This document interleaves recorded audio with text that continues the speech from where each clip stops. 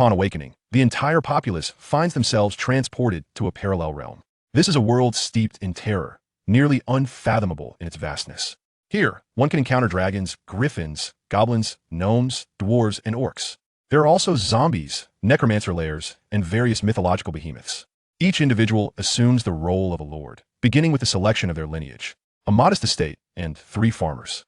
To amass wealth, one must first engage in logging, gradually establishing their territory. Lords are required to explore the map, conquer regions, gather resources, develop their cities, and vanquish monster dens. Every month, they must withstand incursions from monstrous legions and various extraterrestrial forces to survive. Zhong Shen, upon commencing his journey, awakens a strategy system. Everything within his sight is accompanied by strategic insights, aiding him in uncovering all concealed treasures.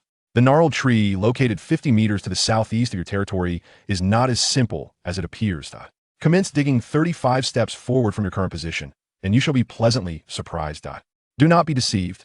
This treasure chest is a trap, for the poisonous gas contained within will render you unconscious for 3 days and nights, while others struggle to endure. Zhong Shen has already erected a formidable citadel, boasting countless powerful soldiers and epic heroes, with resources piled high like mountains. Chapter 1.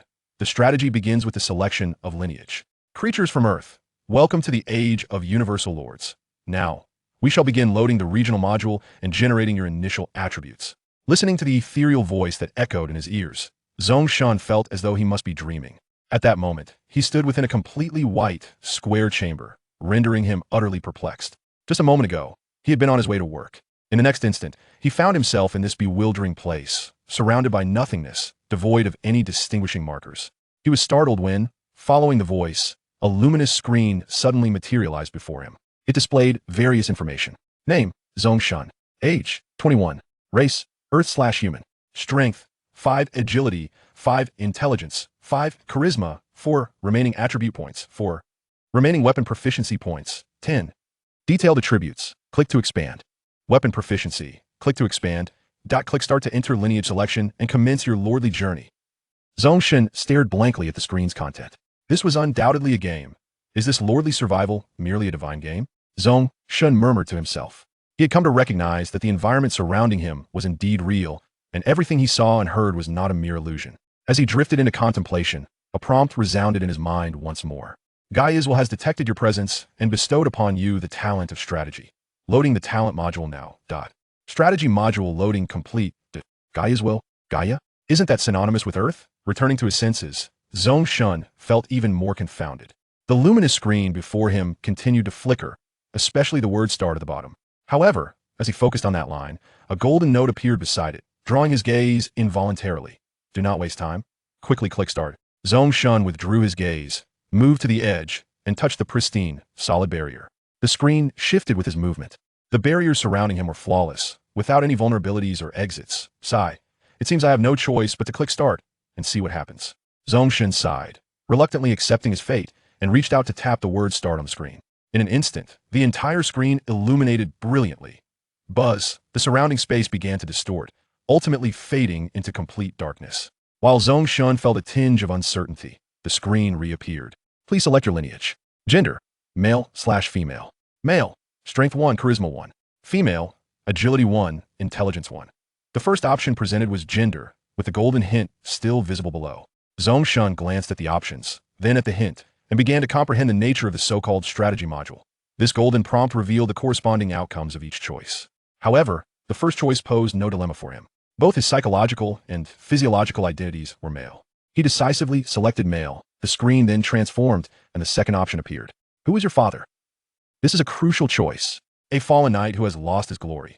Intelligence 1, Charisma 1, Weapon Mastery 1, Strong Strike 1, Horsemanship 1, Coaching 1, Leadership 1, One-Handed Proficiency 10, Two-Handed Proficiency 10, Polearm. Proficiency 10, Reputation 100, a dented old round shield. Initial goal 100, a traveling merchant who has roamed the continents. Intelligence 2, Charisma 1, Horsemanship 1, Leadership 1, Trading 2, Item Management 1, Two-Handed Proficiency 10, Reputation 20, Initial gold 250.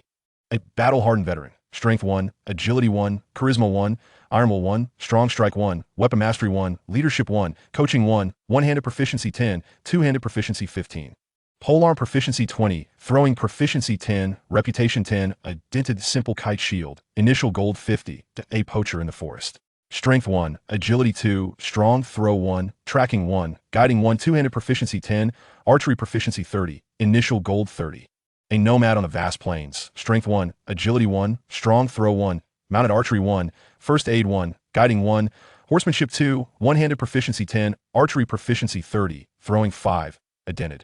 Flat cavalry shield, initial gold 15, reputation 10, a thief lurking in the streets. Agility 3, running 2, throwing 1, item management 1, looting 1, one-handed proficiency 20, throwing 20, initial gold 25, a pack of throwing knives. Zhong Shen gazed at the array of choices before him, his mind somewhat adrift amidst the golden hints that glimmered below.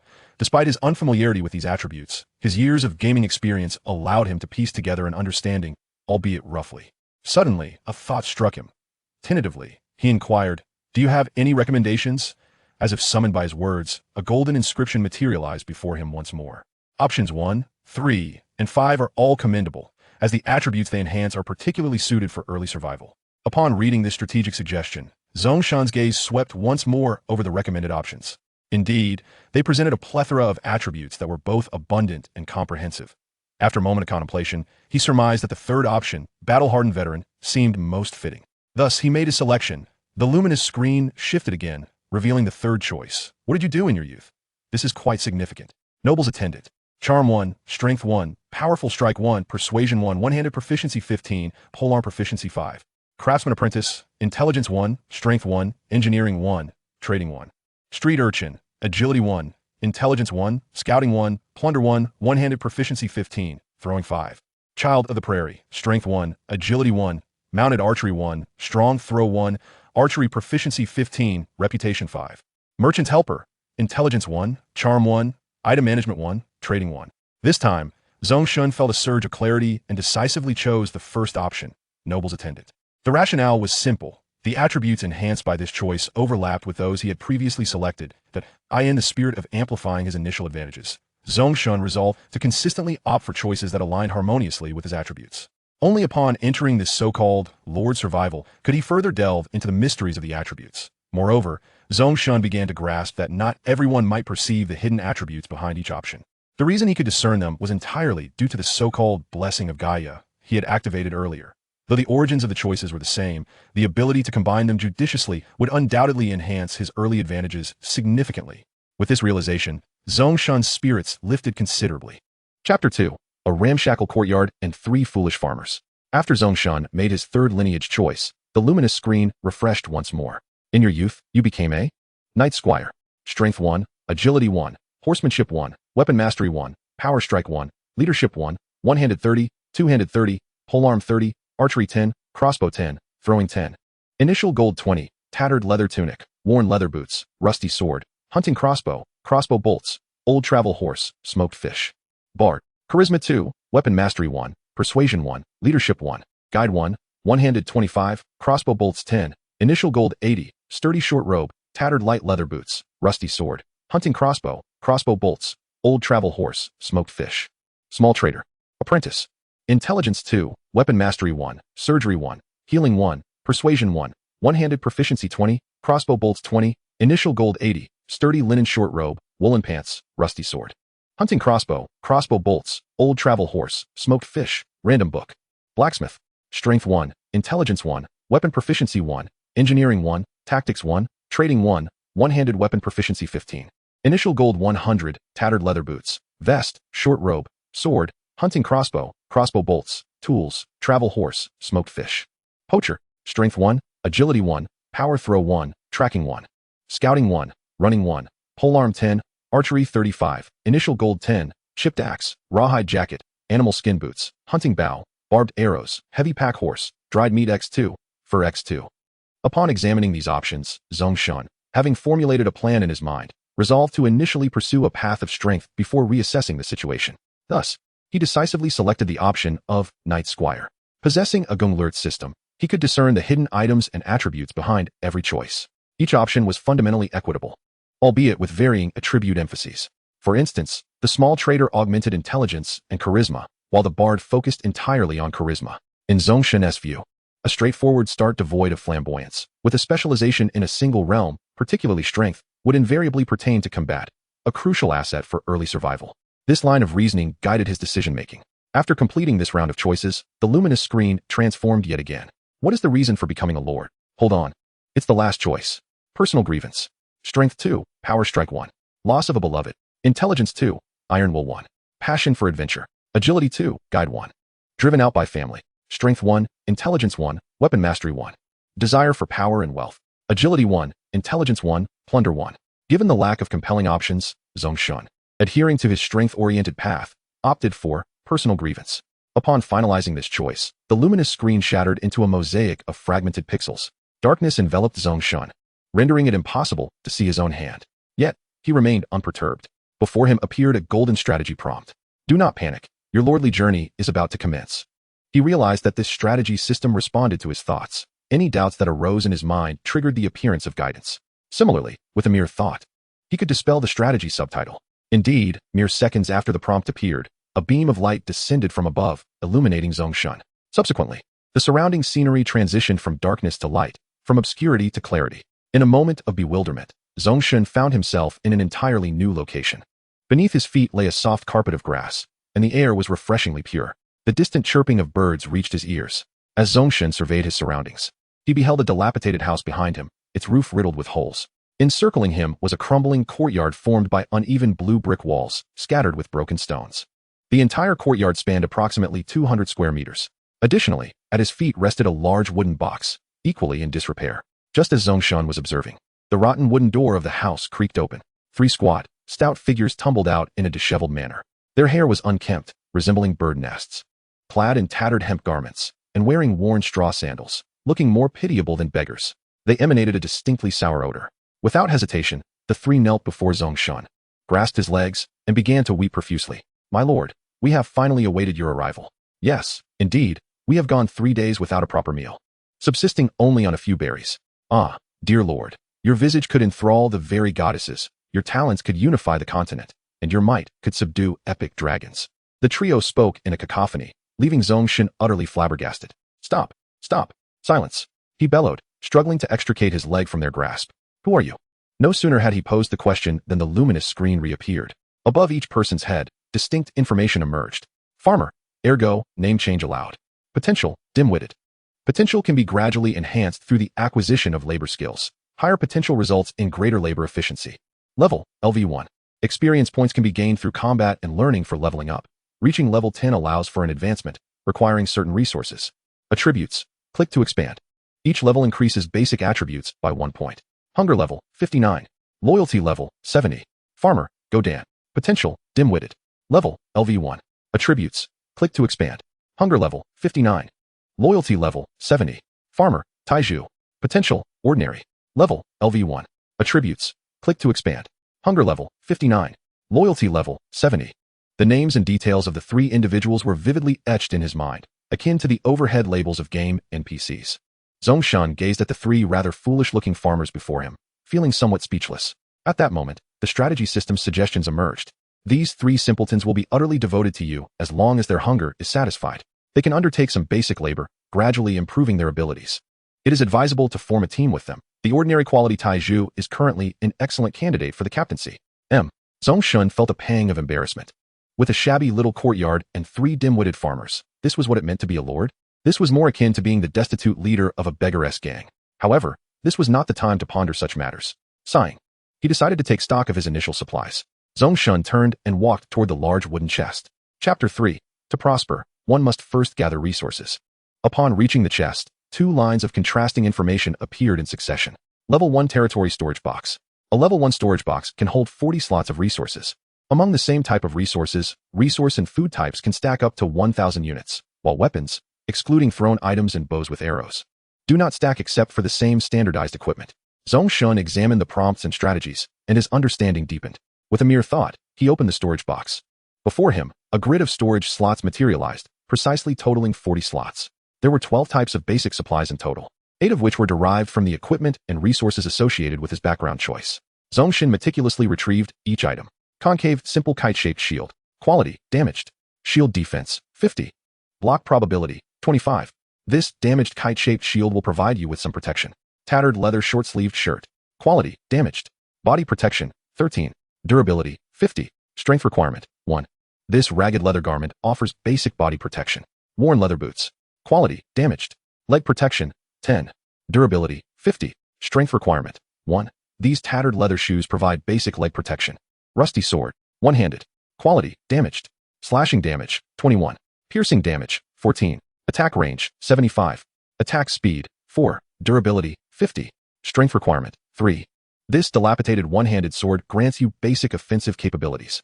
Hunting crossbow. Quality, ordinary. Piercing damage, 33. Durability, 50. Strength requirement, 8. This crudely crafted hunting crossbow will serve as your initial ranged weapon if handled properly. Curved crossbow bolts. Quality, ordinary. Piercing damage, 8. Quantity, 30. Curved crossbow bolts bearing numerous repair marks, likely salvaged from some unfortunate soul. They will suffice for now. Old travel horse. Quality, ordinary. Charge, 3. Speed, 4. Armor, 25. Health, 120. Hunger level, 68. Riding skill requirement, level 1. An aged travel horse. Treat this old fellow kindly, for he may save your life in critical moments. Smoked fish.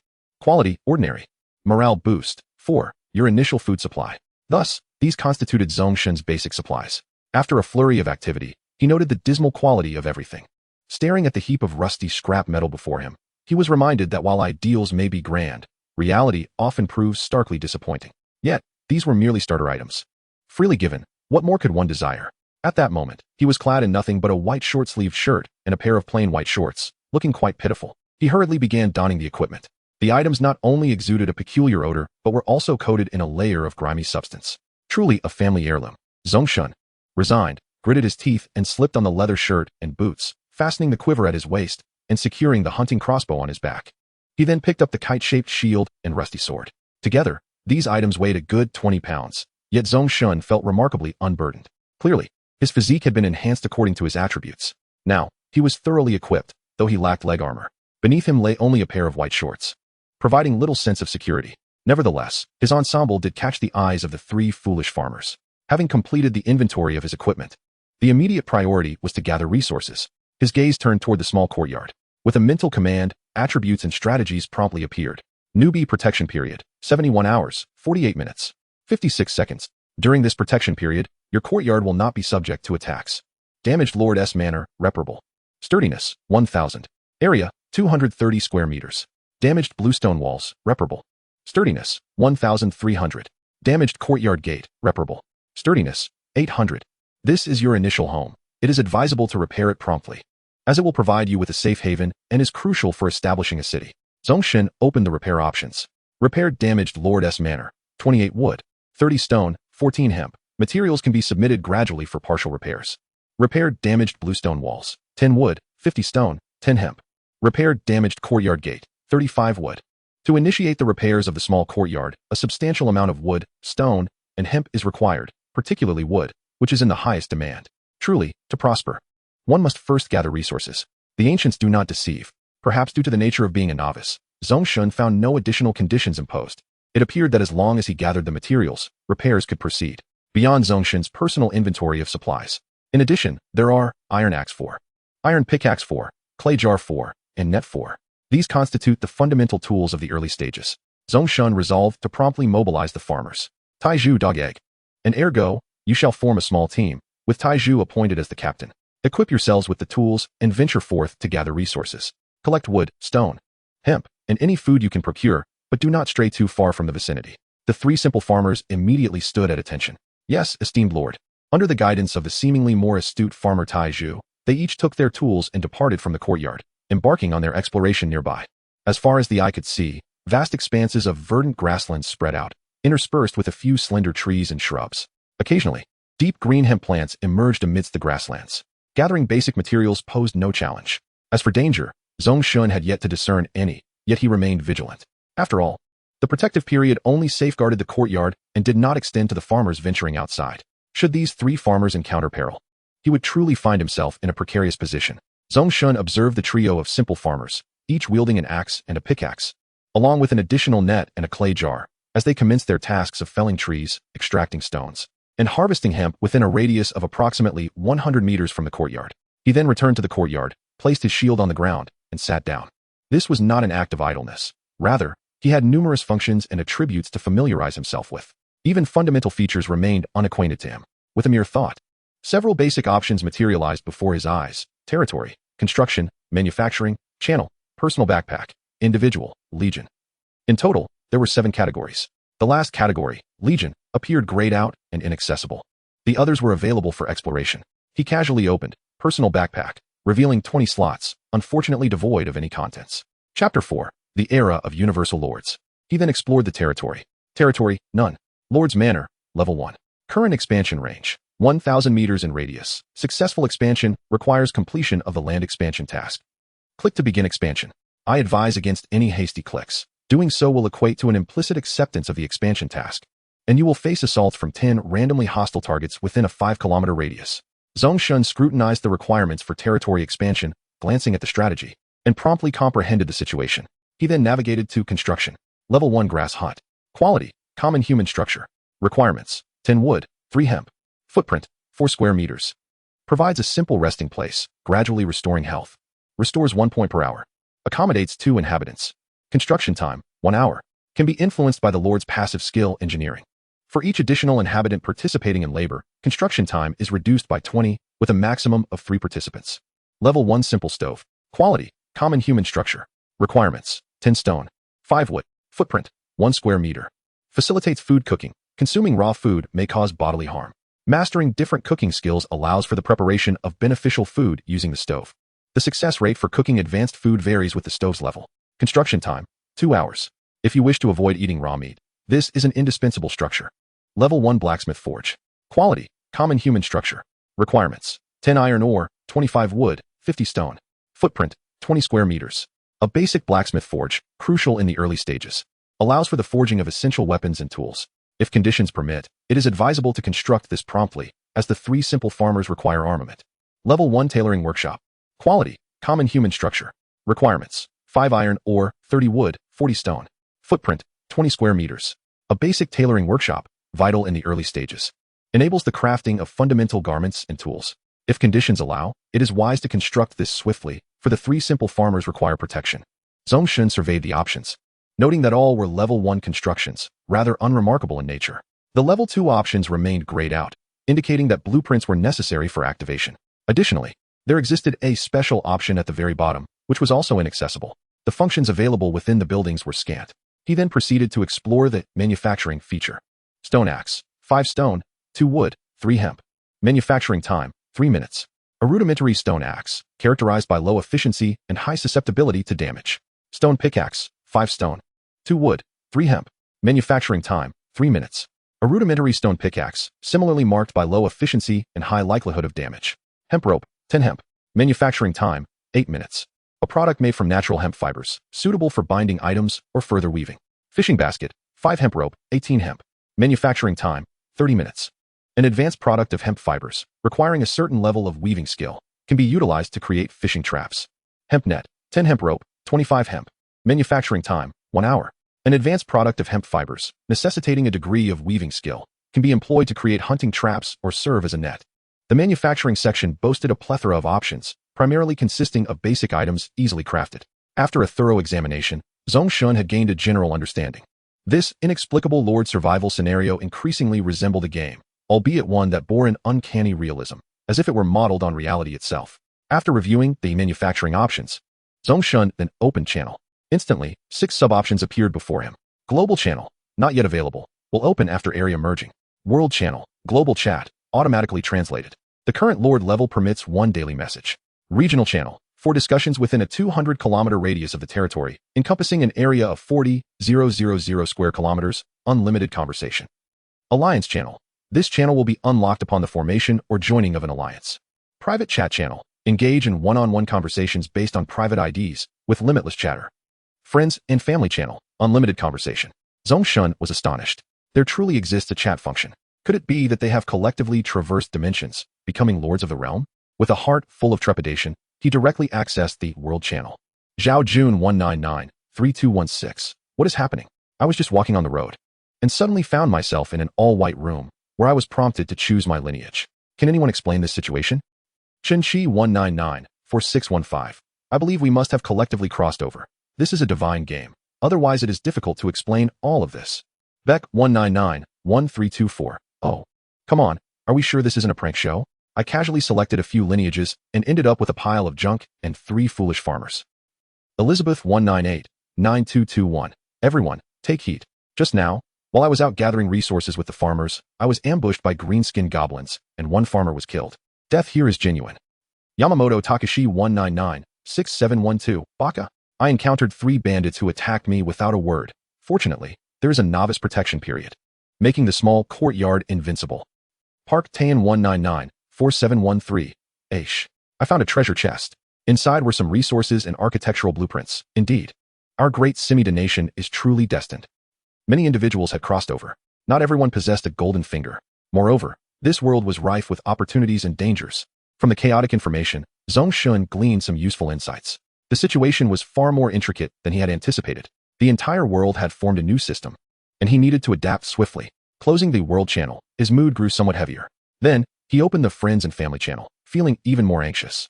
If everyone had crossed over, then his parents and younger brother must have arrived as well. With the strategy system at his disposal, he had some reliance. But what about them? With these thoughts racing through his mind, he eagerly began to examine the friends and family channel. This channel resembled a chat room. The right side displayed the members. Currently, there were 4 avatars corresponding to his family of 4. His parents' icons were both gray, while only he and his younger brothers were in color. Shun Hongmei, age over 45, meets the criteria for the second batch, will enter the continent after 180 days. If any first batch friends or family survive, they will be teleported nearby and will receive a certain degree of initial support. Zhong Shiming, age over 45, meets the criteria for the second batch, will enter the continent after 180 days. If any first batch friends or family survive, they will be teleported nearby and will receive a certain degree of initial support. Zhong Zhe, currently located 2,100 kilometers southwest of the great city of Beluda on the Endless Continent. Upon seeing this, Zhong Shen felt a wave of relief. His parents were both exceedingly traditional middle-aged individuals. His mother worked at a bank in the county, while his father was an ordinary salaried worker. As for his younger brother Zhong Zhe, who was 1 year younger than him, he felt much more reassured. His brother had always been intelligent and was a seasoned strategist in games. He believed that even without the strategy system, Zhong Zhe would manage to start off smoothly. In fact, the lineage selection seemed more akin to a psychological test. Different choices corresponded to varying personality preferences and attributes. From the current perspective, the game appeared to be relatively fair. Individuals were transported in different batches according to age and physical condition. Otherwise, if infants of 3 to 5 months, elderly individuals in their 70s or 80s, disabled persons, and those suffering from severe illnesses were all transported at once, it would surely descend into chaos. That would not be a survival game, but rather a pure slaughter fest. If all of this were indeed orchestrated by some unfathomable entity, that being would surely not desire mere senseless death. After all, only through struggle and survival does the narrative become compelling. After a moment of contemplation, Zhong Shen sent his first message in the friends and family channel, using his thoughts. Ace, how are you doing now? The next moment, a new message refreshed the screen. It was almost a swift reply, indicating that Zhong Zhe was also checking the information. I'm well, brother. You must be cautious. Even near the Lordess mansion, danger may lurk, so during the 3-day protection period, try not to stray too far from the Lordess residence. I'm surrounded by mountains and just heard the distant roar of a tiger. I'm currently being careful while gathering resources. Zhong Zhe's progress was apparently even faster than his own. All right, take care of yourself. Safety is paramount. About 2,100 kilometers away from you, there's a great city of Beluda. Keep an eye on news regarding that. Zhong Shen reminded him once more. By the way, Ace, did you load any special modules when you arrived? Or encounter any strategies or notes? He pondered for a moment before deciding to inquire if Zhong Zhe had experienced anything similar to himself. No, brother. Upon entering, there were just a few prompts to choose my lineage. Okay, I see. Let us stay in touch. Sure, brother. You too stay safe. After a brief exchange, Zhong Shen felt a sense of clarity. He refrained from disclosing that he could see strategies and notes to Zhong Zhe. It seemed that this strategy module was indeed unique to him. Of course, it was also possible that Zhong Zhe had encountered a similar fortune but chose to remain silent for the time being. He was uncertain whether there were others in this world possessing similar fortunes and golden fingers. Zhong Shen remained silent for a while before closing the channel option. Now, there was still a personal option that he had yet to explore. It should contain information regarding his personal attributes or skills. Overall, this resembled a reality strikingly akin to a game. Or perhaps, it was a game remarkably reminiscent of reality, possessing a unique system and comprehensive design. Just as he prepared to investigate further, the sounds of 3 farmers crying for help and rushing noises emerged from outside the small courtyard. My lord, save us. There are prairie wolves. Prairie wolves. Upon hearing this, Zhong Shen immediately rose, wielding a shield in one hand and a rusted one-handed sword in the other, and stepped outside the small courtyard. Why not use a crossbow? Because Zhong Shen was somewhat self-aware, for someone with no combat experience, clearly. Wielding a shield and sword was far more reliable than using a crossbow. He glanced toward the yard's exterior. 3 foolish farmers were seen sprinting wildly, abandoning their tools and gathered supplies in their haste. The creature that instilled such terror in them was a prairie wolf, resembling a canine in stature. Zhong Shen took a step back, positioning himself firmly within the confines of the courtyard, bracing for the worst. He beckoned the 3 foolish farmers to enter quickly. Hurry inside. The entire courtyard was enveloped in a shimmering, translucent barrier, presumably the so-called novice protection state. The 3 foolish farmers, having discarded all their burdens, managed to outpace the wolf in their frantic dash. Just in the nick of time, Taiju, Ergo, and Go Dan, the 3 foolish farmers, nearly simultaneously dashed into the small courtyard. The prairie wolf, fierce and aggressive, lunged directly towards the yard. Zhong Shen narrowed his eyes, firmly holding the kite-shaped shield before him, prepared for the worst. True to his name, Zhong Shen prioritized caution. He would rather be overly prepared than leave himself vulnerable to attack. Should the novice protection state fail to deter the prairie wolf, he could swiftly switch to an offensive stance. Bang! A loud collision was followed by the wolf's mournful howl. The barrier outside the courtyard flickered momentarily, then solidified abruptly. The prairie wolf crashed headlong into the protective barrier, rebounding violently and tumbling onto the grass. A bright red number appeared above its head. 15. It lay there, dazed and unable to rise, evidently stunned from the impact. Zhong Shen scrutinized the prairie wolf, and immediately, system prompts and golden text in parentheses appeared. Prairie wolf LV3. Species, beast. Bite damage, 15-17. Health points, 130-145. Armor value, 10. Skills, pounce, throat rip. A solitary prairie wolf poses no threat of encountering its companions. Its waist and nose are its weak points. With your current equipment, careful maneuvering should suffice to defeat it. So there was a health point system? Zhong Shen instantly grasped the situation, though a flicker of trepidation remained. He could not rely on the 3 cowardly farmers, who were armed with nothing. It was up to him alone. Wild monsters were indeed wild monsters. Zhong Shen continually reassured himself in his mind, summoning his courage. He gripped his shield and sword and stepped out of the courtyard. My lord is so valiant, yet we are so cowardly. I feel such guilt. So do I. The 3 foolish farmers gazed at Zhong Shen's unremarkable figure, their eyes filled with a hint of admiration and emotion. Farmer Taiju's loyalty has increased by 5 points. Current loyalty, 75. Farmer Ergo's loyalty has increased by 5 points. Current loyalty, 75. Farmer Godan's loyalty has increased by 5 points. Current loyalty, 75. A series of notifications refreshed in the corner of his vision. To his astonishment, his courageous act had elevated the loyalty of the 3 foolish farmers. However, now was not the time to ponder loyalty. The prairie wolf was already struggling to rise, evidently recovering from the violent impact. Its eyes glimmered with a cruel glint. Instead of attacking Zhong Shen directly, it began to slowly retreat, attempting to distance itself from the courtyard. Chapter 6. Recruitment Scroll for Wolf Cavalry. Cunning Beast. Zhong Shen discerned the prairie wolf's intention. It was luring him away from the safety of the courtyard. Without the protection of the novice state, the prairie wolf could launch a calculated attack on Zhong Shen. Although this world exhibited some gaming characteristics, the behavior of the prairie wolf and the 3 foolish farmers demonstrated that the beings within this realm possessed their own thoughts and emotions. This realization deepened Zhong Shen's understanding of this extraordinary world. The wolf was proud and vengeful, since the prairie wolf had fixated on him and his companions. It would not retreat easily. With this in mind, he chose not to pursue, but instead retreated step by step back into the Lord's courtyard. Sure enough, the prairie wolf halted its retreat, standing its ground and fixating its gaze upon Zhong Shen, as if intent on devouring him with its eyes. Unfazed, Zhong Shen lowered his shield and sword, offering the prairie wolf a mocking smile. Predictably, the prairie wolf lunged again. This time, it seemed to have learned its lesson, refraining from crossing the boundary. Instead, it prowled just 3 meters away from the courtyard, pacing back and forth. Such is the nature of wolves. When you are weak, they are strong. When you are strong, they are weak. As Zhong Shen retreated, it advanced, attempting to encircle him and shatter his composure. Just then, Zhong Shen grinned. Retrieving the crossbow from his back, he drew a bolt from his quiver at his waist and pulled back the string. Even with Zhong Shen's evidently enhanced strength, he could feel the formidable tension in the drawn bowstring. The power of this crossbow was certainly extraordinary. Although the attributes indicated that the crossbow possessed a piercing damage of 33 points, Zhong Shen was still unfamiliar with the implications of these values. He loaded the bolt into the crossbow's firing slot and aimed it at the prairie wolf. A few meters away, the prairie wolf eyed the crossbow warily. It was not yet an adult, still in its growth phase. Adult prairie wolves are significantly larger, not to mention the existence of wolf kings. The prairie wolf before him appeared to have become separated from its pack, thus finding itself alone, being still in its growth stage. It had never encountered a crossbow before and instinctively sensed the danger it posed. As Zhong Shen raised the crossbow, he discovered a fortuitous advantage. A golden crosshair materialized before him, while the vulnerable points on the wolf's waist, nose, and eyes were marked with golden circles. Beside it, golden prompts flickered. Align your crosshair with the circles on this wolf pup. At this distance, as long as you are not blind, you are sure to hit. Understanding the prompt, Zhong Shen aligned the crosshair with the golden circle marking the wolf's eye. Without hesitation, he pulled the trigger of the crossbow. Twang. Whoosh. The sound of the bowstring snapping back was followed by a sharp, piercing noise. Howl. The mournful howls of the prairie wolf echoed in the air. The crossbow bolt struck its eye with uncanny precision, embedding itself deeply, the fletching quivering incessantly.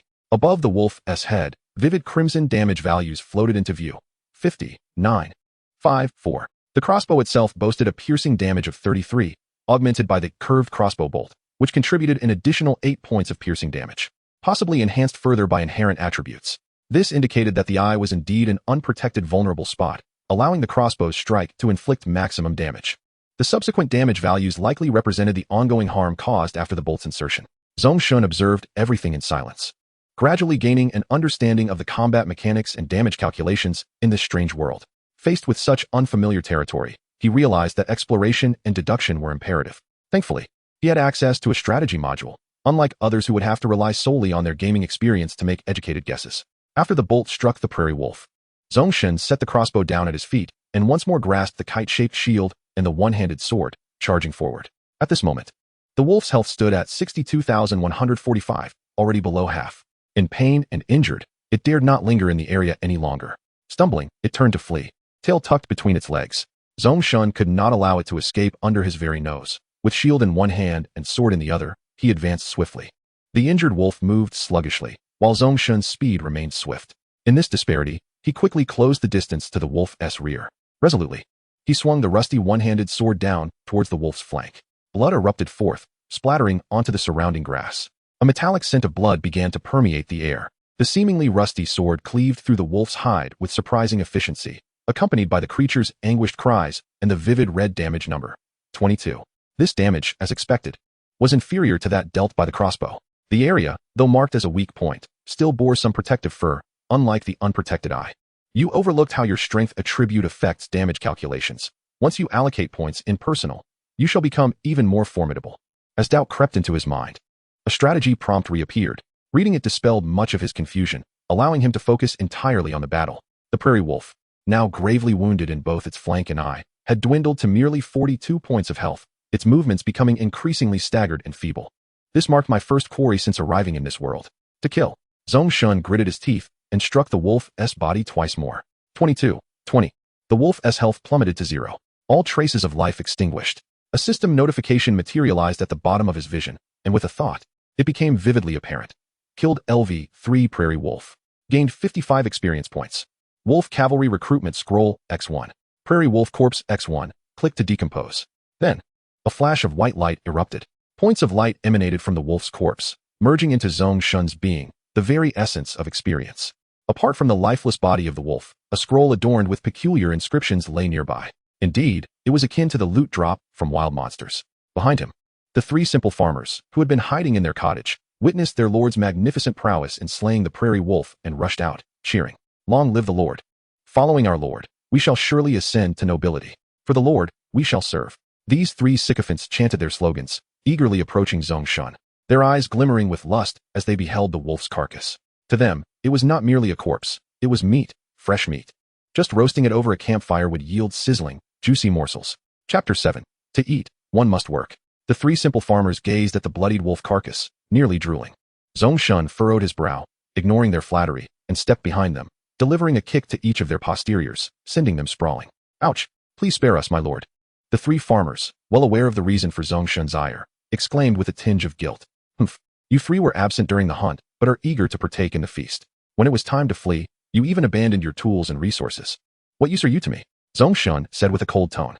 In his view, the farmers were far from foolish. They expertly avoided danger. Their only folly lay in their reluctance to work, being slow and bumbling. In every other regard, they were quite astute. They epitomized the saying, "They excel in feasting while failing at labor." Thus, Zhong Shen felt a simmering frustration towards them. coupled with the recent victory over the prairie wolf. Fully armed and bearing a hint of ferocity on his face, he instilled fear in the three farmers, who dared not meet his gaze. They could only maintain their fallen postures, pleading and offering empty praises. However, these three simple farmers were the only available labor force in the early stages. Zhong Shen could not genuinely expel them. This was merely a reprimand. After all, the old adage rings true: a firm hand may yield a sweet reward. Speak up, you three. How should I deal with you for today's incident? Zhong Shen paced behind the three farmers. The rusty sword dragged upon the ground, scraping through the soil and grass, producing a soft rustling sound. Lord, please forgive us this time. Next time, we shall fight alongside you. I will retrieve the tools and resources we lost. The three farmers pleaded once more. Zhong Shen felt his head spinning, wishing he could strike each of them once. Ultimately, he could only sigh softly. All right, get up. Go work now. Taiju, you stay. Ergo, go Dan. The two of you must find the lost tools immediately. If even one is missing, you shall go hungry today. Once the tools were gathered, the gathering resumed immediately, with a focus on wood, iron, hemp, food, and water, 5 essential resources that should be collected in abundance. Should any of you dare to slack off, you shall be cast out to wander the wilderness. With a fierce throw, Zhong Shen plunged his sword into the grass. Yes, yes, we will not dare again. The three simple farmers scrambled to their feet.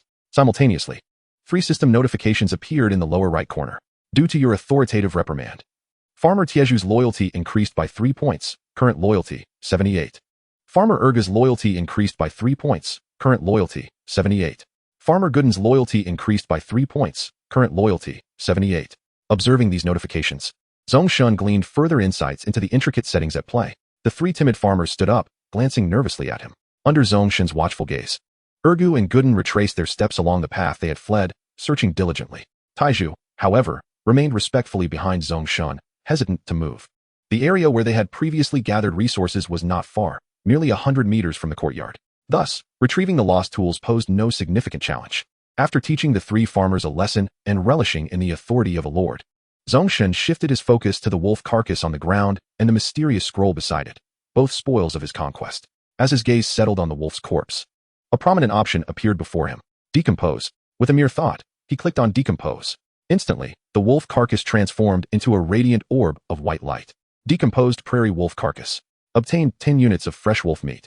Delicious meat, capable of satisfying hunger. Obtained 500 milliliters of fresh wolf blood. Unpalatable fresh blood. Perhaps useful for crafting bait traps or as a supplementary water resource. Obtained 1 hard prairie wolf skull. A sturdy skull, suitable for crafting a simple helmet to enhance head protection. Obtained 15 prairie wolf bones. The wolf's tough bones. One of the primitive materials that can be utilized to create basic armor or weapons. Obtained 2 sharp wolf fangs. These 2 fangs are exceptionally sharp and can be easily fashioned into crossbow bolts. Obtained 1 complete prairie wolf pelt. An intact wolf pelt, excellent leather material. If sold to fur merchants or minor nobles in Avalon, it could yield a tidy profit. Following a series of notifications, the decomposed prairie wolf carcass, akin to a firework, scattered into 6 distinct orbs of light that landed on the ground. These 6 orbs represented the 6 items extracted. All items transformed into miniature cube forms, including the wolf blood, which also shrank into a small cube. Zhong Shen reached out and collected them all into his personal storage compartment with remarkable ease. He then concentrated on this sharp wolf fang, opting to extract one. In the next moment, a fang approximately 3 finger joints long appeared in his hand. This function proved exceedingly convenient and practical. However, given the vagueness of the survival lord system, other players without a guidance system would inevitably encounter numerous setbacks. Although common sense could provide some clues, many details were easily overlooked or delayed.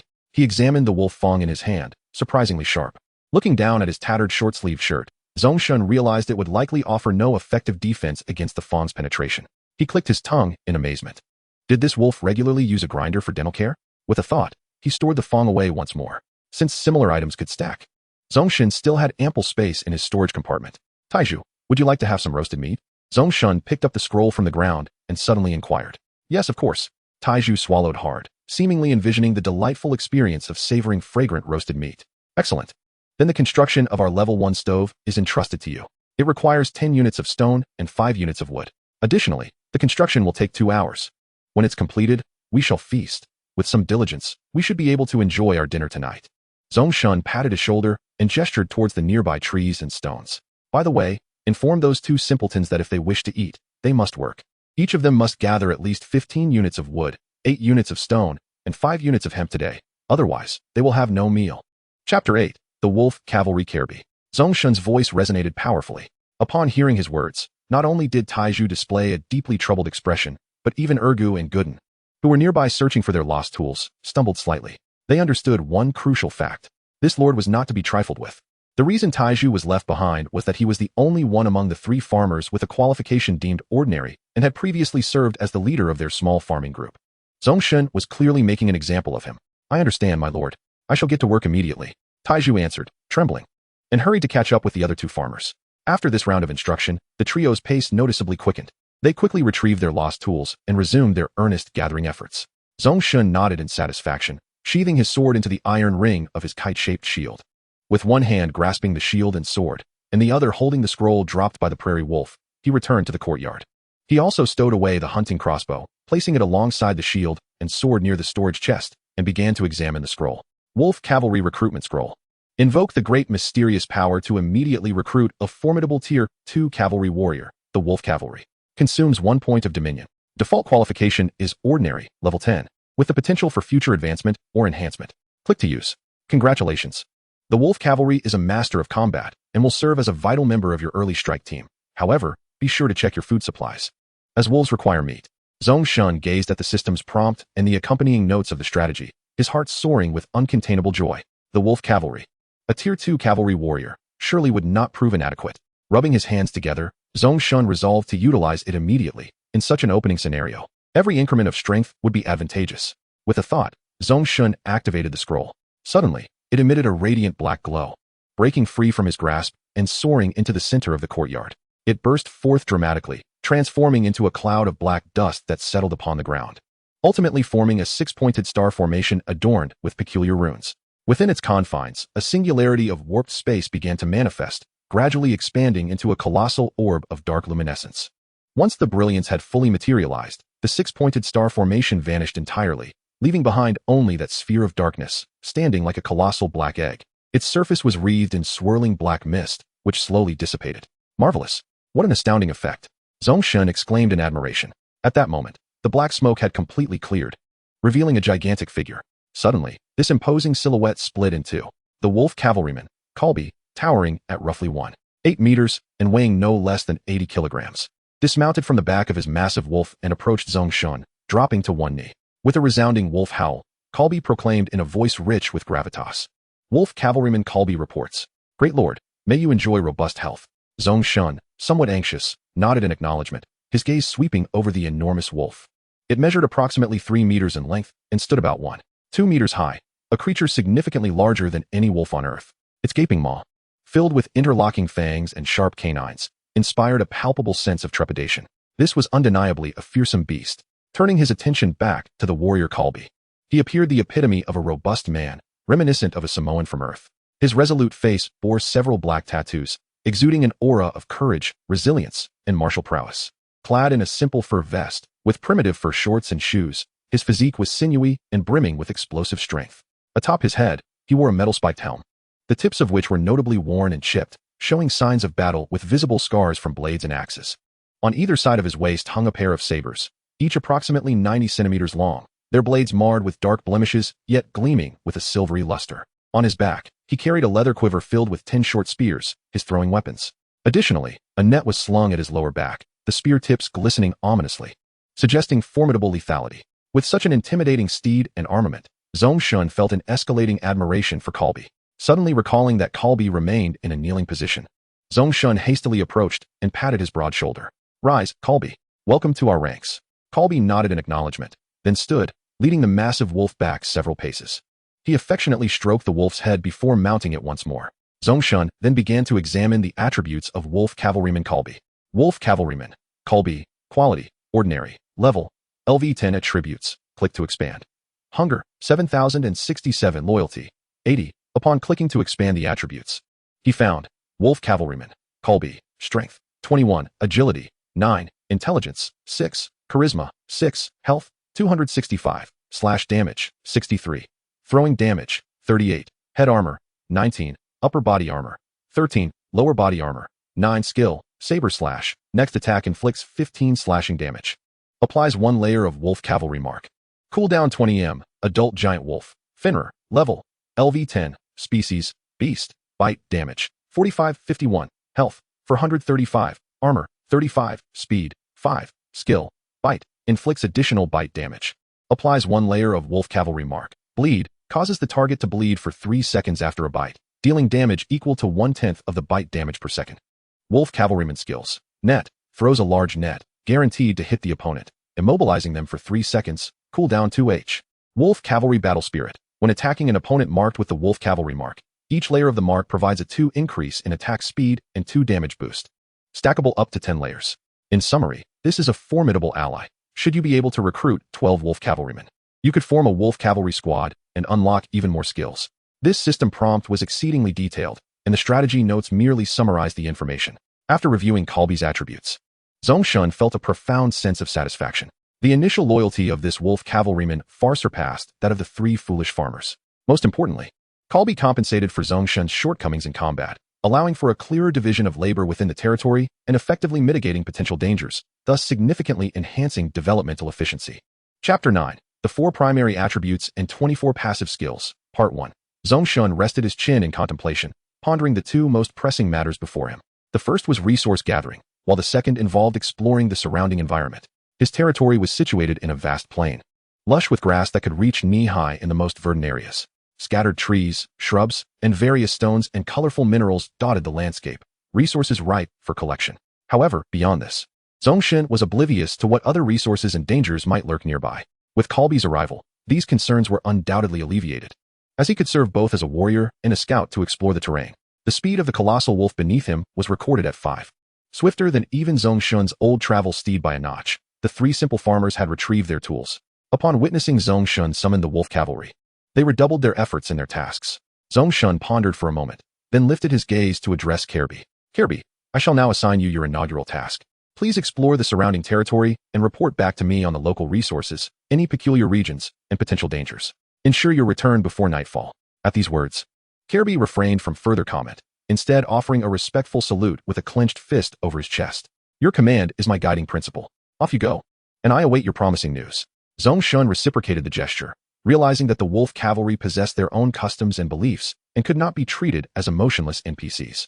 Once Kirby had mounted his great wolf and departed from the Lord's courtyard, the creature galloped forth with increasing speed, matching the swiftness of ordinary horses. Zhong Shen watched Kirby fade into the distance. At that moment, Ergo and Godan returned with the first batch of collected resources. The 2 simple farmers each bore a small tree and a sizable stone, entering the courtyard. Upon crossing the threshold, the tree and stone transformed into diminutive cubes and were drawn into the territory's storage box. Concurrently, 2 notifications appeared in the lower right corner of his vision. Wood 2. Stone 2.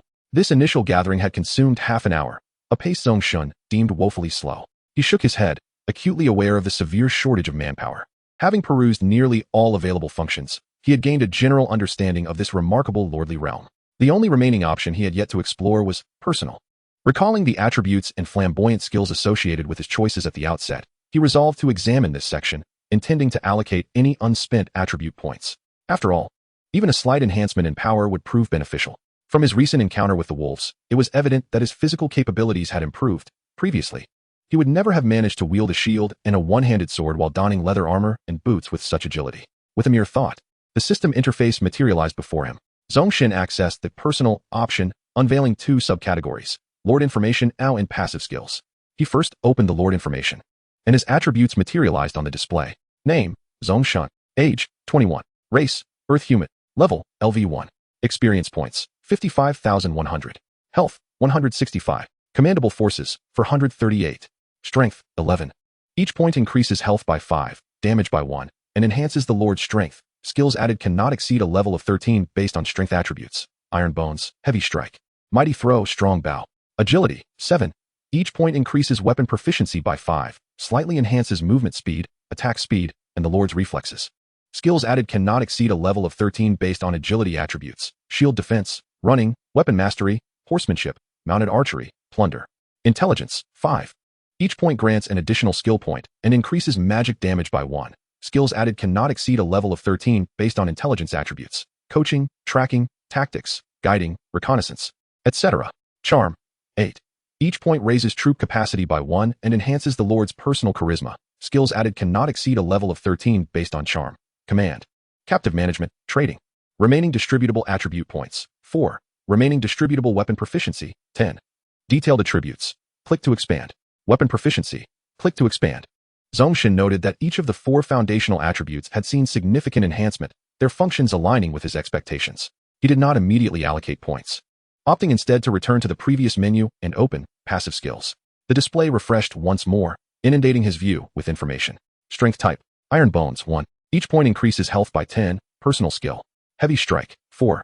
Each point increases melee damage by 8, personal skill. Mighty Throw, 0. Each point increases throwing damage by 10, personal skill. Strong Bow, 0. Enables the Lord to wield more powerful bows. Each point increases bow damage by 14, with a maximum level not exceeding the bow's level plus 4, personal skill. Upon reviewing this, Zhong Shen felt a sense of clarity. The strength skills were primarily designed to bolster the Lord's combat and survival capabilities, covering enhancements from melee to various ranged weapons. He silently committed these passive skills to memory. Lowering his gaze, he continued to explore. Agility type, Weapon Mastery, 2. Accelerates weapon proficiency gain and raises the proficiency cap. Each level increases the cap by 60 points.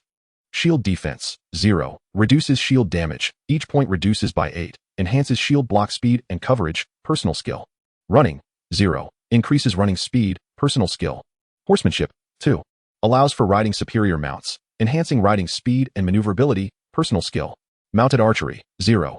Reduces accuracy and damage loss when shooting or throwing from horseback, personal skill. Plunder, 0. Each point increases loot quantity by 10, team skill. The agility passive skills comprised 6 in total, 5 of which were personal skills and 1 a team skill. They could enhance defense, weapon proficiency, movement speed, and facilitate riding superior mounts, even enabling mounted combat. This attribute, too, was of great significance. Zhong Shen found himself somewhat overwhelmed by the intricacy and meticulousness of this world's design. Every attribute and skill serves a distinct purpose. Zhong Shen stretched lazily, for these attributes pertain to his own development. He rubbed his eyes and continued to peruse. Chapter 10. The 4 major attributes and 24 passive skills, Part 2. Intelligence type. Mentor, 1. Daily, a lord possessing this skill will augment the experience points of lower-level party members by 10 per level, scaling upward. Tracking, 0. Discovers additional information from footprints and various other traces found in the wild, team skill. Tactics, 0. Each point increases combat advantage by 1. Damage to team members increases by 1, team skill. Guide, 0. Each point increases the overall movement speed of the team by 3, team skill. Scouting, 0. Each point increases the team's scouting range by 10, team skill. Item management, 0. Each point increases the personal item slot capacity by 6, Lord skill. Healing, 0. Each point accelerates the team's health recovery speed by 20, team skill. Rescue, 0. Each point adds a 4 chance to save a team member who would otherwise perish, maximum 40, team skill. First Aid, 0. At the conclusion of each battle, 5 of the health lost during combat is restored to the Lord level hero, team skill. Engineering, 0. This skill enhances your efficiency in constructing your territory and siege engines. Increasing building speed by 10 per level, capped at level 5, team skill. There are a total of 10 skills within the intelligence category, the majority of which are team skills, many of which prove to be exceedingly useful. Unlike the passive skills of agility and strength, which primarily bolster the Lord himself, the passive skills of the intelligence type enhance the overall combat capacity. For instance, healing, rescue, and first aid significantly mitigate the losses suffered by subordinates, thereby enhancing overall survival capabilities. It appears that intelligence is an indispensable attribute for leading troops into battle. Next, he encountered the charm type skills, flipping through an entire page of passive skills until he reached the bottom. Charm type. Persuasion, 1.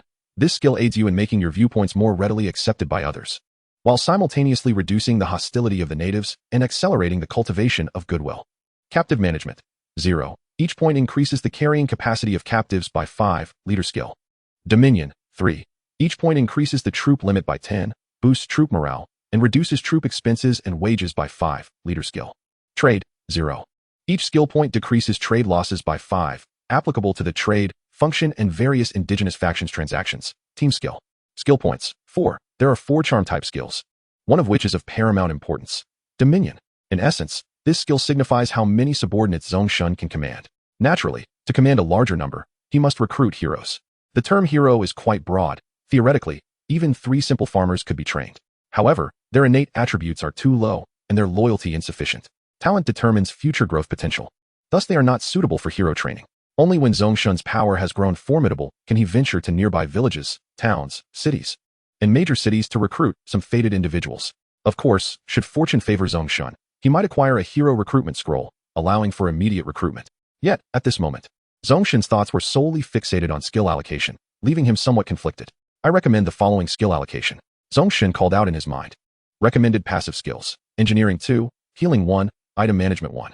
Recommended 4 major attributes. Intelligence 2, Strength 1, Charm 1. Recommended weapon proficiency. Crossbow 5, one-handed weapons 5. For the newly added skill points in wisdom, it is suggested to allocate to Iron Will and Running. This approach is undoubtedly correct, enhancing your developmental efficiency. Irrespective of your current level, a series of golden hints materialized, appearing whenever Zhong Shen harbored doubts. The strategy system would respond. Zhong Shen chose to heed the counsel of the strategy. Once the attributes and skills were fully allocated, he opened the Lord Profile option and observed alterations in his personal attributes. Name, Zhong Shen. Age, 21. Race, Earth Human. Level, LV1. Experience points, 55,100. Health, 182. Dominion count, 439. Strength, 12. Agility, 7. Intelligence, 7. Charm, 9. Remaining allocable attribute points, 0. Remaining allocable weapon proficiency, 10. Detailed attributes. Click to expand. Weapon proficiency. Click to expand. Both health and dominion count had changed due to the skill allocation. Subsequently, Zhong Shen expanded the weapon proficiency and allocated the 10 points. Weapon proficiency. One-handed weapons, 89. Two-handed weapons, 80. Polearms, 88. Bows, 52. Crossbows, 57. Throwing, 60. Firearms, 60. Each point of weapon proficiency additionally increases the corresponding weapon's damage by 0.01. Next, Zhong Shen delved into the detailed attributes. Lord, Zhong Shen. Equipment, tattered leather short sleeve, worn leather boots, rusty sword, hunting crossbow, curved crossbow bolts, dented simple kite shield. Slashing damage, 21-11203-20089. Strength critical weapon proficiency, 321. Piercing damage, 33-11203-20057. 494. Head armor, 0. Upper body armor, 13. Leg armor, 10. Skills, none. Territory level, 1. After reviewing his attributes, Zhong Shen has gained a general understanding of his current situation and the hierarchy of his abilities. In comparison to the wolf cavalry, his attributes seem rather inferior. Only his piercing damage statistics appear somewhat commendable, a result of his deliberate choice to specialize in strength upon his emergence. However, the wolf cavalry, being seasoned warriors at level 10, certainly overshadow him, as he is merely a level 1 minor lord, still clad in the novice gear granted by his lineage selection. In terms of growth potential, Zhong Shen, as a lord, possesses far greater promise than the wolf cavalry. With a wave of his hand, he dismissed the system's informational hologram and rose to his feet. From the storage chest in his territory, he retrieved his final iron axe and a pickaxe. Not far away, Iron Pillar had returned with resources, stone 2, iron 1, hemp 2. After depositing the resources, he mounted his steed once more to continue gathering. It seemed Iron Pillar had managed to procure some iron, a crucial material for crafting tools and weapons, indeed a highly significant resource. Zhong Shen glanced at the storage chest, which contained only a meager assortment of supplies. Wood 2, stone 4, iron 1, hemp 2. He couldn't help but shake his head. Having improved his attributes and understood the functions at hand, it was time to roll up his sleeves and get to work. A successful lord must set an example. Zhong Shen flexed his arms, brimming with confidence as he declared. Chapter 11. The Crooked Tree is far from simple. Zhong Shen secured his kite-shaped shield, crossbow, and bolts into his inventory. With an iron axe in one hand and a pickaxe in the other, he stood outside his modest courtyard. The wolf cavalry, Kirby, had vanished without a trace. Only 3 simple farmers remained within a few hundred meters of the courtyard, diligently gathering resources. After some education, the farmers' enthusiasm for labor had seen a notable increase. Iron Pillar was vigorously chopping down a withered tree as thick as a thigh, while Ergo and Go Dan busied themselves, one foraging for hemp among the bushes, the other laboring with the pickaxe to extract stones, occasionally unearthing a piece of black iron ore. Zhong Shen nodded in satisfaction, glancing at his watch. Upon awakening, it was just past afternoon, around 1:40 p.m. The season appeared to be spring, with the sun warmly shining overhead. If the 3 farmers maintained this level of efficiency, by evening, Zhong Shen would have enough resources to construct some basic, yet functional buildings. Observing the diligent work of the farmers and the wolf cavalry's explorations, everything seemed to be progressing favorably. For a moment, Zhong Shen felt optimistic about the future. Now, it was time for me to begin my labor as well, he said, filled with confidence. Just as he prepared to select a direction for resource gathering, he suddenly recalled his strategy module. Since it was a strategy, shouldn't he be aware of the detailed circumstances of this region? The moment that thought crossed his mind, Golden Strategy subtitles materialized before him. This area belongs to the Kingdom of Avalon, the great city of Luntax, Bosbon, ruins of the battlefield of Asala. Indeed, The grassland beneath your feet was once part of an ancient battlefield. 18,000 years ago, it was a segment of the elven city of Asala. It was not until the invasion of the Bloodfire Legion that this place was reduced to ruins.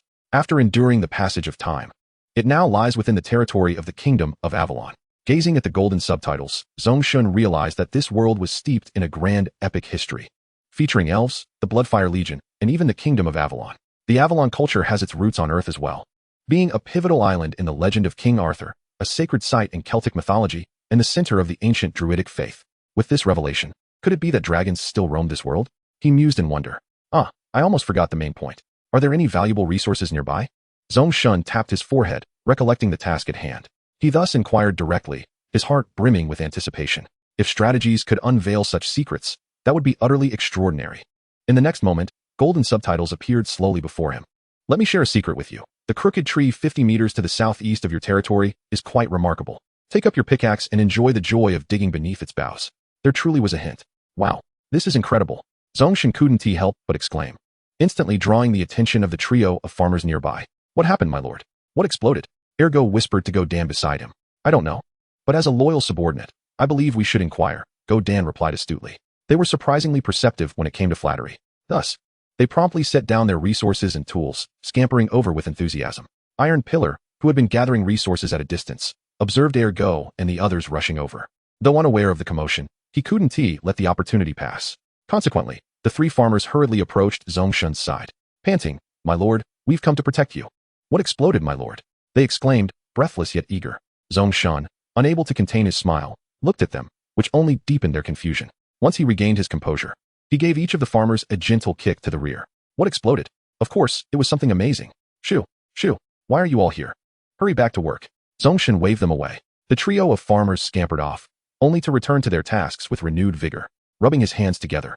Zhong Shen eagerly surveyed his surroundings. Southeast. Where's the southeast? At that moment, a golden arrow appeared, pointing to his right side. There stood a conspicuous crooked tree, stark and bare. The target was clear. Zhong Shen sheathed his iron axe, retaining only the pickaxe as his tool. He strode purposefully towards the crooked tree, which appeared rather unremarkable at first glance. Surrounded by a lush expanse of verdant grass, Zhong Shen cast a discerning glance around him. He exhaled into his palm, vigorously rubbing his hands together. Grasping a pickaxe, he commenced to dig into the soft earth beneath the tree, sending clumps of soil and grass flying in every direction. Once he cleared away the tangled weeds, he unveiled the rich, dark soil beneath. Subsequently, Zhong Shen embarked on his excavation. After a mere 10 minutes, he had unearthed a pit approximately half a meter deep. Suddenly, his pick struck something solid, prompting him to lighten his movements. Bending down, he sifted through the soil with his hands and extracted the hard object he encountered. He was taken aback. It was a skull, strikingly reminiscent of a human's, albeit with larger eye sockets. This skull appeared extraordinary, its bone resembling jade, smooth, translucent, and remarkably resilient. However, protruding from the back of the skull was a pitch-black arrow embedded deep, with a third of it lodged within the cranium. Viewed from the front, it resembled an exquisite piece of skeletal art. At that moment, golden prompts appeared with perfect timing.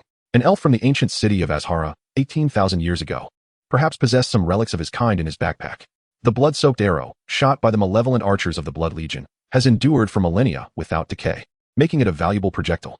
The two hints sequentially emerged, enlightening Zhong Shen about the history behind the skull and its arrow. To his astonishment, the arrow embedded in the skull was indeed a treasure. He carefully set the skull aside on a patch of ground, remaining surprisingly calm. After all, the grassy terrain beneath him had once been the ruins of an ancient battlefield over 10,000 years ago, and discovering remains was quite commonplace. He resumed his digging, uncovering a plethora of scattered jade-like bones and a leather backpack crafted from an unknown animal hide, which astonishingly had also withstood the test of time. After meticulously inspecting the earth beneath him to ensure no further anomalies lay hidden, Zhong Shen finally climbed out of the pit, eager to examine his newfound spoils. Chapter 12. Luna, the Night Huntress. He first retrieved the blood-soaked arrow from the skull. The arrow was firmly lodged, and the millennia of entombment required Zhong Shen to exert considerable effort to extract it.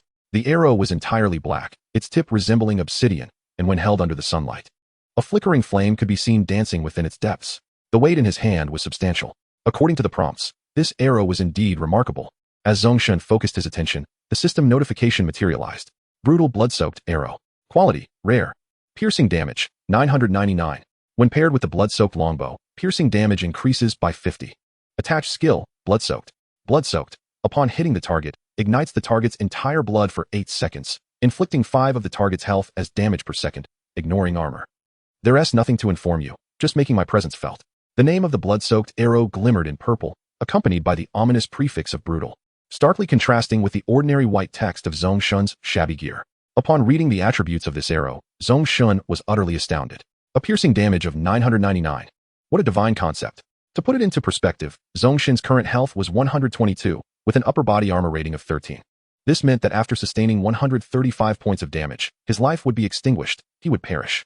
A piercing damage of 999 could eliminate Zhong Shen 74 times over, akin to threading candy on a skewer. Contemplating this, Zhong Shen deemed the arrows simply invincible. Additionally, arrows and crossbow bolts were indeed recoverable. He had previously retrieved the bolt that had struck the eye of a prairie wolf. However, each recovery resulted in some wear and tear. Nonetheless, this was still rather commendable. After all, the blood-soaked arrow possessed extraordinarily potent strike attributes, undoubtedly a formidable weapon in Zhong Shen's arsenal. This implied that with proper usage, he could unleash several devastating attacks. Regrettably, he lacked a longbow. Zhong Shen lamented. Suddenly, an idea struck him. Perhaps wielding this arrow as a short spear to pierce foes would be feasible? Zhong Shen seemed to have uncovered a possibility. Your idea is plausible, though it will accelerate its wear. Without the need for further validation. A prompt appeared to clarify his inquiry. Zhong Shen nodded, carefully stowing the blood-soaked arrow in his inventory for future needs. He then turned his attention to the leather backpack. Ancient Kodo Beast leather backpack. Quality, fine. Capacity, 524 slots. Click to open. Made from Kodo Beast hide, this backpack boasts incredible weight-bearing capacity and durability, making it an essential item for travel. This leather backpack was indeed a spatial item, and its green text indicated a fine quality, with a staggering 524 slots. It significantly enhanced Zhong Shen's carrying capacity, preparing him for long expeditions and treasure hunts. He then opened the backpack storage compartments, discovering 5 items within. As his gaze swept over them, the system began to announce his acquisitions. Open the Kodo Beast leather backpack. 9 mithril, a precious mineral resource. 1 fragment of the Elven Key. Collecting 9 fragments will yield the Elven Key, granting access to the treasury of Azhara. 1 recruitment scroll for the Night Huntress. A powerful soldier of the long-extinct Elven race, a panther and woman, whom you are sure to appreciate. 1 emerald leg armor. A decent piece of equipment, far superior to your current rags. 1 blueprint for the Moonwell. A long-lost special structure. Possessing it will free you from future concerns. In total, 5 treasures transformed into 5 miniature square items, scattered before Zhong Shen. He promptly transferred them all into his inventory.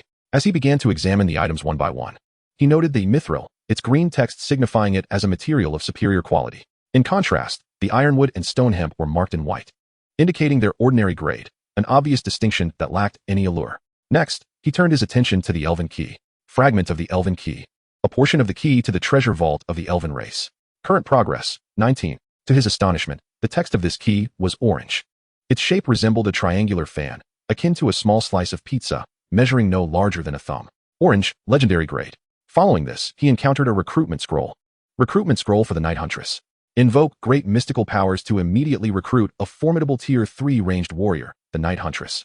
Cost 2 Dominion points. Default qualifications are excellent. Level 10 with potential for advancement or enhancement.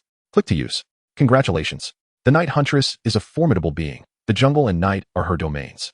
It would be wise to construct a Tier 1 grass hut for her before nightfall, lest she become displeased. With each addition of strength, the pace of development would accelerate. How could Zhong Shen let this opportunity slip away? He decisively withdrew the recruitment scroll. This scroll was green, adorned with floral patterns.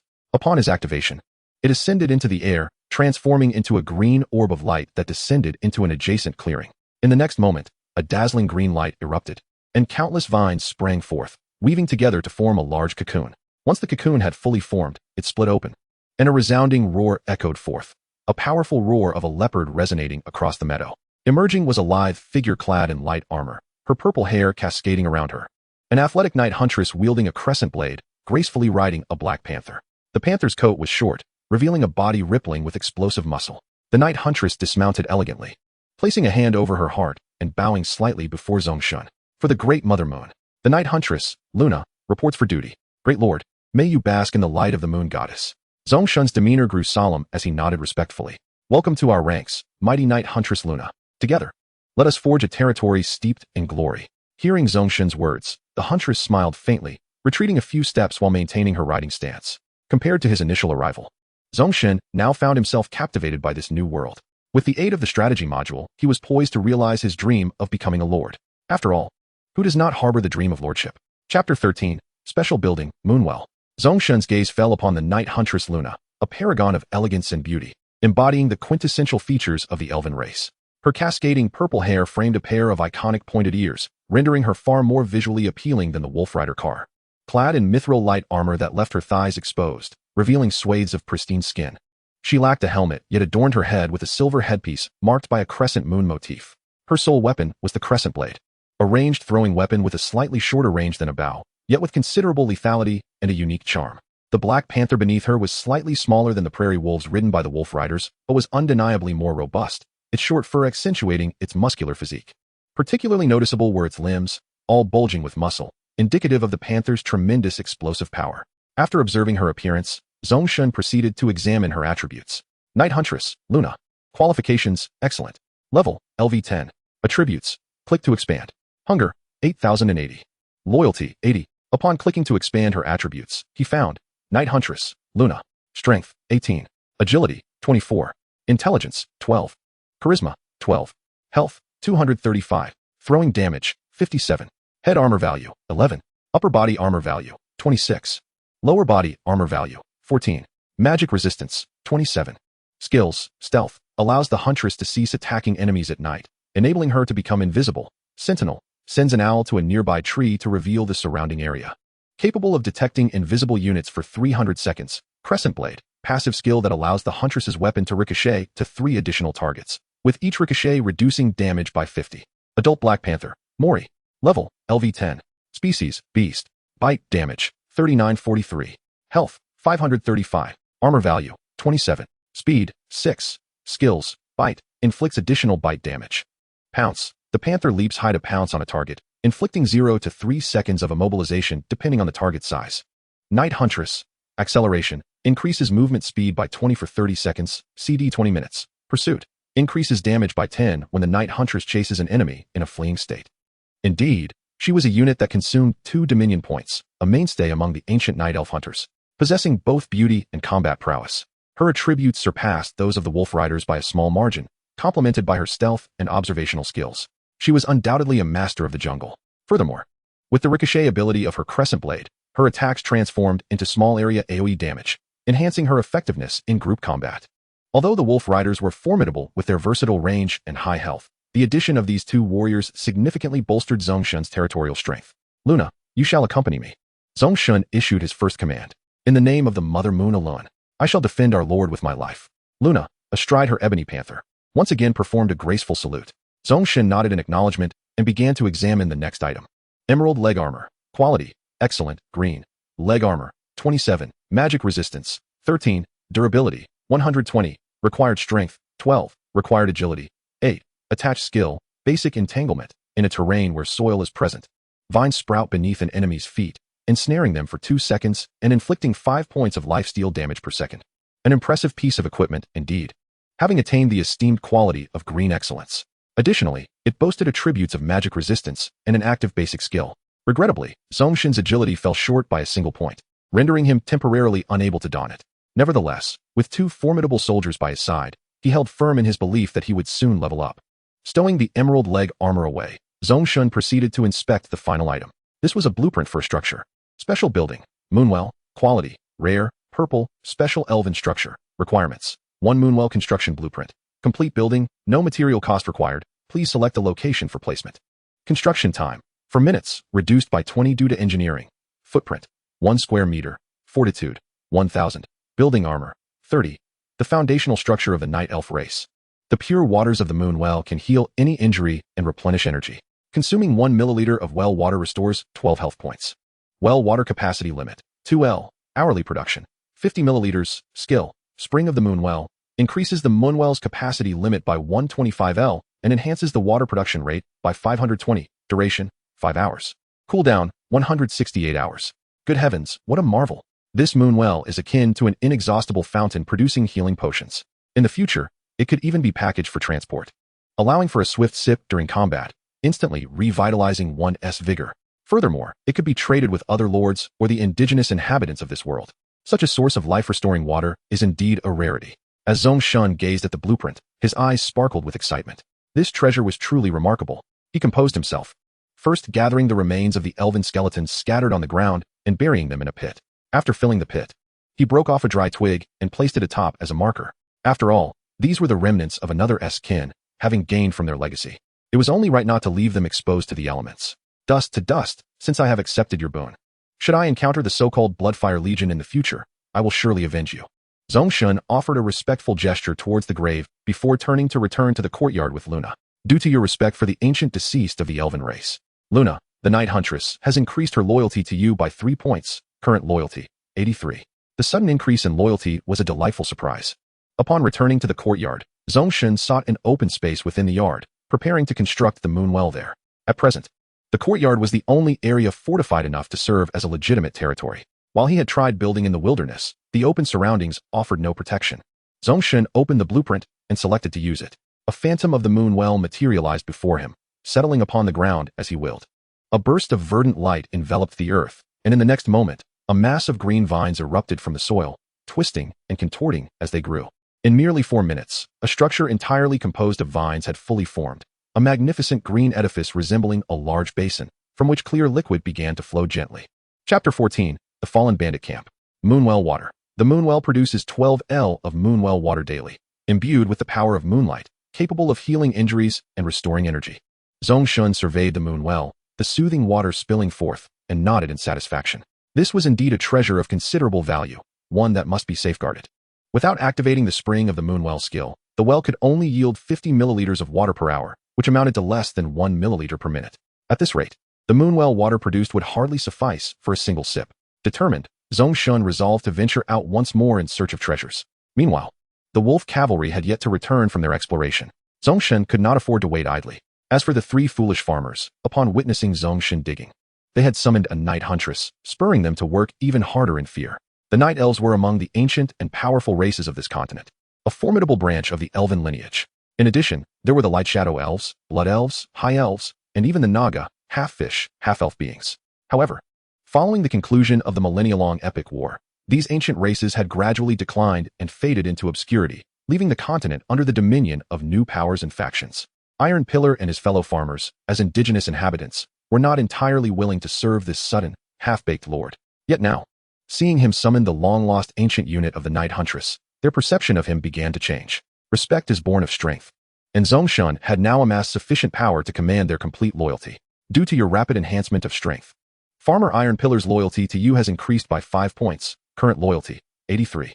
Farmer Ergo's loyalty to you has increased by 5 points, current loyalty, 83. Farmer Godan's loyalty to you has increased by 5 points, current loyalty, 83.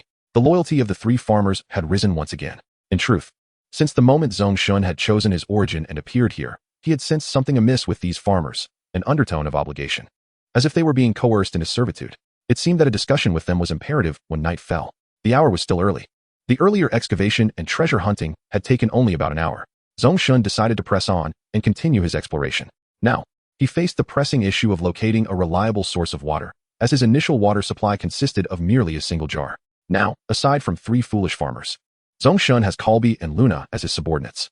Additionally, there is a black panther and a giant wolf that requires sustenance. Despite the moonwell producing 12 liters of moonwater daily, it remains too extravagant for Zhong Shen's ordinary consumption. When utilized judiciously, this moonwater can indeed be a lifesaver. Thus, locating a water source has become an urgent task. As for the territory, Zhong Shen feels no concern. The 3 foolish farmers possess exceptional skills in evasion, and the territory is under a 3-day novice protection status. As long as they retreat into the courtyard, they can withstand any threats. Luna, let us venture out for a while. I wish to seek a safe water source for the territory. Zhong Shen mounted his old travel horse, and with a riding skill of 2 points, he was adequately equipped to handle the somewhat aged steed. Luna, without uttering a word, placed a hand upon her chest and bowed gracefully. She rode her black panther, trailing behind Zhong Shen as they departed the courtyard. They found themselves in an expansive meadow, the terrain level and the weather fair, allowing visibility for several miles. Besides the densely growing patches of grass, the landscape was nearly unobstructed. Scattered trees dotted the grassland. In the direction facing the main gate, a distant mountain range could be glimpsed, albeit too far away for Zhong Shen to discern clearly. This direction was where the wolf cavalry had ventured. Thus, Zhong Shen shifted his course to the opposite direction, advancing towards the depths of the meadow. To Zhong Shen's eyes, there seemed to be nothing of note, but Luna's vision was evidently sharper. Just as Zhong Shen prepared to inquire about the exploration module for any treasures nearby, Luna had already made a discovery. My lord, approximately 30 miles ahead, smoke from a campfire is rising. Oh, a campfire? Could it be other lords? Zhong Shen inquired. His interest piqued. However, Luna shook her head. No, those individuals have erected makeshift tents. They appear to be refugees. Upon hearing Luna's response, Zhong Shen felt a tinge of disappointment, yet he resolved to investigate. Even if they were refugees, they were still the indigenous inhabitants of this world. Zhong Shen urged his horse forward, and with a speed of 4 points, they galloped ahead. Luna, riding her black panther, followed closely behind. After approximately half an hour, Zhong Shen arrived near the shabby little encampment. The camp was pitifully rudimentary, consisting of 3 or 5 white canvases that formed a few simple tents. At the center of the camp, a small fire burned, around which sat a dozen ragged individuals, seemingly roasting some meat. Each of them bore weapons, albeit in a state of disrepair, on the verge of being rendered useless. Zhong Shen even caught sight of one individual wielding a rusted sickle. A sight too pathetic to behold. Initially, Zhong Shen believed his own circumstances to be dire, but upon witnessing these individuals' gear, he realized what true destitution looked like. Surrounding the makeshift camp were heaps of white bones. It was peculiar, very peculiar. Every face bore a numbed expression. Suddenly, Luna's black panther began to snarl at the camp, displaying signs of agitation. My lord, there is a strong scent of blood emanating from the camp. Luna furrowed her brow, her gaze warily fixed upon the strange encampment. Upon hearing this, Zhong Shen narrowed his eyes. Instantly, golden text appeared before him. This is a band of cruel brigands, utterly depraved. It is advised to eradicate or capture them entirely, and you will obtain a bounty of resources and some unexpected rewards. Zhong Shen turned to Luna and asked, do you feel confident in confronting this band of brigands? If Luna was unable to handle them, they would need to retreat hastily. However, Luna's eyes were sharp, fixed on the brigands with the gaze of a hunter observing prey. Not a concern. Nodding at her response, Zhong Shen declared, then let us proceed. The night huntress Luna placed a hand upon her chest. As you wish, great lord. My strength belongs to you. Chapter 15, Annihilation of the Brigand Camp. Zhong Shen harbored no thoughts of mercy for these brigands. To him, they were merely wild beasts. He perceived this clearly. Gently patting his old travel horse's head, the two advanced towards the brigand camp's outskirts. At that moment, the brigands rose en masse, their cruel and numbed gazes fixated upon them. Zhong Shen assessed the situation. Depraved brigand LV3. Race, human. Slashing damage, 1319. Health, 115. Armor, 5. Skills, none. The attributes of these brigands were nearly identical, save for one who donned leather armor and wielded a damaged, short-bladed knife that appeared somewhat more formidable. Depraved brigand leader LV5. Race, human. Slashing damage, 1923. Health, 150. Armor, 16. Skill, frenzied slash. In a short period, deliver 2-3 strikes to the target. Aside from this leader, the other brigands were exceedingly weak. Indeed, as Luna had stated, they were hardly worth noting. As Zhong Shen and Luna approached the edge of the camp, it seemed they triggered the brigands' alert status. They rose in silence, weapons in hand, advancing towards Zhong Shen. Onward, Luna. Zhong Shen drew forth his kite shield and one-handed sword, the blade aimed directly at the brigands. Receiving Zhong Shen's command, Luna's black panther leaped, covering several meters in a single bound, landing before the brigands. She hurled her crescent blades, striking 3 of the brigands in succession, each impact producing a spray of crimson. 52, 26, 13. 3 diminishing damage values appeared above the heads of the 3 brigands. This is the passive effect of the Moonblade. Slay. Those marauders exhibit no semblance of fear. It appears that these are indeed formidable humanoid creatures of the wild. Rather than retreating, the marauders charged towards Luna. The massacre commenced. A cruel yet enchanting smile curled at the corners of Luna's lips. She was no mere ornament. She was a hunter of the jungle, a warrior possessing an air of dominance, a rose nurtured in the bloodshed of the battlefield. The Black Panther leapt gracefully, shifting its position with agility. Each descent marked a moment of the Moonblade's dance, splattering blood in vibrant bursts, a peculiar kind of sanguine romance. After a series of assaults, half of the marauders lay vanquished. Like the prairie wolves dispatched by Zhong Shen, they transformed into a radiant white light, their remains condensing into diminutive cubes that settled upon the ground, their corpses melding into the earth within moments. Zhong Shen, arms crossed, observed the carnage in silence, refraining from intervening, devoid of any psychological discomfort. Luna was more than capable of dealing with these marauders. The Black Panther moved with remarkable agility, evading even the slightest brush of the marauders. Coupled with the formidable Moonblade strikes, these marauders were akin to mere poultry awaiting slaughter. The panther occasionally took a bite, embodying composure, elegance, and strength. One could ponder, if Zhong Shen were to confront a female hunter now, he would undoubtedly be outmatched.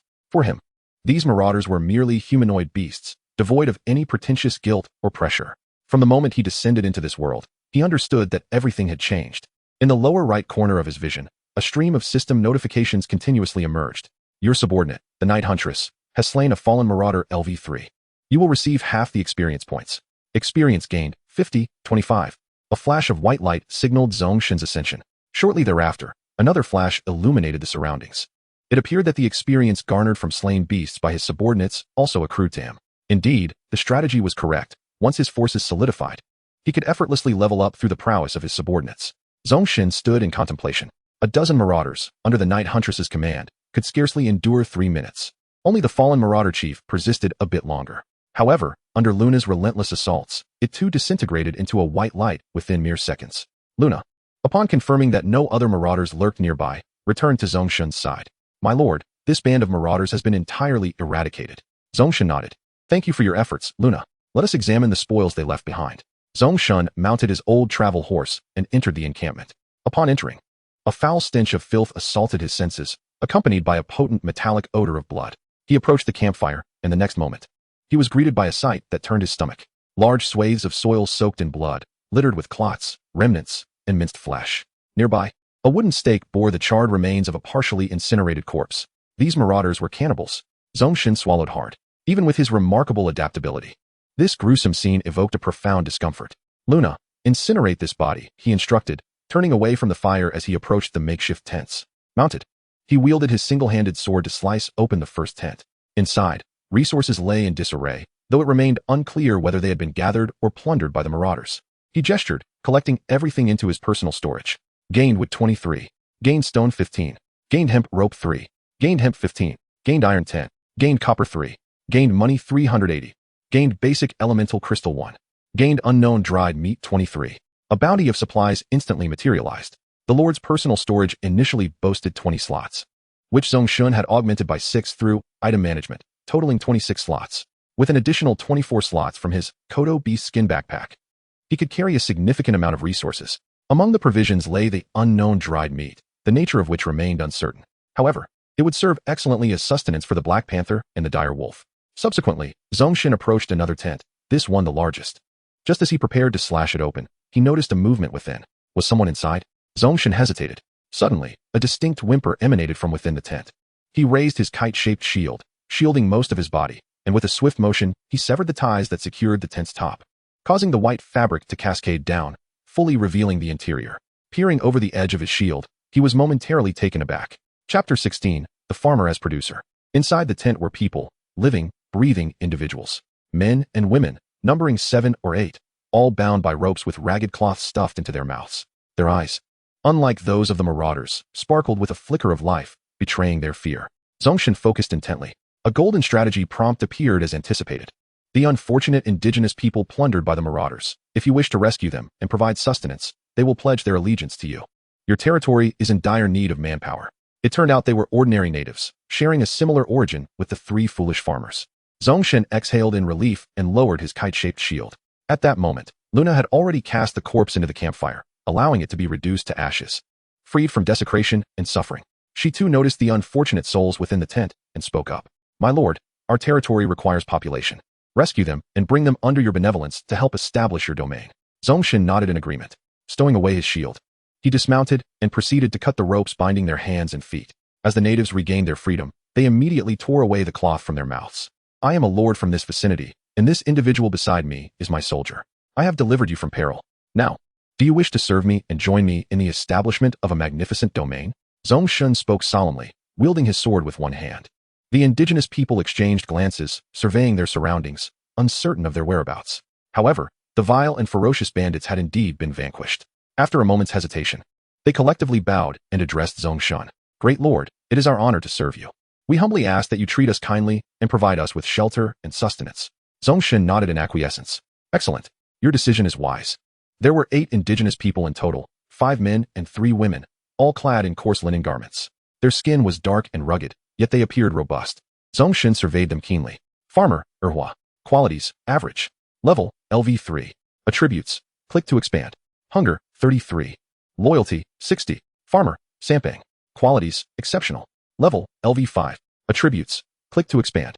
Hunger, 36. Loyalty, 60. Farmer, Zhuang. Qualities, average. Level, LV5. Attributes, click to expand. Hunger, 31. Loyalty, 60. Zhong Shen was quite pleased with these newly acquired farmers. None possessed foolish qualities. The poorest among them had average attributes, and one named Sampang boasted exceptional qualities. The caliber of these farmers was considerably high. They far surpassed the initial 3 foolish farmers. Although their loyalty was somewhat lacking, with proper guidance, it could swiftly improve. With the addition of these 8 farmers, the efficiency of the territory's development would significantly increase. Indeed, farmers are the very embodiment of productivity. Productivity equates to strength. Strength embodies justice. This fundamental principle is beautifully simple. Very well, Luna. Lead them back to our territory, Zhong Shen instructed, noting that the 30-mile trek on foot would require at least 2.5 to 3 hours. Departing now would ensure their return before sunset. However, he noticed the farmers, clutching their stomachs, displaying expressions of distress. My lord, we have gone several days without food or water. Might you first provide us with some nourishment? Otherwise, I fear we may not endure until we reach your domain, spoke Sampang, the farmer of exceptional quality, who subtly emerged as the leader among the 8. You raise a valid point, Zhong Shen conceded. Recalling that he had salvaged a considerable quantity of unknown dried meat from the bandits' encampment, a total of 23 portions. He distributed 1 piece to each of them. As for water, that was easily resolved. The bandits had carried leather water pouches, which Zhong Shen had deemed too filthy to collect. They would suffice to quench the farmer's thirst. Thus, the 8 grimy farmers each grasped a piece of the unidentifiable jerky, taking turns to drink from the water pouches, hastily consuming their first meal. Luna, ensure their safe return while I follow shortly, Zhong Shen instructed earnestly after they had finished the jerky and replenished some of their strength. My lord, but what of your safety? Luna, whose loyalty had reached an impressive 83, now proactively expressed concern for Zhong Shen's well-being. Zhong Shen merely smiled and waved his rusted sword dismissively. Fear not, I can protect myself. You must hasten their departure before nightfall. Upon hearing Zhong Shen's reassurances, Luna ceased her insistence, nodding as she mounted her Black Panther and led the 8 farmers on their journey back. Zhong Shen remained at the encampment, delving deeper into exploration. The bandits had left behind various items, all marked with gray text, indicative of their inferior quality. The quality of items differed in color. Thus far, Zhong Shen had identified 5 tiers: damaged, gray, common, white, fine, green, rare, purple, and legendary, orange.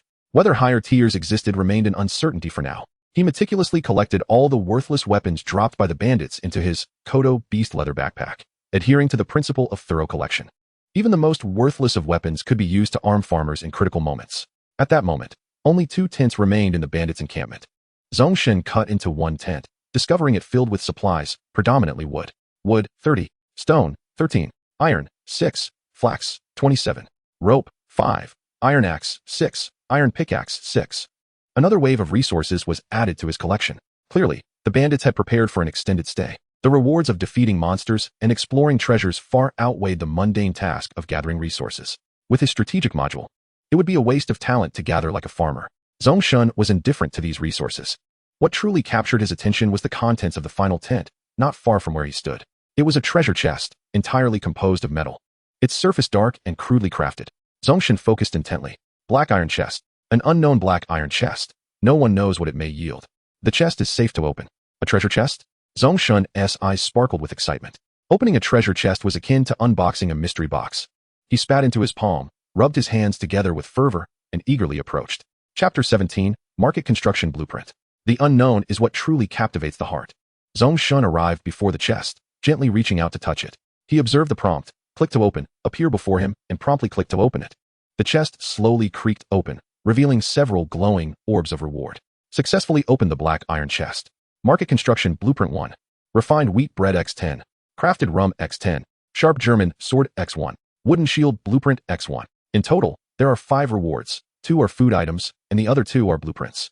1 for construction and the other for crafting. Additionally, there is a longsword. Zhong Shen promptly grasped the longsword and examined it. Sharp German sword. One-handed and two-handed. Quality, common. Slashing damage, 2,933, one-handed, two-handed. Piercing damage, 23. Attack range, 80. Attack speed, 8. Durability, 120. Strength requirement, 8. Goodness, this is vastly superior to the damaged rusted sword he had been wielding, as it can be utilized as either a one-handed or two-handed weapon. He immediately stowed away the rusted sword and equipped the sharp German sword. Then, he commenced his routine inspection. Wooden shield blueprint. Upon use, it allows the crafting of a basic wooden shield. Basic wooden shield. Quality, common. Shield defense, 35. Block chance, 25. Crafting requirements, 6 wood, 2 hemp. Crafting time, 10 m. The attributes of this basic equipment are rather ordinary, falling short of even Zhong Shen's damaged lyre-shaped shield. Nevertheless, it is straightforward to craft, requiring minimal materials, making it a viable option to produce a few as transitional gear for the farmers to protect themselves. Refined wheat bread. Delicious refined wheat bread. Effect: restores 50 hunger points. A commendable food item. It would be even better with some milk. Crafted rum. Refined rum. Effect: attack 10, defense 20, duration 30 m. A rum brewed through multiple processes. If you encounter a dwarf, offering him a drink may earn you his friendship. Food is currently one of the scarce resources for Zhong Shen, particularly with the rapid increase in the population of his territory. Food serves as an essential foundation for resource security, closely followed by water resources. Water, food, and safety are the three fundamental elements of survival. It is worth noting that his primary objective for this journey is to seek a water source. However, that is of little concern, as he plans to inquire about the strategy on the return journey. He stored all 4 rewards in his inventory. Now, only one construction blueprint remains. Market Construction Blueprint X1. Quality: common, white. Requirements: 20 wood, 8 iron, 3 ropes. Market Construction Blueprint X1. Construction time: 1 hour 36 minutes, 20 minutes reduced by engineering. Area: 10 square meters. Durability: 500. Armor value: 10. Market: enables trade with other lords. Currently, a maximum of 3 items can be listed for sale simultaneously.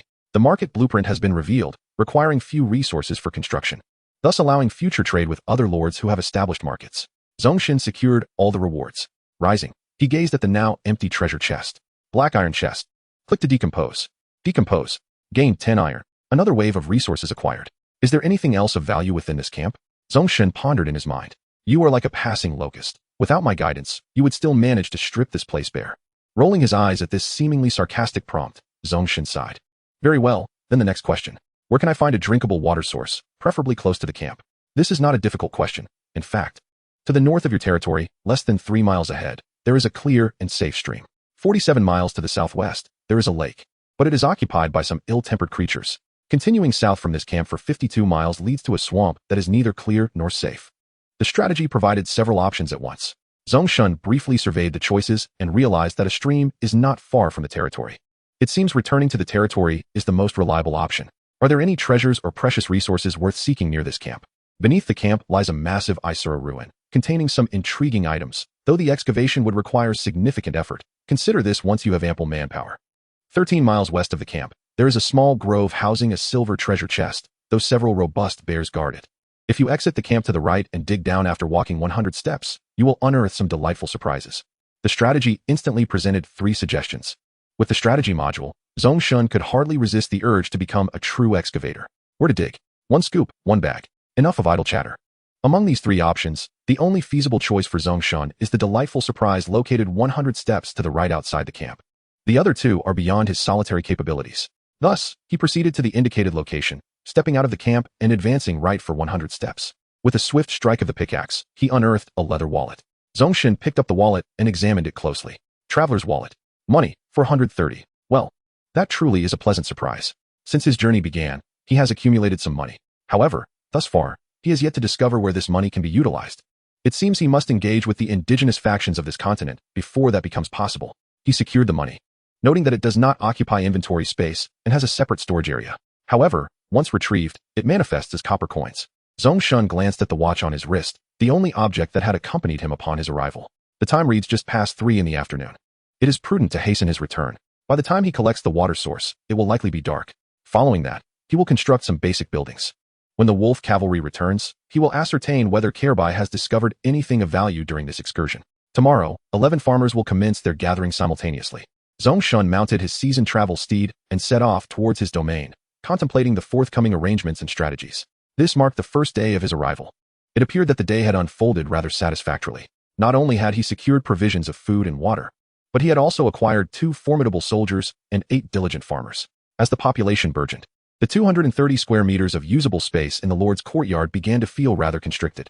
It seemed that either tomorrow or the day after, an expansion of the territory would become imperative. With his current strength, he should be able to confront 10 hostile targets within a radius of 5 kilometers. Chapter 18. The Commencement of Construction, Crafting Wooden Barrels. Zhong Shen, one hand grasping the reins and the other resting contemplatively on his chin, allowed his horse to trot leisurely toward the domain. As he settled into a more meditative state, he pondered some future plans. The expansion of territory loomed urgent. With Carby and Luna stationed, It seemed that dealing with 10 hostile targets within a 5-kilometer radius would pose no significant challenge, unless fortune turned against him. And a powerful monster happened to pass by just as the expansion was underway, drawn by the allure of the territory and resulting in a disastrous encounter. Surely, such misfortune would not befall him. As for other matters, in the short term, the focus would primarily be on construction. Additionally, the pursuit of treasure must not cease. Treasure hunting offered far greater rewards than mere resource gathering. During such ventures, he could also slay wild creatures to enhance his level. Lost in thought, time slipped by swiftly. After more than 20 minutes, Zhong Shen caught up with the farmers who were following Luna. At their pace, it would take at least another hour to reach the domain. Luna, I leave them in your capable hands. I shall take my leave, he declared, urging his horse past them and waving a friendly farewell. Luna responded with a warm smile. As a soldier summoned by Zhong Shen, she possessed her own thoughts and a fundamental loyalty towards him. Come, let us hasten our pace. Luna called out, gesturing toward the faintly visible lord's courtyard ahead while watching Zhong Shen depart. With a crack of the whip, Zhong Shen swiftly returned to his territory. Upon seeing the 3 diligent farmers laboring earnestly outside, he nodded in satisfaction. Tethering his old travel horse at the entrance, he allowed it to graze. The value of a mount was undeniable, significantly reducing travel time. Take the bandit camp, for instance. It would take at least 2.5 to 3 hours on foot, but riding could cut that down to merely half an hour. It was no wonder that in the penultimate selection of backgrounds, nearly every option included rewards in the form of horses, an essential standard for any lord. Upon entering the courtyard, Zhong Shen opened the storage chest and was pleased to find the supplies had notably increased. Evidently, the 3 farmers had been industriously at work during the past 2 hours. He transferred the contents of his backpack and personal storage into the territory's storage chest. Just then, the 3 farmers returned, laden with their gathered resources. You 3. Stay put for now, he instructed. The inventory in the storage chest updated once more. Money, 880. Wood, 65. Stone, 42. Iron, 38. Hemp, 49. Mithril, 9. Copper, 3. Basic element crystals, 1. Unknown dried meat, 15. Hemp rope, 5. Iron axes, 6. Iron picks, 6. Smoked fish, 1. Fresh wolf meat, 10. Refined wheat bread, 10. Crafted rum, 10. Fresh wolf blood, 500 milliliters. Hard prairie wolf skull, 1. Prairie wolf bones, 15. Sharp fangs, 2. Whole prairie wolf pelt, 1. Compared to before he set out, there was a significant increase in both quantity and quality. His pouch felt considerably fuller, instilling him with newfound confidence. Taiju, ergo, go Dan, Zhong Shen called out beside the storage chest. How may the Lord command? The 3 farmers stood still, bowing respectfully before him. Follow me. Zhong Shen led the 3 farmers outside the courtyard. Given the limited available space within the courtyard, and with the decision to expand the territory soon, he opted to construct the new buildings outside. He opened the construction menu and selected the level 1 simple stove. Instantly, a phantom of the stove appeared. He positioned it outside the courtyard. Taiju, you shall oversee the construction of the stove. Taiju nodded in agreement and approached the stove's phantom, a hammer appearing in his hand as he began to work. A countdown of 1 hour 36 minutes and 59 seconds appeared beside him, indicating the progress, reduced through engineering. As time gradually diminished, the phantom began to solidify. Simultaneously, the resources from the territory's storage were automatically deducted. Next, Zhong Shen placed the phantom of a market for ergo to construct, also requiring 1 hour 36 minutes. After arranging the stove and market, he directed the placement of a level 1 grass hut, which, after reduction, required only 48 minutes to complete. With Godan assigned to the task, each construction necessitated a base population. Farmers, lords, and soldiers could all be assigned to the building efforts. Watching the 3 farmers laboring with their tools, Zhong Shen felt a swell of pride. His territory was officially entering an era of vigorous construction. The resources were rapidly depleting. Subsequently, he placed 2 more phantoms of level 1 grass huts and retrieved 6 iron axes and picks. After a period of construction, the quantity of resources had diminished significantly. The primary construction resources remaining were as follows. Wood, 10. Stone, 32. Iron, 30. Hemp, 40. Hemp rope, 2. It appeared that wood consumption in the early stages far surpassed that of other resources. All foundational structures required copious amounts of wood, indicating that targeted resource gathering would be necessary in the near future. With this thought in mind, he set down the 6 sets of axes and picks and conveyed his instructions to Taiju. In a moment, when Luna returns, please inform her to involve the 2 new farmers in the construction efforts. The remaining 6 farmers should all focus on gathering resources, with an emphasis on collecting timber. Iron Pillar's hands did not cease their rhythmic clanging. He merely turned his face to gaze at Zhong Shen. My lord, and what about you?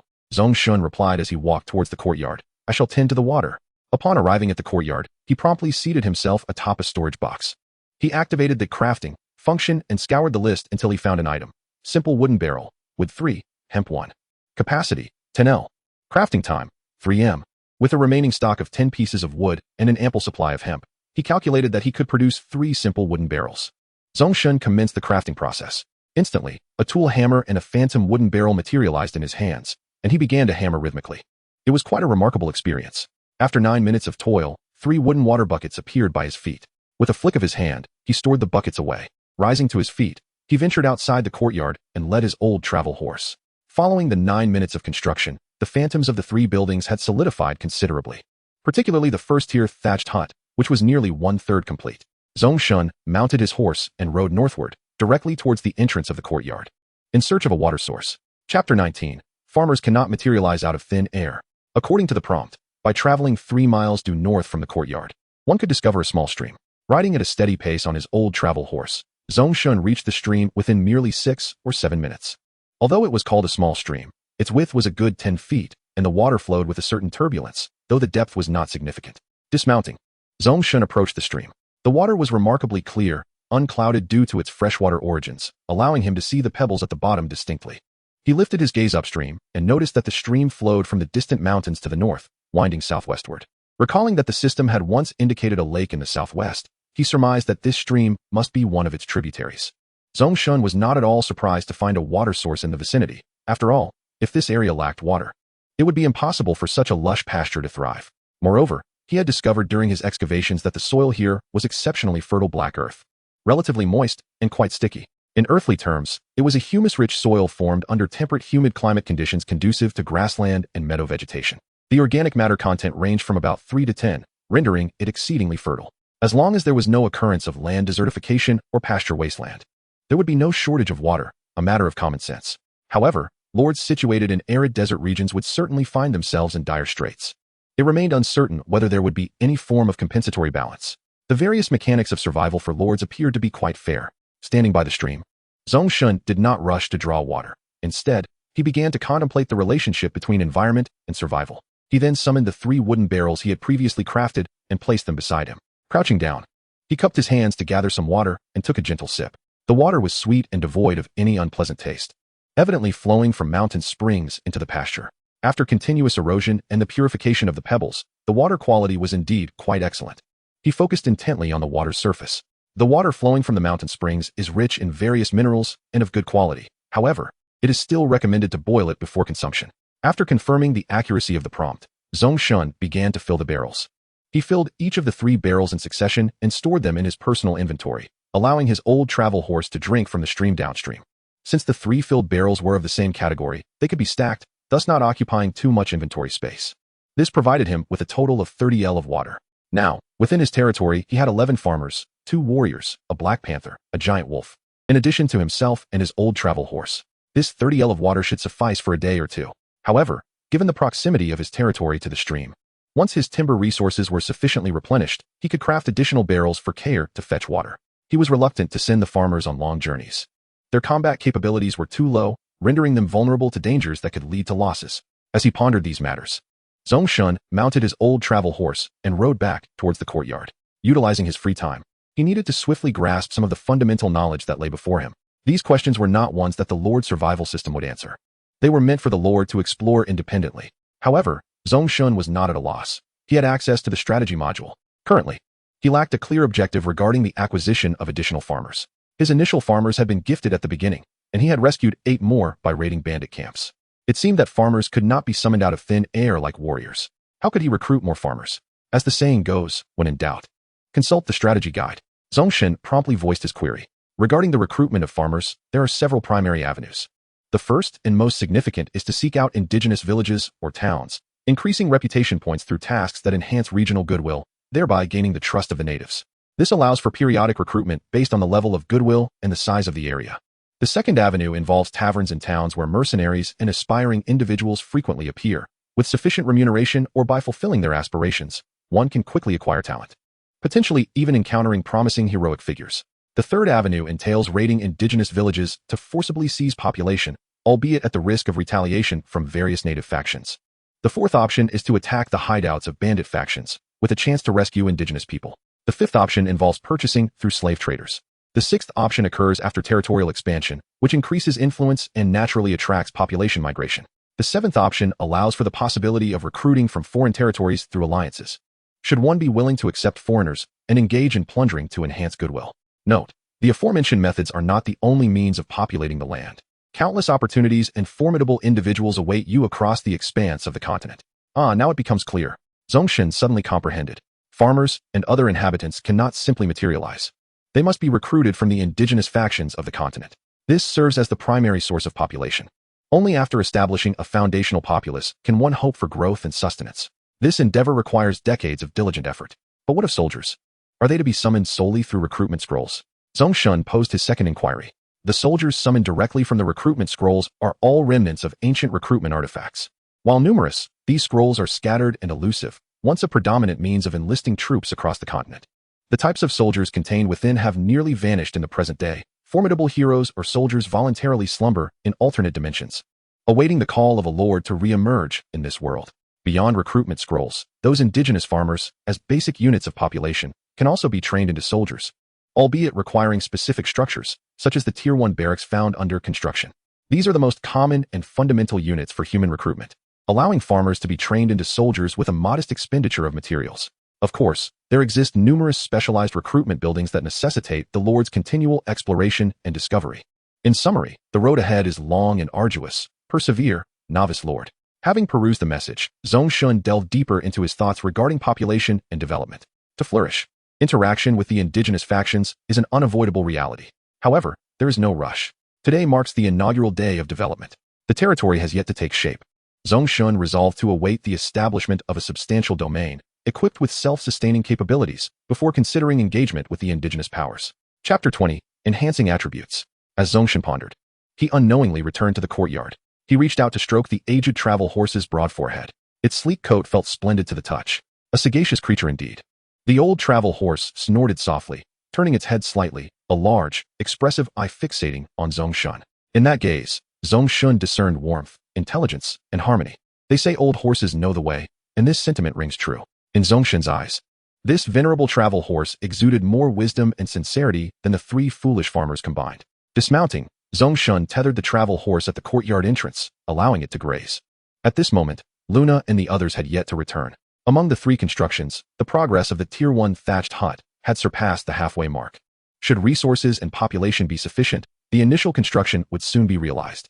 Tomorrow's objective remains centered on resource collection. Zhong Shen intended to organize the farmers into groups, with each responsible for different resources to enhance efficiency. As the number of collection teams increased and the gathering range expanded, Kirby and Luna would need to retain one member to safeguard the collecting farmers while assisting in transporting the resources. The trees and resources here are too scattered. If a grove or a mine were discovered, Zhong Shen could directly construct a Tier 1 lumber mill or Tier 1 mine nearby, allowing farmers to deposit wood and or immediately after collection, thus transforming them into various resources without the need to transport back to the courtyard, thereby saving significant time and effort. Zhong Shen plopped down onto the territory's storage box, regarding it as his lordly throne. Next, it was time to don the new equipment. Furthermore, having just vanquished those bandits, he had leveled up twice and planned to allocate his skills and attributes. Let us see, Zhong Shen murmured to himself. He then accessed the personal function to begin distributing points. After leveling up twice, he had 2 attribute points, 2 skill points, and 10 weapon proficiency points to allocate. The exquisite gear he had acquired, the emerald leg armor, required 8 points of agility to equip, and he was just 1 point shy. Thus, he promptly allocated 1 point to agility. He hesitated over the remaining point, torn between strength and intelligence. Strength would bolster his personal prowess, while intelligence would enhance team capability. Moreover, the 4 primary attributes determine the upper limits of skill levels. The level of passive skills cannot exceed 1/3 of their respective primary attributes. With Zhong Shen's current intelligence at only 7 points, all intelligence-based skills could only reach level 2. Unless he could cultivate an intelligence-oriented hero to oversee his campaigns and internal affairs, he faced limitations. Charm was also of great importance, determining his command limits. This predicament truly left Zhong Shen in a quandary. Strength and agility leaned towards the individual, while intelligence and charm favored the collective. Just as Zhong Shen grappled with this dilemma, a golden strategy appeared once more. Do not fret. Prioritize development in the early stages, focusing on intelligence and charm. Once you possess a hero capable of standing on their own, you may allocate points according to your preferences. Moreover, lords can also strengthen themselves through study or specialization. Gazing at this guidance, Zhong Shen felt a sense of clarity. He allocated the additional attribute point to intelligence, which in turn increased his available skill points by 1, now totaling 3. Initially intending to invest in engineering, he found his engineering skill had reached its limit. Thus, he distributed the 3 skill points among healing, item management, and guidance. His next goal was to elevate his intelligence to 9, thereby raising the cap of passive skills to level 3. He did not regret his initial choice of a strength-oriented build. After equipping his new gear, his combat prowess remained commendable. Had he chosen an intelligence and charm build at the outset, he might not have been able to slay even a juvenile prairie wolf. With wolves at his doorstep, he could not explore with the same freedom he enjoyed now. Next, he allocated all weapon proficiency points to one-handed weapons. Upon completing his point allocation, Zhong Shen donned the emerald leg armor, further enhancing his attributes. He opened the Lord's profile, and his attributes were instantly refreshed. Name, Zhong Shen. Age, 21. Race, Earth Human. Level, LV3. Experience, 55,455. Health, 182. Command limit, 1439. Strength, 12. Agility, 8. Intelligence, 8. Charm, 9. Remaining allocatable attribute points, 0.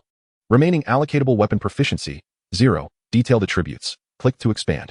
Weapon proficiency. Click to expand. Directly expand detailed attributes. Lord, Zhong Shen. Equipment, tattered leather short sleeve, emerald leg armor, worn leather boots, sharp Germanic sword, hunting crossbow, curved crossbow bolts, dented simple kite shield.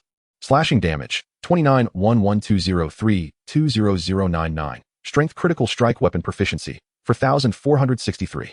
Piercing damage, 33-11203-20057. 494. Head armor, 0. Upper body armor, 13. Leg armor, 37. Magic resistance, 13. Skills, none. Territory level, 1. Zhong Shen waved his hand, dispersing the system prompts before him. He felt quite satisfied with his current attributes. In terms of sheer slashing attack capability, he was comparable to a wolf rider. However, unlike Kyorbi and Luna, he lacked a plethora of skills. Nonetheless, it was still commendable. At least he possessed the means for self-defense. Zhong Shen stretched lazily, pleased with his attributes. After all, today marked only his first day upon landing. The future brimmed with hope. With a determined fist, Zhong Shen infused himself with a dose of encouragement. The clock struck 5 in the afternoon. As dusk approached, the sun began to relinquish its dazzling brilliance, softening into a gentle glow. Luna returned to the territory with 8 farmers, though Kyorbi had yet to arrive. It seemed he was slightly delayed beyond the agreed time. However, Zhong Shen did not receive any system notifications regarding Kyorbi's demise, indicating that all was likely well. He stood to greet Luna. Luna, thank you for your hard work. He then addressed the 8 farmers. You are fortunate. The tasks for today are not overly burdensome. Now, step outside the courtyard. There are 2 level 1 grass huts awaiting your construction, along with 6 iron axes and 6 iron picks. Our territory is currently in dire need of timber, so gather as much wood as you can. You will be able to rest once night falls. This group of farmers had been held captive by bandits for several days and were in poor condition. However, Zhong Shen was not a philanthropist. The utility of the population needed to be harnessed through labor. Every increment of progress would yield an additional measure of security. His words elicited some complaints from the farmers, yet their loyalty remained intact. Following his instructions dutifully, under the guidance of Farmer Sampang, they collected their tools outside the courtyard and set off to gather wood. Chapter 21. Night falls, Kyorbi wounded. Luna, you must endure a bit longer. These farmers require protection, so please patrol the area outside the courtyard where they are gathering. Zhong Shen instructed Luna. As you command, my lord. Luna responded without any hint of grievance, fist to her chest, as she bowed to Zhong Shen. Mounted on her black panther, she stepped out of the courtyard at a measured pace. Today's task was to construct more than 6 level 1 grass huts before nightfall. The grass huts served not only as resting structures, but also as essential buildings for health recovery. Their importance was considerable. As for a basic barracks, that could wait for now, as Zhong Shen's farmer population was not substantial. With the wolf riders and the night huntresses, along with himself, they were adequately equipped to handle the combat needs of the early development phase. Zhong Shen had no intention of idling either. He swiftly retrieved an iron axe and exited the courtyard. Outside, Dogden's level 1 grass hut had already been completed, with the territory's timber reserves dwindling to 10 units. Zhong Shen placed another level 1 grass hut beside Dogden's. He patted Dogdan on the shoulder. Keep up the good work, Dogdan. I have faith in you. Dogden's expression instantly soured, yet he could not express discontent before Zhong Shen, mustering a forced smile instead. He turned back toward the shadow of the grass hut, resuming his labor. However, the grimace etched on his face betrayed his struggles. Zhong Shen paid it no mind, merely nodding slightly. These structures could be placed freely for now. Once the territory expanded and the walls were constructed, meticulous planning would be necessary. The Lord's authority allowed for one-click relocation without additional resource expenditure, though it would require time and manpower for reconstruction. There was no rush on that front. The construction of several buildings quickly filled the nearby space around the small courtyard, finally giving semblance to a territory. Zhong Shen nodded in satisfaction and approached the nearest tree. Grasping the axe, he began to chop at the base of the tree with vigor. Perhaps due to his elevated strength, he found the task effortless. A tree as thick as a thigh succumbed to just 5 or 6 strikes before he could completely fell it. He then dragged the tree a short distance before smoothly bringing it into the courtyard for conversion. Wood 4. Upon entering the courtyard, the tree was transformed into timber, automatically entering the territory's storage box. The actual quantity of resources obtained from trees and other gathered materials was also contingent upon the amount collected. For instance, the tree he dragged back, as thick as a thigh, yielded 4 units of wood, whereas the trees brought back by the farmers, akin to an arm's thickness, typically yielded only 2 units. Zhong Shen's overall efficiency equated to that of 4 farmers gathering within the same time frame. The attribute of strength indeed played a significant role. At least Zhong Shen did not feel burdened while laboring. Onward, he stretched his neck and continued toward the outskirts of the territory, his sights set on those thigh-thick trees. His efficiency was remarkable, with scarcely a pause or moment of idleness. Such exemplary dedication prompted the farmers to hasten their own pace. In this bustling atmosphere, an hour and a half slipped by. Nightfall approached, with the orange-red glow of the setting sun painting the western sky. It's almost dark. Bring back the resources at hand and call it a day, Zhong Shen announced, dragging back the final tree. Standing outside the courtyard, he wiped the sweat from his brow and called to the farmers. Long live the Lord! The Lord is mighty! The farmers cheered in unison, returning to the courtyard with the timber they had gathered. This collective labor yielded significant rewards. During this period, Zhong Shen constructed 2 additional, Tier 1 thatched huts, leaving a remaining stockpile of 33 units of timber. In just a brief hour and a half, he and the other farmers managed to gather 53 units of wood, with Zhong Shen's individual efficiency rivaling that of 4 or 5 farmers combined. However, after exerting himself so vigorously for such an extended period, Zhong Shen began to feel a twinge of fatigue. All the structures had been completed. 6 thatched huts could comfortably accommodate 12 farmers. As for Kirby and Luna, along with Zhong Shen himself, they bore the responsibility of defending the territory, necessitating their vigilance during the night. It was time to prepare a meal. Yet, where was Kirby? Approaching the stove, an unsettling feeling stirred within Zhong Shen. He commenced cooking. Due to a lack of seasonings and ingredients, he was left with no choice but to prepare roasted wolf meat. Roasted wolf meat. Requirements: 1 timber, 1 wolf meat. Crafting time: 3 minutes. Submitting 10 units of wolf meat and 10 units of timber in one go, he began the process. He resolved to wait another half hour. Should the food be ready yet Kirby still not return, he would send Luna out to search for him. The last vestiges of twilight faded from the sky as night fell, a tapestry of stars blanketing the heavens, with a slender crescent moon suspended overhead.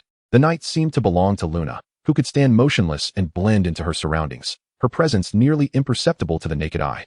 This was the innate ability of the night elves: concealment. Truly formidable. Howl. Suddenly, a haunting wolf howl pierced the silence. Howl. Howl. Following this, a chorus of howls echoed from all directions across the meadow. In the shroud of night, the grassland transformed into an inky abyss, capable of swallowing everything whole. Roar. Howl. Boom. After the howl subsided, a cacophony of beastly roars erupted. These cries reverberated through the night sky, their origins indistinguishable. The farmers displayed expressions of terror, instinctively huddling together. Zhong Shen and Luna focused intently on the outside, both sensing numerous furtive gazes lurking around the territory. At that moment, a colossal shadow gradually traversed the night. 2 eyes gleaming with blue light emerged from the darkness before them. Luna tightened her grip on her moonblade, while Zhong Shen unsheathed his sharp Germanic sword, bracing for whatever was to come.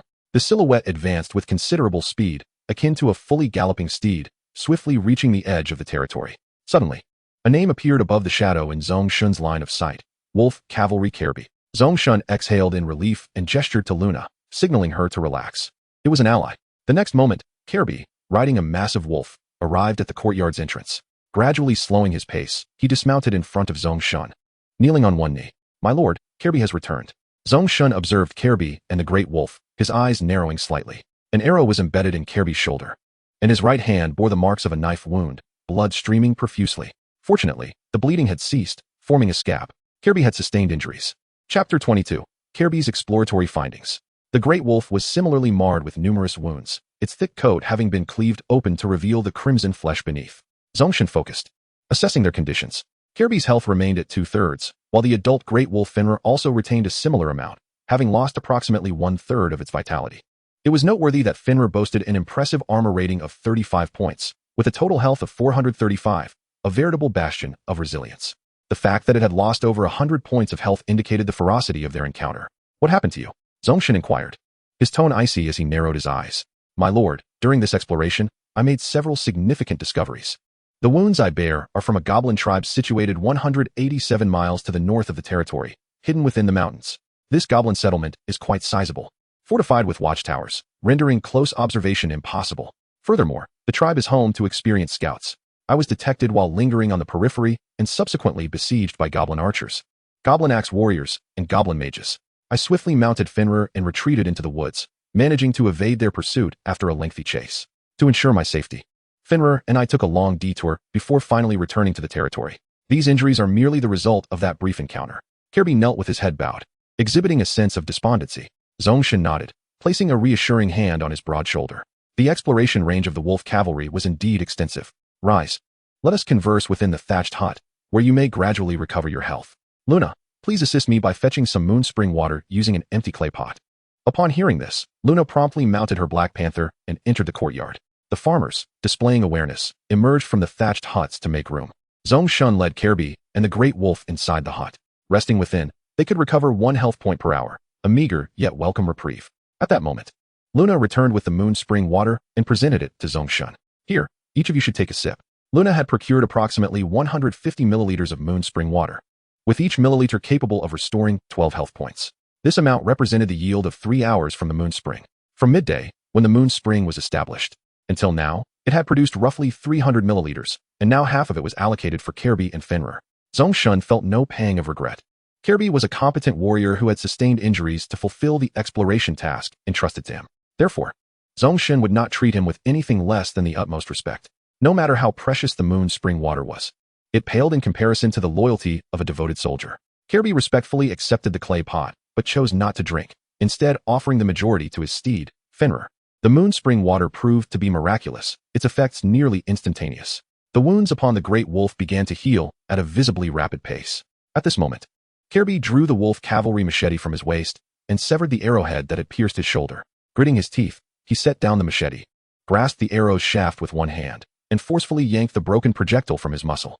Instantly, a jet of blood spurted forth. Kirby's arm tensed, his muscles contracting to staunch the wound. Only then did he raise the clay jar and gulp down the remaining mouthful of moonlit spring water. Truly a werewolf, even more formidable than a ruthless man. Zhong Shen looked on, dumbfounded. Kirby's method of healing was astonishingly hardcore. Throughout the ordeal, he emitted not a single grunt or moan. Not even a frown marred his brow. His visage resembled that of a stone sculpture, unyielding, resolute, and valiant. Once his injuries were tended to, the great wolf lay sprawled upon the wooden floor of the grass hut, sinking into a deep slumber. Kirby settled into a cross-legged position and began to report the findings from his exploration today. "My lord, aside from the goblin tribe, I discovered the presence of some ruins. In the northwest, amidst the dense forest by the mountain path, I found an abandoned temple. It lay entirely cloaked in vines and moss, within which I glimpsed 2 treasure chests. Alas, no matter how hard I tried, I could not open them, nor could I transport them away. Furthermore, at the mountain's peak along the northwest trail, there exists an abandoned outpost with a watchtower, currently occupied by a group of traveling merchants, with whom I have yet to make contact. In the northeast, nestled between the mountains and the grasslands, lies a mine that we might be able to exploit. However, a 5-meter-long, blood-toothed wild boar roams the area, seemingly guarding its territory. As for the goblin tribe, it is hidden deep in the mountains to the north, equally concealed. I fear I may have startled them this time. I am uncertain if they will send scouts to investigate this grassland." Kirby expressed his concerns with a hint of worry. Zhong Shen nodded thoughtfully and waved dismissively. "Kirby, you have done admirably. As for those goblins, they should pose no immediate threat. The distance of over 180 miles is considerable. Even if the goblins dispatch scouts to discover our presence, it will take them several days. As long as they do not send a large force, we can handle them. Humph. Once our territory grows stronger, we shall not hesitate to teach those goblins a lesson." Zhong Shen clenched his fist, his tone ominous. "Those damned goblins dare to bully my subordinates. It appears that the goblins occupy the mountains directly to the north. As the saying goes, one mountain cannot accommodate 2 tigers. With the gradual expansion of our domain, an encounter is inevitable. The sooner we recognize them, the better prepared we shall be." Zhong Shen silently designated the goblin tribe as a hostile target.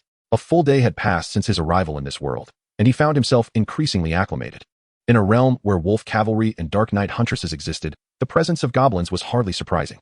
Goblins, legendary humanoid creatures with green skin, bear a resemblance to orcs and gremlins, typically characterized by their long, pointed ears. They are creatures of Western mythology, frequently depicted in various games, animations, and tales. Humans often harbor animosity towards such humanoid beings, and the feeling is mutual. At this moment, the roasted wolf meat was finally ready. The cooking at the hearth required no effort on his part. As long as one provided the ingredients and selected a dish, it would be completed automatically. Zhong Shen retrieved the finished roasted wolf meat, handed a piece to Kirby, and left a bucket of clean water along with a piece of unknown dried meat for Fenrir. Kirby, you have done excellently. Take a good rest tonight, Zhong Shen encouraged him. He then stepped out of the grass hut, preparing to distribute the food. Chapter 23. The Gremlin Ripper, the lucky one, is my brother. At this point, a notification indicating an update in loyalty appeared. Due to your sincerity, loyalty of Wolf Cavalry Kirby has increased by 10 points. Current loyalty 90. Kirby's loyalty surged to 90 points. Zhong Shen glanced at the notification before dismissively waving it away. He saved a piece of roasted wolf meat for himself, giving Luna a piece of wolf meat and dried meat as well. 7 pieces of roasted wolf meat remained. But there were 11 farmers. Distributing it would require some thought. Taiju, Ergo, and Go Dan were the first farmers to follow Zhong Shen. Though they had been somewhat lazy at first, they had nevertheless put in a solid half-day's worth of labor. Out of fairness, each of them deserved a piece. The remaining 4 pieces could be easily allocated. During the gathering, Zhong Shen had observed the 4 remaining farmers, and he decided to distribute the roasted wolf meat to the 4 with the highest gathering efficiency, including the exceptionally skilled farmer Sanpang. After distributing the portions, the remaining 4 farmers would have to make do with the unknown dried meat. Due to your provision of food, Farmer Taiju's loyalty has increased by 5 points. Current loyalty 88. Farmer Ergo's loyalty has increased by 5 points. Current loyalty 88. Farmer Godan's loyalty has increased by 5 points. Current loyalty 88. Farmer Sanpang's loyalty has increased by 5 points. Current loyalty 65. Farmer Xiaozhuang's loyalty has increased by 3 points. Current loyalty 63. The farmers who received roasted wolf meat all experienced a 5-point increase in loyalty, while those who received dried meat only saw a 3-point increase. Indeed, these farmers were quite pragmatic. After the distribution was complete, Zhong Shen left a bucket of water for them to share and returned to the courtyard. He walked to the front of the small dilapidated house, pushed open the creaky wooden door, and stepped inside. The small room was modest, measuring only 30 to 40 square meters, with minimal furnishings, a wooden stool, a wooden table, and a straw-strewn wooden plank bed. Simple, primitive, and unadorned. Zhong Shen sat on the wooden stool, holding the roasted wolf meat, and began to eat. Lacking seasoning, the roasted meat was somewhat bland, yet Zhong Shen persevered, quickly devouring the fist-sized piece of meat. This was his first meal since arriving in this world. Food was a significant concern. Currently, the food reserves in his territory consisted solely of refined wheat bread and smoked fish. As a consumable, food scarcity would only become more pressing with the increase in population. Thus, it is imperative to incorporate the quest for sustenance into our agenda. Concurrently, we must devise a reliable method for procuring food. As the night gradually enveloped the surroundings, the cacophony of wild beasts outside the courtyard became incessant, as if a myriad of creatures were reveling in a grand festivity. The farmers trembled in fear, but fortunately, they were under the vigilant protection of Luna, the night huntress, who deterred the beasts from approaching. Zhong Shen sat within the quaint cottage and activated the channel. He first accessed the Friends and Family channel. Ace, how has your day unfolded? Have you encountered any perils? Moments later, a reply arrived. I am well, brother. The resources in the forest are abundant, especially timber. Each tree yields between 8 to 10 units of wood. Although transporting it can be a laborious task, the overall efficiency is commendable. Additionally, I stumbled upon an abandoned goblin lumber mill in the woods, where I discovered a recruitment scroll for a goblin ripper. Goblin ripper, click to view attributes. Subsequently, Zhong Zhe sent a message accompanied by an image link. The image depicted a diminutive green-skinned goblin, donning goggles and piloting a towering 3-meter mechanical construct. One mechanical arm was equipped with a sharp alloy saw blade, while the other bore a set of iron pincers capable of clamping. Its base was a tracked all-terrain chassis, exuding an aura of formidable prowess with a distinct steampunk flair. Zhong Shen delved into the attributes. Goblin Ripper, Oily Olek. Qualification, excellent. Level, LV10. Attributes, click to expand. Hunger and durability, 8,095. Loyalty, 80. Zhong Shen unfolded the attributes. Goblin status, driving state. Strength, 1238. Agility, 927. Wisdom, 22. Charm, 16. Health points, 120,680. Slashing damage, 2,170. Head armor value, 00. Upper body armor value, 850. Lower body armor value, 650. Magic resistance, 16. Skills, Death Whirlwind. The Goblin Ripper swings an extremely sharp cutting blade, inflicting cutting damage within a 3-meter radius for 7 seconds. Cooldown time 2 hours. Lumberjack mode. The Goblin Ripper enters Lumberjack mode, continuously rotating its blade to cut trees while using its iron claws for transportation. Overclocking. The Goblin Ripper enters an overclocked state for 1 minute. Durability consumption increases by 200, movement speed increases by 30, attack damage increases by 20, and attack speed increases by 20. Upon reviewing the attributes of the Goblin Ripper, Zhong Shen could not help but exclaim to his brother, "Incredible. Wow, Ace. You are truly remarkable." Zhong Shen replied with enthusiasm. "It's manageable. However, the Goblin Ripper's mech consumes durability, and while it can be repaired, the required materials are entirely unfamiliar to me. Nevertheless, today I discovered a black iron chest beneath a small waterfall not far from our territory, containing some food and blueprints. How about you, brother? How was your day?" Zhongze appeared to be faring well. With the Goblin Ripper at his disposal, not only could he fulfill combat needs, but he also addressed the scarcity of timber in the early stages. Its efficiency could easily equate to that of a dozen farmers. Who would have thought that the fortunate one would be my younger brother? Zhong Shen mused. I had a decent day as well. I acquired 2 recruitment scrolls, enlisting a night huntress and a wolf rider, and rescued 8 farmers, earning a black iron chest in the process. He recounted succinctly, omitting excessive detail. The 2 brothers shared an unspoken understanding. In this boundless continent, the true extent of its vastness remained unknown. Without reaching a certain level of development, it was challenging for the brothers to reunite. Despite their familial bond and mutual wishes for each other's prosperity, a subtle sense of rivalry lingered in their hearts, each striving to ascend. Wow, brother, your progress is commendable. I perused the world channel, and most individuals are still struggling, gathering resources and exploring slowly, with only a select few encountering treasure chests or obtaining recruitment scrolls and blueprints. We must both strive harder. In a game involving billions of participants, it was inevitable to encounter both fortunate individuals and those possessing exceptional skills. Zhong Shen acknowledged Zhongze's insights. In the lordship game with billions involved, indeed, anything is possible. Although equipped with a strategy module, the world was rife with fortuitous souls, as well as exceptionally talented individuals. Those who arrived in this endless continent were akin to dragons returning to the sea. I must never become complacent. Zhong Shen silently encouraged himself. I understand that we must both exert ourselves. In 180 days, our parents will also arrive.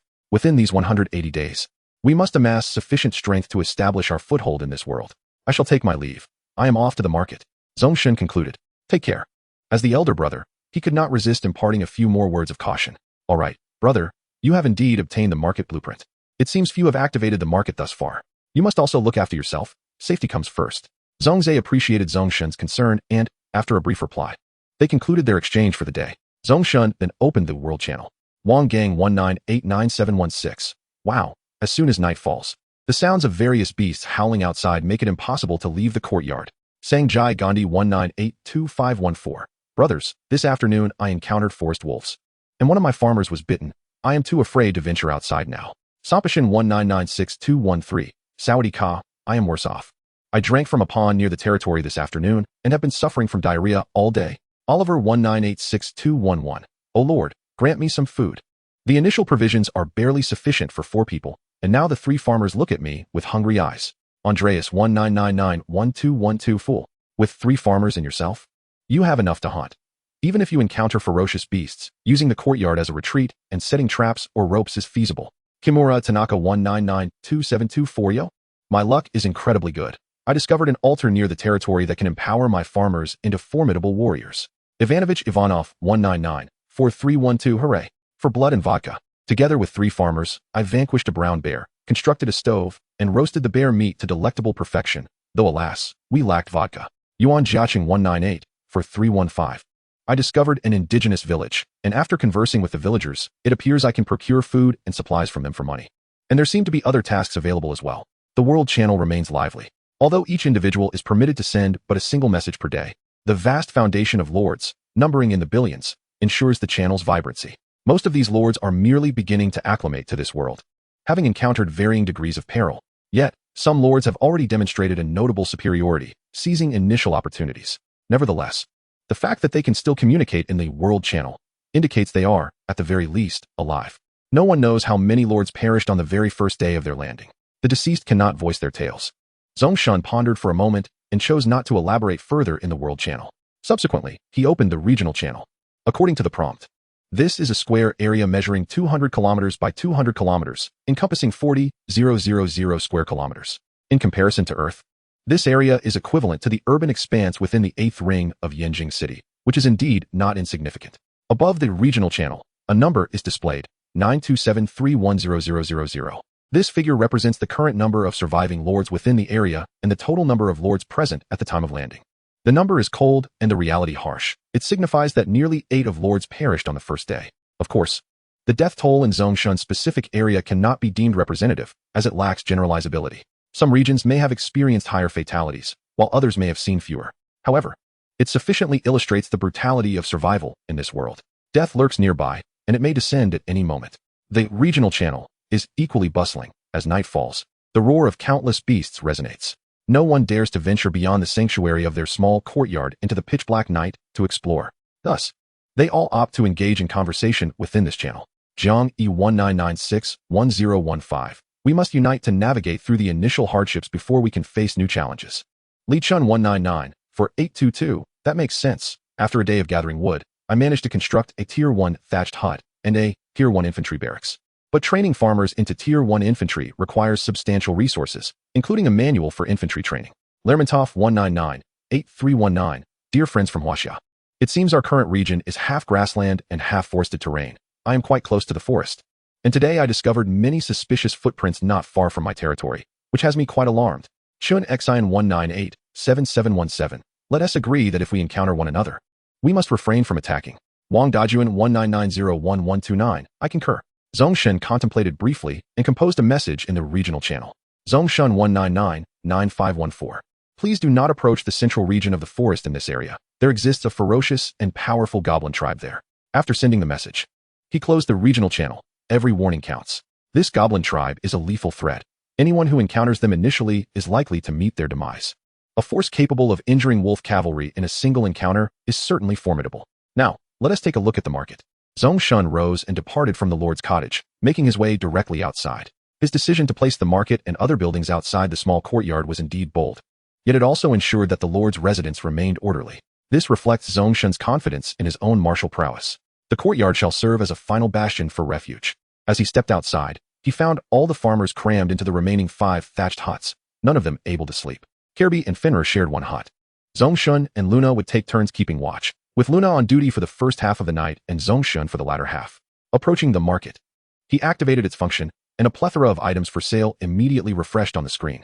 Although the market building blueprint is not easily obtained, among the billions of lords, several tens of thousands have established markets. The items on offer are rather monotonous, predominantly consisting of food and wood. Blueprints, weapons, and special materials are virtually non-existent. Occasionally, Zhong Shen came across 1 or 2 valuable items, yet the prices were exorbitant. For instance, the refined iron armor blueprint demanded 500 units of wood or 50 basic elemental crystals. It was utterly absurd. Similarly, the skill book for basic swordsmanship was priced at an astronomical amount of resources. In the short term, no one could afford such luxuries. However, if the market function is utilized wisely, it could indeed yield a profit, alleviating the tension surrounding resources. Zhong Shen withdrew his gaze and began to contemplate what he could sell. Suddenly, an epiphany struck him as he glanced toward the courtyard. Chapter 25. The Wealth Code. Tears of the Moon Goddess. Zhong Shen patted his forehead. The opportunity for wealth was right at his fingertips. Just moments ago, he had scoured the market and found no items capable of restoring health. As for potions, they were completely absent, while various herbs and raw materials were plentiful. Without recipes and specific buildings, potions could not be concocted. Yet, this was something other lords lacked. He possessed it. Although Zhong Shen could not create potions, he had the Moon Well. Just 1 milliliter of moon spring water can restore 12 health points, and its effects are immediate. The most crucial aspect is that the Moon Well produces moon spring water continuously. It is essentially an inexhaustible base for potion production. With this realization, Zhong Shen's expression mirrored that of someone who had stumbled upon 5 million on the roadside. The excitement and joy nearly overflowed from his visage. He hastened to the Moon Well. At this moment, the Moon Well had already produced some more moon spring water, excluding what was used for healing Kirby. There remained approximately 200 milliliters in the well. The market allows for the trade of liquids without the need for containers. Standing beside the Moon Well, Zhong Shen began to calculate. Presently, the average health of lords is estimated to be between 120 and 180, and at most, it would not exceed 200 points. Therefore, offering 40 milliliters per share seems most appropriate. It can recover 48 health points. The Wealth Code. This Moon Well is the very key to prosperity. Zhong Shen was filled with excitement. However, he deemed the name Moon Spring Water too pedestrian. Since the names of the items for sale could be customized, he decided to name it Tears of the Moon Goddess. The label he chose was for potion type. The first tier, Market, could list a maximum of 3 items simultaneously. With this thought in mind, Zhong Shen opened manufacture on the spot. After 3 minutes of diligent effort, he crafted a brand new wooden barrel. He then carefully ladled the precious moon spring water into the barrel. Carrying it, he made his way to the market to begin the process of listing his product. 40 milliliters moon spring water. Custom name, Tears of the Moon Goddess. Effect, restores 48 health points upon consumption. Listing price, 100 wood, 30 iron, 80 hemp, 15 refined food. Note, seeking blueprints, skill books, and special materials. Private messages welcome. Zhong Shen listed one item, offering a variety of tradable resources, 100 wood or 30 iron, or alternatively, 80 hemp and 15 refined food. While this quantity of resources was not insignificant, for the majority of diligent lords, it was certainly attainable, albeit with a sense of reluctance. Even some affluent lords, after purchasing, would still find themselves with a surplus. After listing 3 portions of his newly renamed Tears of the Moon Goddess, he returned to his humble abode, planning to check on the sale status after a good night's sleep and adjust the prices accordingly. Simultaneously, his private messaging channel began to erupt with activity. Within a short span, he received over 100 messages. Fortunately, the chat feature was quite sophisticated, allowing Zhong Shen to filter out messages containing his desired keywords with just a thought. Upon inspection, he found that the majority of the messages were trivial and devoid of substance. A few claimed to possess blueprints, yet these were merely worthless scraps, such as a Tier 1 wooden bowl blueprint. Others claimed to have special materials, which left Zhong Shen utterly speechless. Dried excrement of the behemoth, flakes of skin shed by a passing dragon, bones chewed by a 2-headed ogre. After a few glances, he promptly closed the channel, enabled Do Not Disturb, and turned on information filtering. He lay down on the rickety wooden bed in his small cabin, perhaps due to exhaustion, or perhaps due to his relaxed demeanor. He quickly drifted into a deep and even slumber. As the late night approached, he would need to rise for his watch. Outside the courtyard, the howls of wild beasts continued unabated. He could even hear the furious roars of 2 beasts engaging in combat. Some beasts had ventured close to the courtyard, but without exception, they were swiftly dispatched by Luna. Among them were prairie wolves, gophers, and porcupines, ordinary creatures that Luna could easily handle. She contributed some experience points to Zhong Shen, along with the rewards and corpses of the beasts, awaiting his collection. Although Luna could slay and drop rewards, she was unable to pick them up. The same applied to unopened treasure chests, which only the Lord could unlock, placing them in a unique state of invincibility. Throughout the night, no extraordinary beasts appeared. The farmers, trapped in fear, endured until deep into the night before finally succumbing to exhaustion and sleep. The night was so tranquil, yet it was uncertain how many could sleep soundly this evening. In the latter half of the night, Zhong Shen was awakened by Luna. He retrieved his kite-shaped shield and sharp Germanic sword, stepping out of the courtyard while Luna and the Black Panther retreated to the cabin for rest. Fully armed, he stretched and began reviewing the notifications. Your listed item, Tears of the Moon Goddess, has been purchased by Lord Chun Xian 199 for 718. You have received 30 iron. Please proceed to market to collect. Your listed item, Tears of the Moon Goddess, has been purchased by Lord Thomas 199 1518. You have received 100 wood. Please proceed to market to collect. Your listed item, Tears of the Moon Goddess, has been purchased by Lord Abraham 198 for 323. You have received 15 refined camel jerky. Please proceed to market to collect. In just half an hour after Zhong Shen listed his wares, all 3 portions of the moon spring water sold out. It seemed that this moon spring water truly was a valuable commodity, an essential item for survival. Before the widespread availability of efficient healing potions, it would have a significant market, enabling Zhong Shen to amass considerable wealth. Moreover, the moon spring water provided instantaneous recovery, capable of swiftly healing injuries and altering the course of battle. Its prospects and efficacy were exceptionally promising. Zhong Shen slept from 8 p.m. to 2 a.m. During these 6 hours, the moon spring produced an additional 300 milliliters of moon spring water. Wealth, this was wealth. Zhong Shen listed 3 more portions. Shortly thereafter, he received notifications of Luna's kills. At this moment, Kirby had also awakened. He and the giant wolf had fully recovered from their injuries and began the task of looting the corpses, gathering the spoils. Simultaneously, they dismantled the bodies of the beasts. Disassemble prairie wolf corpse 1. Gained 10 fresh wolf meat. Gained 1 hard prairie wolf skull. Disassemble gopher corpse 1. Gained 6 fresh mouse meat. Gained 1 complete gopher pelt. Disassemble porcupine corpse 1. Gained 13 sharp quills. Gained 5 fresh porcupine meat. Additionally, there were some ready-made items. Gained 1 wolf leather armor. Gained 1 rigid short bow. Gained 1 primary elemental crystal. Gained 1 Nord Shadow Scout Job Change Book. Chapter 26, Nord Shadow Scout Job Change Book. The rewards for slaying monsters were quite generous, often yielding excellent equipment and items. Unfortunately, there were no soldier recruitment scrolls dropped this time. As Zhong Shen assessed the rewards, he began to ponder. It seemed that once his soldiers had grown in number, he could organize nighttime hunts. The night, with its restless throngs of beasts, presented both danger and opportunity. Just before sleeping the previous night, he had noticed in the chat channel that nearly everyone on the World channel had encountered the phenomenon of beast agitation. This appeared to be a deliberate obstacle set by the system to deter lords from nighttime exploration, restricting their development time. It was evident that such a widespread beast agitation could not have affected the entire continent. Yet, it also represented a prime opportunity for hunting, gathering rewards, and acquiring food. As the lord's power grew, the knight could no longer hinder his explorations. Zhong Shen had to seize the initiative, obtaining as many advantages as possible before circumstances shifted. He casually retrieved a wooden barrel, appending it onto the ground to serve as a makeshift seat, upon which he plopped down. As time progressed into the latter half of the night, the tumult outside the territory gradually began to subside. Zhong Shen commenced reviewing his prior rewards. Resilient wolf skin armor. Quality, common. Body protection, 21. Durability, 90. Strength requirement, 6. A commendable piece of wolf skin armor, of basic quality, yet with decent protective capabilities. It was a substantial upgrade over a leather short-sleeve garment. Without hesitation, Zhong Shen donned it. Rigid short bow. Quality, common. Piercing damage, 23. Accuracy, 91. Required strong bow skill, 1. Required agility, 4. A rudimentary bow. Regrettably, your strong bow skill is insufficient. Zhong Shen intended to always carry a bow for emergencies, enabling him to employ cruel bloodfire arrows when necessary. Unfortunately, his strong bow skill remained at 0, rendering him unable to meet the equipment as requirements. He stowed the short bow away and began examining the last 2 special rewards. As for the animal hides and bones, he had little interest in them. Most were merely indicators of potential materials for crafting weapons or armor. Once the Tier 1 blacksmith shop and Tier 1 tailor shop were completed, perhaps he could make use of them. Furthermore, they could be sold as raw materials in the market. However, the Tier 1 market only had 3 selling slots, necessitating a focus on selling moon spring water to amass wealth from other lords. Elementary crystal. A crystal imbued with elemental power.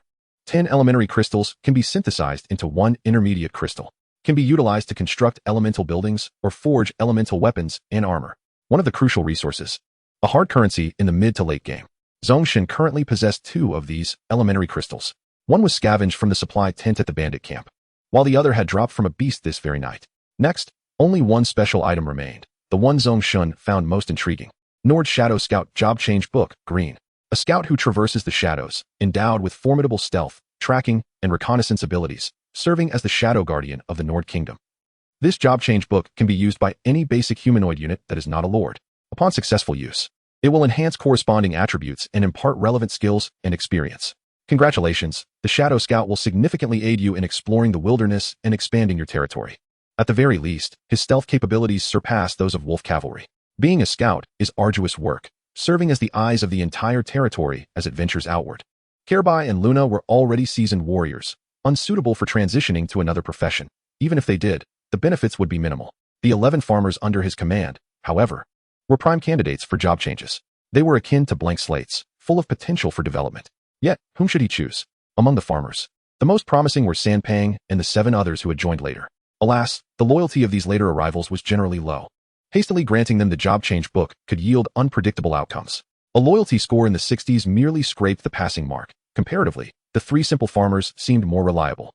Among them, the most qualified was Tai Zhu, possessing ordinary talent. While not exceptional, it was adequate. As for Sanpang, a remarkable talent. He could be trained later once his loyalty improved.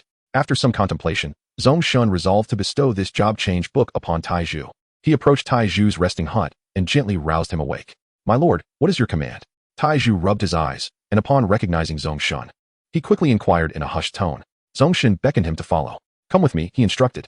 Tai Zhu, heedfully stepping over the sleeping farmers, exited the hut and arrived in the clearing. Zhong Shen held the job change book, a smile gracing his face as he regarded Tai Zhu. "In recognition of your service, I grant you strength. From this day forth, you shall become a scout who walks in the shadows, guarding the territory's secrets. Do you accept?" Upon seeing the job change book, Tai Zhu was instantly filled with excitement. He knelt before Zhong Shen, exclaiming, "I shall serve the Lord until death." Zhong Shen nodded approvingly. "Excellent." He promptly activated the job change book. A radiant green light erupted from Tai Zhu, transforming his appearance. His gray linen tunic morphed into a form-fitting black suit, adorned with a black leather hat and a peculiar pair of goggles. 2 sleek, sharp daggers were sheathed at his sides. His entire demeanor shifted, exuding an aura of vitality. Especially his eyes, sharp and keen like those of a hawk. He bowed once more. Tai Zhu vowed to follow his lord unto death. "Due to the power you granted, Tai Zhu's loyalty to you has increased by 10 points. Current loyalty, 98. Zhong Shen displayed a paternal smile of satisfaction as he began to inspect Tai Zhu's attributes. Nord Shadow Scout, Tai Zhu. Talent, Ordinary. Level, LV1. Attributes, click to expand. Hunger level, 83. Loyalty level, 98. Click to view detailed attributes. Strength, 12. Agility, 18. Wisdom, 9. Charm, 9. Health points, 185. Piercing damage, 37. Head armor value, 11. Upper body armor value, 18. Lower body armor value, 8. Magic resistance, 0. Skills, Shadow Transformation, merge into shadows for stealth. Duration 3M, cooldown 5M. Twin Dagger Strike, swiftly draw daggers to stab enemies twice, inflicting double piercing damage, cooldown 1H. Passive skill Shadow Stride, move with increased speed of 20 in shadows and darkness. Chapter 27, The Frenzied Harvest of the Lord's Wealth. After Iron Pillar transitioned to the role of a Nord Shadow Scout, his overall attributes experienced a notable enhancement. However, in comparison to Colby and Luna, he still exhibited a certain disparity. This discrepancy can be attributed to his innate qualities and level, as Iron Pillar was merely at level 1. Should he ascend in level, it is likely that his attributes would not fall short of those of his peers, such as Colby. Henceforth, you shall bear the responsibility of exploring the wilderness for our territory. I sincerely hope you do not disappoint me. Zhong Shen encouraged Iron Pillar. Iron Pillar nodded resolutely, his gaze towards Zhong Shen brimming with admiration. He vowed not to let his lord down. Very well, you may return to rest now.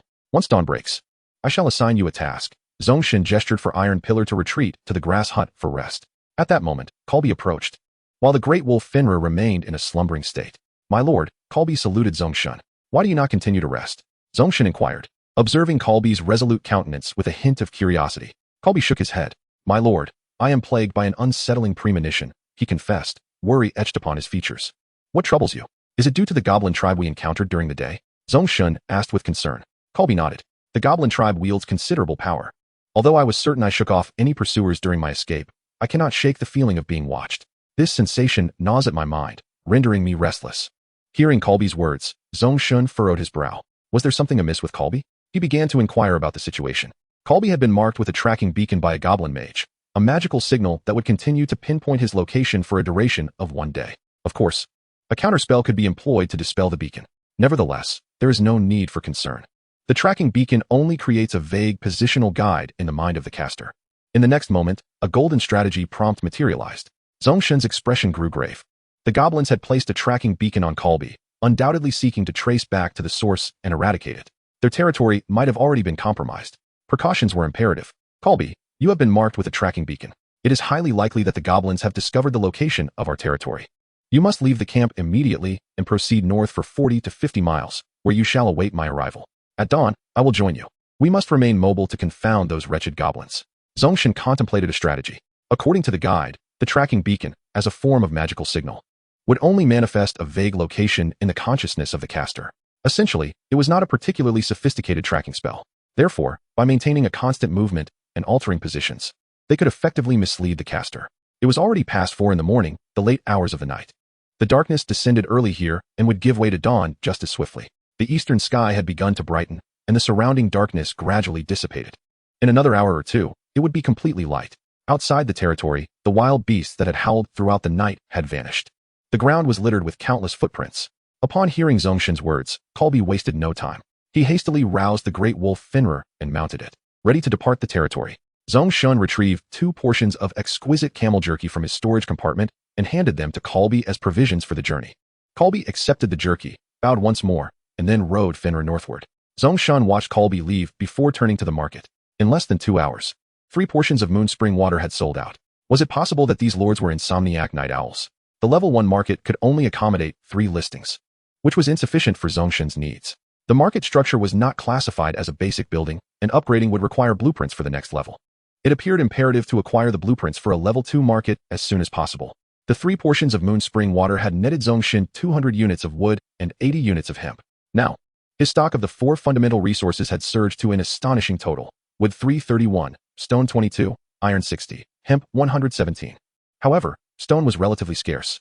This was easily remedied, as selling 2 batches of moon spring water, totaling 240 milliliters, along with the output from the past few hours, had not only maintained but increased the reserves of spring water. He procured several more portions, this time listing only 1, requesting an exchange for 100 units of stone. Within 3 minutes, a lord snatched it up. How astonishing! With the moon spring, Zhong Shen could entirely resolve his initial resource issues. Moreover, he was now in a position to exploit the formidable advantages of the moon spring, effectively reaping the wealth of other lords. At this juncture, he began to sift through the mountain of private messages that had accumulated. Over 1,000 lords had sent him private messages, indicating they possessed blueprints or unique items.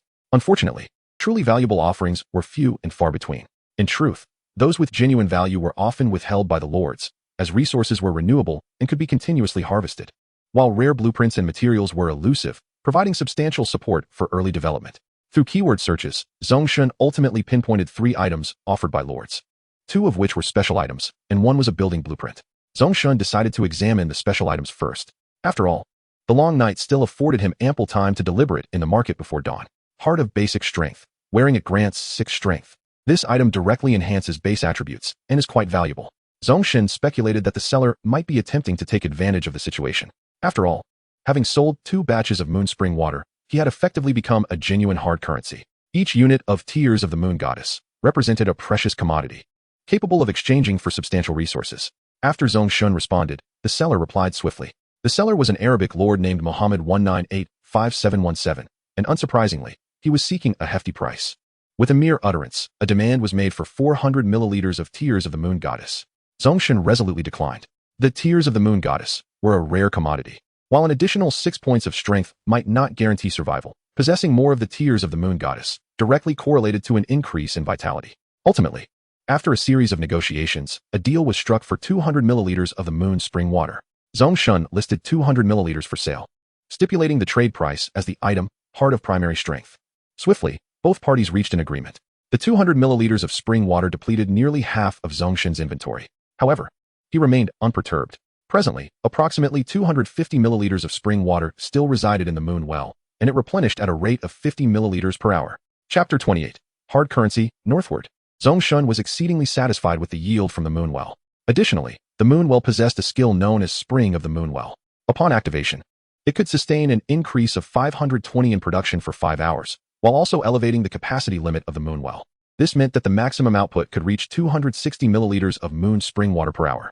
However, despite the potency of this skill, its cooldown period was notably lengthy, lasting a full 168 hours, equating to a week. Originally, Zhong Shen had intended to reserve its use for a crucial moment. Observing the high demand for moon spring water, he decided to employ the spring of the moon well to swiftly amplify its production. After executing this, Zhong Shen returned to the vicinity of the market to continue his bargaining. The next item of interest was a unique quest item, the Swordia Knight Trial Badge. Used to initiate the Swordia trial. Success in the trial grants the title of Knight within the Swordia Empire. The title? Zhong Shen scrutinized the details of the badge presented by the vendor.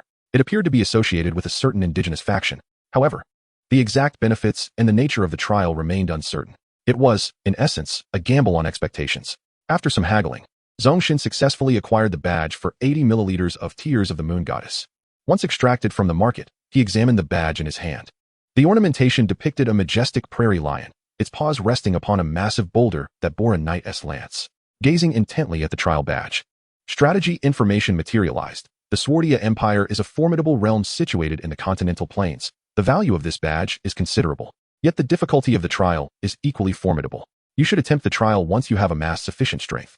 Upon successful completion of the trial, you will become a Knight of Swordia, gaining the privilege to recruit a certain number of heavily armored cavalry from Swordia at regular intervals. It was indeed a valuable item, though it would not serve an immediate purpose, so he decided to store it away for safekeeping. Now, there remained one final item that piqued Zhong Shen's interest, a blueprint for a building. First tier Elemental Arrow Tower Construction Blueprint. Quality, excellent, green. Requirements, stone 65, iron 30, wood 80, hemp rope 12, primary elemental crystals 8. Construction time, 6 hours 24 minutes. Area, 10 square meters. Height, 12 meters. Range, 500 meters. Piercing damage, 60 to 69. Attack speed, 3 seconds. Each attack has an additional 10 points of random elemental damage. Durability, 1,500. Armor value, 20. This was a rare defensive structure. Once constructed, it could guard the territory and attack all enemies within its range. However, it required 8 primary elemental crystals, of which Zhong Shen only possessed 2. After further negotiation, Zhong Shen procured the blueprint for 60 milliliters of Tears of the Moon Goddess, a mutually beneficial transaction. At this moment, Zhong Shen opened the market once more, intending to list 3 additional portions of Tears of the Moon Goddess, only to be astonished to discover several others had also listed Tears of the Moon Goddess. Upon closer inspection, the foremost seller was the very Arab who had exchanged Heart of Primary Strength for 200 milliliters of Tears of the Moon Goddess. He had divided the Tears of the Moon Goddess into 20 milliliters portions, each redeemable for 100 units of resources. The other listings for Tears of the Moon Goddess followed suit. Zhong Shen exclaimed in astonishment. It seemed these individuals had purchased the tears with the intent to resell. Furthermore, the profit margin had doubled with a simple transaction. In an instant, Zhong Shen's moon spring water had transformed into a highly coveted asset in the market, akin to a financial product. This unexpected turn of events left Zhong Shen momentarily speechless. Shaking his head, he listed 3 more portions, one of which was set at a trade price of 999 units of wood. At this stage, no one could possibly afford such a price. This listing served purely as an advertisement. He noted below, seeking various blueprints, special items, and materials. Please message privately for inquiries. Casual chats will be ignored. He then listed 2 portions of 40 milliliters of Tears of the Moon Goddess, demanding a price of 10 primary elemental crystals. Given the drop rate, primary elemental crystals were considerably more precious than standard resources. He added, purchases can be split. For details, please message privately. With resources abundant in his territory, there was no immediate need to exchange moon spring water.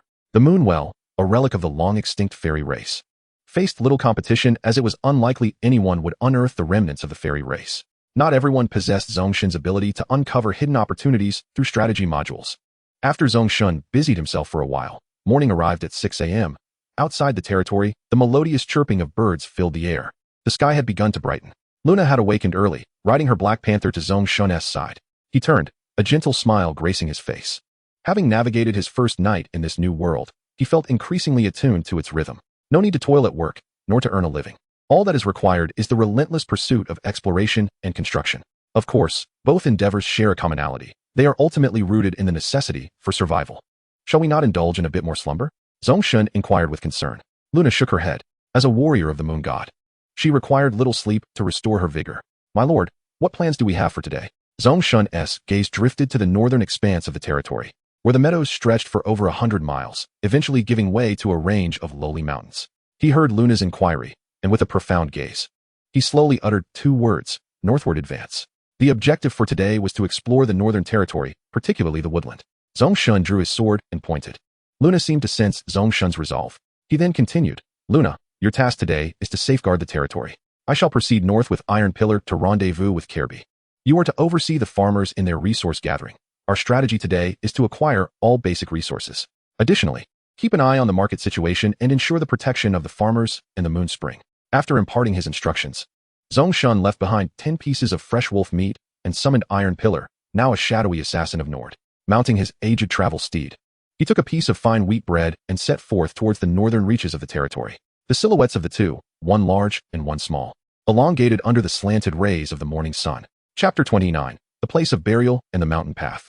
After his class change, Iron Pillar had noticeably become more agile. He occasionally climbed the towering trees along the way to survey his surroundings, and nimbly leaped back to the ground, shadowing Zhong Shen with remarkable speed, almost matching the pace of Zhong Shen's old travel horse. Meanwhile, Zhong Shen remained active, utilizing the exploration module like a scavenger, digging here and peering there. To his surprise, he managed to collect a variety of items, mostly an assortment of coin pouches and copper coins, amounting to 800 or 900 in total. With such a skill, Zhong Shen could easily amass wealth. Additionally, following the exploration prompts, he unearthed 2 corpses, albeit of little value, merely the remains of itinerant merchants from not long ago. From these corpses, Zhong Shen acquired a few ordinary quality white weapons, which were better than nothing. Thus, they continued their journey, walking and pausing intermittently. An hour later, Zhong Shen spotted Kirby resting beneath a large tree to the north. Simultaneously, Kirby noticed Zhong Shen's approach. Kirby, have you encountered any anomalies? Zhong Shen urged his steed closer to Kirby. My lord, all is normal. Please direct my path, Kirby replied with a bow. Let us proceed westward. Guide me to the ruins of the temple in the woods that you discovered yesterday. Zhong Shen's objective was clear. According to Kirby, he had previously found an abandoned temple nestled in the dense forest alongside a path leading into the mountains to the northwest. There seemed to be 2 treasure chests hidden within. Nothing is more delightful than the prospect of opening treasure chests. My lord, please follow me, Kirby said. Clearly a capable warrior. After yesterday's exploration, he had become well acquainted with all the routes and led Zhong Shen and Iron Pillar directly toward the northwest. From their current position, Zhong Shen could faintly discern the mountains at the far end of the expansive meadow, resembling a dark green line that bisected the landscape. As they continued northwest, The grass grew increasingly lush, nearly reaching the knees of the old travel horse. None could predict what lay hidden within the verdant underbrush. However, with Kirby blazing the trail, Zhong Shen felt at ease, albeit their pace slowed considerably. Particularly for Iron Pillar, traversing this terrain without a mount proved arduous, his black bodysuit becoming matted with grass clippings. After approximately another hour of travel, the trio finally emerged from the meadow. Along the way, Zhong Shen had anticipated encountering wild beasts, only to realize his concerns were unfounded. These creatures seemed to become ferocious only at night. Unbeknownst to Zhong Shen, the beasts could also sense danger. To them, both Luna and Kirby were formidable threats, and they would not provoke a confrontation. This was only one aspect of the equation. Imagine, within a vast expanse of 40,000 square kilometers, a sudden influx of 10,000 lords and 30,000 bumbling farmers appeared. To the beasts inhabiting this land, it was akin to a banquet. With an additional 40,000 moving sources of sustenance, the lords generated an attraction that drew the beasts away, causing them to scatter. This left Zhong Shen somewhat disheartened, as he had hoped to take down a few wild beasts along the way. After all, what are wild beasts? They are mobile rewards, capable of yielding loot, as well as fresh meat and pelts. As the trio traversed the meadow, they entered a somewhat desolate area. The soil bore a spiderweb-like white pattern, and wisps of mist emanated from the ground. This region was meant to be the junction of forest and meadow, yet it had devolved into a desolate wasteland. Strangely, as they surveyed the peculiar land, they noticed some undulating terrain where stark white bones lay exposed. These bones exhibited a jade-like quality, having been buried here for an indeterminate time, remarkably preserved, reminiscent of the elven skeleton Zhong Shen had previously unearthed. Halt, Iron Pillar, Kirby. Zhong Shen waved for them to stop, focusing intently on the land before him. The withering place of burial. The Bloodburn Legion buried the slain elven civilians and soldiers here, offering them as a sacrifice to the Bloodburn Lord, creating a place of burial where the ancient elven war trees could not take root. A golden exploration prompt then appeared, elucidating the queries that lingered in Zhong Shen's mind. He raised an eyebrow. As a dedicated excavator, he instinctively felt that this burial site held some significance. Might there be treasures hidden here? Buried here lie 170,000 civilians of Azhara, 57,000 elven defenders, along with over 100,000 soldiers of the Alliance and mercenaries. Their remains staining the earth and stretching 179 kilometers. This grim site was established by the Bloodfire Legion to seal off Azhara. Should you dare to excavate, you risk awakening the restless undead beneath. Unless you possess a necromancer, it would be wise to refrain from provoking trouble here. Upon reading the strategy, Zhong Shen promptly abandoned his intentions. This graveyard is undeniably a place of doom. Should a formidable creature emerge, it would spell certain demise, rendering the venture unworthy. Let us press onward, Kaalbi. Kaalbi nodded, leading the way atop his great wolf, commenting, "My lord, such burial grounds are universally abhorred by all living beings." Zhong Shen remained silent, offering no further remarks. This sepulchral expanse is long, but only spans a mere dozen miles in width. The trio swiftly traversed the graveyard, soon spotting a conspicuous trail leading into the mountains at the forest's edge. The trees were lush, a deep shade of emerald green. Upon entering, the light around them dimmed abruptly. Iron Pillar, as a shadow scout of the Nords, found himself at ease amidst the obscured thicket. The roadside was similarly dense with greenery, verdant vines, and moss-covered boulders. Amongst them, Zhong Shen also discerned numerous remnants of structures. Such a locale indeed held the potential for ancient relics. Following Kaalbi, Zhong Shen navigated through the underbrush. After approximately 10 minutes of progress along the path, Kaalbi halted. "My lord, it is here," he declared, gesturing to an area obscured by bushes and vines. Zhong Shen peered within, seemingly finding no traces of relics. Kaalbi unsheathed his twin blades, parting the thicket to reveal a narrow passage barely wide enough for a single person to traverse. This was the route he had uncovered during yesterday's exploration, which he had subsequently concealed. "My lord, please follow me. The relic lies just ahead," Kaalbi stated meticulously, leading the way into the passage, his weapons slicing through the brambles to clear the path for Zhong Shen. Chapter 30. Do not look. This chest is a trap. Zhong Shen tethered his old travel horse to the roadside. Then, with one hand resting against his kite-shaped shield and the other grasping his sharp Germanic sword, he positioned himself in the middle of the party, this being the safest position within the entire group.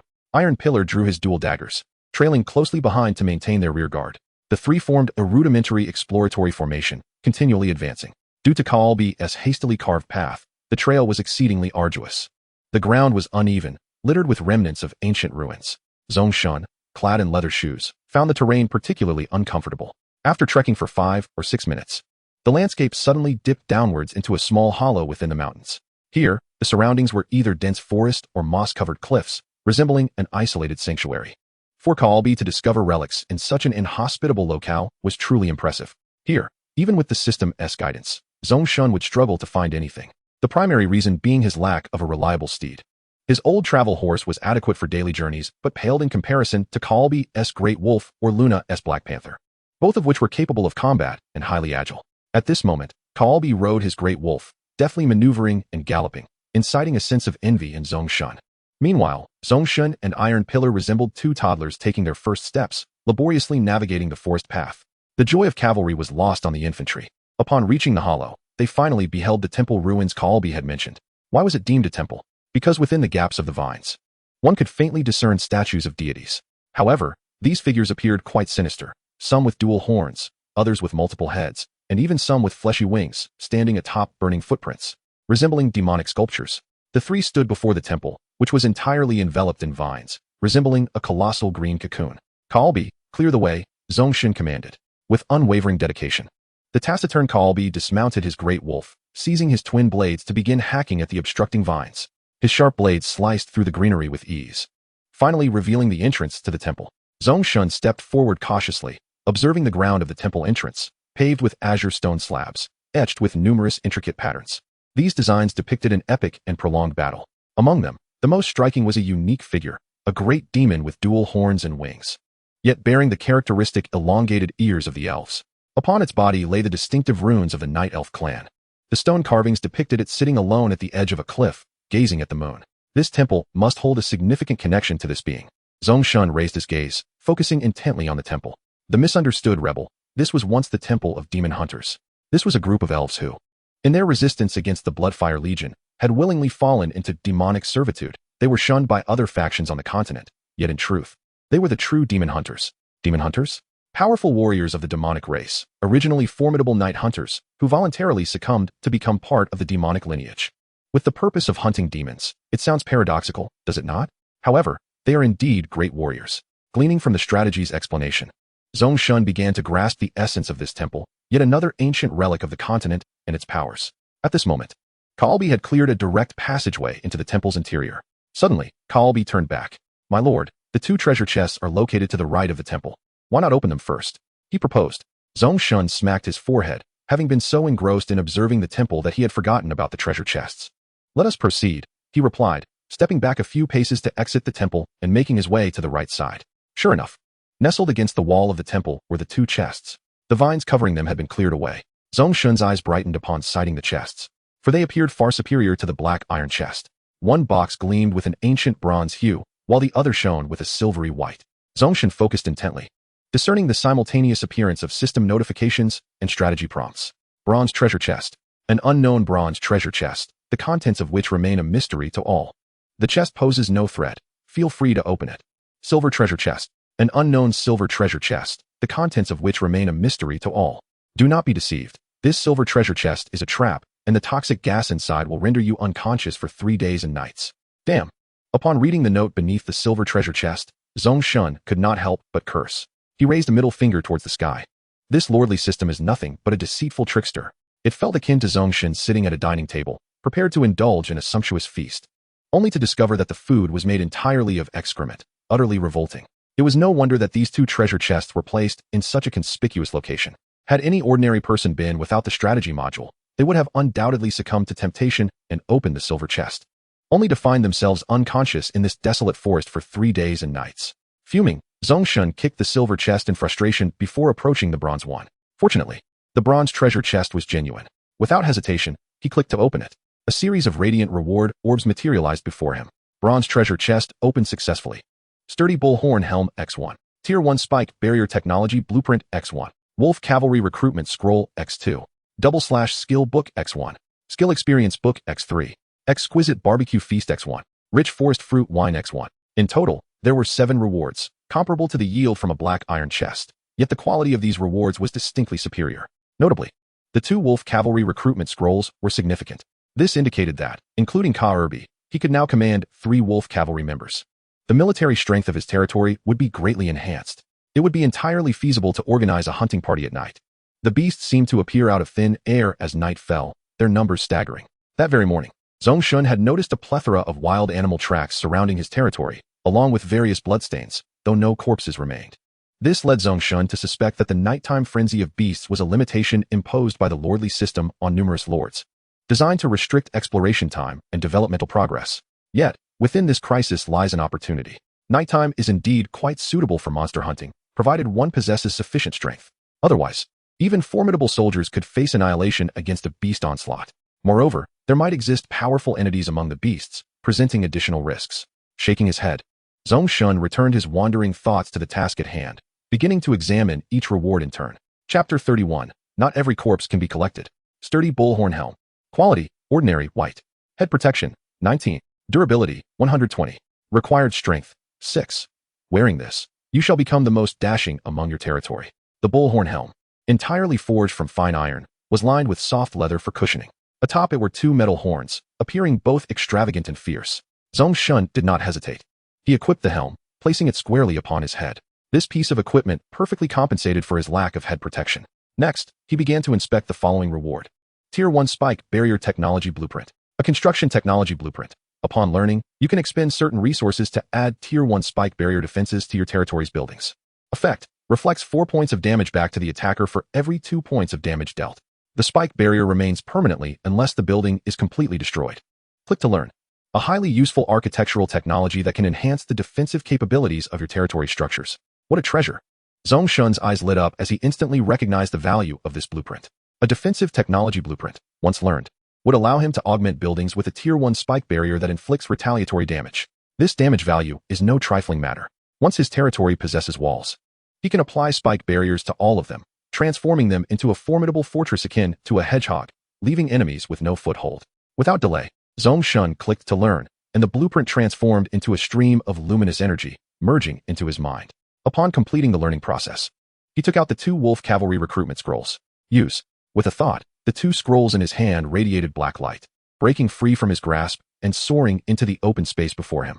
They transformed into 2 clouds of black dust, settling on the ground and forming 2 6-pointed star formations adorned with peculiar runes. Within each formation emerged a singularity of distorted space, gradually expanding into 2 orbs of black light, resembling 2 massive black eggs. Subsequently, the 2 black orbs writhed and morphed like smoke, eventually dissipating to reveal 2 tall and robust wolf cavalry members before Zhong Shen. They dismounted their wolves and approached him, kneeling on one knee. Wolf Cavalry, Avid reports to you. Wolf Cavalry, Bjorn reports to you. 2 rugged voices echoed in succession. Great Lord, may you enjoy good health. Zhong Shen beamed with delight. These 2 individuals appeared just as muscular as Ka Erbi. Excellent, excellent, rise. From now on, you and Ka Erbi shall form my wolf cavalry unit. Now, go join Ka Erbi and await my orders. The 2 wolf cavalrymen bowed once more, remounting their wolves to stand alongside Ka Erbi, already exhibiting a considerable presence. If Zhong Shen were to command 10, 100, or even 1,000 wolf cavalry members, he could establish a formidable wolf cavalry regiment. Zhong Shen's spirits were high as he continued to review the remaining rewards. /skill book. Upon learning, you will master the skill /LV1. /LV1. Strike the target with 2 rapid slashes, each dealing a base damage of 12. Cooldown time, 15 minutes. Click to learn. You should learn this quickly. Your abysmal swordsmanship is truly painful to behold. A rare skill book, perfectly capable of enhancing Zhong Shen's combat prowess. Without hesitation, Zhong Shen opted to learn it. The skill book transformed into a radiant white light that permeated his mind, and in a fleeting moment, he seemed to grasp something profound. Subsequently, he flipped his hand and produced 3 skill experience books. Skill experience book. Upon usage, it can upgrade your skills. Click to use. With determination, Zhong Shen utilized all 3 skill experience books to elevate his 2-stage cleaving technique. 2 beams of white light flashed as the books successfully elevated his skill by 2 levels, transforming the 2-stage cleaving into level 3. Each level enhanced his cleaving damage by 5. He was left with a portion of food and a small jar of wine, both of commendable quality, denoted by their green text as exquisite items. Delicious barbecue feast. Effect: restores 100 hunger points, 10 attack damage, 10 health points, 20 movement speed. Lasting 15 minutes. A splendid meal that satisfies all your needs at once. Indeed, delectable food aids in battle. Rich forest fruit wine. Effect: 30 attack damage, 10 defense, 10 movement speed, 20 health points, lasting 30 minutes. Excessive drinking may harm one's health, but it undoubtedly brings joy. Having reviewed all the rewards, Zhong Shen was pleased. Indeed, the ancient bronze chest proved to be a lucrative endeavor. His strength had notably increased, and his band of warriors had expanded significantly. The 3 wolf cavalrymen could now form a coordinated combat unit. After some contemplation, he decided to stow away the silver chest filled with poison gas for future contingencies, while also disassembling the bronze chest into 10 pieces of copper. With that accomplished, they were ready to explore the temple. Zhong Shen's spirits were high. With a grand gesture, he pointed towards the temple. The 3 wolf cavalrymen led the charge, clearing the path for him. Following closely behind, Zhong Shen entered the temple through the grand entrance. The main structure of the temple was in ruins, having evidently suffered past assaults. The surrounding environment was somewhat dim, akin to stepping into a room draped with cold-colored curtains. Inside, sturdy marble columns lined both sides, with numerous ornate carvings adorning the walls. A spacious corridor stretched ahead, flanked by iron candlesticks, their candles still unburned. Most chillingly, at the end of the corridor stood a stone sarcophagus, intricately engraved with scenes of demons being decapitated. Additionally, leaning against the marble columns were over a dozen desiccated corpses, still clad in their former garments, some in leather armor wielding short swords, others draped in loose priestly robes. Though their armor and weapons had decayed, they seemed recoverable. Just as Zhong Shen was about to approach and scavenge the corpses, a golden prompt materialized before him. Hey, don't be so greedy. Not every corpse can be looted. The moment the prompt appeared, the corpses suddenly began to tremble. Names from the system began to emerge above their heads. Resentful Undead LV8. Resentful Undead LV6. Resentful Undead LV9. In that instant, all the corpses revived. They raised their former weapons and staggered towards Zhong Shen and his companions. Initially startled, Zhong Shen stepped back a couple of paces. But he quickly regained his composure. With a swift motion, he swung his one-handed sword forward. Attack! The 3 wolf cavalrymen and the iron column charged forward without hesitation. Even Zhong Shen himself, with shield in one hand and sword in the other, confronted a short sword-wielding corpse. Chapter 32. Fierce Battle with the Resentful Undead. These corpses appeared emaciated, their flesh shriveled, indicating a long time since their demise. They were indeed horrifying to behold. However, despite a flicker of unease within him, as a lord, Zhong Shen knew he must lead by example. The undead moved sluggishly. With careful maneuvering, he believed there would be no issue. Zhong Shen took the lead, advancing swiftly towards the corpse brandishing a short sword, raising his sharp Germanic sword. 2-stage cleave. Zhong Shen executed the newly acquired skill, delivering 2 swift strikes in the blink of an eye upon the undead's leather armor, leaving 2 distinct gashes. 28. 28. By the heavens! Zhong Shen exclaimed. Despite the tattered state of the undead's leather armor, its defensive capability was undeniably impressive. His base cleave damage was 4,637. With the first level of 2-stage cleave adding 13 damage, meaning each strike dealt 60 points. Yet, the actual damage registered as only 28 points. This implied that the undead's upper body defense reached an astonishing 32 points. Zhong Shen took a step back, focusing intently on the specific attributes of the short sword-wielding undead. Resentful Undead LV8. Race, Undead. Cleave damage, 21-27. Health, 394,450. Armor value, 32. Skills, Corpse Devour. Consume corpses to restore health. Undead Slash. Strike with short sword, inflicting 10 points of chaos damage that ignores armor. This undead boasted a staggering health pool of 450 points, coupled with 32 points of armor value, marking it as a formidable tank-like creature. Fortunately, aside from its high defense and substantial health, it bore no peculiarities. Zhong Shen began to maneuver nimbly, using the marble columns as obstacles that hindered the undead's movement. He executed a series of evasive maneuvers around the columns, waiting for the right moment to strike at the undead's head with a cleave. 46. As expected, it was full damage. Regrettably, the 2-stage cleave's bonus damage was absent. Nonetheless, the damage dealt was still considerable. However, before Zhong Shen could deliver a second strike, the undead's short sword glimmered ominously with dark energy as it swung towards him with remarkable speed, leaving him no time to evade. This was the effect of its skill. Undead Slash. Zhong Shen managed to avoid a fatal blow. With wide eyes, he watched as the dagger struck the resilient wolf leather armor, leaving a small gash upon its surface. Fortunately, Zhong Shen bore the blow, retreating several steps while he reached down to feel the sword mark on his armor. The attack from the undead barely pierced his defenses, and the 10 points of damage were merely the chaotic harm accompanying the strike. This gave Zhong Shen a clear understanding of the situation. He then commenced a relentless series of attacks, taking advantage of the marble pillar for cover as he targeted the vulnerable spots of the decaying corpse. He landed 7 precise strikes.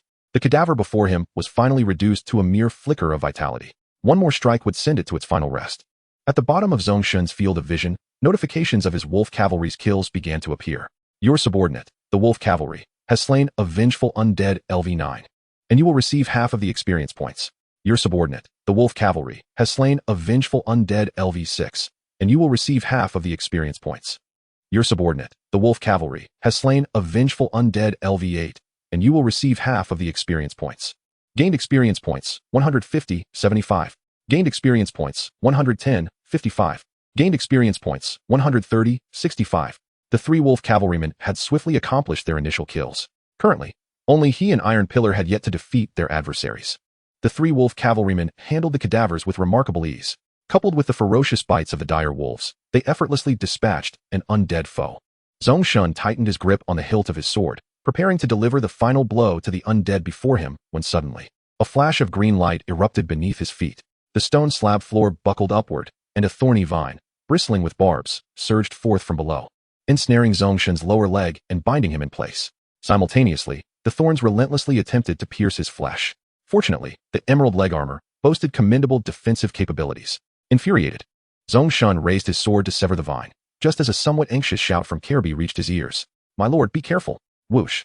A sound of slicing air followed, as Kirby hurled a spear, which zipped past Zhong Shen's profile and aimed at an unseen target behind him. Thud! A muffled impact echoed. Zhong Shen turned sharply, witnessing the spear collide with a green energy arrow in midair, shattering it into fragments. The spear, thrown by Kirby, bent and fell to the ground. Behind him stood a skeletal figure, brandishing a staff and clad in tattered priestly robes, silently chanting. He pivoted, severing the thorny vine and snaring him. At that moment, the dagger-wielding undead staggered toward him. Zhong Shen raised a foot and kicked it to the ground. Then, wielding his sword with both hands, plunged it forcefully into its skull. 12:26. The undead disintegrated into white light, leaving behind 2 or 3 smaller luminescent orbs, his spoils of victory. Slayed LV8 Vengeful Undead. Gained 130 experience points. Zhong Shen had no time to examine the other rewards. He turned and charged toward the priestly undead behind him. At this moment, Iron Pillar had finally dispatched one of the undead. However, his performance was far less composed than that of the three wolf cavalrymen and Zhong Shen. He had lost a quarter of his health. Iron Pillar, being closest to Zhong Shen, saw his intent to confront the priestly undead and stealthily advanced through the shadows. Moving even faster than Zhong Shen, the priestly undead continued its silent incantation, preparing to unleash a powerful spell. Yet, Iron Pillar would not allow it to succeed. His dagger transformed into a silver streak as it sliced through the undead's throat, targeting a particularly unprotected area. 37. A damage value floated up from its head. Simultaneously, thorns suddenly sprouted from the priestly undead, piercing viciously and then vanishing. This was the thorned retaliation. Ugh! Iron Pillar emitted a muffled grunt, vanishing back into the shadows. 4.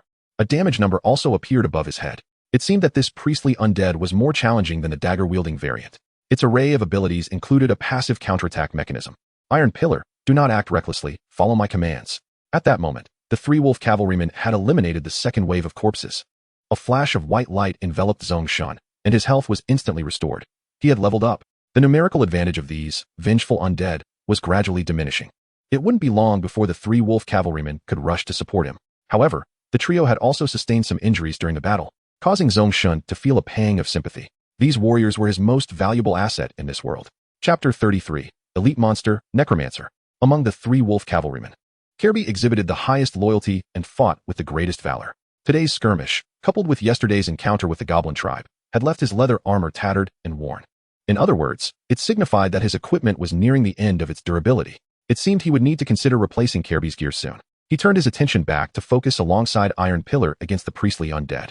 Zhong Shen concentrated, and the attributes of the priestly undead were instantly displayed before him. Vengeful Undead LV8. Race, Undead. Bludgeoning damage, 11-13. Magic damage, 32-37.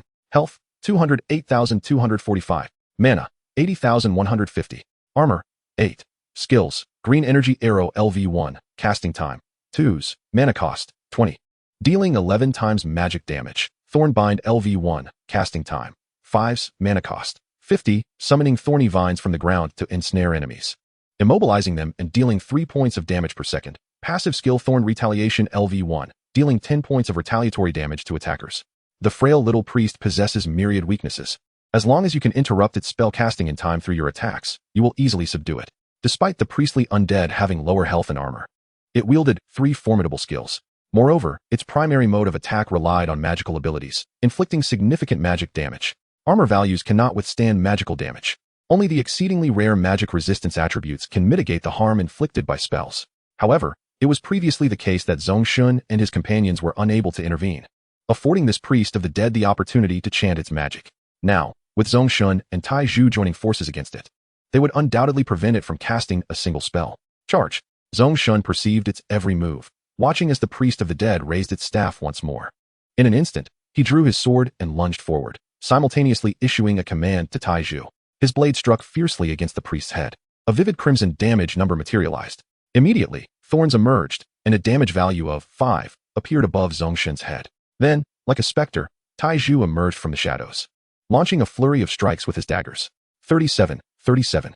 2 damage values floated into view. Due to the reflected damage effect, Taiju also lost 8 points of health. At this moment, the priest of the dead was utterly defenseless. Unable to cast spells, it resembled a toothless tiger. It now had merely 88 health points remaining. Zhong Shen stepped forward once more, delivering a final strike. 46. Yet, the priest of the dead abandoned its incantation, raising its staff to strike Zhong Shen's horned helmet. Clang.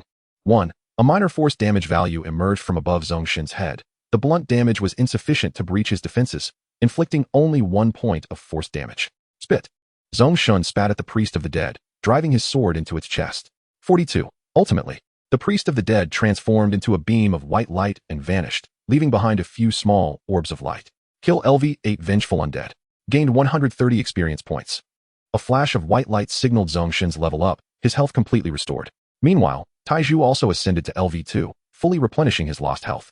However, the 3 wolf cavalry members would not find it so easy to level up. Their starting level was 10, requiring significantly more experience points than Zhong Shen and Taiju. After Zhong Shen concluded the battle, only 5 undead remained on the field. Among them, 3 were rapidly losing health under the relentless assaults of the wolf cavalry, barely clinging to life. Among the other 2 undead, one wielded a staff. This particular undead differed from the priest, adorned in a robe patterned with skeletal motifs. Its staff topped with a menacing skull engulfed in eerie green flames. Surrounding its body, 3 pristine bone shards revolved incessantly, with a flourish of its staff. Following a brief chant, the ground heaved, birthing 2 skeletal warriors brandishing rusted swords. Goodness, is this not the handiwork of a necromancer? Taiju, lend a hand. Zhong Shen focused once more, eyeing this seemingly necromantic foe. Vengeful Necromancer LV11, green. Race, undead. Blunt damage, 18 to 24. Magical damage, 46 to 49. Health, 285,285. Magic points, 180,230. Armor value, 13. Skills, Summon Skeleton LV1, casting time, 2s, cost, 50 magic points, summons 2 LV1 skeleton warriors, duration, 10m, cooldown, 15m, Necromantic Arrow LV1, casting time, 15s, cost, 20 magic points. Fires a necromantic arrow dealing 11 times magical damage. Bone Armor LV1, summons 3 bone armors, each with a durability of 20, lasts, 5m, cooldown, 15m. For you at present. This is a formidable adversary. Endeavor to revel in the joy of battle. Goodness, a green fawn elite monster, significantly stronger than the common undead denoted by white font. Furthermore, this is a remarkably rare necromancer. At this moment, the 3 wolf cavalry had dispatched their respective opponents, and were now converging with Taiju towards the remaining necromancer and the short sword-wielding undead. Zhong Shen cast his gaze towards the 2 skeletons. Skeleton Warrior LV1. Race, undead. Slashing damage, 15 to 18. Health, 120. Armor value, 0. 2 featureless skeletons, easily dealt with. These 2 skeletons, along with another short sword undead, purposefully advanced towards the wolf cavalry, aiming to stall their offensive. However, Taiju had already maneuvered through the shadows to the side of the necromancer. Whoosh. Bang. His dagger struck out. One of the 3 bone shards surrounding the necromancer shattered upon impact, while another was left in tatters. Seizing this moment, the necromancer had already completed the incantation for the necromantic arrow. Dark necromantic energy coalesced into a lethal arrow, striking Taiju in the chest. It erupted in a burst of black light. Bang. 50. A substantial damage value appeared above Taiju's head, instantly depleting nearly a third of his health. He let out a cry of pain, propelled backward by the force of the necromantic arrow. Meanwhile, the 3 wolf cavalry were exerting themselves fully to eliminate the skeleton warriors and the short sword undead, none able to interrupt the necromancer's spellcasting. Simultaneously, the necromancer raised its staff once more, preparing to deliver a finishing blow to the injured Taiju. Zhong Shen did not hesitate, raising an eyebrow. He charged forward with his kite-shaped shield. After the necromantic arrow was released, he positioned his shield in front of Taiju. Here it comes. Chapter 34. Slaying the elite monster and cleaning the battlefield. Bang. A tremendous impact reverberated. The necromantic arrow collided violently against the kite-shaped shield. Zhong Shen, bracing with his shield from the rear, felt an immense force strike his arm, momentarily destabilizing him. Fortunately, he ultimately withstood the assault of the necromantic arrow. Equipped with the basic heart of strength, Zhong Shen's strength attribute had reached 18 points, and with just 3 more points, he would nearly match Kirby, thus enabling him to endure the force of the necromantic arrow's impact. This is one of the advantages of choosing the strength path from the outset. Compared to those lords who selected their backgrounds based on preference, Zhong Shen possessed significantly greater combat prowess in the early stages. 52. Block. 2 prompts emerged successively from above his head. This strike rendered the already dented shield even more battered, although no physical harm was incurred. The durability of the shield was diminished by 2/3, causing Zhong Shen a twinge of regret. My lord. Behind him, Taizhu seized the opportunity to rise. Gazing at the lord standing before him, shield in hand, bravely deflecting the attack. His eyes brimmed with tears, overwhelmed by emotion. Your selfless rescue. Taizhu's loyalty increased by 2 points, current loyalty, 100. Upon reaching maximum loyalty, Taizhu will unconditionally execute any command you give, even at the cost of his own life.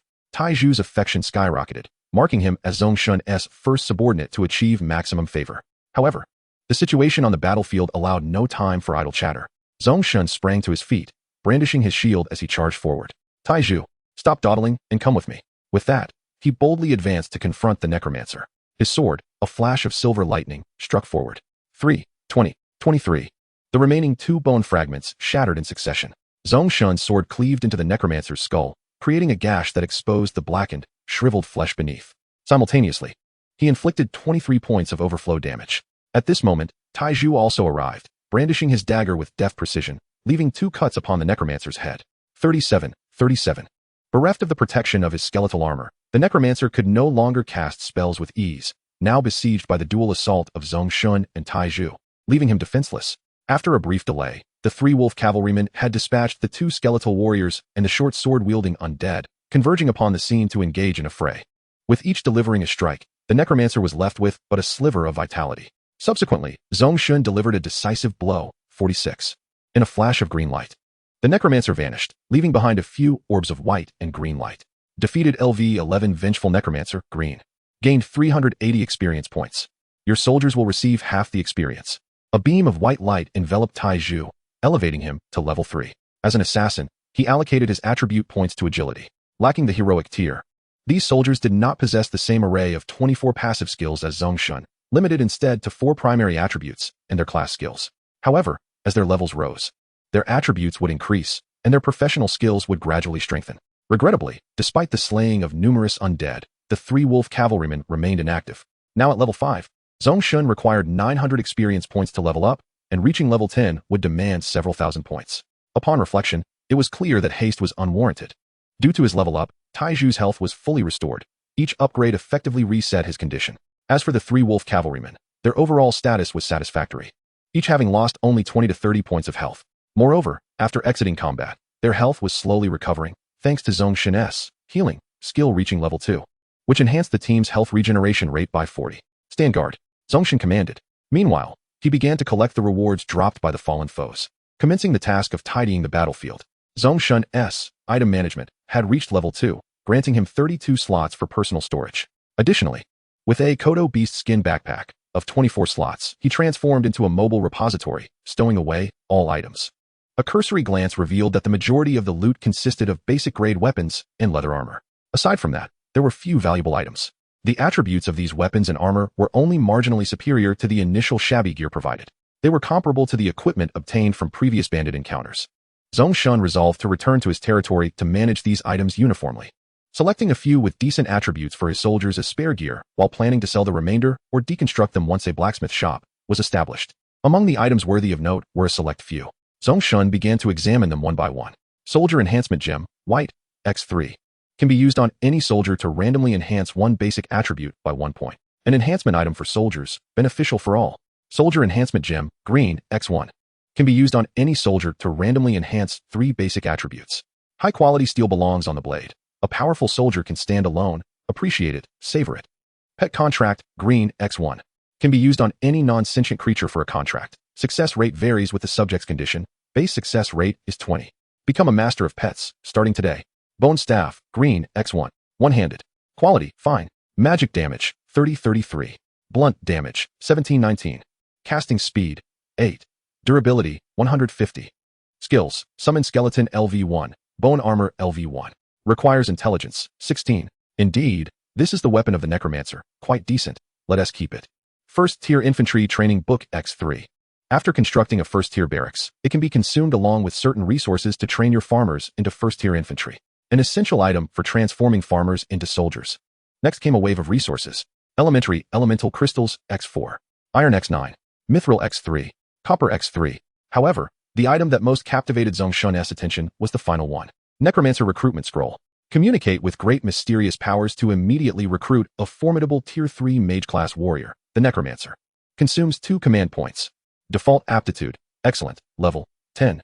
Can be promoted or enhanced later. Click to use. A powerful Necromancer, a warrior who commands life and death. The Necromancer Recruitment Scroll. Zhong Shen had just witnessed its formidable prowess. As long as a mage has companions to protect them, they can sustain their output continuously. It is possible to further augment the strength of the underlings. However, the mere thought of the Necromancer's gaunt visage causes a twinge of apprehension within Zhong Shen as he clutches the recruitment scroll. If he were to summon such an unsightly creature, would he not be plagued by nightmares each night? Chapter 35, The Necromancer Tasia. Just as this doubt surfaced, a golden prompt materialized before him. Fool, do you think only the undead can become necromancers? Upon reading this message, enlightenment dawned upon Zhong Shen. He dismissed the prompt with a wave of his hand. It seemed his concerns were unfounded. A necromancer is merely a type of mage and does not signify a particular race. But why do I lack magical energy? Zhong Shen pondered anew. Only those who have completed the apprentice mage training and awakened their magical talent can become mages and possess magical energy. The essence of magical energy is the manifestation of wisdom and mental fortitude. Only through profound wisdom and mental strength can one awaken their mage talent. Communicate with the powers of various elements and weave them into diverse spells. After absorbing this information, Zhong Shen nodded in agreement. Indeed, it made sense. Thus, he resolved to utilize the recruitment scroll. With a focused thought, he activated it. The scroll, adorned with skeletal motifs, soared forth and landed on the ground beside him. Dark green flames ignited, forming an eerie, horned skull. The flames then surged, coalescing into a luminous green orb that writhed and twisted before gradually dispersing. Once the green light dissipated, a petite figure emerged. Lo and behold, it was a young woman. She donned a tattered black robe, with a spiked chain mace hanging from her waist, and wielded a gnarled staff resembling a tree root. Her golden curls swayed gently, framing a pale visage that bore an air of solemn tranquility. Her eyes sparkled with an unusual brightness, as if she could perceive the very boundaries of life and death. This stood in stark contrast to the cadaverous image Zhong Shen had previously envisioned. She approached gracefully and knelt on one knee, one hand resting on her staff, while the other pressed to her chest in a gesture of respect. In the name of death and rebirth, I, the Necromancer Tasia, present myself to you. My blood shall be shed in the places you guide. Listening to her oath of fealty, Zhong Shen stood tall, responding solemnly, Welcome to our ranks. Tasia, together, let us forge a magnificent territory. Tasia, maintaining her impassive demeanor, bowed her head once more before rising silently to stand aside. Exuding an aura of solitude and aloofness, the 3 wolf cavalrymen observed the necromancer with covert curiosity. Necromancers are enigmatic entities. To the average person, they command the dead, consorting with corpses and reveling in the creation of death. Even Zhong Shen had initially harbored similar preconceptions. Nevertheless, since she had become his soldier, regardless of her race, origin, or appearance, he would not pry into her past, as long as her loyalty could be assured. In truth, while he surveyed the battlefield and assessed the spoils of war, he was also affording the wolf cavalry and iron pillar a moment of respite. As a lord, Zhong Shen held great regard for his soldiers. Moreover, in this world of lords, everything is quantified and displayed. He could clearly discern the loyalty and various changes among his soldiers. Thus, the relationship between a lord and their subordinates here is rather straightforward and manageable, unlike the complexities of his former world. Zhong Shen's gaze fell upon Tasia, and immediately her detailed attributes appeared before him. Necromancer, Tasia, qualification, excellent. Level, LV10. Attributes, click to expand. Hunger, 80. Loyalty, 70. Tasia's initial loyalty, surprisingly, was 10 points lower than that of the typical wolf cavalry and night elf huntresses, only slightly above that of recently rescued farmers. It appeared that the temperament and disposition of necromancers were perhaps distinct from those of ordinary soldiers. Zhong Shen contemplated this briefly before unfolding her attributes further. Necromancer, Tasia, Strength, 16. Agility, 16. Wisdom, 32. Charisma, 9. Health, 335. Magic power, 400. Magic damage, 48-51. Blunt damage, 30-33. Head armor, 0. Upper body armor, 12. Lower body armor, 6. Magic resistance, 6. Skills, Summon Skeleton Archer, summons 2 LV10 Skeleton Archers, consumes 50 magic power, duration 20 cooldown 30 Magic efficiency enhancement, increases magic power recovery rate by 20. Double Necromancer Arrow, casting time 2 seconds, consumes 40 magic points, launches 2 necromancer arrows, each dealing 15 times magic damage. A remarkably powerful necromancer. Should you acquire the necromancer skill book, she could learn even more skills. Moreover, all soldiers recruited via the scroll possess a default skill level of LV10, while soldiers trained through advanced barracks or relic barracks will also have some initial professional skills. Indeed, as a rare necromancer, her attributes and skills could effortlessly surpass those of the previous green elite undead. Furthermore, through the notes, Zhong Shen gleaned another insight. Soldiers summoned via the recruitment scroll are fully realized professional soldiers, complete with level and skill proficiency at LV10.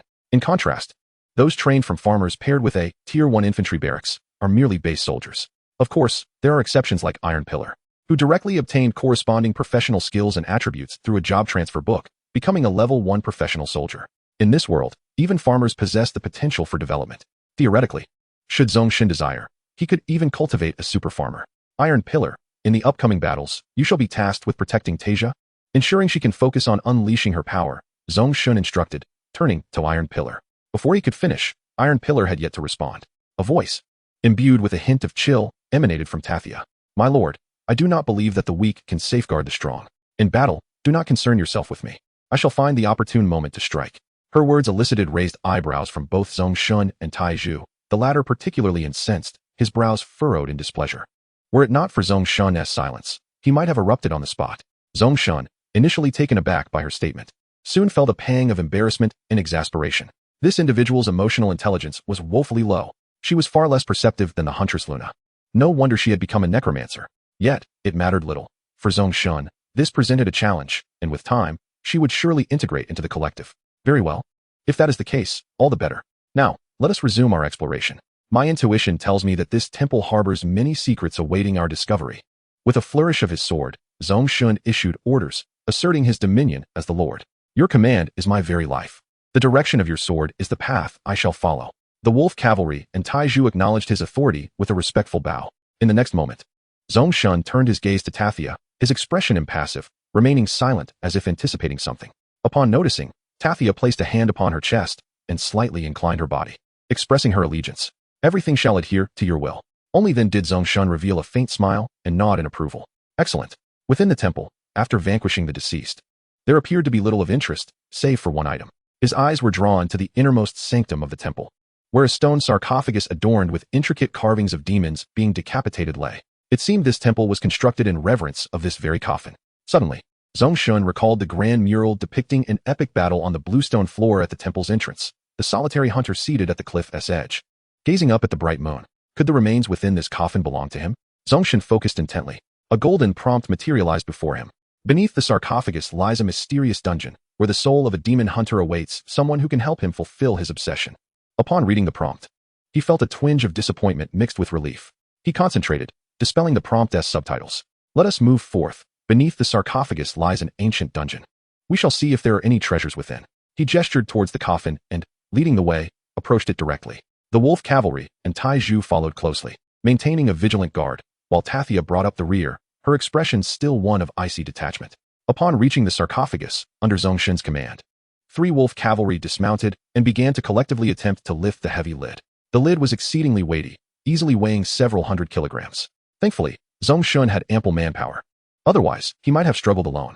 Even so, it took the combined strength of the 3 wolf cavalry, along with Zhong Shen and Tai Zhu, to heave the lid open. Why is it so heavy? Zhong Shen pondered, noting that its density far exceeded that of ordinary stone. With this thought, he gazed intently. High-grade magic pattern stone sarcophagus. Crafted entirely from high-grade magic pattern stone. Click to decompose. Magic pattern stone is a precious magical material, suitable for inscribing magical arrays, crafting enchanted items, or creating magical tools. Though it may seem somewhat unscrupulous, my dear friend, this is high-grade magic pattern stone. High, very high indeed. After absorbing the information, Zhong Shen realized that this sarcophagus was, in fact, composed of high-grade magical materials. He peered inside, only to find it utterly empty and devoid of any visible dungeon entrance. Could it be hidden beneath the sarcophagus? With this thought in mind, Zhong Shen opted to decompose. Instantly, the magic pattern stone sarcophagus transformed into a burst of radiant light. Acquired 187 high-grade magic pattern stones. With a flick of his hand, he stored the stones in his inventory. As anticipated, the sarcophagus vanished, revealing a deep entrance below. My lord, allow us to clear the way for you. The giant wolves possessed remarkable vision in the darkness. Kirby volunteered, The entrance was not overly narrow, sufficient for the giant wolves to traverse comfortably. Zhong Shen nodded in agreement with Kirby's suggestion. Consequently, the three wolf cavalry simultaneously placed their fingers to their lips and let out a sharp whistle. In the next moment, three giant wolves received their command and swiftly entered the tunnel. The robust wolf cavalry drew their twin blades and followed closely behind into the passage. Zhong Shen descended after them, with Taiju and Tathia bringing up the rear. Inside the tunnel, it was far less dark and constricted than Zhong Shen had envisioned. Beneath the temple, there lay secrets yet to be uncovered. Upon passing through the entrance, they encountered a broad, downward stone staircase wide enough for two wolf cavalry to walk side by side. As they descended, a long corridor stretched ahead, deep and shrouded in darkness, devoid of any visibility. However, just as Zhong Shen raised his gaze, the sides of the corridor began to illuminate gradually. Pale white candles ignited, flickering to life from near to far. The candlelight was dim, casting an eerie glow akin to ghostly flames. They resembled white roses dancing in the darkness, strange and enchanting. The scene was truly unnerving. Although Zhong Shen had faced the undead before, suddenly finding himself in such a place still felt unsettling. He could feel goosebumps rising on his arms. Unexpectedly, after millennia, the first human to tread here was none other than himself. A voice whispered in Zhong Shen's ear, echoing eerily. Strangely, none of his soldiers seemed to notice, save for Tathia, whose eyes reflected a hint of something unusual, yet she did not react. Who goes there? Zhong Shen, raising his shield, spun around sharply. A melancholy-faced demon hunter stood behind him. Startled, Zhong Shen instinctively drew his German sword and struck. But the blade passed straight through the demon hunter's form as though slicing through air. The wolf cavalry and Taiju exchanged bewildered glances, unsure of what had just transpired. At this moment, Zhong Shen found himself enveloped in a serene calmness. He recalled the hint that had accompanied his entry, which spoke of the soul of a demon hunter. Human, I have been dead for over 10,000 years. I bear no malice toward you. My existence persists solely due to my lingering obsession. Would you be willing to assist me in freeing me from this torment, allowing me to find peace? The soul of the demon hunter implored once more. Simultaneously, a system notification materialized. The soul of the demon hunter, Otralin, extends a quest invitation to you. Accept. Decline. Do accept. Zhong Shen found no reason to refuse. A quest implied rewards, and furthermore, there was the suggestion of guidance. He opted for accept. I am willing to assist you. A simple smile appeared on the demon hunter's spectral visage. Thank you, my human friend. My request is rather straightforward. My remains lie scattered within this dungeon. Years ago, the imprisoned blood demons seized the opportunity amidst chaos and escaped. They attacked me, severing my body into 6 pieces and discarding them throughout the dungeon. Please help me recover my remains and bury them beside the moon well. The children of the moon ultimately must return to their mother. The demon hunter's words resonated softly, as his form gradually faded from view. Before Zhong Shen, the system quest panel and guidance notes emerged. The child of the moon seeks to return to its mother's embrace. Endeavor to fulfill his obsession. Your territory conveniently houses the moon well. Completing this quest may yield wondrous transformations. Chapter 37, the first fragment of the body. Quest, the demon hunter's obsession. Objective, explore the dungeon, recover Otralin's body, which has been divided into 6 parts, and bury it beside the moon well. Rewards, random skill book of the demon hunter X1, beginner's wisdom book X1. Beginner's charm book X1, 1000 lord experience points, 500 team experience points. The ancient dungeon once imprisoned blood demons, explored diligently for unexpected rewards. To his astonishment, it truly was a quest, and one recognized by the lord system at that. Truly, a game of the gods, Zhong Shen mused silently. Beyond the ethereal deities, he could think of no other rationale to explain it all. Let us proceed. Our next task is to explore the dungeon in search of the dismembered remains of a demon hunter. Zhong Shen succinctly outlined the quest requirements. Having noticed that aside from himself and Tasia, the necromancer, none of the other soldiers could perceive the demon hunter's spirit, the group nodded in understanding. Even the aloof Tasia complied with a nod. It seemed that this entity was merely reclusive. When it came to souls, she resonated quite profoundly. Once the quest objective was confirmed, they advanced down the corridor. As they walked, Zhong Shen's attention was drawn to the white candles affixed to the dungeon walls that could ignite themselves. He turned to examine them, contemplating whether to take a few for illumination in his territory. Simply igniting would produce too much smoke, rendering the nights in his domain shrouded in darkness. Unless he procured some schematics for lighting devices, stable sources of light would not grace the territory's nights. These candles appeared promising. With this thought, Zhong Shen reached out and plucked one from the iron candle holder on the wall. However, as soon as the candle was detached, it swiftly melted in his grasp. It seemed this could not be harvested. What about the candle holder? Zhong Shen tilted his head, pausing to ponder whether to have the wolf cavalry extract the iron holder from the wall. Oh, my heavens. As a lord, could you refrain from constantly scheming on how to exploit resources? Depart this corridor within a minute, else you shall encounter minor troubles. The The guide's sardonic remark suddenly appeared. Zhong Shen rubbed his nose, abandoning his contemplation of the candle holder. Let us move forward. He waved his hand, for the guide had warned that lingering in the corridor would attract trouble. The corridor was lengthy. Even with candle holders every few meters along the walls, the end remained elusive. Who knew where this passage led? Zhong Shen quickened his pace. After a brisk walk, he finally glimpsed the corridor's terminus. At its end hung a peculiar cross. However, they were a moment too late. Several shadowy figures appeared, crawling into view at the corridor's end. Their silhouettes elongated in the candlelight. In the next instant, these shadows emerged from both sides of the passage. This allowed Zhong Shen to discern their forms. Their heads bore no skin, only exposed, crimson muscle. A gaping maw stretched nearly to their cheeks, with jagged teeth resembling the blades of a shredder. They crawled on all fours, entirely naked, devoid of any hair or skin. Their joints were grotesquely twisted, and their spines protruded, giving rise to sharp, bony spikes. They bore an uncanny resemblance to hyenas clawing their way out of hell. These creatures did not move recklessly. Instead, they congregated at the end of the corridor. Simultaneously, more shadows were hastening toward them, awaiting reinforcements. With malevolent gazes, these fiends fixed their eyes upon Zhong Shen and his companions.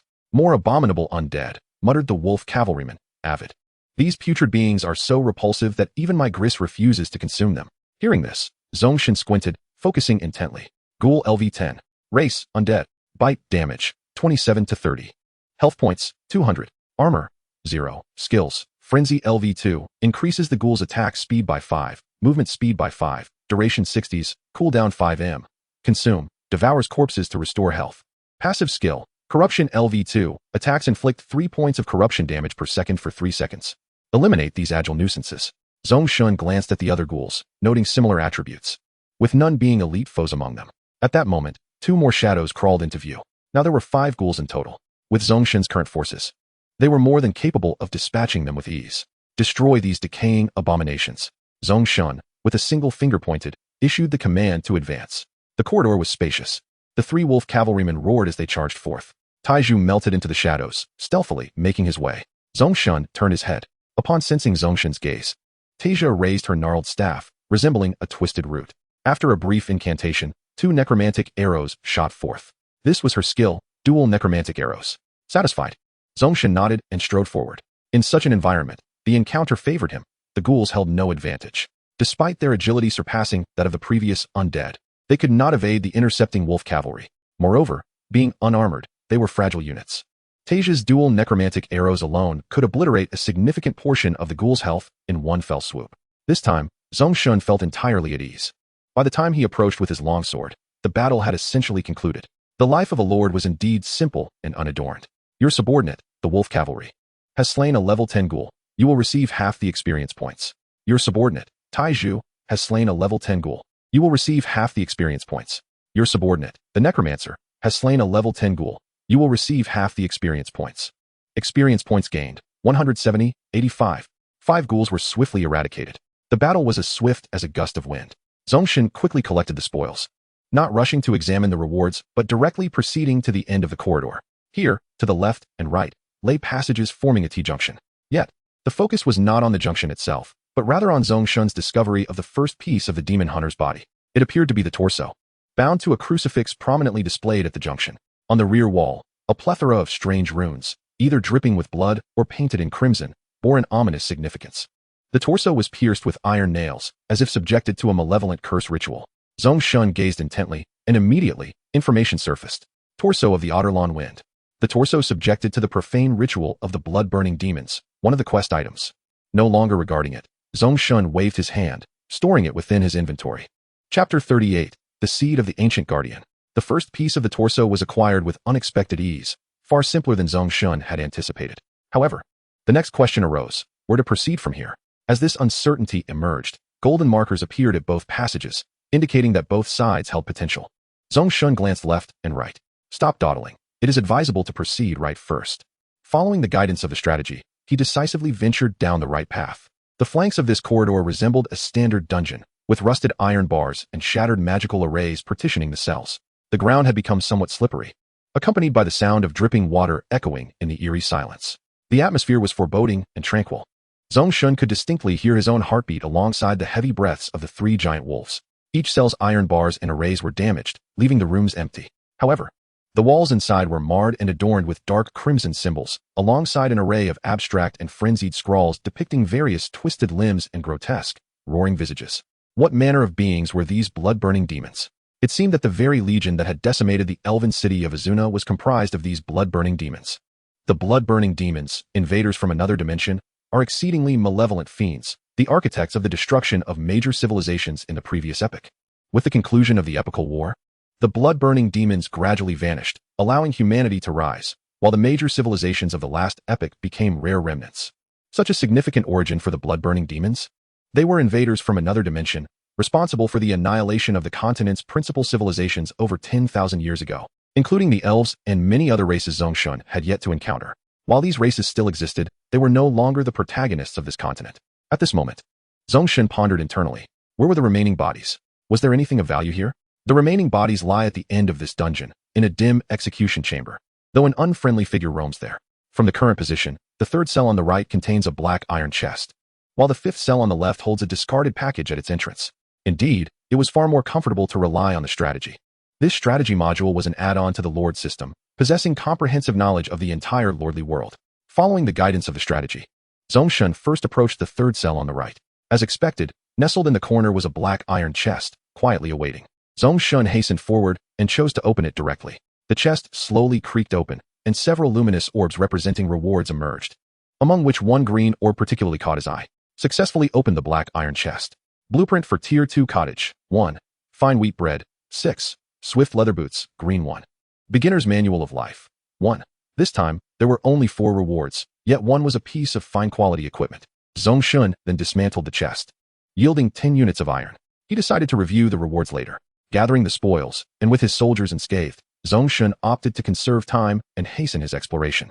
The dungeon was overly dark and cramped. Lingering too long could induce a sense of claustrophobia. He was eager to complete the task and return to the surface.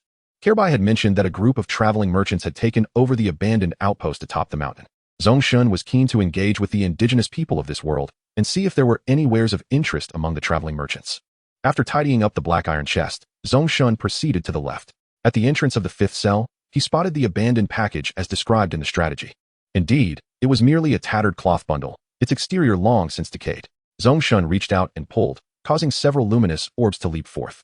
Among them was an intriguing purple orb. This signifies that within this tattered cloth, there lies a rare item. Soldier Enhancement Gem, White, 3. Elementary Crystal, Basic, 6.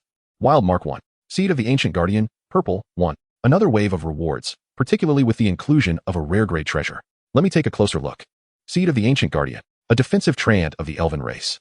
When planted in soil and nurtured, it will grow into an ancient guardian trant, capable of protecting your territory while also possessing the ability to move slowly and re-establish its roots. With it, you can sleep soundly. This entity is akin to a defensive arrow tower. However, it appears to be more agile than an arrow tower, capable of moving slowly and changing its deployment location. Zhong Shen once again stowed the rewards away. With the accumulation of treasures, he had grown weary of organizing them each time. He planned to sort them out after the completion of this task upon returning to the surface for respite. This exploration had yielded substantial gains. The dungeon alone was replete with valuable items, not to mention the tasks at hand. Gripping his sharp German sword, he led the way toward the dungeon's end.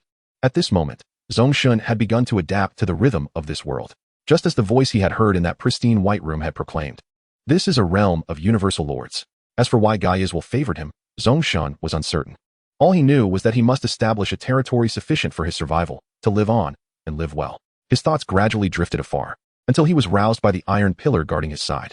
My lord, ahead lies the execution chamber, the last unexplored area of this dungeon, the iron pillar indicated softly.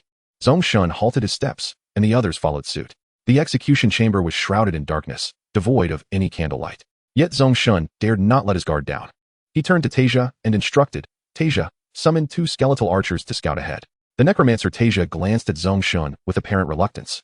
This was reminiscent of the initial hesitance displayed by the iron pillar and the others. With a loyalty of merely 70 points, her enthusiasm was notably lackluster. However, upon catching a glimpse of Zhong Shen's more profound gaze, she began to chant.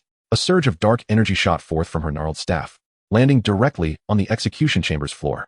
The ground then heaved, and 2 skeletal archers, their eyes ablaze with faint crimson flames, emerged from the earth, brandishing their bone shortbows.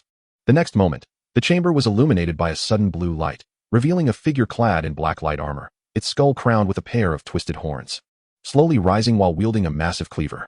Chapter 39. The Bloodburn Demon Skeleton. Indeed, there was something noteworthy. In the execution chamber, aside from the skeletal archers summoned by Tasia, this formidable being was the only other presence. Though all were skeletons, the blue glowing giant was clearly beyond comparison with the two frail skeletal archers. At that moment, the two skeletal archers began to draw their bows. Twang, twang.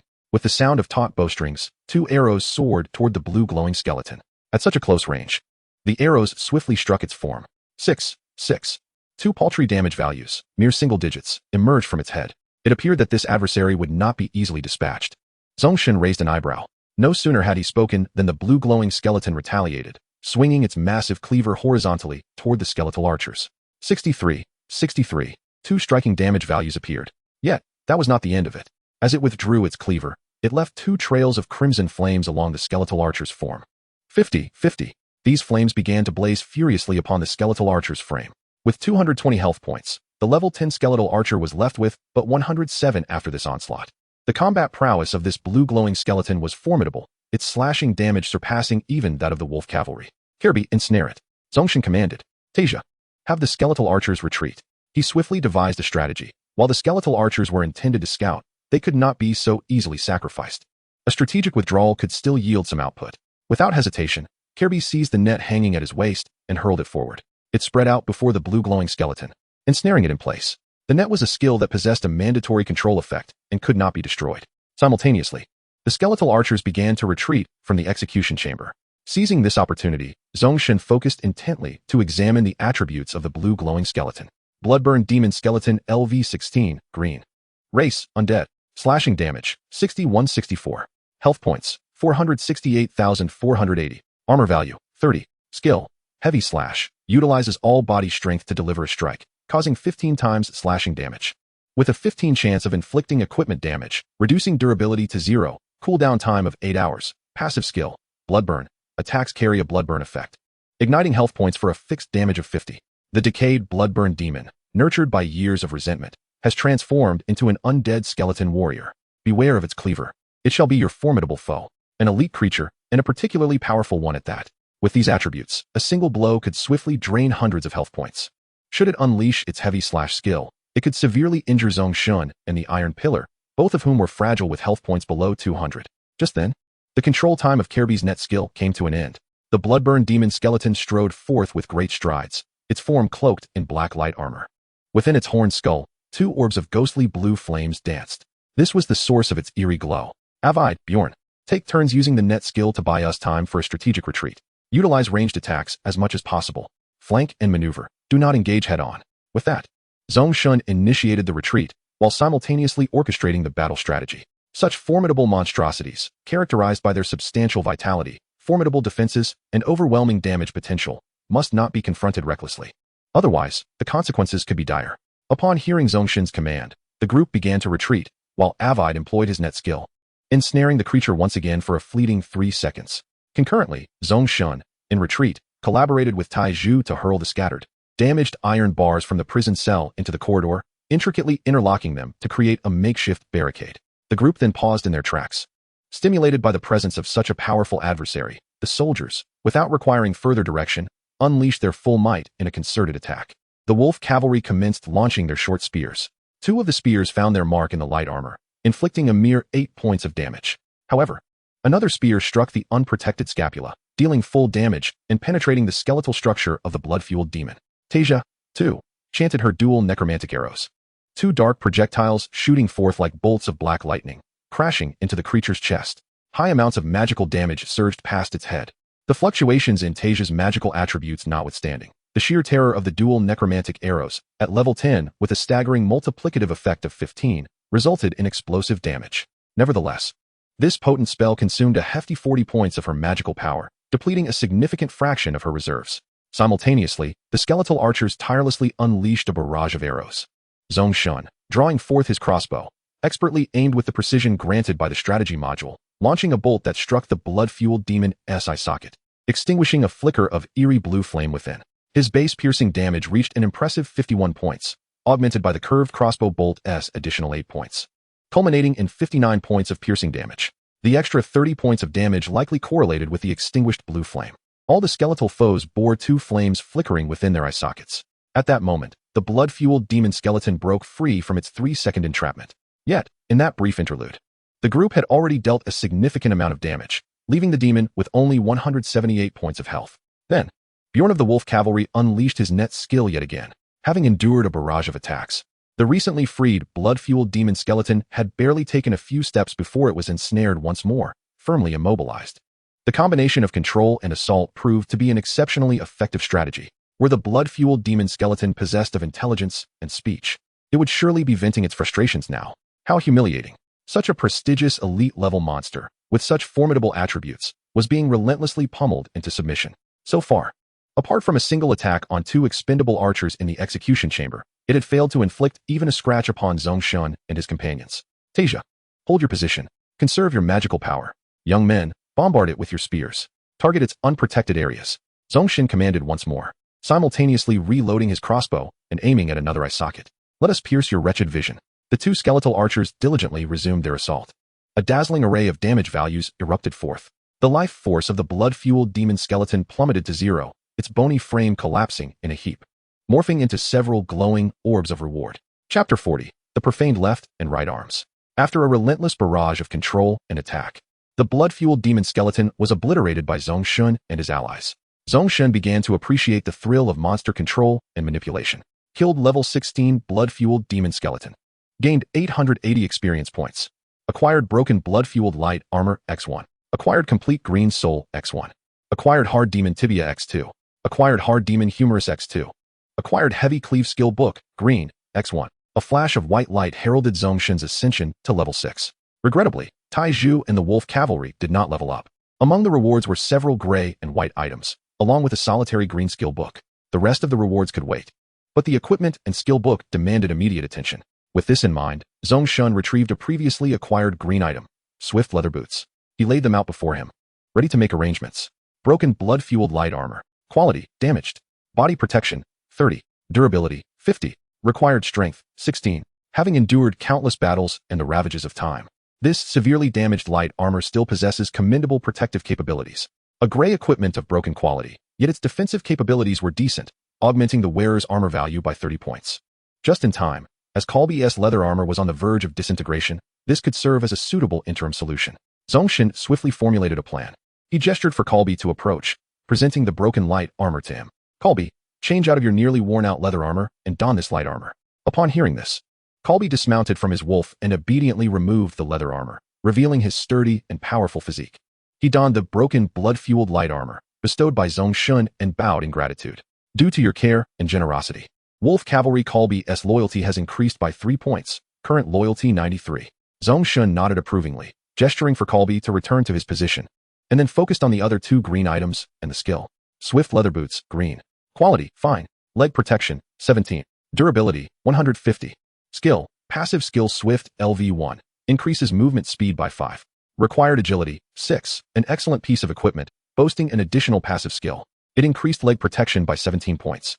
Far superior to Zhong Shen's worn leather boots. Without hesitation, Zhong Shen equipped them immediately. The defensive capabilities of his legs and his mobility have both been significantly enhanced. The tattered gear he wore has been largely replaced by Zhong Shen. One could say it was akin to exchanging a bird's gun for a cannon. How delightful. Zhong Shen's gaze shifted once more to the skill book before him. Skill book, Heavy Cleave. Upon learning, the skill can be mastered. Heavy Cleave LV1. Heavy Cleave LV1. Using all body strength to deliver a strike, inflicting 13 times slashing damage, with a 10 chance to cause equipment damage, reducing durability to 0. Cooldown time, 10 hours. Required strength, 30. Can be learned upon meeting the requirements. Alas, he cannot learn it yet. Zhong Shen muttered curses under his breath as he stowed the Heavy Cleave skill book away. The skill required a staggering 30 points of strength to learn. Even the robust wolf cavalryman currently accompanying him could not meet this strength criterion. It must be set aside for the time being. As for his other findings, he would keep them for later, intending to organize them once he returned to the surface to complete his tasks. The formidable monsters that had obstructed their path have been vanquished. It is now time to search the execution chamber for the scattered remains of the demon hunter, Aotlin Yufeng. Zhong Shen, along with his companions, moved to remove the iron bars that had previously served as a barricade in the corridor. They hastily entered the execution chamber. Tasia, Have your 2 skeletal archers come in quickly before they dissipate and illuminate the area for me." Zhong Shen beckoned to Tasia.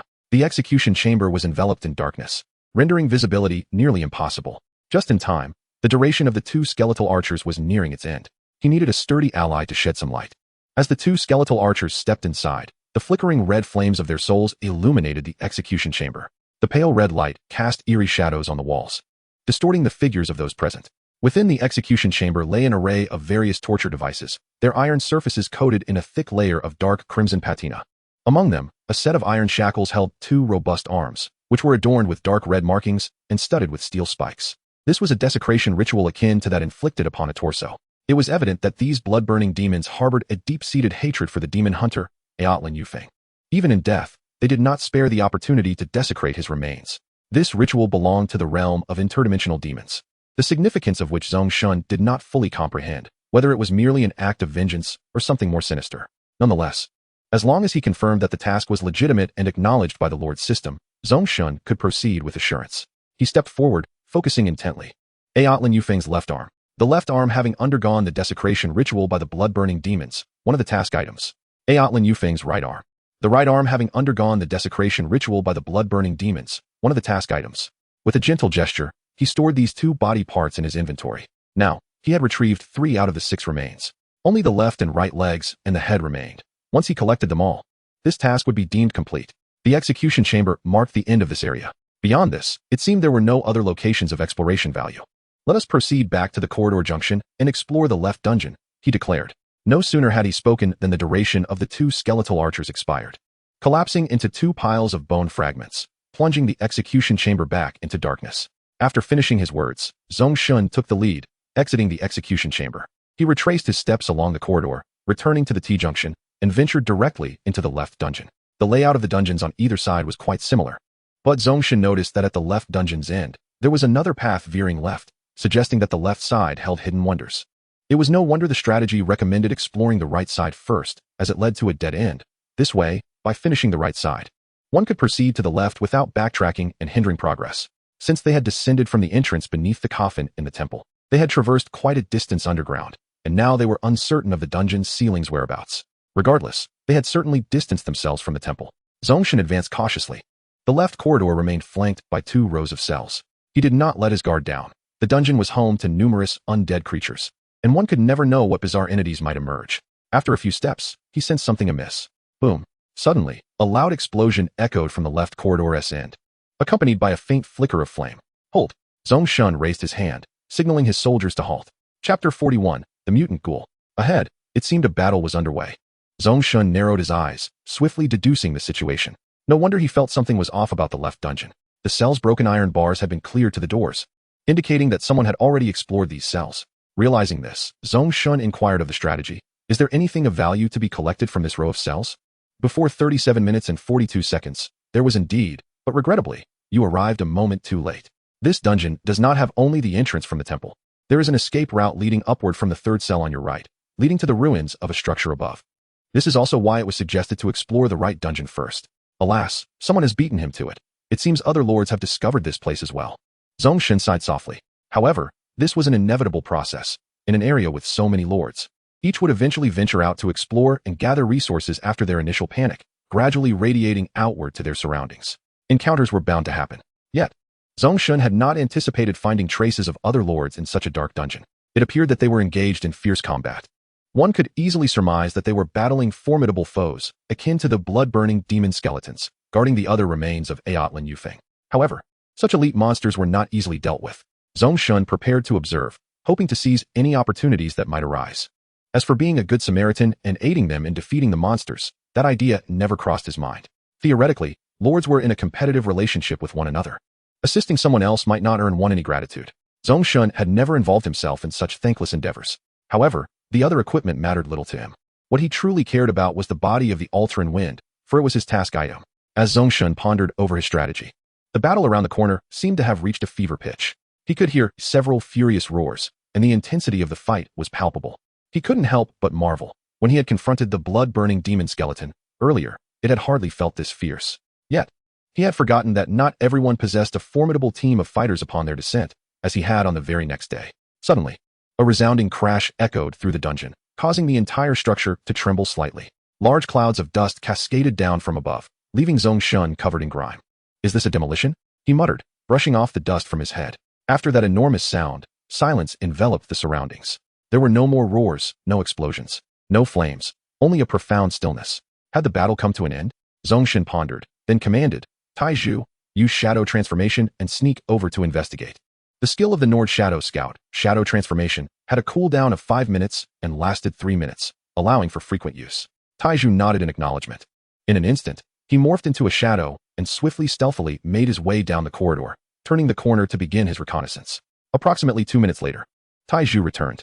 "My lord, the battle has concluded.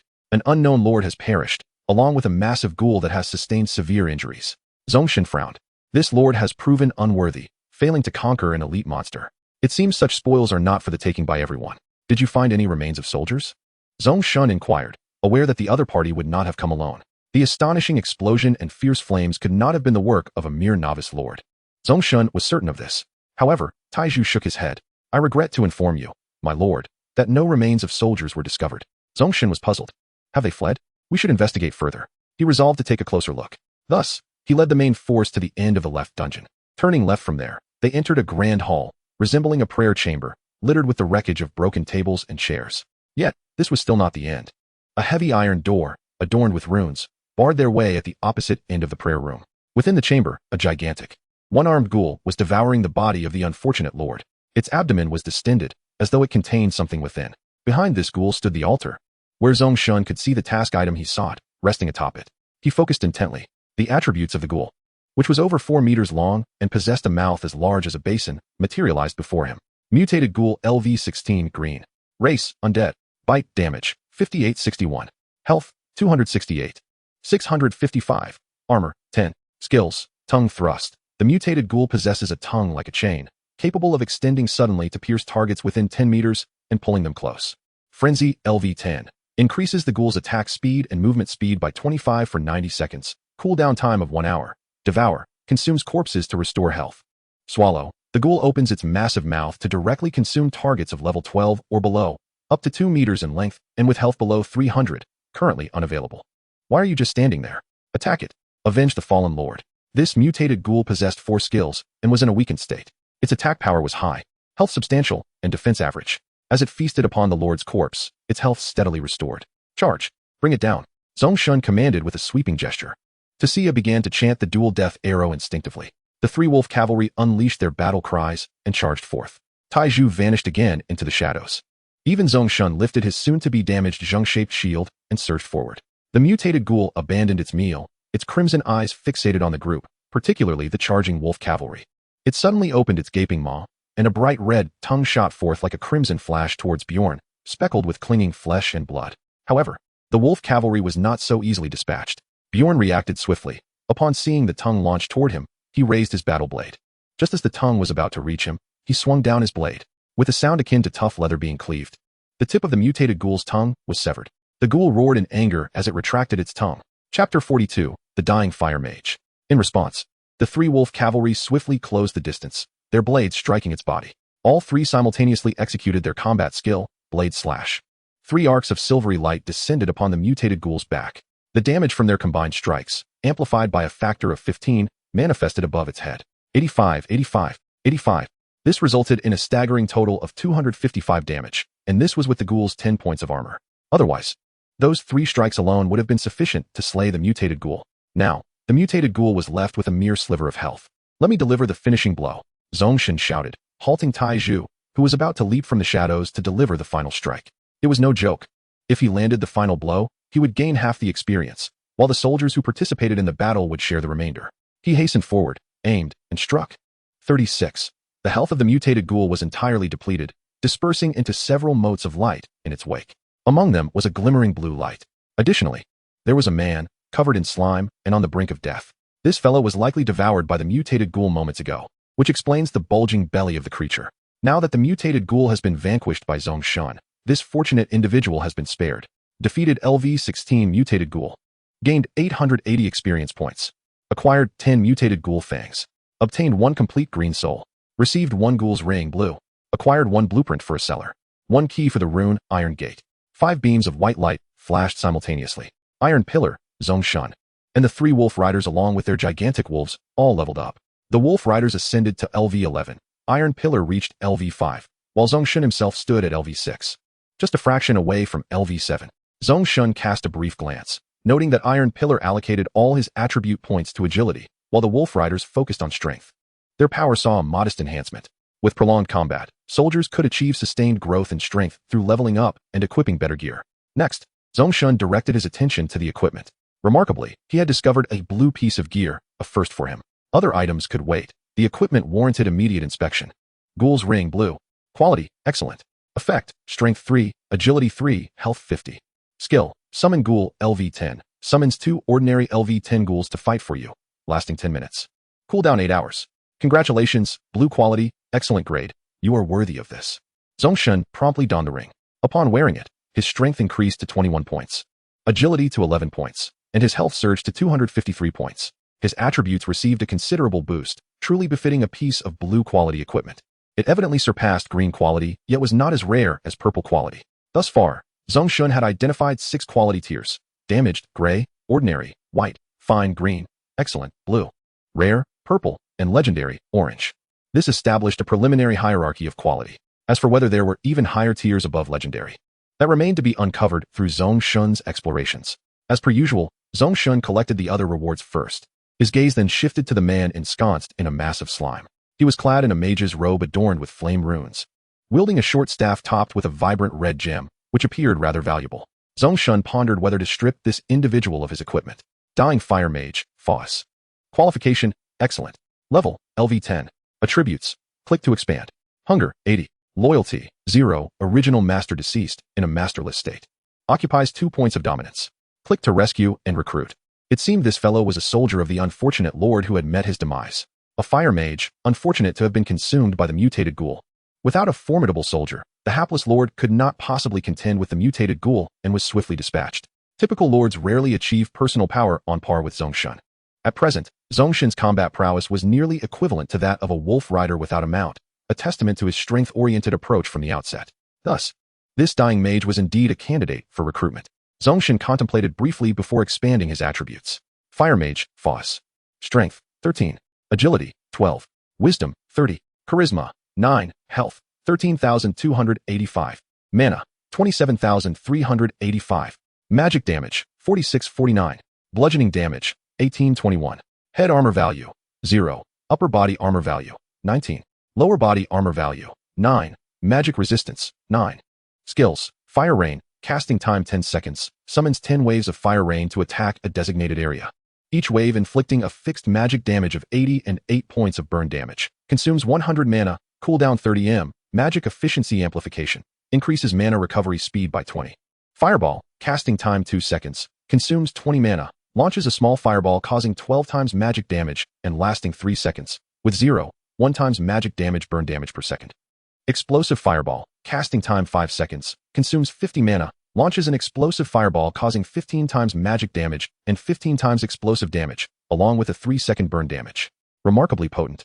This output was simply staggering, particularly the explosive fireball. In terms of skill output, he even surpassed Tessia slightly. Such is the nature of fire mages, whose magic possesses exceptionally high lethality, ranking among the top 3 of all mages. A fortunate find indeed. Faced with such a powerful fire mage, Zhong Shen had no reason to refuse. He decisively chose to rescue and recruit. Please restore Foss's health to above 50. Gentlemen, lift him up, Zhong Shen instructed. In the next moment, several burly men gathered around. Zhong Shen then produced a wooden bucket containing approximately 80 milliliters of moonwell water. These were the remnants of the moonwell water he had brought out for trading that morning, perfectly preserved for this purpose. Zhong Shen instructed Kirby to pry open the fire mage's mouth, and then poured half of the moonwell water into it. A light cough followed, signaling the mage's awakening, albeit with a hint of confusion. Did you save me? Where's my lord? Zhong Shen leaned closer, surprised to find a strikingly handsome blonde-haired, blue-eyed man. However, the odor emanating from him left much to be desired. The slime exuded a pungent stench of decay and acidity. Zhong Shen smiled at him. Fear not, brave mage. It is I who have rescued you. Chapter 43. Continue the search. A smile graced Zhong Shen's face. In the eyes of Foss, who had survived the calamity, he appeared as a majestic savior. The lord to whom you pledged your allegiance has fallen to the fangs of a mutated ghoul. My soldiers and I arrived too late. Nevertheless, after a grueling battle, We vanquished that foul creature, avenging the unfortunate lord. Now, are you willing to uphold the will of the departed and pledge your fealty to me? Zhong Shen stated forthrightly. Upon hearing this, Faust rose slowly from amidst the throng of wolf riders. With a melancholic glance at the corpse of the ill-fated lord, he did not respond directly to Zhong Shen, but instead ambled over to the remains. He bowed his head and inquired, Esteemed lord, I thank you for saving my life. Before I swear my allegiance to you, may I first perform the rite of fire to protect my former lord's body from desecration? Zhong Shen nodded, gesturing for him to proceed. The unfortunate lord's corpse was a ghastly sight. Even Zhong Shen, known for his adaptability, found it hard to look upon, feeling a wave of nausea with each glance. Once Faust had secured Zhong Shen's consent, he raised his staff and began to chant. Within 2 seconds, a small fireball coalesced and shot forth, engulfing the corpse in flames. Rest in peace, my former lord, Faust murmured solemnly. He then turned back to Zhong Shen. Kneeling on one knee, one fist pressed against his heart, the other holding his staff firmly on the ground. In the name of the god of flames, Fire Mage Faust reports to you. Recruitment successful, default loyalty is 70. Following Faust's oath of loyalty, a system notification appeared promptly. Zhong Shen nodded and patted his shoulder. Rise, Faust, and let us continue to explore this forsaken dungeon. After our exploration, take me back to your late lord's territory. I believe the others there require settlement. Zhong Shen had taken a liking to the farmers in that unfortunate territory. It was a time of great development for the land, and both farmers and soldiers were of utmost importance. Faust stood up, nodding quietly, remaining still by the side. At that moment, Zhong Shen approached the smoldering remains of the unfortunate lord. This individual had plundered many valuable items from the left side of the dungeon. What would become of his belongings now that he had perished? Now, his territory is in a state of abandonment. You can declare occupation of the unclaimed territory to gain control, after which you will be able to open the territory's storage and inherit items from his personal storage. Zhong Shen gazed at the Gonglier T-shirt, understanding its implications. Indeed, when a person dies, their light extinguishes, no matter how many resources or treasures one acquires. If they meet an untimely end, all will serve as a gift to others. Zhong Shen resonated deeply with this truth. Although he often took matters into his own hands, he never engaged in endeavors without certainty. It seemed prudent to visit his territory once the task was completed. Zhong Shen shifted his gaze, turning towards the altar, where lay the items he sought, the 2 legs of the demon hunter, Odorlan. The entire prayer room was permeated with the acrid scent of burning flesh. The orange-red flames cast a somber glow throughout the chamber, evoking a sense of desolation after death. Approaching the altar, Zhong Shen's gaze swept over the 2 quest items.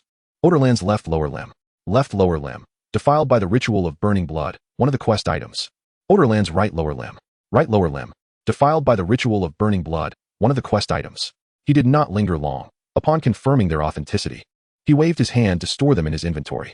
Having collected 5 of the 6 body parts, only 1 head remained to complete the task. He pondered what sort of monster would guard the final piece. Zhong Shen cast his gaze towards the runic iron door. Behind that door lay the only remaining path to explore within the dungeon.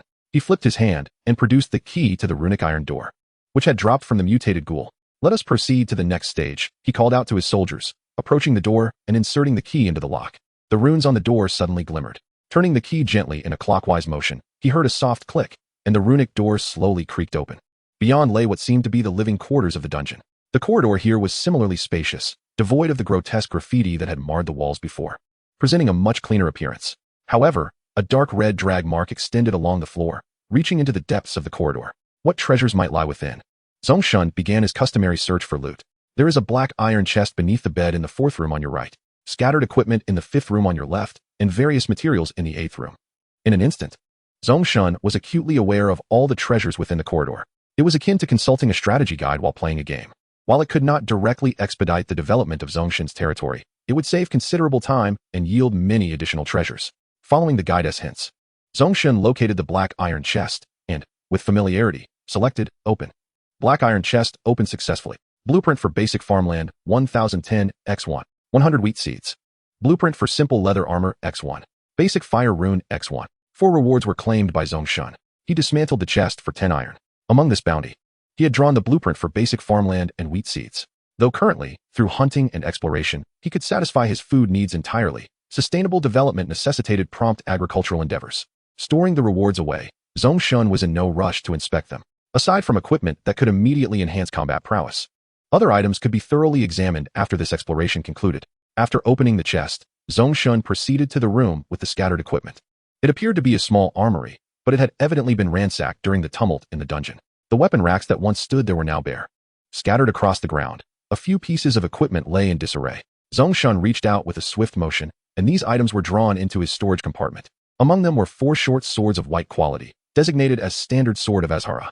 Additionally, there was a round shield crafted from thorny vines of green quality. A piece of exquisite equipment, known as Thorn Shield. This was perfectly suited to replace his nearly obsolete, dinted Jin-shaped shield. Zhong Shen retrieved the Thorn Shield and began to examine its attributes. Chapter 44, The Stitching Monster Pado. Thorn Shield, green. Quality, exquisite. Shield defense, 85. Block probability, 30. Durability, 200. Skill, Thorn Retaliation LV3. Upon receiving an attack, inflicts 5 damage as a counterattack to the assailant. Truly worthy of its green designation. The shield bore an LV3 counterattack skill. Though its effect paled in comparison to the Necromancer's Thorny Retaliation, it synergized perfectly with the shield's defensive capabilities, allowing for a seamless transition into counteroffensive maneuvers. Zhong Shen stored away the dinted Jin-shaped shield, as it had been a companion during his initial endeavors. He intended to bring it back to his territory as a keepsake. Delighted, he grasped the Thorn Shield. Its robust vine handle instilled a profound sense of security. Now fully equipped, Zhong Shen boasted a truly luxurious configuration among his contemporaneous lords. However, the perils of exploration loomed large, exemplified by the unfortunate fate of those who fell to the hands of mutated ghouls. Possessing a formidable fire mage soldier, this setup could undoubtedly rank among the elite, even on the second day of a lord's progression. Yet, due to reckless exploration, one had perished within the shadowy confines of a dungeon's prayer chamber, forfeiting the opportunity to thrive in this world. Zhong Shen was enamored with his new shield, toying with it in his grasp as he continued his search. He arrived at a location mentioned in the strategy guide, where supplies were scattered. Iron 37, Mithril 13, Copper 11, Refined Alloy 2, Basic Wood Rune 2. Another wave of resources.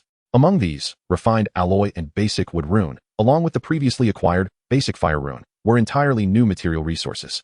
Once all resources had been collected, Zhong Shen was grateful for the ample space in his storage compartment. Additionally, similar resources could stack up to 400 per slot, sufficiently catering to Zhong Shen's extended explorations and resource gathering.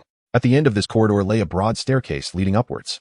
Let us ascend, Zhong Shen stated slowly, leading the way toward the stairs. Ascending approximately 5 floors, they emerged into a dimly lit hall. This space appeared to be part of some sealed ruin, with a ceiling of collapsed, interwoven supports. The ground was littered with scattered stones, and among them lay several fragmented and broken bones. After a thorough search and some adjustments, the magical energies of Faud and Tasia had replenished significantly. Zhong Shen retrieved some wood from his storage and tossed it onto the ground. Faud, come ignite a fire. Upon hearing this, Faud raised his staff and began to chant. 2 seconds later, a small fireball formed and struck the wood, igniting it. The flames illuminated the entire enclosed ruin hall, revealing their target. In the center of the hall rested a massive rectangular stone table, which had been partially shattered. Upon the table lay a colossal, unwieldy humanoid figure, resembling an exceedingly large person towering over 2 meters. It possessed a body, limbs, and a head, yet everything appeared disjointed, evoking an unsettling sensation. As they approached, the source of its disarray became evident. The creature's body was covered in a multitude of scars and elongated stitches, particularly evident on its limbs and torso, which were entirely pieced together, resulting in mismatched hands and legs. Each hand clutched a knife the size of a small door. Where the heart should have resided, a gaping wound had been cut, and a small arm was stitched into that space. The torso bore numerous lacerations, from which a pale yellow fat oozed.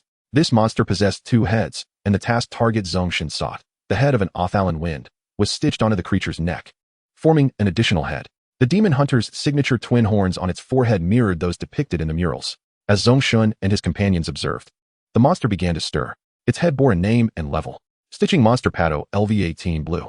Blue Captain Level. Race, Undead. Slashing damage, 82-85. Health points, 800.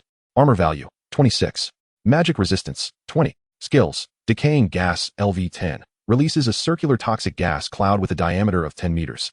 Inflicting continuous damage and slowing enemy movement speed by 20, causing 35 poison damage per second. Dismemberment LV10. Pado's arm can grasp enemies within 2 meters, immobilizing them for 3 seconds while using dual knives to perform dismembering slashes.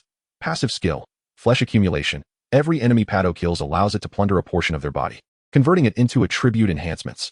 Although classified as undead, it is, in fact, a war machine born from nefarious human experimentation. Evil, powerful, capable of leveling anything in its path. It is advised not to confront it head-on. Agility is paramount. Incredibly formidable. This was the most powerful monster Zhong Shen had encountered to date, with no discernible weaknesses. Both offense and defense were exceptionally robust, complemented by a control skill, dismemberment. If ensnared by it, one would nearly be sentenced to death. Given the attack power of this stitching monster, even wolf cavalry or the great wolves beneath them could face instant annihilation. At that moment, the stitching monster was slowly reviving. Zhong Shen glanced back towards the passage they had traversed, recalling the terrain along the way. Suddenly, an idea sparked in his mind, and he prepared for a ranged assault. Let us engage in a single round of combat, after which we shall retreat. We will utilize the debris and rubble from the previous location to construct a makeshift defense, followed by another round of ranged attacks, and ultimately withdraw to the prayer room behind the runic gate. Zhong Shen instructed swiftly, drawing forth his preloaded crossbow to take aim. Tasia and Favid began to chant their incantations, unleashing dual necromantic arrows and explosive fireballs. Each of the wolf cavalrymen had 7 short spears remaining, and they commenced a vigorous volley of throws. At that moment, the stitched monstrosity had only just risen. Its grotesquely mismatched limbs and corpulent form did little to hinder its speed as it lunged towards Zhong Shen and his companions. The two conjoined heads gaped open, feigning a roar. However, after merely taking a couple of steps, it was met head-on by the first wave of ranged attacks from Zhong Shen's group. The fastest were the spells cast by the two mages. The necromantic arrows struck the stitched creature, dispersing into tendrils of black death energy that entwined within its wounds. Simultaneously, 2 instances of damage manifested. Following this was the explosive fireball. A fireball the size of a basin hurtled through the air like a meteor, crashing violently into Pado's corpulent form, resulting in a fierce explosion that sent him staggering back 2 steps. In the midst of the fiery chaos, a flurry of damage values erupted from above the stitched abomination Pado's head. The mages certainly lived up to their title as kings of ranged output.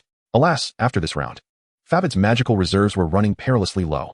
At this juncture, Zhong Shen's crossbow bolts and the short spears of the 3 wolf cavalrymen simultaneously struck the stitched creature. 3 damage indicators appeared, appearing pitifully weak in comparison to the mage's output, particularly for the 3 wolf cavalrymen. After the armor's damage mitigation, they were left with a mere 12 points, barely worth mentioning. Following this assault, there was no need for further instruction from Zhong Shen. Everyone hastily retreated into the tunnel, including Zhong Shen himself.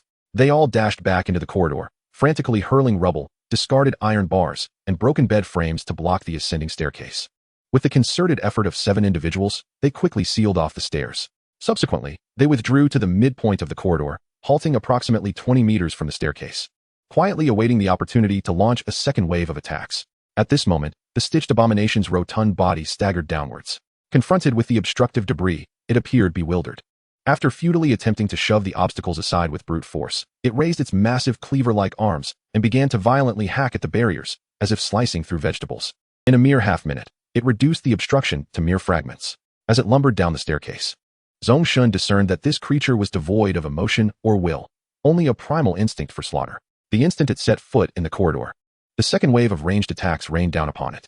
Tasia, with ample magical energy, unleashed another formidable, albeit costly, dual necromantic arrow. Favid, with diminished magical reserves, could only conjure a small fireball that consumed little energy. Regrettably, the wolf cavalryman's net control skill was still on cooldown. Otherwise, they could have immobilized the creature and unleashed a more sustained rain of fire.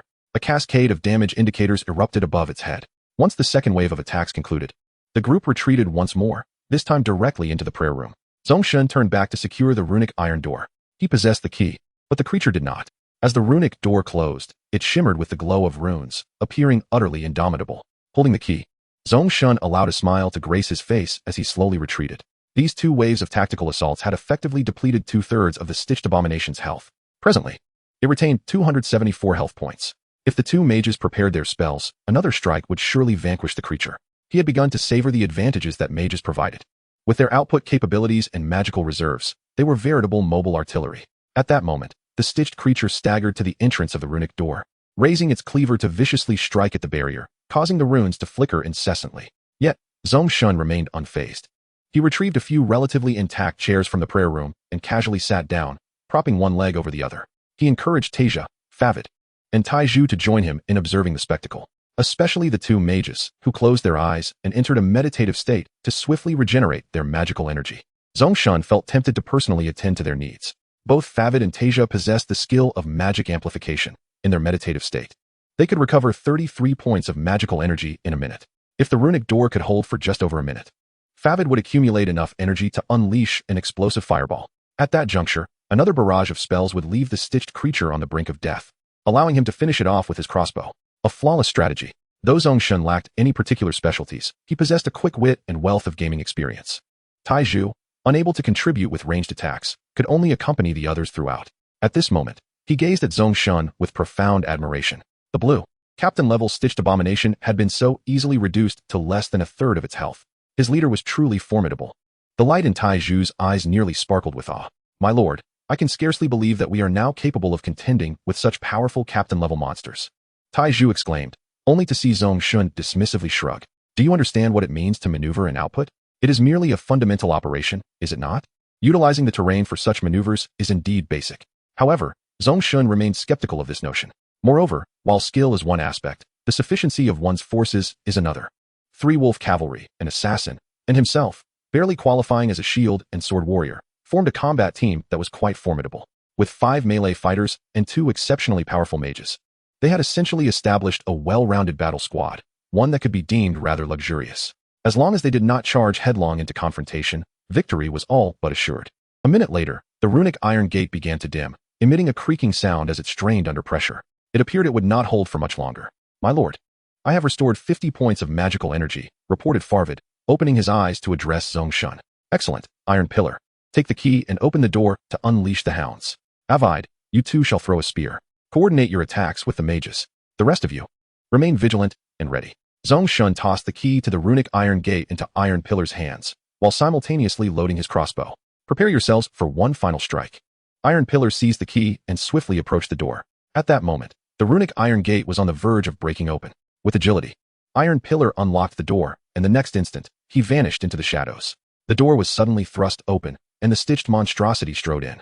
Without needing further instruction from Zhong Shen, their attacks descended upon the creature like a torrential downpour. Boom! Thunderous roars echoed. Whoosh!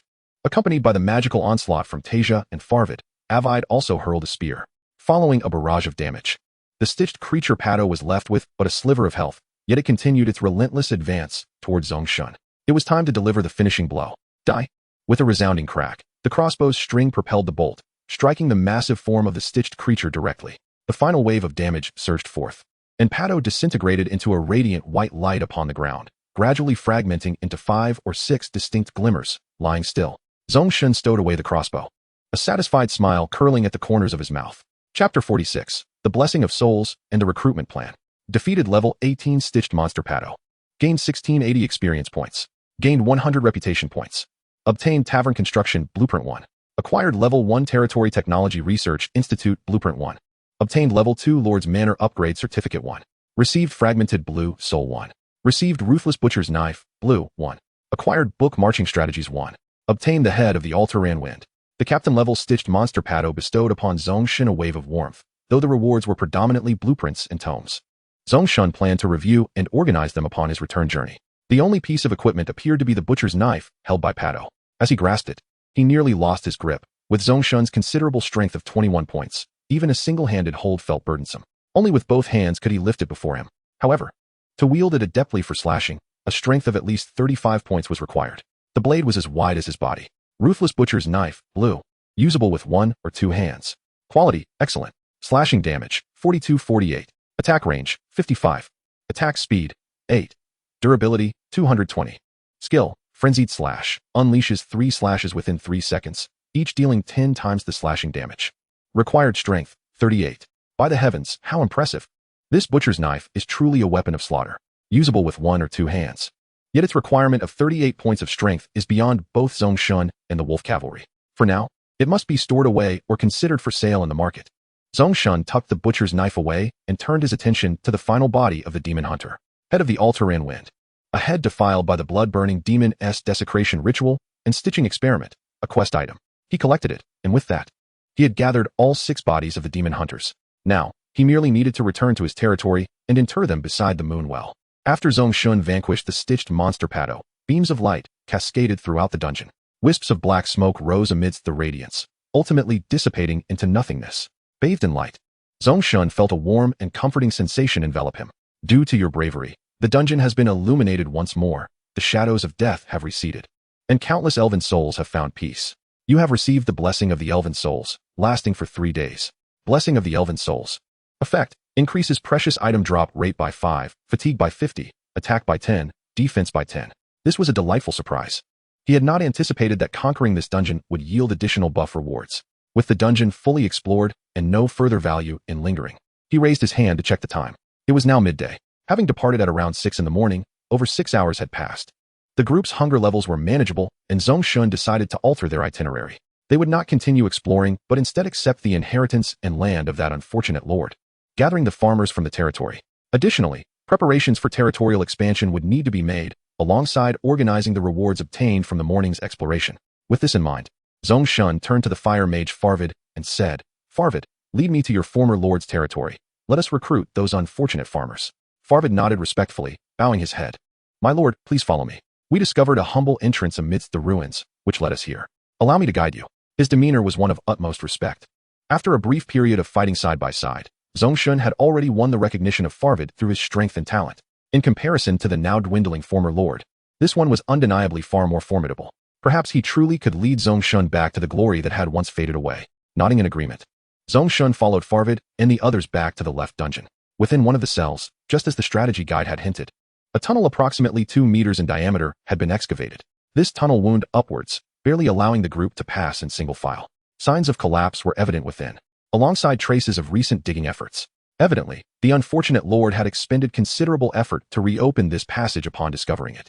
Cautiously traversing the tunnel, the group emerged into a desolate expanse. Surrounding them were still the mountains and forests, but the terrain here was somewhat flatter, suggesting they were situated on a plateau partway up the mountain. The ground was littered with scattered remnants of structures, amidst which dense underbrush and weeds thrived in the crevices. "My lord, the territory of the former lord lies just over there," Farvid indicated with a gesture, and within their line of sight, the dilapidated courtyard typical of a lord became visible. Outside, several farmers were diligently gathering crops, seemingly unaware that their lord had perished within the dungeon. The courtyard was less than 2 miles from their current position, a mere few minutes' walk. After approximately 5 or 6 minutes, Zhong Shen and his companions arrived outside the courtyard. To Zhong Shen's astonishment, he discovered that the unfortunate lord had 5 farmers in total, in addition to the initial 3. 2 more had seemingly been gathered from elsewhere. Upon noticing Zhong Shen's group, the 5 farmers halted their work, rising in alarm before hastily retreating back into the courtyard. The imposing presence of Zhong Shen's party, especially the fierce wolf riders with their menacing wolves, was enough to instill fear. However, upon seeing Farvid, one bolder farmer ventured to stand at the entrance and called out, "My lord Farvid, why are you with strangers? Where is our lord Zhong Song?" Stepping forward, Farvid began to explain, "The former lord was torn apart by monsters in the dungeon, and I narrowly escaped a similar fate. Fortunately, I encountered Lord Zhong Shen. These are Lord Zhong Shen's soldiers, and he has come to rescue you. In the absence of your lord's protection, it will be exceedingly difficult for you to survive in this wilderness," Farvid added swiftly. The farmers exchanged worried glances, yet none took the first step forward. The news of their lord's demise seemed to weigh heavily upon them. At this moment, Zhong Shen smiled gently and walked into the courtyard. The farmers, witnessing this, gasped in horror and shrank into the corners, as if they had seen a ghost. To them, no outsider could set foot in the courtyard. Yet it seemed the rules had changed following the death of the unfortunate lord. The courtyard was no longer under the protection of novice safeguards. Chapter 47. Who is the scoundrel who stole my horse? Observing the frightened farmers due to his entrance, Zhong Shen's lips curled into a warm smile. "Your lord has indeed passed away. Otherwise, I would not be able to enter this courtyard. Now, your only option is to submit to me and join my territory. I possess many powerful soldiers and ample food. Within my domain, I can ensure your safety and provide the most suitable shelter." Zhong Shen's voice was calm, yet his words were laden with seduction. He had accurately grasped the core needs of these farmers, merely sustenance and security. Indeed, upon hearing this unfamiliar lord speak, the farmers began to waver. Unfortunately, Zhong Shen had not brought back the unfortunate lord's corpse, which would have lent greater weight to his persuasion. Zhong Shen chose not to rush them. He allowed the farmers time to contemplate their decision. Meanwhile, he approached the territory's storage box, extending his hand. A prompt immediately appeared. "Unclaimed territory, do you wish to declare it as yours?" Zhong Shen selected yes. In the next moment, the storage box fully unfolded. Wood 87, stone 65, iron 21, hemp 32, copper 3, complete forest wolf pelt 1, complete young wild boar pelt 1, roughly cooked wolf meat 3, roughly cooked wild boar meat 6. The storage box contained little of value, primarily basic resources and some simple cooked meat, suggesting this individual had indeed hunted wolves and wild boars. The basics for sustaining the territory appeared to be in place. Inside the courtyard, 2 grass huts had been erected, along with a level 1 cooking stove and a level 1 blacksmith's workshop. In Zhong Shen's view, the construction was rather mediocre. Additionally, there was a package in the storage box. Zhong Song 199-9312 Lord's Relics. Contains 9 items. Please ensure sufficient storage space. Click to open. After checking his backpack and personal storage, Zhong Shen found he had 5 or 6 slots remaining. For safety's sake, he decided to take the package back to his territory for further examination. He secured the package and turned to the farmers. At this point, the farmers seemed to have received some message, finally realizing that their lord had indeed perished. As the saying goes, those who know the times are the true heroes. These farmers, being weak and ordinary natives, quickly gathered behind Zhong Shen and knelt before him. "We are willing to follow you, my lord. We shall build your territory, and we implore you to treat us kindly." Zhong Shen nodded in satisfaction.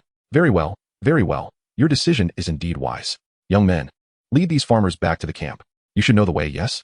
Zhong Shen called to the wolf riders. Kirby nodded, clasped his fist to his chest, and bowed respectfully.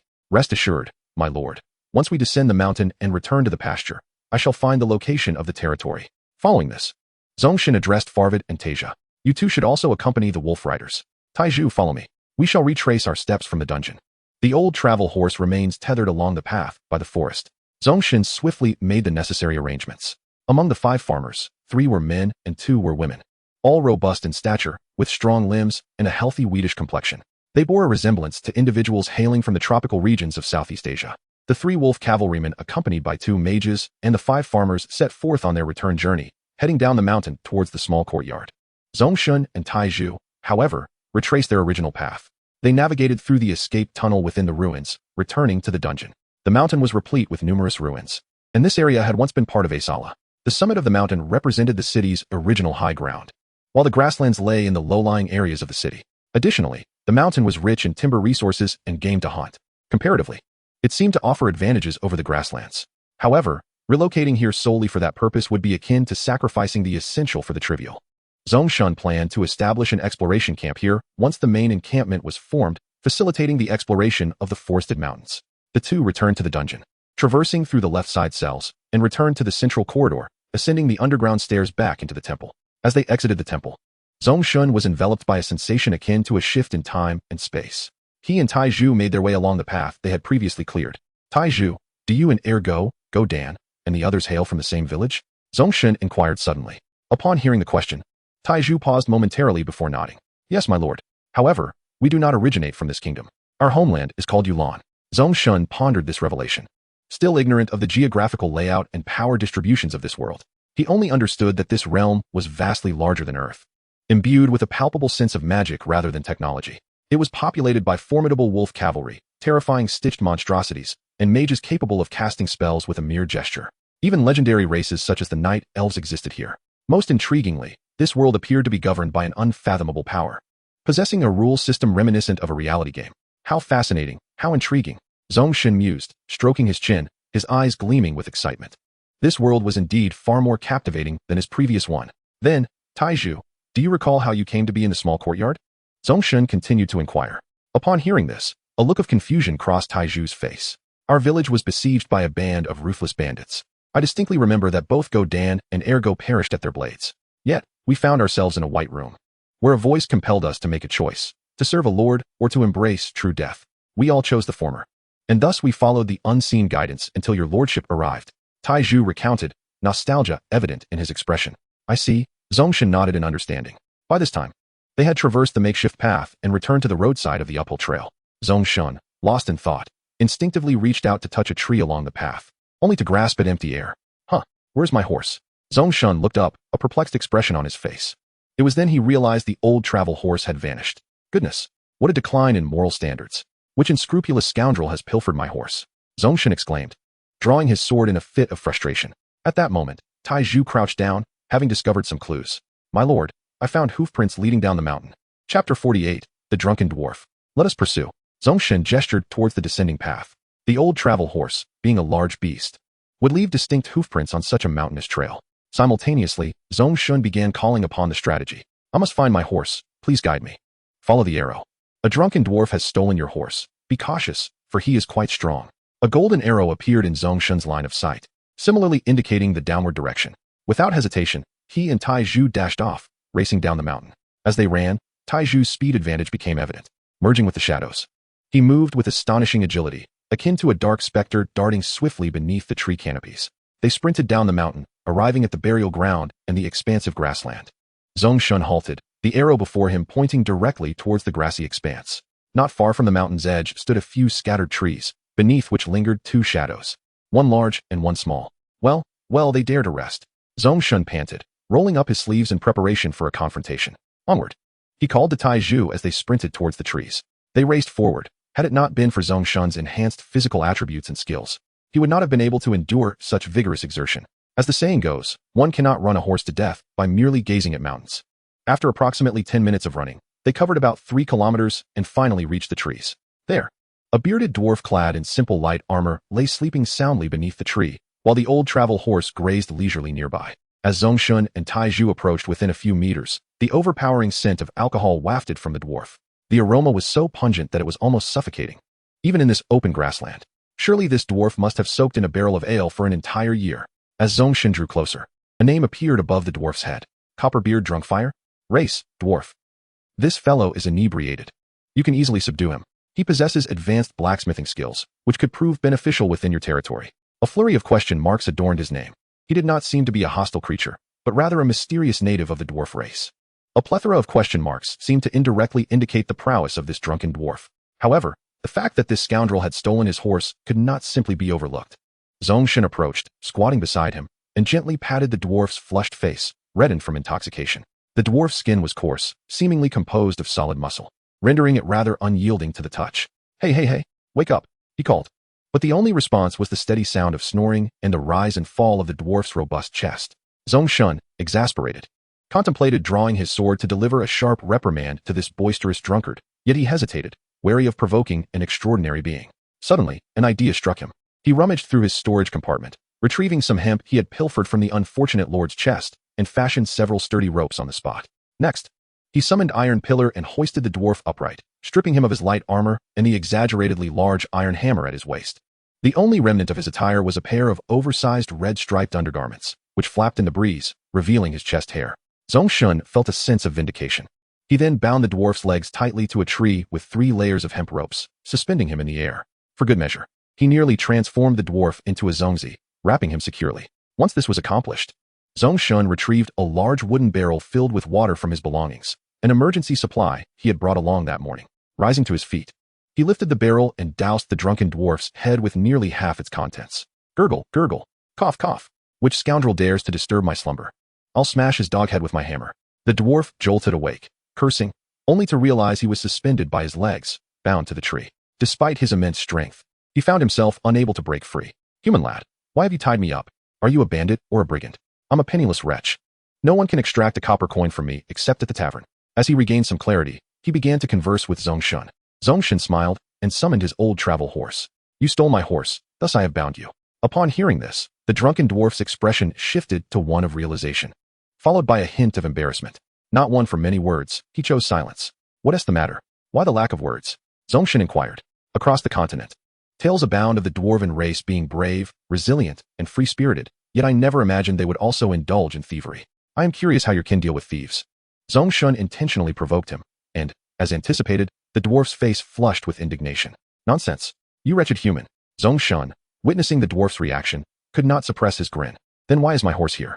This is my ancestral steed, with whom I share a profound bond. He feigned sorrow, gently stroking the old travel horse's head. The horse, perceptive, affectionately nudged Zhong Shen's arm. This display only deepened the dwarf's sense of shame. I apologize, human lad. I was inebriated. Realizing he could not wriggle out of this predicament, the dwarf chose to express contrition. I accept your apology, Zhong Shen said, raising his head earnestly. Seizing the moment, he extended an invitation. I am a lord, currently establishing a grand territory, and I find myself in need of a skilled blacksmith. Would you be willing to assist me? With the dwarf feeling remorseful, Zhong Shen boldly offered an olive branch. This dwarf, a veritable enigma with advanced blacksmithing skills, was a treasure. It is said that dwarves excel in forging. For a territory to flourish, one cannot rely solely on warriors skilled in battle. It requires talents across various fields: blacksmiths, tailors, builders, administrators, and even farmers and educators, each an indispensable aspect of a territory's development. This individual was indeed a gem. Zhong Shen had resolved to charm and deceive him into returning to his domain. Upon hearing this, the drunken dwarf hesitated. Chapter 49, The Master Blacksmith and the Gathering of Spoils. After a moment of contemplation, he slowly voiced his concerns. You are truly an understanding human lad. However, I am accustomed to a free-spirited life. Will there be ale in your territory? A sly smile crept across Zhong Shen's face at the dwarf's inquiry. Ale? How does this barrel of wine I hold strike you? Zhong Shen revealed the exquisite, fine forest fruit wine he had discovered from an ancient bronze chest. This was a quality drink of refined green excellence. He uncorked the vessel and waved it enticingly before the dwarf's nose. Ah, the rich aroma of this delightful wine.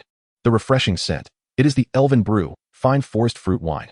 The dwarf, known as Copperbeard, proved true to his nature.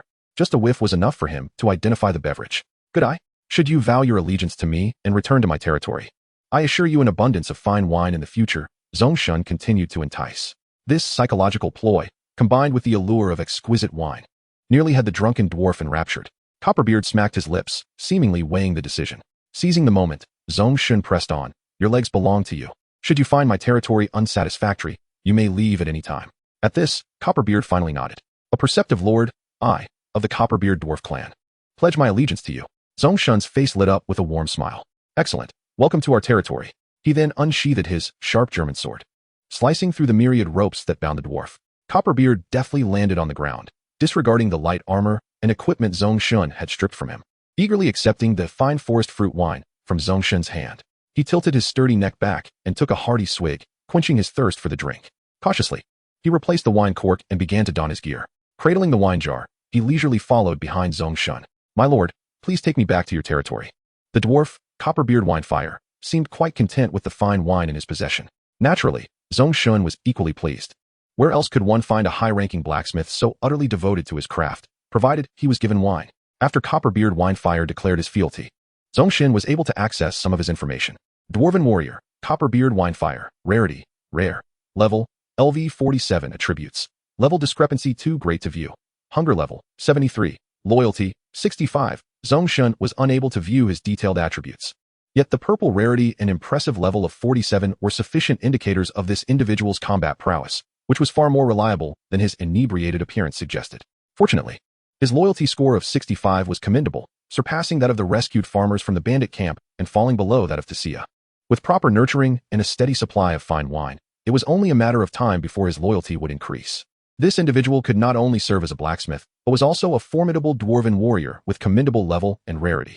Zhong Shen smiled with satisfaction, mounted his old travel horse, and waved goodbye to Copperbeard Winefire and Iron Pillar. Let us return to the territory, he said, gently spurring his horse into a brisk trot towards the camp. The dwarf and Iron Pillar followed closely behind, their pace matching that of the old travel horse.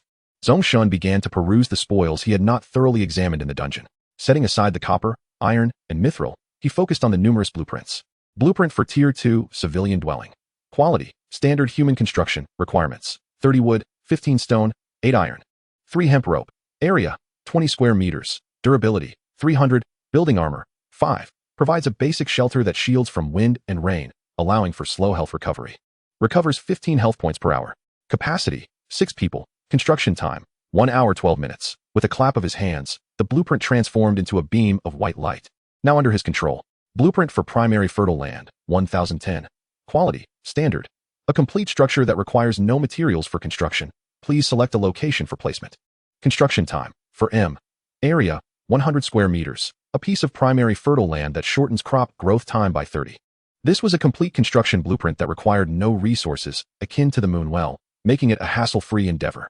Although he still possessed some crafted rum, it would likely not suffice for the seasoned drinker, Copperbeard Winefire. He would need to wait until a stable source of alcohol was established before proceeding with the tavern's construction. Blueprint for Cellar. Quality, Standard. Requirements, 50 wood, 20 iron. 50 stone. Underground space, 27 cubic meters. Durability, 1000. Building armor, 10.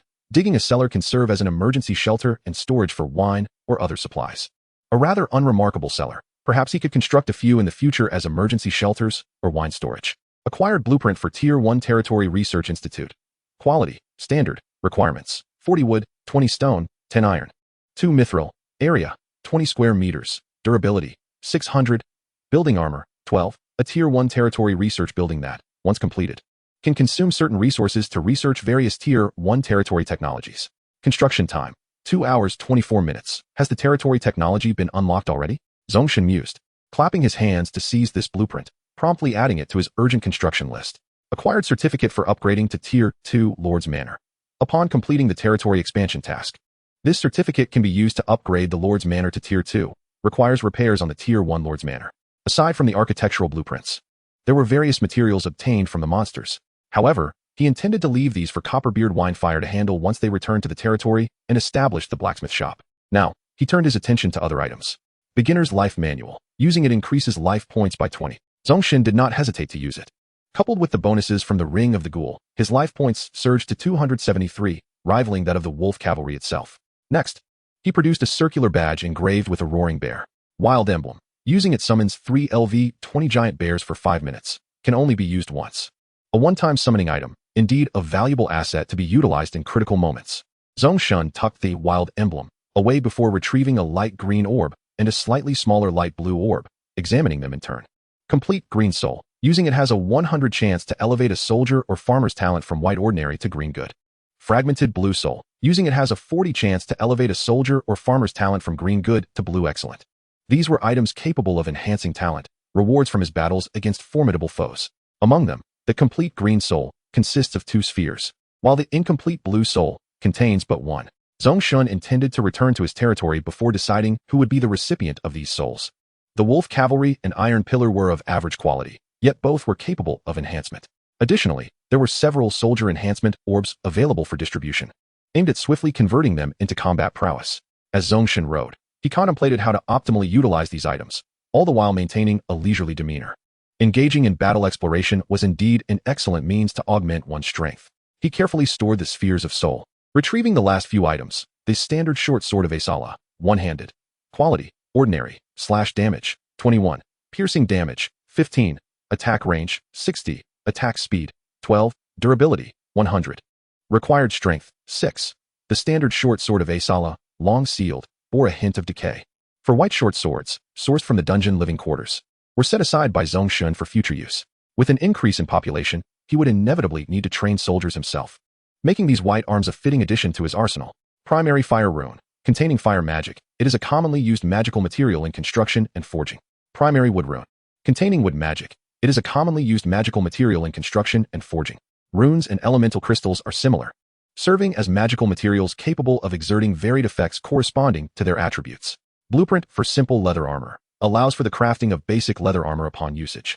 Simple leather armor. Quality, ordinary. Body protection, 16. Durability, 120. Crafting requirements, 1 complete hide, 3 hemp ropes. Manufacturing time, 12 minutes. The attributes were decent, surpassing Zhong Shen's previous tattered leather shirt. He had already learned this blueprint, and combined with the earlier, simple wooden shield, blueprint, he was now capable of crafting the most rudimentary white protective gear. The final item was a tome, a hefty book bound in brown leather, emblazoned with the grand title Military Strategy. Book, Military Strategy, required wisdom, 8, reading time, 120 hours, accumulated, reading effect, wisdom 4, charm 2, agility 1. Each individual may only benefit from the attributes once through complete reading. Upon seeing the effects, Zhong Shen was momentarily taken aback. True knowledge is indeed power. Furthermore, this book was accessible to all. By dedicating 120 hours to its reading, one could reap the attribute benefits. While it primarily enhanced wisdom and charm, it was still quite remarkable. In the future, if conditions allowed, establishing a library would be a splendid endeavor. Thus, he pondered as he journeyed onward, unwittingly losing track of an hour's passage. The dwarf and Iron Pillar maintained a commendable pace, keeping up with the old travel horse's slow canter without faltering or expressing fatigue. Now, Zhong Shen could see his territory's courtyard from the expansive meadow in the distance. Farmers were seated in the grass shed outside the courtyard, each holding a piece of roasted meat. Luna, mounted on her black panther, meticulously patrolled the surroundings. Upon noticing Zhong Shen's party, she waved in greeting, to which Zhong Shen reciprocated. Though only half a day had passed since their departure, it felt as if he had been away for an eternity. Minutes later, the trio arrived at the outskirts of the territory. The Wolf Cavalry, accompanied by 2 mages and 5 farmers, had to slow their pace. The distance of over 100 miles would require several more hours to traverse. Upon sighting Zhong Shen's return, the farmers rose, bowing in respect. "Thank you for your hard work, Lord." Zhong Shen smiled and nodded, dismounting from his horse and tethering the old travel horse at the entrance. He hastened into the courtyard, ready to oversee the transfer of supplies. After 2 days of gathering and exploration, the 40 slots of the Level 1 territory storage box were woefully insufficient. However, upgrading the storage box did not necessitate a blueprint. Zhong Shen expended some resources to directly upgrade it to a Level 2 territory storage box, increasing its capacity to 80 slots. He organized the supplies: money, 1380, wood, 421, stone, 242, iron, 157, hemp, 194, mithril, 32, copper, 30, primary elemental crystals, 12, advanced magic stones, 187, primary fire runes, 1, refined alloy, 2, primary wood runes, 2, refined wheat bread, 14, crafted rum, 10, dried camel meat, 15, fresh wolf meat, 10, coarse roasted wolf meat, 3, coarse roasted wild boar meat, 6. This stockpile of resources was nothing short of ample, and this was merely the foundational materials, not accounting for various bones, hides, and other forging materials, along with an array of diverse utility items. Gazing upon the bountiful supplies, Zhong Shen felt an overwhelming sense of security. He stepped out of the courtyard, preparing to commence construction on the blueprints at hand. At that moment, Luna approached him. Upon seeing the dwarf, her brow furrowed momentarily, her expression shifting before returning to normal. Zhong Shen noted her reaction. It seemed the age-old enmity between elves and dwarves held some truth. The dwarf, Copperbeard, cradled a jug of wine, casually finding a quiet corner by the courtyard wall to indulge in his drink, treating it as casually as one would water, a true connoisseur of spirits. Luna, dismissing her concern for the dwarf, dismounted from her panther and stepped forward to report to Zhong Shen. Chapter 51, A Flourish of Construction, the Infrastructure Enthusiast. My lord, this morning, one of the 3 bottles of moon spring water you had listed in the market has been sold. The territory has remained generally tranquil throughout the morning, with no unexpected occurrences. Zhong Shen smiled and nodded in acknowledgement. Excellent, you have worked hard. By the way, please assist in selecting a suitable location around the territory to plant this. As he spoke, he tossed a seed radiating a purple aura. Luna nimbly caught it, her face reflecting astonishment. This is the seed of the ancient guardian, our night elf clan's formidable guardian treant. Observing Luna's surprise, Zhong Shen couldn't help but chuckle. The night elf tribe is a powerful branch of the elven race, and the ancient guardian is a type of treant. Essentially, elven architecture comprises living trees, known as treants. The ancient guardian serves as a protector of a territory or city, endowed with formidable defensive capabilities, which explains Luna's astonishment. She cradled the seed of the ancient guardian with utmost reverence. Rest assured, my lord, I shall tend to its planting with great care. However, the growth of a treant requires nourishment from the moon spring. It will need approximately 200 milliliters of moon spring water daily for 3 consecutive days to flourish and contribute to the protection of our territory. Luna understood that moon spring water is an invaluable asset and a form of currency for their current domain. Hence, she needed to seek Zhong Shen's consent once more. Zhong Shen, however, waved dismissively. No need to worry. Use the moon spring as you see fit. He had activated the effect of the moon while spring before departing, and now the moon spring held nearly 2 liters of water, an impressive reserve. After receiving Zhong Shen's approval, Luna filled a container with moon spring water and departed with the seed of the ancient guardian. Zhong Shen proceeded to the market, where he exchanged 10 basic elemental crystals. It was astonishing that some affluent individual would actually trade 10 basic elemental crystals for merely 40 milliliters of moon spring. However, one of the items remained unsold. These 10 basic elemental crystals were just enough to construct a Tier 1 elemental arrow tower as a high-quality defensive structure blueprint. It boasts an impressive range of 500 meters and occupies only 10 square meters, ideal for internal defense within the small courtyard. Once the 3-day novice protection period ends, this arrow tower will sufficiently cover the current building area of the territory before the walls are erected. Zhong Shen consumed 80 fibers to craft 8 ropes. He then opened the build option and selected the Tier 1 elemental arrow tower. A towering silhouette of the arrow tower, standing 12 meters high, materialized. Zhong Shen repositioned it to the center of the courtyard and summoned a farmer to oversee its construction. The building process would take a considerable time, 6 hours and 24 minutes. Even with the time reduction from engineering, let the farmer work at a leisurely pace. Next, Zhong Shen selected a Tier 1 blacksmith workshop to be placed in the grassy area outside the courtyard, with a dwarf already serving as a professional blacksmith in the territory. The workshop needed immediate construction. Another farmer, under Zhong Shen's direction, commenced work on this building, which would only require 1 hour and 36 minutes to complete. Subsequently, Zhong Shen also chose to construct a Tier 1 Territory Technology Research Institute, placing it on the vacant land for the farmer to build. As for the basic farmland, he had the complete blueprint, so he simply placed it down himself, spending 4 minutes to establish a 10 by 10 meter square field, totaling 100 square meters. It may appear modest in size. He called upon 2 female farmers, Arya and Xiaoping, handing them some wheat seeds and instructing them to commence sowing immediately. Among the remaining buildings, the tavern currently held no purpose. It would be wiser to gradually upgrade the 6 Tier 1 thatched huts in the territory to Tier 2 cottages. Building upgrades require resources equivalent to the difference between the 2 tiers.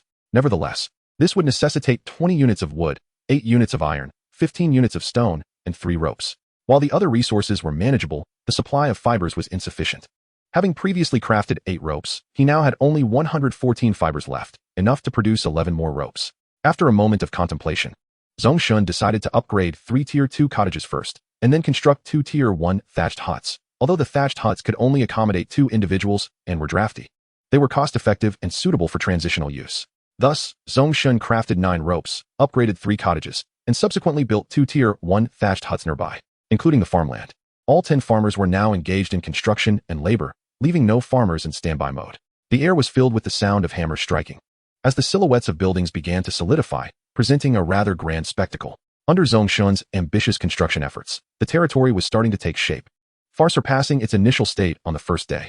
The future was indeed promising. A sense of accomplishment and pride welled within Zhong Shen. He felt akin to a construction aficionado, watching the once barren grassland gradually adorned with buildings and the industrious farmers busily at work filled him with pride. The territory resembled a child, maturing step by step. In time, it would evolve into a town, a small city, or perhaps even a sprawling metropolis. Of course, Zhong Shen's future may extend beyond a single territory, brimming with possibilities. This wave of construction consumed a considerable amount of resources, depleting the reserves within the territory. Returning to the courtyard, Zhong Shen opened the storage box for a brief inspection. Wood 171, stone 87, iron 83, fiber 18, mithril 30, basic elemental crystals 14. The fibers were becoming scarce. Fundamental construction requires a substantial amount of resources and time. Even someone as affluent as Zhong Shen found his stock considerably diminished after this round of building. Other lords are not even worth mentioning. I fear that even the construction of a first-tier building requires meticulous budgeting. How could one possibly begin erecting a multitude of structures simultaneously, as Zhong Shen does? Zhong Shen once again filled a small barrel with moon spring water. Upon arriving at the market, he withdrew his other listing for exchanging elemental crystals. Then, he began to browse through the market. After a substantial span of development throughout the day, the items listed by the lords had significantly diversified in both variety and quality. It was evident that many had acquired blueprints for the market. Market trade thrives only with a sufficient number of participants, allowing it to flourish. Zhong Shen began to search for valuable items within the market. Chapter 52. The Greedy Swindler Hovering Above. Remarkably, Zhong Shen indeed discovered a plethora of valuable items. Among them was a purple special race building of the same caliber as the Moon Spring, the Frenzied Axe Warrior Barracks blueprint. Quality: rare, purple, special beast race building. Requirements: 50 mithril, 5 advanced magic stones, 20 intermediate elemental crystals, 5 intermediate earth runes, 1 intermediate dark rune, 1 level 3 warrior training manual. With a specific expenditure of resources, one can train base farmers into level 3 soldiers, Frenzied Axe Warriors. This was a blueprint capable of directly training level 3 soldiers. It is worth noting that wolf cavalry are merely second-tier cavalry warriors. Only the night elf huntresses and the 2 mages belong to the third-tier ranks. The value of this blueprint is thus evident. However, the required materials are not easily gathered. The seller explicitly demanded 10 recruitment scrolls for level 3 soldiers, or 50 pieces of blue-quality equipment, or equivalent blueprints of other qualities. At this stage, it seems no one can meet such conditions. Nevertheless, Zhong Shen, still harboring a casual intent, sent a private message to the seller, proposing an exchange using Tears of the Moon Goddess. In addition, Zhong Shen came across numerous other intriguing blueprints and practical items. However, the current trading state of the market remains rather primitive. The rules are still incomplete, and the value system is in disarray. It is not particularly suitable for purchasing items at present. Zhong Shen sent private messages to several sellers of interest, hoping for a stroke of luck. In the entire market, he noted a scarcity of equipment items. It appears that equipment is in high demand. Not to mention green and blue gear, even white items are quite rare. What astonished Zhong Shen the most was the emergence of potions and springs with effects similar to Tears of the Moon Goddess. Though in limited quantity, this indicates a promising trend, indirectly suggesting that the development pace of other lords is steadily increasing. Spring of Vitality. Restores 3 health points per milliliter. Basic Life Potion. Upon consumption, it restores 15 health points per second for 1 minute. Such restorative items are few in the entire market, with only a handful available. Each is priced at several hundred units of basic resources. The overall market price has not weakened. Rather, it has shown signs of strengthening. An increase in development progress signifies an enhancement in exploration progress. Combat is inevitable, and the demand for health-restoring items will only continue to rise. After surveying the market, Zhong Shen gained a clearer understanding of the current market conditions. He then listed 2 portions of 40 milliliters, Tears of the Moon Goddess, for sale, one for 200 flax and the other for 100 wood plus 100 stone. He aimed to first address the most pressing resource shortages. Now, Zhong Shen found himself with some leisure time. After a morning of combat, he felt a degree of fatigue. Surrounding farmers were busily hammering away with small iron hammers, the rhythmic clanging echoing around him. As time passed, the construction progress of these buildings steadily improved.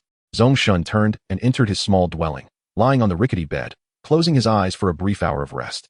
Since becoming a lord, his life has been perpetually bustling and fulfilling. Compared to before, every effort he invests in this world ultimately transforms into strength for both himself and his territory.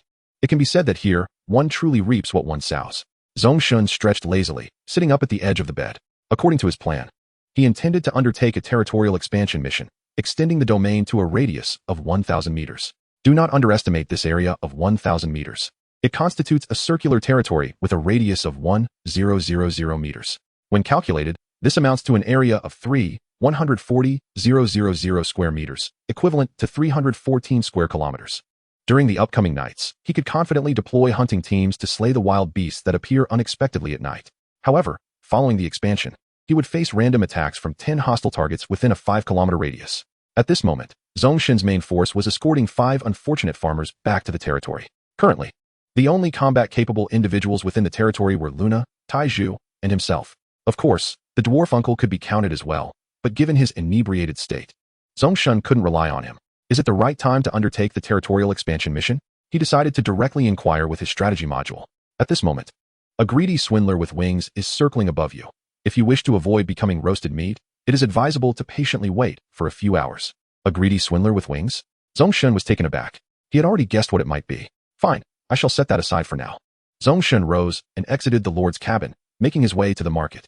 The 2 portions of Tears of the Moon Goddess he listed half an hour ago had sold out successfully. He retrieved 200 units of flax, 100 stones, and 100 pieces of wood. It seems that affluent lords abound. His stock of basic resources had once again become ample. Meanwhile, he had numerous private messages awaiting his attention. He listed 2 more portions of Tears of the Moon Goddess, still exchanging them for those basic resources. One was listed for 100 flax and 60 iron, and the other for 100 stones and 100 pieces of wood. He directly consumed 80 stones, 73 pieces of wood, and 24 units of flax to repair the dilapidated Lord's courtyard. After replenishing the materials, Zhong Shen personally took up the construction hammer and began to work.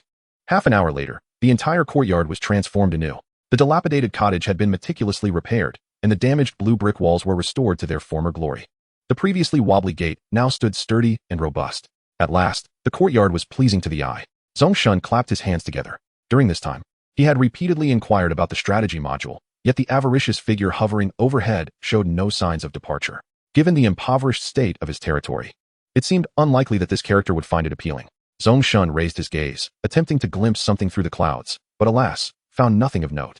Meanwhile, the humble dwellings and thatched huts had all been completed. The fertile fields had been cultivated and sown with wheat seeds. Only the constructions that required more time were still underway. The farmers, now free from their previous tasks, gradually began to venture out for foraging under Zhong Shen's supervision. He sat at the entrance of the courtyard, opened the manufacturing interface, and located the iron axe and iron pickaxe. After expending 50 iron, 30 wood, and 30 hemp, Zhong Shen dedicated half an hour to crafting 5 tools, preparing them for the newly joined farmers. The durability of these iron tools was remarkably high. Even after a full day of use, only half of their durability was diminished. Thus, over 2 hours slipped by unnoticed. It was now just past 2 in the afternoon, and he could not yet undertake the expansion task. Zhong Shen resolved to first complete the quest concerning the demon hunter, Aotlan Yufeng. Chapter 53, Demon Transformation, Moon Godwell. With this thought, Zhong Shen decisively rose to his feet. He had been so engrossed in ambitious construction that he nearly forgot the task at hand. Grasping an iron pickaxe, he strode into the courtyard and approached the moon well, commencing his vigorous excavation. In just over 10 minutes, Zhong Shen had painstakingly dug a pit deeper than a meter with his iron pickaxe. At that moment, Luna had just planted the ancient guardian seed in a vacant area on the eastern edge of the territory and was returning to the courtyard when she witnessed Zhong Shen extracting the desecrated form of Aotlan Yufeng. Lord, her voice rang out beside the courtyard gate. Zhong Shen turned, gazing at her in confusion, his hands clutching the robust arm of the demon hunter that had been defiled. What is it, Luna? Has the ancient guardian seed been successfully planted?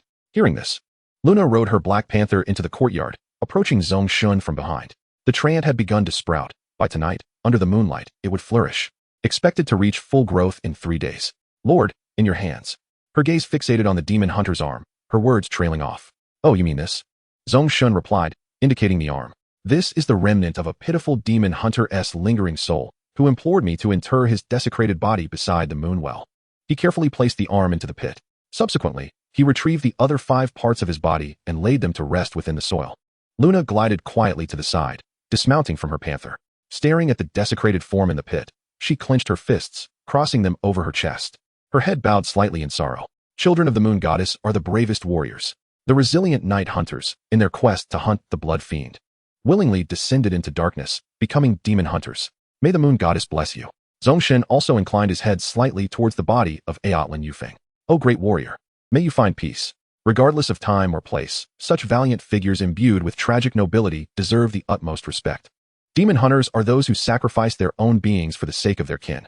Zhong Shen began to backfill the soil scattered around the pit. Luna stood nearby, silently praying for the demon hunter named Aotlin Yufeng. Once Zhong Shen had filled the pit completely, a silvery beam of light, reminiscent of moonlight, shone down from the heavens. Beside the moon well, the spirit of Aotlin Yufeng reappeared, his form ethereal and adorned with a serene smile, basking in this moonlit glow. Gradually, he began to float, hovering above the moon well, dancing gracefully. Simultaneously, a full moon began to rise slowly from the depths of the well. The spirit of Aotlin Yufeng ceased its flight and bowed deeply to Zhong Shen. In the next moment, he soared towards the luminous moon above the moon well, merging into it, gradually vanishing into the depths of the well. The moonlight dissipated, yet the moon well began to radiate a striking silvery glow. At the same time, a quest notification appeared. Quest, the demon hunter's obsession. Requirements: explore the dungeon, recover the 6 dismembered parts of Aotlin Yufeng, and inter them beside the moon well. Completed. Rewards: Random Skill Book of the Demon Hunter 1, Beginner's Wisdom Book 1, Beginner's Charisma Book 1, 1000 Lord Experience, 500 Team Experience. Before Zhong Shen, the rewards shimmered brilliantly. 3 orbs of light materialized before him. A flash of white light enveloped his form, and he leveled up once more, reaching level 8. Concurrently, all farmers within the territory who were below level 3 also experienced a surge of light, leveling up as well. Team Experience Reward, 500. Zhong Shen began to examine the 3 floating orbs of light before him.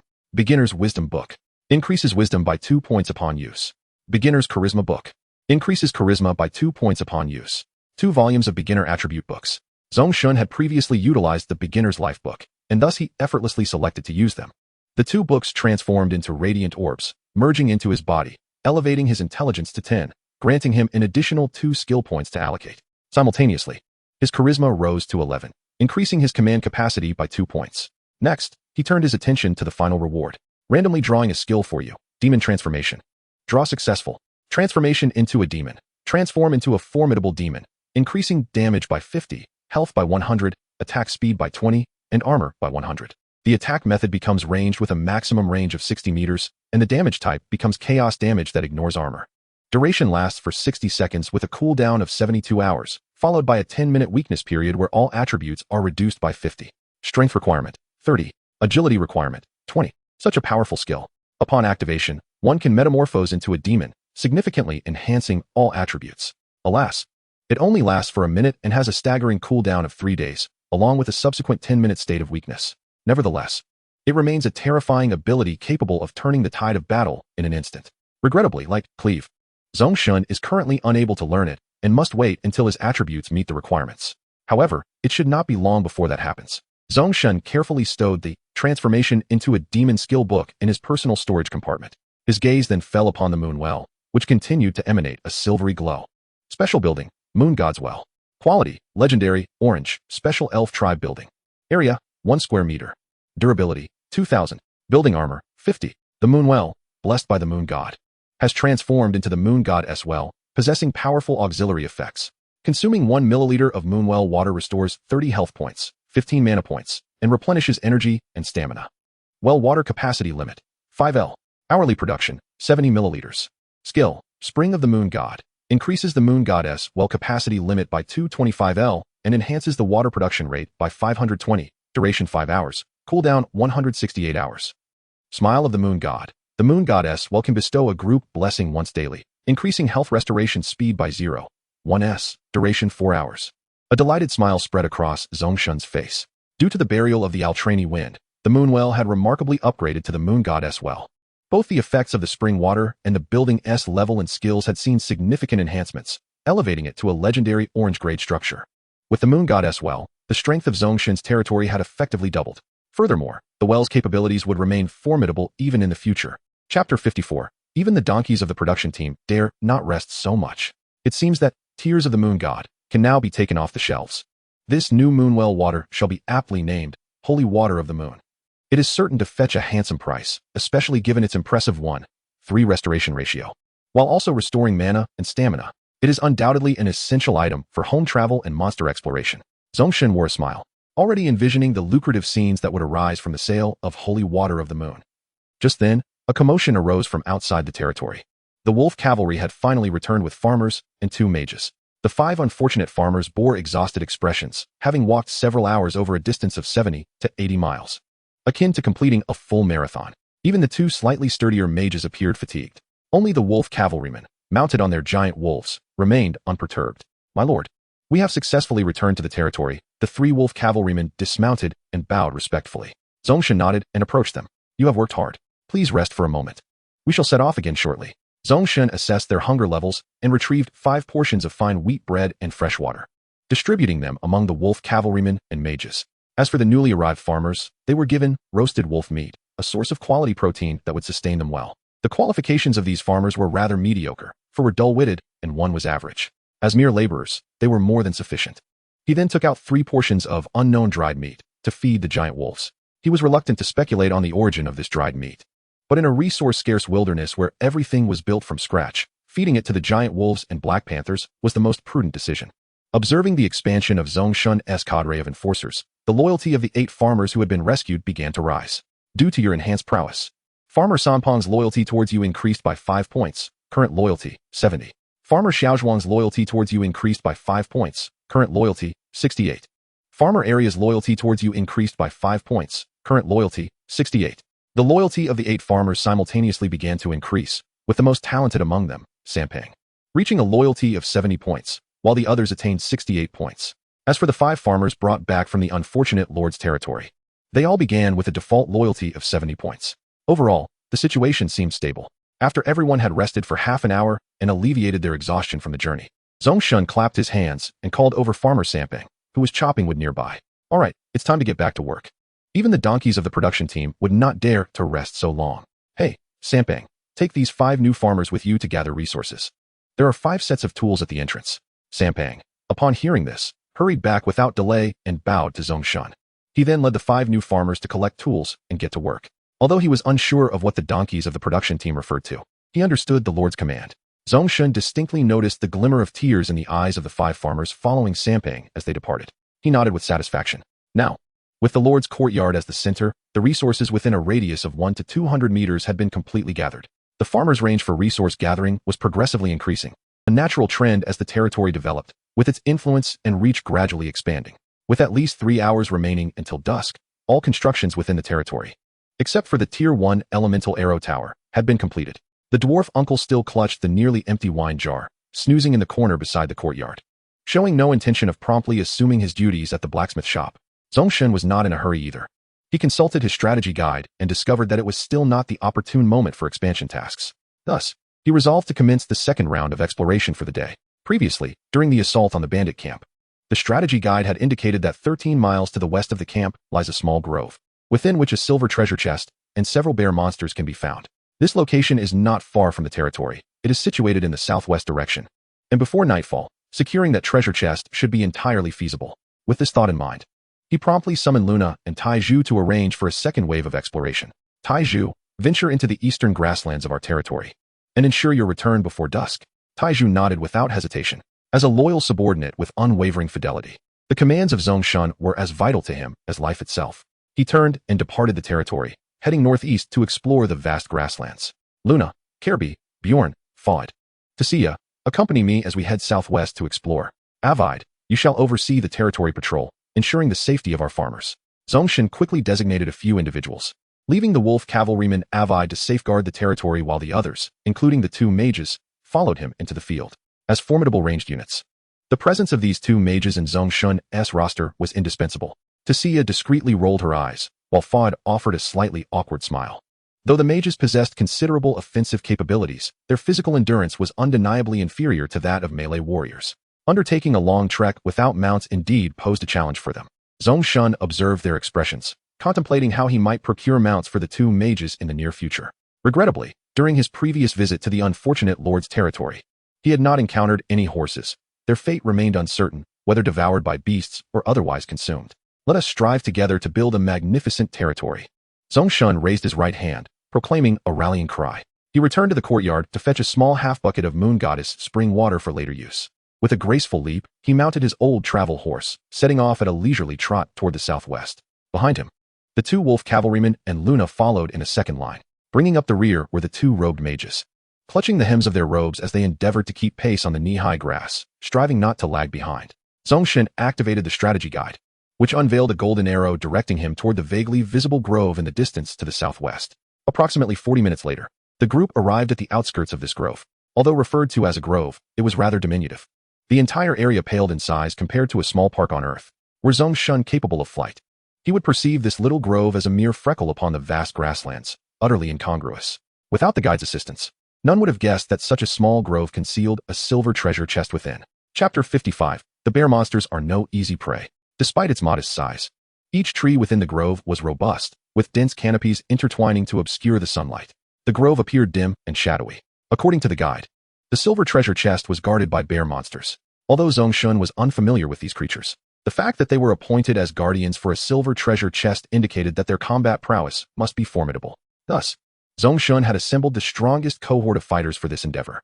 Up to this point, his singular encounter with the silver treasure chest had been a trap, which imbued him with a heightened anticipation for this one. Suddenly, he recalled the gas treasure chest he had previously stowed away. It might yet serve a significant purpose. For instance, he could discreetly place the chest around enemy territory, activate it silently, and then swiftly escape, only to return later to reap the rewards. Zhong Shen stroked his chin, struck by the ingenious application of the gas treasure chest. He lifted his gaze, concluding his contemplation, and focused on the grove before him. Due to the towering trees, the soil within the grove was evidently more saturated than that of the grasslands. Moreover, there were no paths or clearings within, rendering a blind incursion into combat perilous.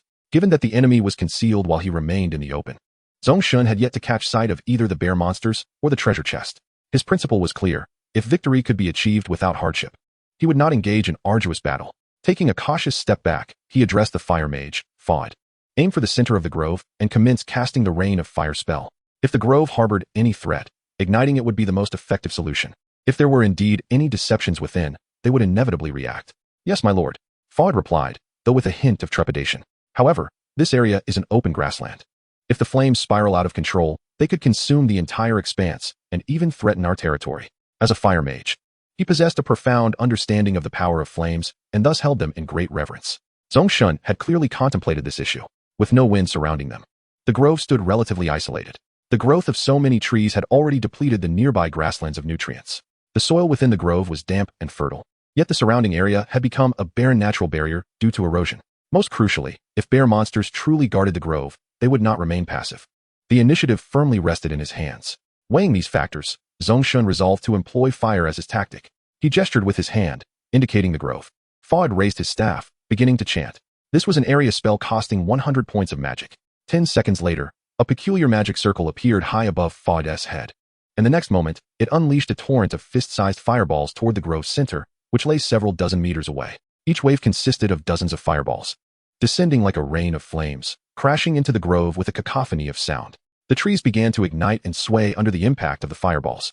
Many fireballs penetrated through the canopy, striking the ground and igniting numerous trees. The waves of fire rained down in succession, spreading rapidly. The central area of the grove began to emit towering columns of smoke. Finally, after the fifth wave of fire fell, a series of feral roars echoed from within the grove. Boom!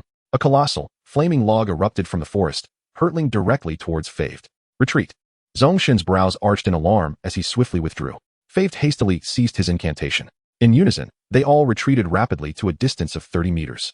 With a resounding crash, the log struck the ground, creating a substantial crater in the soft earth, sending sparks and dust flying in all directions. The forest was far from tranquil, as several massive shadows charged forth, trampling the sturdy trees that lined their path. 3 towering bear-like creatures, standing 5 meters tall and adorned with green carapaces upon their backs, emerged before them. These 3 bear monsters loomed like small mountains, instilling a sense of dread. Their thick fur was cloaked in a layer of green moss, exuding an air of ancient wisdom. With paws as large as fans, Zhong Shen had no doubt that a single slap from one could obliterate his skull. The 3 bear monsters formed a formidable barrier, standing side by side. At that moment, another figure, approximately 2 meters tall and noticeably smaller, ambled forth. It was yet another bear creature, but this one was markedly more diminutive compared to its larger counterparts. Adorned with a peculiar bone helmet and embellished with oil paint and unknown bird feathers, it donned a white fur coat, and held a small totem in its hands. Neither side made a hasty move. Zhong Shen narrowed his eyes, beginning to assess the attributes of these bear monsters. Bear Warrior LV, 20 green. Race, Beast. Blunt damage, 8,184. Health, 1,000. Armor, 35. Magic resistance, 20. Skills, Roar LV 10. Increases movement speed and attack power by 20 for 30 seconds. Cooldown 1 hour. Barbaric Throw LV 10. Lifts any nearby object and hurls it, dealing blunt damage equal to 15 times the weight of the thrown object. Slow LV 10. Reduces an enemy's attack speed by 25 and movement speed by 20 for 3 seconds. Cooldown 5 minutes. Elder Bear Shaman LV 25 green. Race, Beast. Magic damage, 6,164. Health, 650. Magic points, 500. Armor, 20. Magic resistance, 25. Skills, Healing Wave LV 10. Costs 80 magic points. Summons a healing wave that bounces among allies. Initial healing value of 120. Each bounce decreases by 50. Maximum 4 bounces. Cooldown 5 minutes. Strength Totem LV 8. Costs 100 magic points. Grants nearby allies additional strength. Amplification ratio of 8. Range 200 meters. The totem can be destroyed. Health 100. Armor 0. Earth Spike Impact LV 10. Costs 50 magic points. Harnesses the Earth's power to summon spikes that erupt suddenly from beneath an enemy's feet, altering terrain and dealing 15 times magic damage. These 4 formidable creatures present a significant challenge. If you lack confidence, it may be prudent to lure them away one by one, as their purpose is to guard a natural altar within the grove, and they will not all leave. Good heavens! These 4 green bear monsters are akin to the fused abomination, Pato. Zhong Shen exclaimed inwardly, realizing the gravity of the situation. However, it appeared that the bears did not possess a strong inclination to attack. Drawing from the strategy guide, Zhong Shen formulated a plan. Chapter 56, Luring Monsters and Combat. Zhong Shen had always been patient when it came to slaying monsters and seeking treasure, given that the bears demonstrated a greater willingness to defend than to assault. A direct confrontation would be an unwise choice. With a swift gesture, he turned to flee, retreating over 100 meters with his subordinates in tow. A glance over his shoulder confirmed that the bears had not pursued them, instead remaining watchful. To his surprise, 2 of the bear warriors even turned back into the woods, seizing trees as if wielding large brooms to extinguish the flames engulfing the forest. They seemed more concerned with the contents of the grove, which, according to the guide, harbored a natural altar. Only 1 bear warrior and 1 elder bear shaman remained outside the woods, vigilantly watching Zhong Shen and his group. Now, with the bears divided into 2 parties, it was the opportune moment to lure them.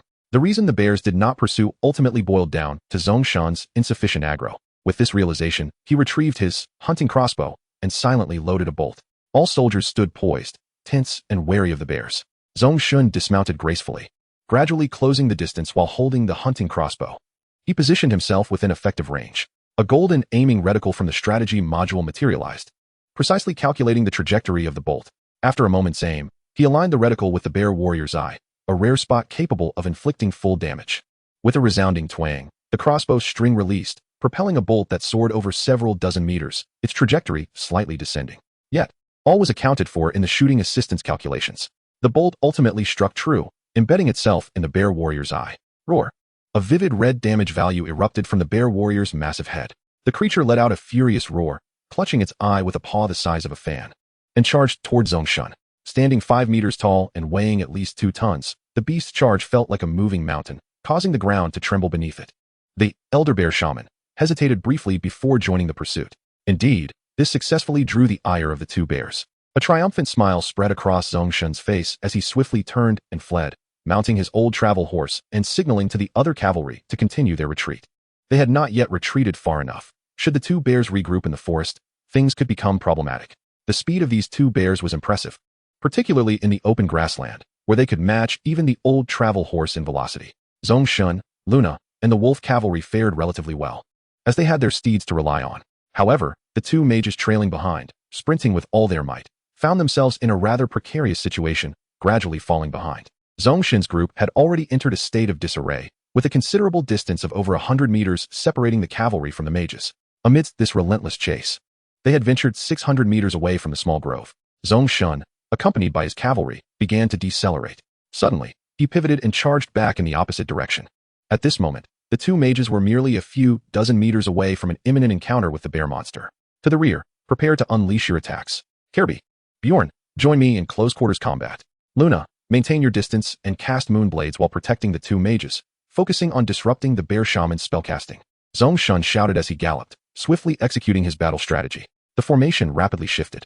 The colossal wolves beneath the two wolf cavalry surged forward, their speed reaching an impressive 5 points, outpacing even the old travel horses. Kirby and Bjorn quickly closed in on the bear warrior, unsheathing their cavalry sabers and slashing through the air, leaving trails of silver light.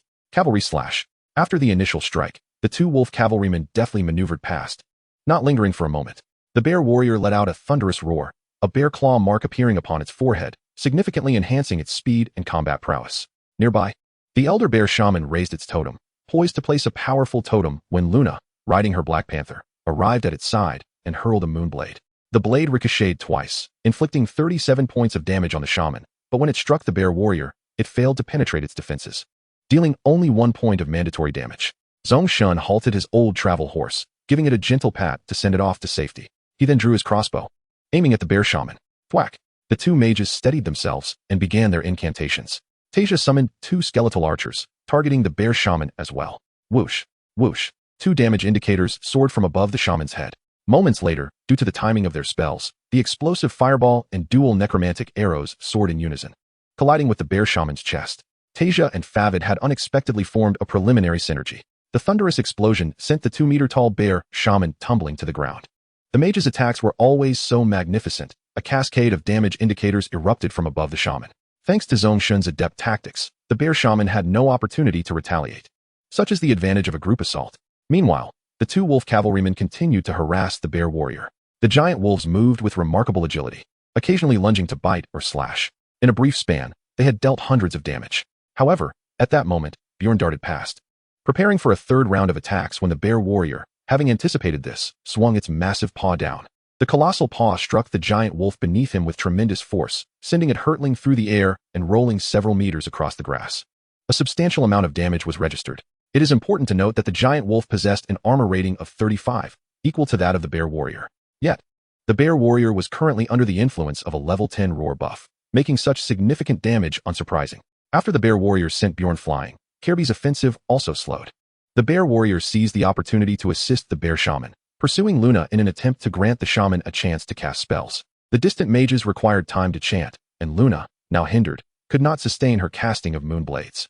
With the disruption gone, the bear shaman at last had the opportunity to cast spells at its leisure. Chapter 57, Recruitment Scroll of the Claw Druid. At this moment, the bear warrior retained 737 health points, while the bear shaman had 542 health points remaining. At this pace, defeat seemed inevitable. Although Bjorn's giant wolf had taken a hit, Zhong Shen and his companions still found themselves in a position of relative ease. At this juncture, the bear shaman finally unleashed its first skill, Healing Wave. A soft, milky light shot forth from it, striking the bear warrior before rebounding back to the shaman itself.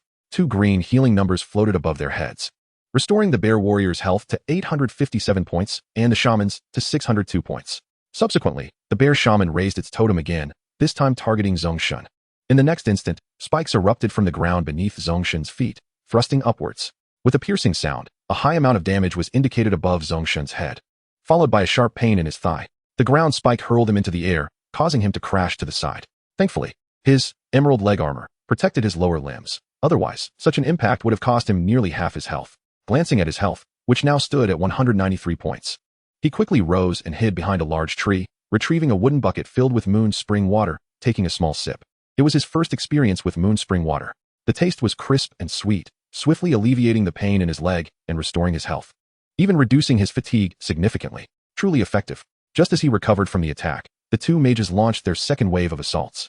The dual necromantic arrows and explosive fireball struck with force, sending the bear shaman crashing to the ground. Another dazzling display of damage indicators emerged, reducing the bear shaman's health to 393 points. Luna rode upon a black panther, intermittently hurling crescent blades at the bear warrior. Though the damage was modest, the provocation was unmistakable, successfully diverting the bear warrior's attention. Bjorn, mounted on a mighty wolf, rejoined the fray alongside Colby, as they commenced their assault on the bear shaman. The formidable giant wolf, with its high defense and substantial health, absorbed blows effortlessly. The 2 wolf riders unsheathed their twin blades, simultaneously striking while the giant wolf engaged in fierce biting. The marks of the wolf riders accumulated, amplifying their damage output significantly. In close combat, the bear shaman stood no chance against the duo of wolf riders and their colossal companions. Soon, its health dwindled to a mere sliver, while the bear warrior, having been lured away by Luna, glanced back frequently but could not return in time. At that moment, Zhong Shen charged forth, shield in hand. Release that bear. Allow me to handle it. He executed a sprint, closing the distance to the bear shaman. His swift leather boots, combined with his own agility, granted him remarkable speed. With a two-part slash, the bear shaman, already prone, was met with Zhong Shen's shield and sword as he unleashed his skill, delivering 2 devastating strikes. Each strike inflicted damage equivalent to 13 times the base amount. With a mournful howl, the bear shaman's lifeless body remained at the site, accompanied by several luminous rewards. Defeated level 25 Elder Bear Shaman. Gained 1,800 experience points. Acquired 1 Claw Druid recruitment scroll. Obtained 1 Bear Shaman hide, green. Received 1 damaged bear totem. Acquired 1 level 1 Elemental Arrow Tower construction blueprint. Obtained 1 Bear Shaman's corpse. Click to decompose. Zhong Shen chose to decompose the corpse immediately. Gained 60 bear meat. Acquired 1 sturdy bear pelt, green. Obtained 10 sturdy bear bones, green. Gained 1 century-old bear gallbladder, blue. Zhong Shen collected all the rewards. Meanwhile, the other soldiers were engaged with another bear warrior. The 2 mages approached slowly. After unleashing 2 waves of spells, they found their magical reserves reduced to a third. Zhong Shen produced the Claw Druid recruitment scroll. Claw Druid recruitment scroll. Connect with the great mysterious powers to instantly recruit a formidable tier 3 melee warrior, the Claw Druid. Costs 2 command points. Default aptitude. Excellent. Level 10, with potential for advancement or enhancement. Click to use. Zhong Shen opted to use it. The scroll in his hand transformed into a beam of green light, descending upon the grass before him. Vines sprouted instantaneously, forming a verdant natural array. Within the array, a swirling dimensional singularity began to manifest. As it expanded, a robust man, approximately 6 feet tall with unruly black hair, materialized. His rugged appearance bore a resemblance to a mighty brown bear, with a nose akin to that of a grizzly and eyes reminiscent of a hawk. Clad in purple hunting attire, he was as formidable as a bear itself. In the name of the nature goddess, Claw Druid, Lince's Shattered Claw, reports to you. Great Lord, may you bask in the blessings of the nature goddess. He knelt, kissing the ground before Zhong Shen. Welcome to our ranks, warrior of the nature goddess. Together, let us forge a great domain. Zhong Shen encouraged, knowing such words resonated with his soldiers. Lince's Shattered Claw rose slowly, his gaze calm as he regarded Zhong Shen. Zhong Shen pointed towards the 100 meters ahead, where combat with the bear warrior ensued, decisively issuing a battle command. Now, cooperate with the other warriors to eliminate that bear. Lince's Shattered Claw followed Zhong Shen's gesture. A flicker of sorrow crossed his rugged visage. Slaughtering these beasts may not be the wisest course. However, as your subordinate, all shall be as you wish. He spoke softly, but in the next moment, his eyes sharpened with intensity. His fists transformed, extending into 10 fearsome claws as he charged towards the bear warrior. Zhong Shen remained stationary, quietly reviewing Lince's Shattered Claw's attributes. Claw Druid, Lince's Shattered Claw. Strength, 30. Agility, 22. Wisdom, 12. Charisma, 9. Health, 485. Magic points, 200. Piercing and blunt damage, 69. Head armor value, 10. Upper body armor value, 30. Lower body armor value, 24. Magic resistance, 25. Skills, Group Roar LV10, costs 50 magic points. Enhances damage and movement speed of self and allies within a 50-meter radius by 25, lasting 30 seconds. Cooldown 1 hour. Life Restoration LV5, costs 50 magic points. Heals any ally for 200 health points. Cooldown 30 minutes. Bear Transformation, costs 100 magic points. Transforms into a giant bear, increasing all attributes by 150, lasting 3 minutes. Cooldown 24 hours. Chapter 58, Slaying Monsters, a Professional Endeavor. Zhong Shen was quite pleased with Lince's Shattered Claw's attributes. He was a high defense, high health, melee tank warrior, equipped with a group support skill, a healing skill, and a transformation ability. Overall, he was a remarkably well-rounded melee combatant, capable of offense, defense, and healing. The inclusion of the Claw Druid would enhance the team's endurance by a significant margin. Lince's Shattered Claw charged forward. In the moments when the 2 wolf riders were engaged in their slashing, he deftly avoided a paw strike from the bear warrior, positioning himself behind the bear's right flank. With precision, he targeted the thick joint of its thigh, unleashing his claw blades. 2 swift strikes carved deep gashes into the bear's hide, inflicting respectable damage. After the initial blow, he immediately retreated, showing no hesitation. This was the optimal strategy for dealing with such a high-damage, high-health adversary. After enduring a relentless beating, the bear warrior was left with a mere 430 health points, its vitality reduced by more than half. At this juncture, the 2 mages commenced their third wave of magical assaults, unleashing their most formidable spells, the explosive fireball and the dual necromantic arrows. Accompanied by a cacophony of explosions and bursts of flame, the towering 5-meter bear warrior staggered back several steps from the magical onslaught. Its thick fur was torn asunder, revealing charred flesh beneath. Although the bear warrior's armor was superior to that of the bear shaman, its magical resistance was approximately 5 points lower. In contrast to armor values, gear that enhances magical resistance was considerably rarer and more challenging to augment. The mage's ability to inflict substantial damage was closely related to this disparity. After enduring a wave of magical attacks, the bear warrior's health plummeted by 201 points, leaving it with only 1/5 of its original strength. The ferocity of the bear warrior diminished drastically, its movements becoming unsteady and erratic. Despite both the bear warrior and the bear shaman being of the green quality, they faced an overwhelming force of 3 times their number, comprised of second and third-tier warriors with comparable attributes. As a lord, it was hardly excessive to bring along a few subordinates. At that moment, all the warriors surged forward, the cavalry dismounted, and the Black Panther along with 2 massive wolves lunged at the bear warrior, clinging onto its form. Luna and the wolf cavalry launched their assault simultaneously, swiftly reducing the bear warrior's health to below 30. The bear warrior could no longer maintain its footing and collapsed to the ground, causing the earth to tremble slightly. At this moment, Zhong Shen arrived, sword in hand. He might have been late to deliver the finishing blow, but he would not fail to arrive.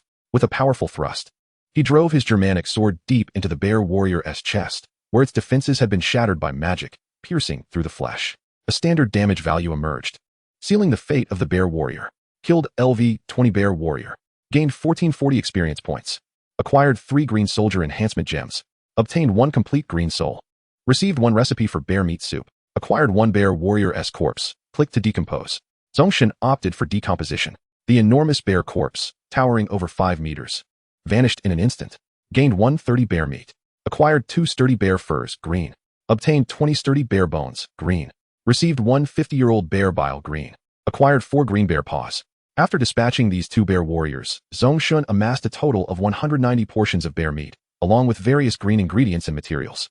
Indeed, hunting proved to be the swiftest means of procuring sustenance. A flicker of white light illuminated the surroundings as Luna, Favide, and Zhong Shen all leveled up. Zhong Shen ascended to level 9, while Luna and Favide reached level 11. 2 pieces of equipment were dropped. Zhong Shen casually glanced at them, recognizing them as shaman gear, and stored them away. As for the cooking recipe, he learned it immediately. Several hundred meters away, the flames in the small grove had been extinguished, leaving only wisps of white smoke curling upwards. Taking a moment to regroup, the mages entered a meditative state to restore their magical energy. Bjorn, bring the giant wolf here. Zhong Shen commanded, prompting everyone to begin their recovery. He retrieved a wooden barrel containing moon goddess spring water, carefully dispensing a small amount to feed Bjorn's giant wolf.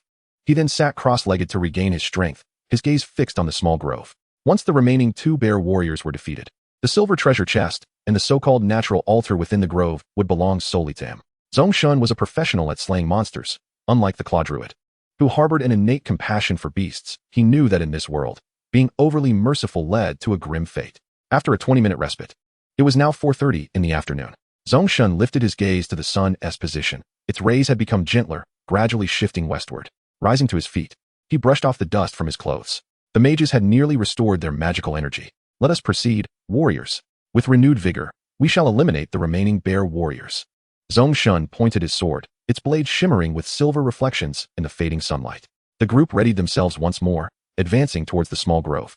The intellect of the bear warriors was exceedingly low, akin to that of common beasts, while the bear shamans appeared to possess some degree of wisdom, as one could not become a shaman without it. Thus, the bear shamans had been Zhong Shen's initial targets, swiftly meeting their demise. As they approached the perimeter of the small grove, 2 bear warriors had just extinguished the forest fire. Their fur was matted with black ash, and each gripped a large tree, stripped of its canopy. Upon exiting the grove and spotting Zhong Shen and his companions, a flicker of human-like confusion crossed their faces. Their comrades were nowhere to be found, yet these loathsome invaders remained. Grasping their trees, the 2 bear warriors wore expressions of bewilderment. Zhong Shen would not afford them the luxury of lingering in confusion. With a wave of his hand, the wolf cavalry and Luna charged forth with ferocity. The mages raised their staffs and began their incantations. Zhong Shen also activated the Ring of Ghouls skill, summoning 2 level 10 ghouls. The ground before him began to bulge as the ghouls emerged from beneath, propelled by Zhong Shen's will, and they charged towards the 2 bear warriors on all fours. Akin to hyenas, serving as a distraction, they aimed to confound the bear warriors and draw fire away from the wolf cavalry and Luna. With prior combat experience, Zhong Shen's squadron coordinated more effectively this time. The wolf cavalry's sabers had completed their cooldown, and the riders galloped on their giant wolves from either flank, delivering 2 swift saber strikes. Simultaneously, Luna commenced her assault, hurling moon blades with precision. Chapter 59. The Art of the Finishing Blow, a Mastery in Itself. 2 level 10 ghouls swiftly ascended the back of the bear monster, launching into a frenzied assault of tearing and biting. At that moment, the bear warrior let out a thunderous roar, entering a state of combat enhancement. It wielded a massive tree as a weapon, swinging it around wildly, stirring up clouds of dust and debris, while dead branches and leaves danced through the air. Fawd, prepare to chant fire rain. Calby, ready the nets in 5 seconds. Tasia, get ready to chant double necromantic arrows in 5 seconds. Luna, maintain a safe distance and keep up the assault with Moonblade. Zhong Shen lifted his crossbow, aiming at the ferocious bear warrior while simultaneously issuing tactical commands. With the aid of targeting assistance, Zhong Shen's bolt struck true, piercing through the bear's swinging tree and embedding themselves in the mouth of one bear monster. The full piercing damage was delivered, eliciting a pained roar from the creature. The tree was flung aside, hurtling directly toward Zhong Shen. However, he remained unflustered. As soon as he locked onto the tree, golden markers indicating evasive maneuvers appeared around him. He deftly sidestepped to the left, and just as he did, the tree soared past his original position, whipping up a fierce gust that stung his face with grit and debris. At that moment, the fire rain spell was complete. A crimson magic array materialized high above, unleashing a barrage of fireballs upon the area surrounding the 2 bear monsters, approximately 4 to 5 meters in radius. The onslaught came in waves every 2 seconds, each wave delivering dozens of fireballs. The 2 bear monsters were struck by the fiery projectiles, their thick fur igniting in flames. The ghouls, still clinging to the bears in their disruptive biting frenzy, were also caught in the fiery ring. Just as the second wave descended, the wolf cavalry hurled nets, ensnaring the 2 bear warriors and immobilizing them. The third and fourth waves of fire rain followed in quick succession, each wave inflicting 340 points of damage to the bears. As the nets vanished, the 2 bear warriors found themselves dazed and disoriented by the relentless assault akin to crashing ocean waves. Their fur was ablaze, subjecting them to incessant agony. The burning damage continued to erode their health. As they attempted to flee from the impending 5th wave of fire rain, 2 dark, necromantic arrows struck their chests. The dark energy erupted, causing a surge of magical force that momentarily slowed their movements. In that fleeting moment, the 5th wave of fire rain descended upon them. The 2 bear warriors, once formidable with thousands of health points, now found one reduced to a mere 351 points, and the other to 430. Not a single soldier had been injured. All were stunned, marveling at their lord's tactical prowess. Even aloof mages like Tasia gazed at Zhong Shen with newfound admiration. Zhong Shen surveyed the scene, gesturing with his hands. What are you waiting for? Continue the assault. This is basic procedure. Unless these monsters have the advantage of numbers, they can be easily dispatched. As he muttered this, one of the bear warriors was left with only a sliver of health. Let me take that bear, he declared, drawing his sword with purpose, his steps firm and agile. As a competent lord, delivering the finishing blow was a vital lesson. A minute later, both bear warriors lay lifeless on the ground. This encounter had fostered a deeper synergy among Zhong Shen and his warriors, enhancing their teamwork. Each soldier possessed exceptional abilities, but the true skill lay in their ability to synergize and amplify their power beyond the sum of their parts. Zhong Shen evidently had a knack for this, being well aware of each soldier's characteristics, skills, and cooldowns, allowing for the most efficient combinations. He rapidly expanded their combat advantages until victory was secured. Defeated level 20 bear warrior. Gained 1440 experience points. Defeated level 20 bear warrior. Gained 1440 experience points. A flash of white light signified his level up. Along with him, Calby and Bjorn also leveled up, while the others, due to their participation, did not. Following this, a wave of rewards flooded in. Received 6 soldier enhancement orbs, green. Received 2 complete green souls. Received 1 bear monster necklace, green. Gained 50 reputation points. Received 2 bear warrior corpses, click to decompose. Zhong Shen immediately decomposed them. Gained 230 bear meat. Gained 2 charred bear fur, white. Gained 40 sturdy bear bones, green. Acquired 50 years of bear gallbladder, green 2. Acquired great bear paws, green 8.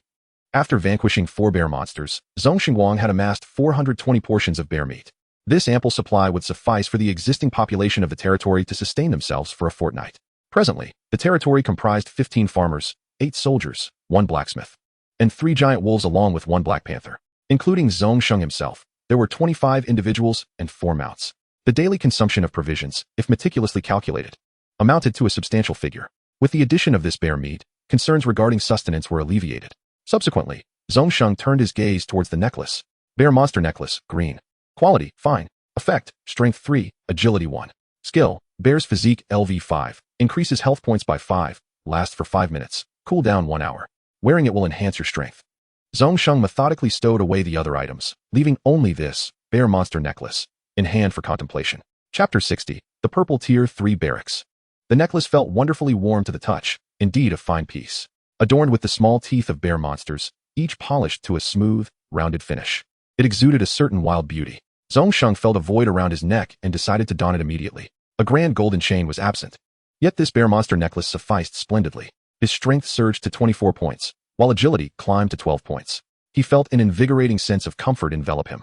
Having dealt with the bear monsters, the small grove was nearly ravaged. Trees lay burnt and toppled.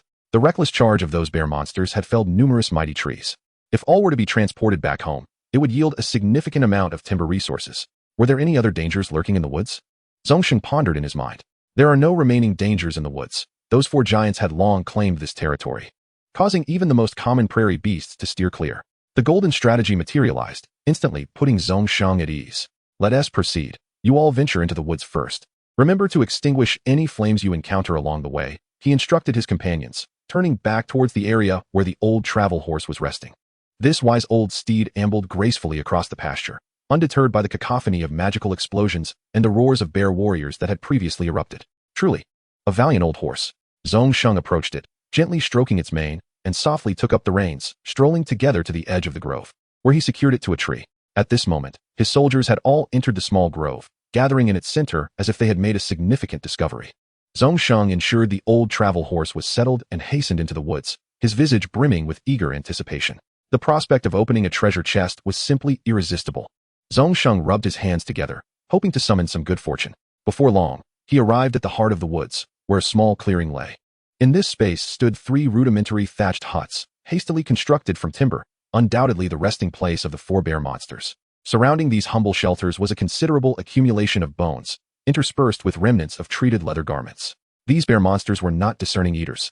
Countless unfortunate travelers had likely met their demise here. At the center of the clearing stood a dilapidated stone altar, slightly elevated above the ground, drawing attention. Beside the altar was the long-awaited silver treasure chest. Silver treasure chest. An unknown silver treasure chest. The contents remain a mystery. Click to open. The chest is safe to open. Zhong Shen felt a wave of emotion wash over him upon seeing this prompt. Nearly moved to tears, he had finally encountered a legitimate chest that could be opened. With a surge of excitement, he chose to unlock it. The silver chest slowly creaked open. A dazzling silver light emanating from within successfully opened the silver treasure chest. Dragonborn Ranger Barracks Construction Blueprint, Purple, 1. Dragonborn Ranger Recruitment Scroll 2. Intermediate Book of Charisma 1. Avalon Royal Guard Sword, Blue 1. Second Tier Wall Construction Blueprint 1. Stable Construction Blueprint 1. Avalon Prairie Horses 10. In total, there were 6 rewards, 3 of which were blueprints. Notably, the Dragonborn Ranger Barracks Construction Blueprint was an authentic Special Tier 3 purple barracks. Zhong Shen opted not to extract the other rewards immediately, preserving their unopened orb state and directly storing them in his inventory, especially the 10 prairie horses. If opened now, they would likely crowd the clearing entirely. Zhong Shen flipped his hand and retrieved the items of interest to examine. Dragonborn Ranger Barracks Construction Blueprint.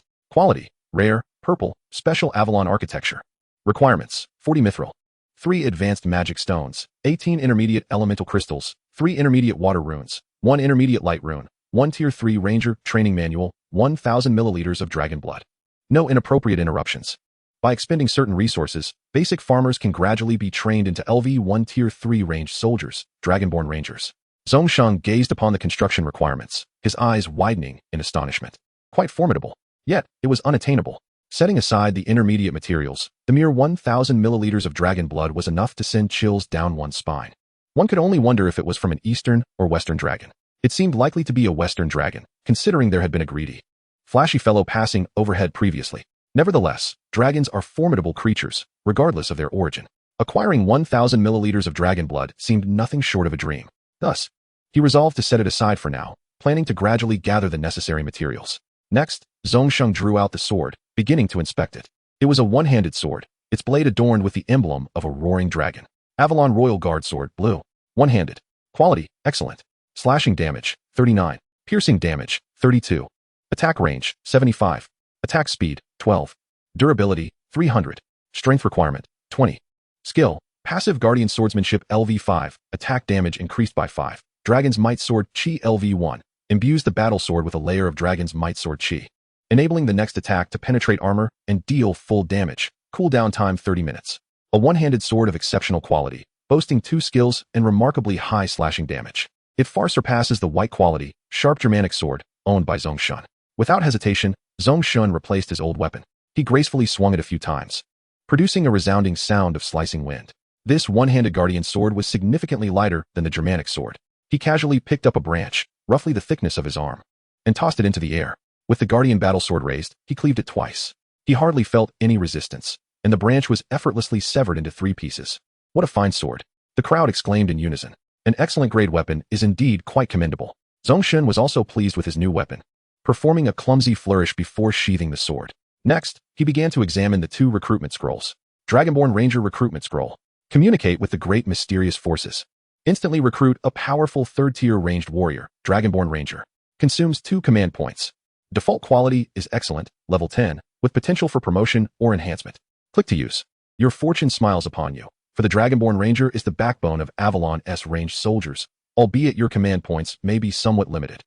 The Avalon civilization prides itself as descendants of dragons, and so too do the Dragonborn Rangers. Their arrows are as formidable as the fangs of dragons, capable of piercing through anything. Zhong Shen chose to use it without hesitation. The 2 recruitment scrolls began to shimmer with a black and red light. They flew outwards, landing on the ground before the crowd. 2 magical formations began to materialize, and a chilling aura swept through the air. The Black Panther and Giant Wolf appeared somewhat apprehensive. Dragoness might roar. Within the magical formations, spatial singularities emerged, followed by 2 resounding dragon roars. Chapter 61. The Dragonborn Rangers and the Nature Altar. The 2 singularities gradually expanded, causing slight distortions in the surrounding space. 2 graceful figures stepped forth from the spatial singularities. They possessed golden hair, their beauty exuding a cool elegance, and they bore a striking resemblance to one another, akin to twin sisters. The sole distinction lay in one having her hair tied in a ponytail, while the other wore hers loose, clad in light green ranger attire. They each donned a black cloak adorned with golden threads depicting a roaring dragon. Their gallant attire accentuated their well-proportioned figures. At their waists hung a quiver and a short sword. In their hands, they grasped a long black bow, approximately 15 meters in length. They approached Zhong Shen with nimble steps, planting the long bow into the ground, kneeling on one knee while the other hand gently brushed their foreheads. In the name of the dragon god, Dragonborn Ranger Mapple, Dragonborn Ranger Madeline, reporting to you, Great Lord, may you traverse the continent like the dragon god. The 2 Dragonborn Rangers spoke in unison, their voices perfectly synchronized. The one with the ponytail was Mapple, while the one with loose hair was Madeline. Please rise. Both of you. Welcome to our ranks. I hope we can fight side by side to establish a great territory. Zhong Shen replied with a smile. The 2 Dragonborn Rangers nodded slightly and stood tall beside Zhong Shen. He cast a brief glance, absorbing the attributes of the 2.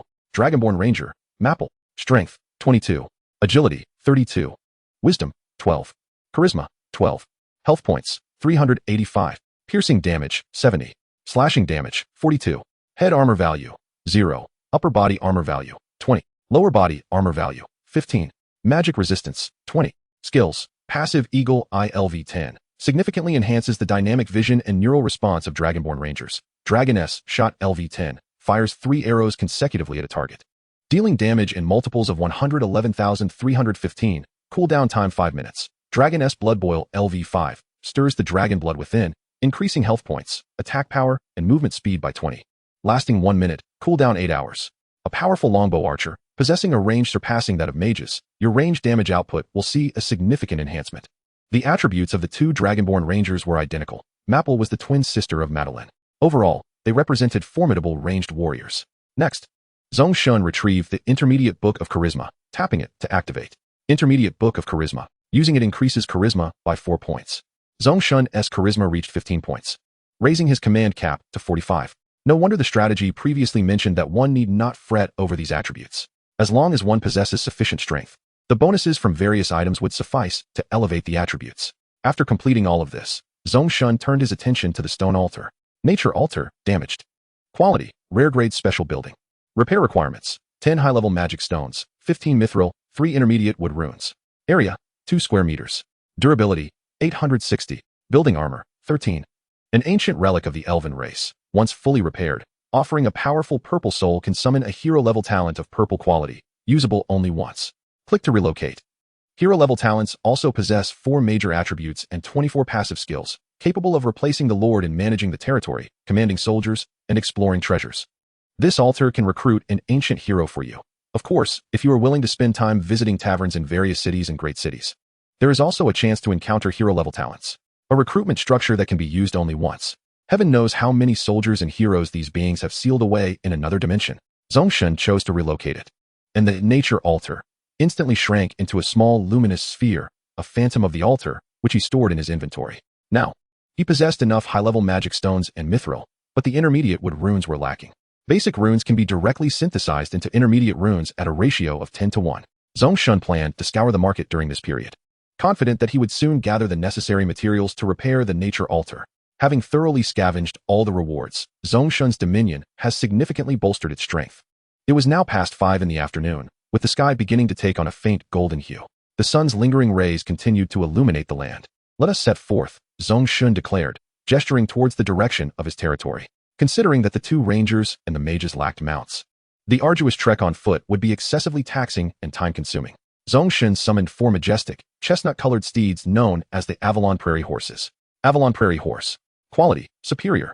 Charge, 4. Speed, 5. Armor, 28. Health, 220,220. Hunger, 70. Requires riding skill, level 3. These noble steeds from the Avalon Kingdom possess remarkable endurance, courage, and tenacity, making them splendid mounts. The 4 steeds lined up in unison, yet Zhong Shen was unaware if the rangers and mages had achieved the requisite riding skill level of 3, which caused him a twinge of concern. That was until he observed the 2 rangers and 2 mages comfortably mounted on their horses, alleviating his worries. Zhong Shen then mounted his trusty old travel horse. Though its speed was a point slower than the prairie horses, it was more than sufficient for their journey. With everyone now mounted, they began to gallop at full speed. Surprisingly, Zhong Shen found himself gradually trailing behind the group. Dust rose from the grasslands, swirling in the air as they sped along. Within a mere 10 minutes, they returned to their territory. At this point, all constructions had been completed, including a towering elemental arrow tower, standing 12 meters high in the courtyard, radiating its influence over the entire domain. Buildings within the territory could be quite easily relocated, allowing Zhong Shen to adjust their positions as circumstances dictated, requiring only a bit of time to undertake a second construction to accomplish this.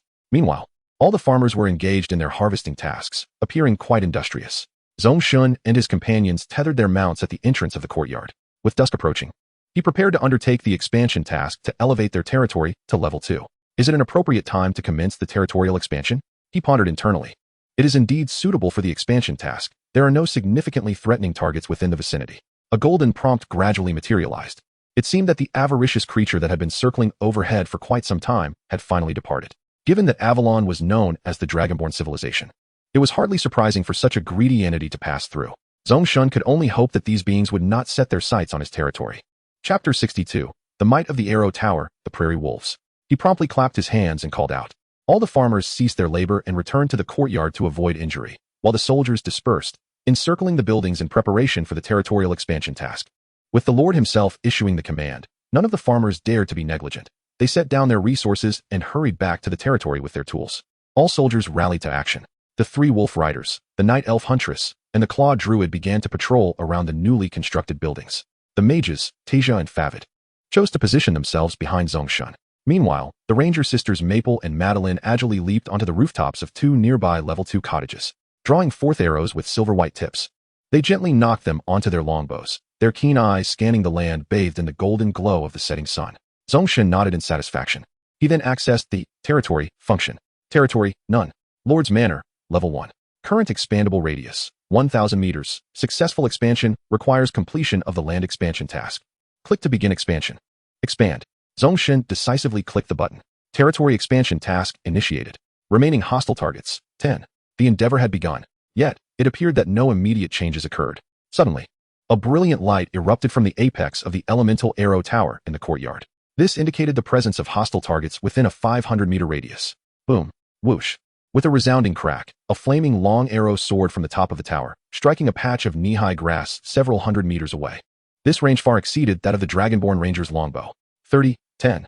Zhong Shen observed 2 damage values emerge. A haunting wolf howl echoed through the air, its resonance far surpassing that of the wolf cub he had slain on his first day. The grassland rippled, as if something was swiftly traversing its expanse. 3 seconds later, the elemental arrow tower fired again, this time without elemental damage attached. Boom. Another long arrow was released. 32. It only dealt standard piercing damage. The elemental arrow tower's piercing capability reached 60 to 69, yet upon impact, it inflicted only 32 points of damage, indicating that the assailant possessed armor exceeding 30. Coupled with that wolf's howl, it seemed that the expansion task had attracted genuine prairie giants. Finally, Zhong Shen beheld silvery gray forms darting across the grassland, racing towards his territory. A uniform pack of prairie giants, each exceeding 3 meters in length and standing approximately 1.2 meters tall, a true breed of giant wolves. Their number was neither excessive nor scant, precisely 10 in total. The foremost giant wolf was particularly imposing, 2 long arrows embedded in its side, swaying in the wind. Boom. Another arrow was loosed. The tower unleashed another attack, boasting an exceptional range advantage, striking with remarkable precision and stability. 33. The leading giant wolf let out a pained yelp. Yet its stride did not falter as it led the pack, howling as they charged forward. Zhong Shen's eyes narrowed slightly as these colossal wolves encroached upon the detection range. Adult Prairie Wolf Leader LV-10 Green. Level, LV-10. Race, Beast. Bite damage, 45 to 51. Health, 435. Armor value, 35. Speed, 5. Skill, Bite, inflicts additional bite damage. Bleeding, causes the opponent to suffer a bleeding state for 3 seconds after the bite, with damage equal to 1/10 of the bite damage per second. Adult Prairie Wolf LV-10. Level, LV-10. Race, Beast. Bite damage, 35-41. Health, 335. Armor, 25. Speed, 5. Skills, Bite, inflicts additional bite damage. Pounce. The prairie wolf leaps several meters to pounce on its target, suppressing it for 1s-3s, depending on size and opposition. The adult prairie wolf is of considerable size, particularly the pack leader, whose attributes rival those of the wolf cavalry's giant wolf. The wolf pack, though consisting of merely 10 members, exudes a formidable presence. Having endured 3 arrows from the arrow tower, the lead wolf, with 330 health remaining, has finally learned prudence. Slowing its pace, it merges into the pack. At last, the wolves draw near to the attack range of the Dragonborn Rangers. The 2 ranger sisters draw their longbows to full draw, commencing a methodical barrage of arrows. 45. Damage indicators materialize above different wolves. Without much pause, they initiate a second round of shooting. Their firing rate is rapid, averaging an arrow every 2 seconds. Whoosh. 45. The force required to draw the longbow is considerable, demanding significant strength to do so effortlessly, particularly in sustained firing scenarios. Each Dragonborn Ranger is equipped with a quiver containing 40 arrows, necessitating replenishment after use. The wolf cavalry short spears are similarly consumable and non-replenishable. Naturally, if Zhong Shen is willing to invest in high-quality short spears and arrows, their lethality could be enhanced. Soldiers can also change their equipment. Currently, they wield standard gear typical to their class, falling between white and green quality. As the battle wears on, injuries and equipment will necessitate Zhong Shen to provide replacements. Presently, with a limited number of soldiers, an elite squad strategy is feasible, but once Zhong Shen establishes a mature and stable recruitment system, the training and armament of soldiers will become a complex issue. Regrettably, with only 2 ranger sisters at his command, Zhong Shen cannot summon a sizable rain of arrows. Otherwise, a deluge of arrows would obliterate the wolf pack in a single volley. At this moment, the wolf cavalry, the female hunter, and the claw druid linger within a 20-meter radius of the territory, forming an armed buffer zone around the perimeter of the buildings. The wolf pack advances relentlessly under the barrage of arrows from the tower and the Dragonborn Rangers, finally entering within 100 meters. Zhong Shen stands with his hands clasped behind his back, unfazed. If they cannot handle an assault led by an elite wolf accompanied by 9 ordinary wolves, they should not be here at all. At this juncture, 2 mages step forward in unison, raising their staves and commencing their incantations. A fireball the size of a palm and 2 pitch-black necromantic arrows are released simultaneously. Faced with such dispersed adversaries, Favid wisely opts for short, direct, and rapid fireballs. These wolves lack magical resistance, allowing the magical attacks to inflict full damage. 58, 75, 75, 3 damage values appear in succession. The wolf pack struggles to advance within 50 meters, appearing battered and bruised, nearly all bearing injuries. If not for some inexplicable summons, these wolves would likely never have dared to assault Zhong Shen's territory. Chapter 63. Territory Rankings. The pro player turns out to be myself. If these prairie wolves could speak, they would surely howl in despair and unleash curses. Could such a fearsome territory be breached by a mere 10 wolves? After narrowly making it within 50 meters, nearly all prairie wolves show signs of injury, either with 1 or 2 arrows lodged in them, or having endured a fireball and a necromantic arrow. But the ordeal is far from over. As the wolf pack approaches within 20 meters of the territory, the claw druid, Rinsa Shattered Claw, emits a tremendous roar. An orange-red bear claw mark appears above the heads of all allied units within 50 meters, significantly enhancing their attack speed and power. The wolf cavalry, female hunter, and claw druid, emboldened by the roar's buff, charge ferociously. Above them, magical projectiles and arrows whistle past, creating a scene imbued with fervor. Luna's moonblades ricochet among the wolves, while the 3 wolf cavalry wield their sabers, slashing forth silver arcs of light. The claw druid, akin to a raging bear, unleashes frenzied strikes with both claws against the prairie wolves before him. The desperate charge of the wolf pack collides with an impenetrable wall, making progress nearly impossible.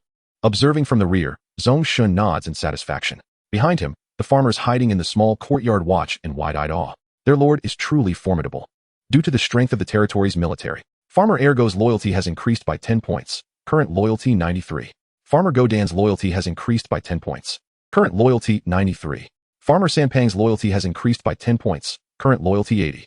Farmer Xiaozhuang's loyalty has increased by 10 points. Current loyalty 78. All farmers uniformly experience a 10-point increase in favorability, marking an unexpected boon.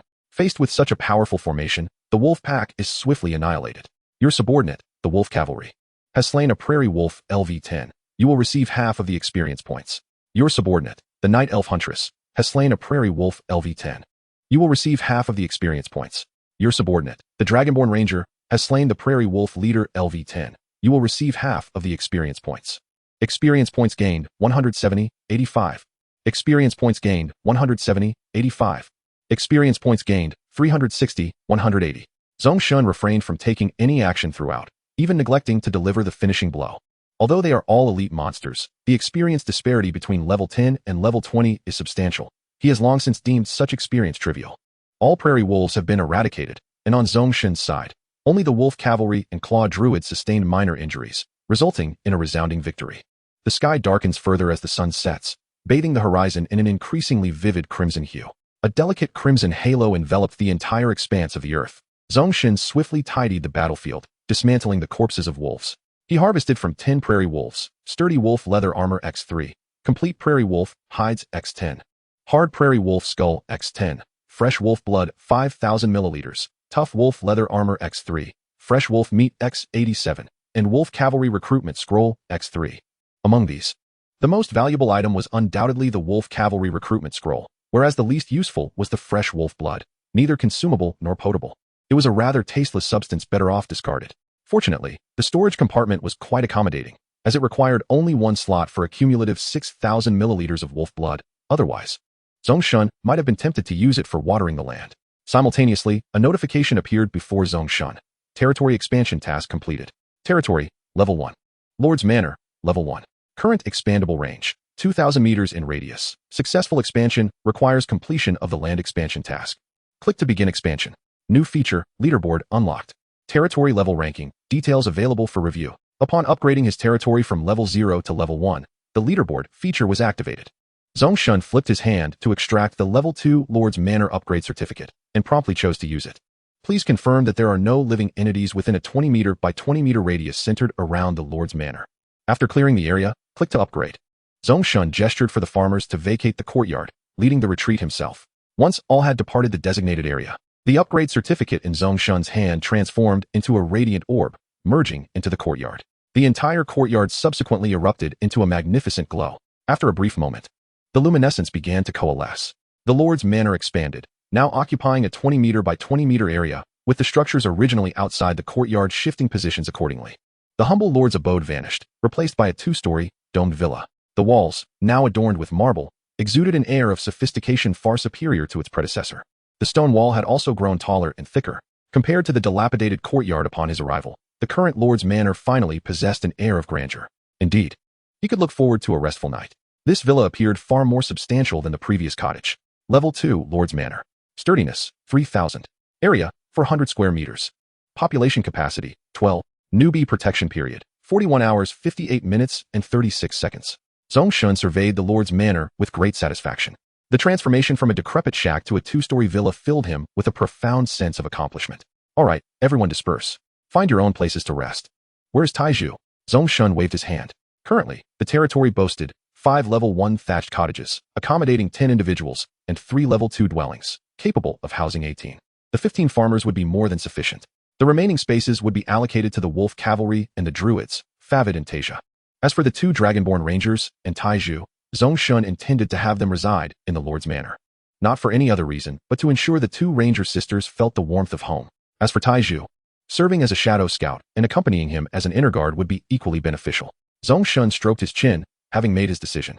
As darkness descended, he felt a twinge of worry for Taiju. Unlike the wolf cavalry, Taiju was more vulnerable, with lower health and defense. Encountering danger would be dire. He plopped down at the entrance of the courtyard and opened the leaderboard feature.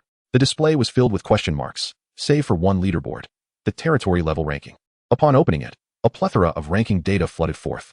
At the pinnacle stood a lord from Huaxia, Shenrui 199, for 613 territory, LV3. Below were a series of level 2 rankings, while Zhong Shen, at level 1, found himself ranked at 18,793. Moreover, the numbers beneath the leaderboard were continuously increasing. Lords of level 0 were not even qualified to make the list. I never imagined I'd be among the top players, Zhong Shen murmured to himself. Among the billions of lords who had traversed here, Zhong Shen's territory level was already in the top 20,000. By proportion, he could indeed be considered a competent player. Chapter 64. Taizhu returns, West Tano Village. Among the first batch of billions transported here, many exhibited remarkable adaptability and fortuitousness, which instilled a slight pressure within Zhong Shen. However, it was merely a slight one. He stroked his chin, a habitual gesture when deep in thought. He wondered about the identity of the top-ranked individual who had managed to expand their territory to level 3. Truly outrageous. Nevertheless, it also indirectly reflected strength.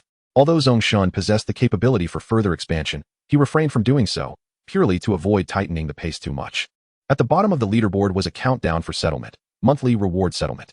28D17H58M. A brief glance revealed that rankings still had rewards associated with them. As long as one ranked above 10,000 during the monthly settlement, various tiers of rewards awaited.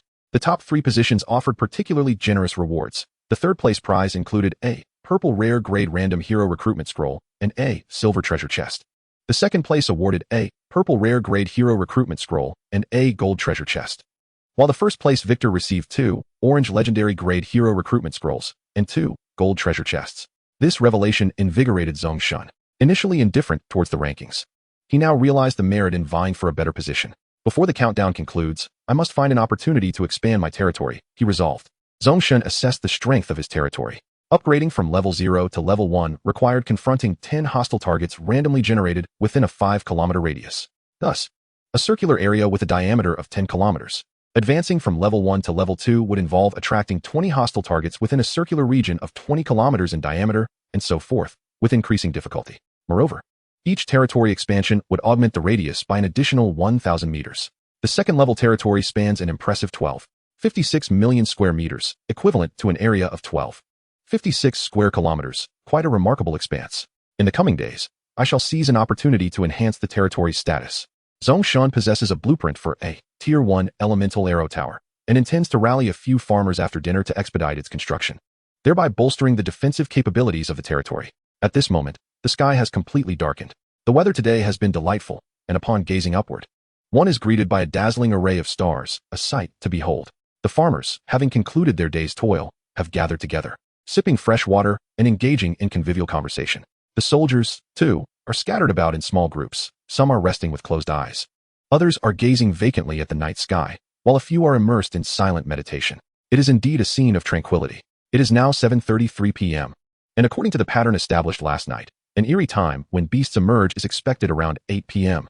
At this juncture, a shadowy figure, laden with a bulging package, strides purposefully from the eastern side of the territory. All soldiers open their eyes, alertly observing the newcomer. It is none other than Taizhu, who Zhong Shen had dispatched to explore the eastern region. With a joyful smile on his face, Taizhu kneels and unpacks his burden before Zhong Shen. The contents reveal a bounty of food, segments of large sausages, smoked beef jerky, and an entire stack of wheat cakes. Upon seeing the provisions, Zhong Shen raises an eyebrow. A native village? You haven't stooped so low as to pilfer their sustenance, have you? He inquires with a hint of skepticism. Taizhu chuckles in response. Oh, my lord, you are unaware of the hospitality of the villagers of Zatanna. I merely assisted an elderly woman in retrieving her lost cat, and in gratitude, she gifted me this ample supply of food. The village of Zatanna is remarkably prosperous and tranquil, falling under the jurisdiction of a town named Bosbang. With a population of approximately 3,000 to 4,000, quite a substantial community. They raise numerous cattle and sheep, cultivate vast fields of wheat, and engage in commerce with Bosbang, trading their goods for novel items to profit from. The village lies about 50 to 60 kilometers east of our territory. I cannot pinpoint the exact distance, but it is certainly not as far as the mountains to the north of our domain. Due to the undulating terrain of the grasslands, we could not easily detect this village, Taizhu explains candidly. Zhong Shen's eyes begin to glimmer with excitement. The issue of population has long been a concern for him. The existence of a nearby village signifies a reservoir of potential inhabitants. Excellent work, Taizhu. Your discovery will greatly aid our development, Zhong Shen declares, producing 2 soldier enhancement gems, green, and presenting them to Taizhu. This is your reward. Taiju eagerly accepts the 2 enhancement gems. With Zhong Shen's permission, he promptly utilizes them.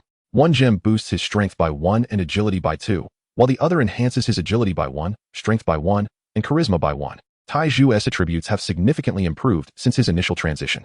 By the way, my lord, I also uncovered the territory of another lord to the east. However, its scale pales in comparison to ours, with only 3 or 4 farmers, and even the lord himself is engaged in lumber harvesting. There is a cow outside their territory. Suggesting that this lord has already made contact with the village of Zatanna, Taiju relays another crucial piece of intelligence. Zhong Shen nods thoughtfully. He is not surprised by the discovery of another lord, as there are countless such figures in any given region. As exploration expands, encounters are inevitable. However, at this early stage, Zhong Shen is not inclined to forge many connections with these lords. His focus lies in exploration and combat, which promise the most substantial benefits for growth. Failing to accumulate advantages in these formative stages would be a squander of precious time. This also explains his aversion to the water channel, beyond the water market, which holds potential for profit. He prefers to minimize interactions with other lords in the early phases of development. Well done, Taiju. You shall stay in the lord's residence tonight. For now, go and rest. This food does not need to be surrendered. Consider it your personal possession to manage as you see fit. Zhong Shen compliments Taiju. The discoveries made by Taiju today have illuminated the path for Zhong Shen's forthcoming plans. Taiju bows and, clutching the package, takes a seat to rest. Zhong Shen rises and approaches the level 1 stove. He has just learned a new cooking recipe today, perfect for tonight's dinner. Bear meat soup. Ingredients per serving. Bear meat 1, salt 8g, black pepper 5g, water 200 milliliters, wood 1. Effect: restores stamina, replenishes protein, alleviates physical fatigue. Cooking time: 30 minutes. Effect: restores 50 hunger points. All other materials are on hand, and the wolf cavalry has brought in several barrels of fresh water today. The only missing components are salt and black pepper. Zhong Shen prepares to visit the market. Chapter 65. Cooking and the Lord's Status. Zhong Shen arrives at the market and searches for the keywords salt and black pepper. To his delight, both are available. He even spots various other spices intended for culinary use. This marks the second night since their arrival, and as time progresses, more lords are acquiring access to the market. The trading environment is becoming increasingly vibrant. 100g refined salt. Effect: a common culinary seasoning that replenishes essential salt levels in the body. Listing price: 50 wood, 15 iron, 50 hemp, 5 common food items.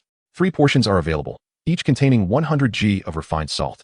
It is unclear whether these were sourced from the natives or obtained from treasure chests. The price is reasonable and not overly expensive. It appears that after a full day of market activity, prices are beginning to align with their true value. At this stage, the demand for salt is not particularly high, as the majority of lords have yet to reach a level of luxury that allows for seasoned cooking. Most are still subsisting on simple roasted meat. Some lords are still enduring hunger even now. Zhong Shen opts to pay with food, exchanging 15 portions of fresh wolf meat for 300 grams of salt. Next, he turns his attention to black pepper, which is similarly inexpensive, even cheaper than salt. 50 grams of black pepper can be acquired for just 20 portions of wood. Zhong Shen directly expended 120 units of timber to purchase 6 portions, thereby acquiring 300 grams of black pepper.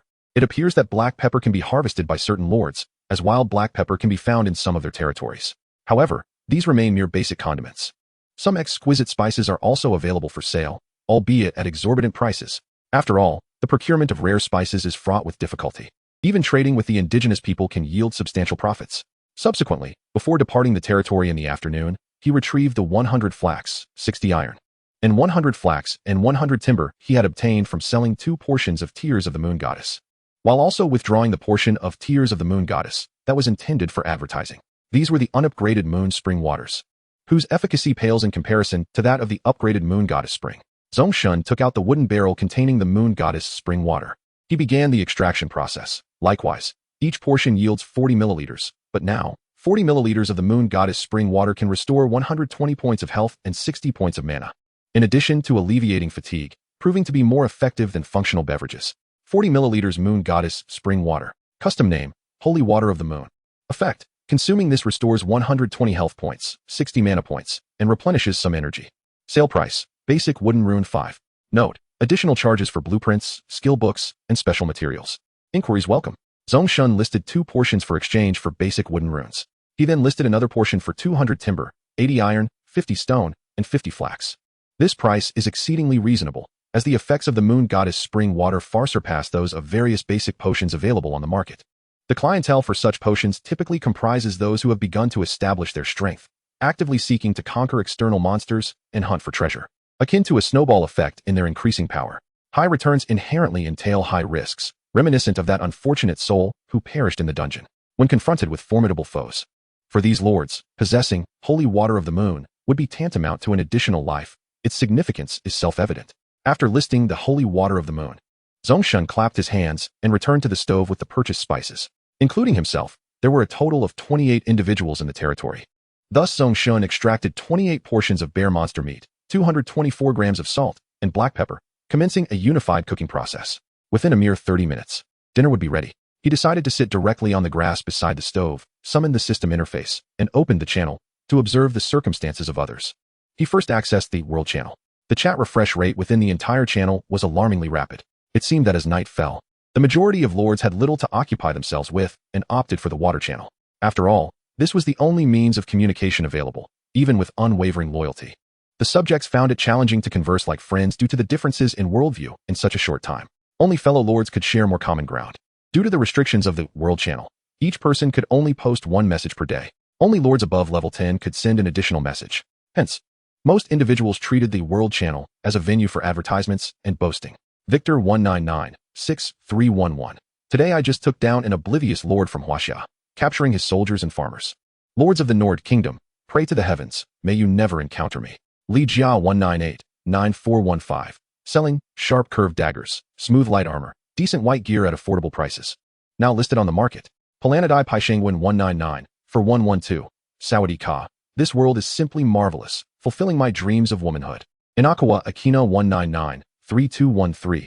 I must prove that women of the Reiwa era can stand on their own. Henry Lawson 198-2612. The indigenous people of this world are so naive. I easily acquired several farmers and a plethora of food from them. Zhong Shen glanced around and shook his head. There was indeed little useful information. The overall trend continued to exhibit a division.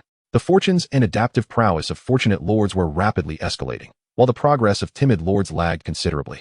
And as for those unfortunate souls, they were unable to communicate at all. In light of survivor bias, strictly speaking, those lords still alive at present could be considered victors compared to those who had perished.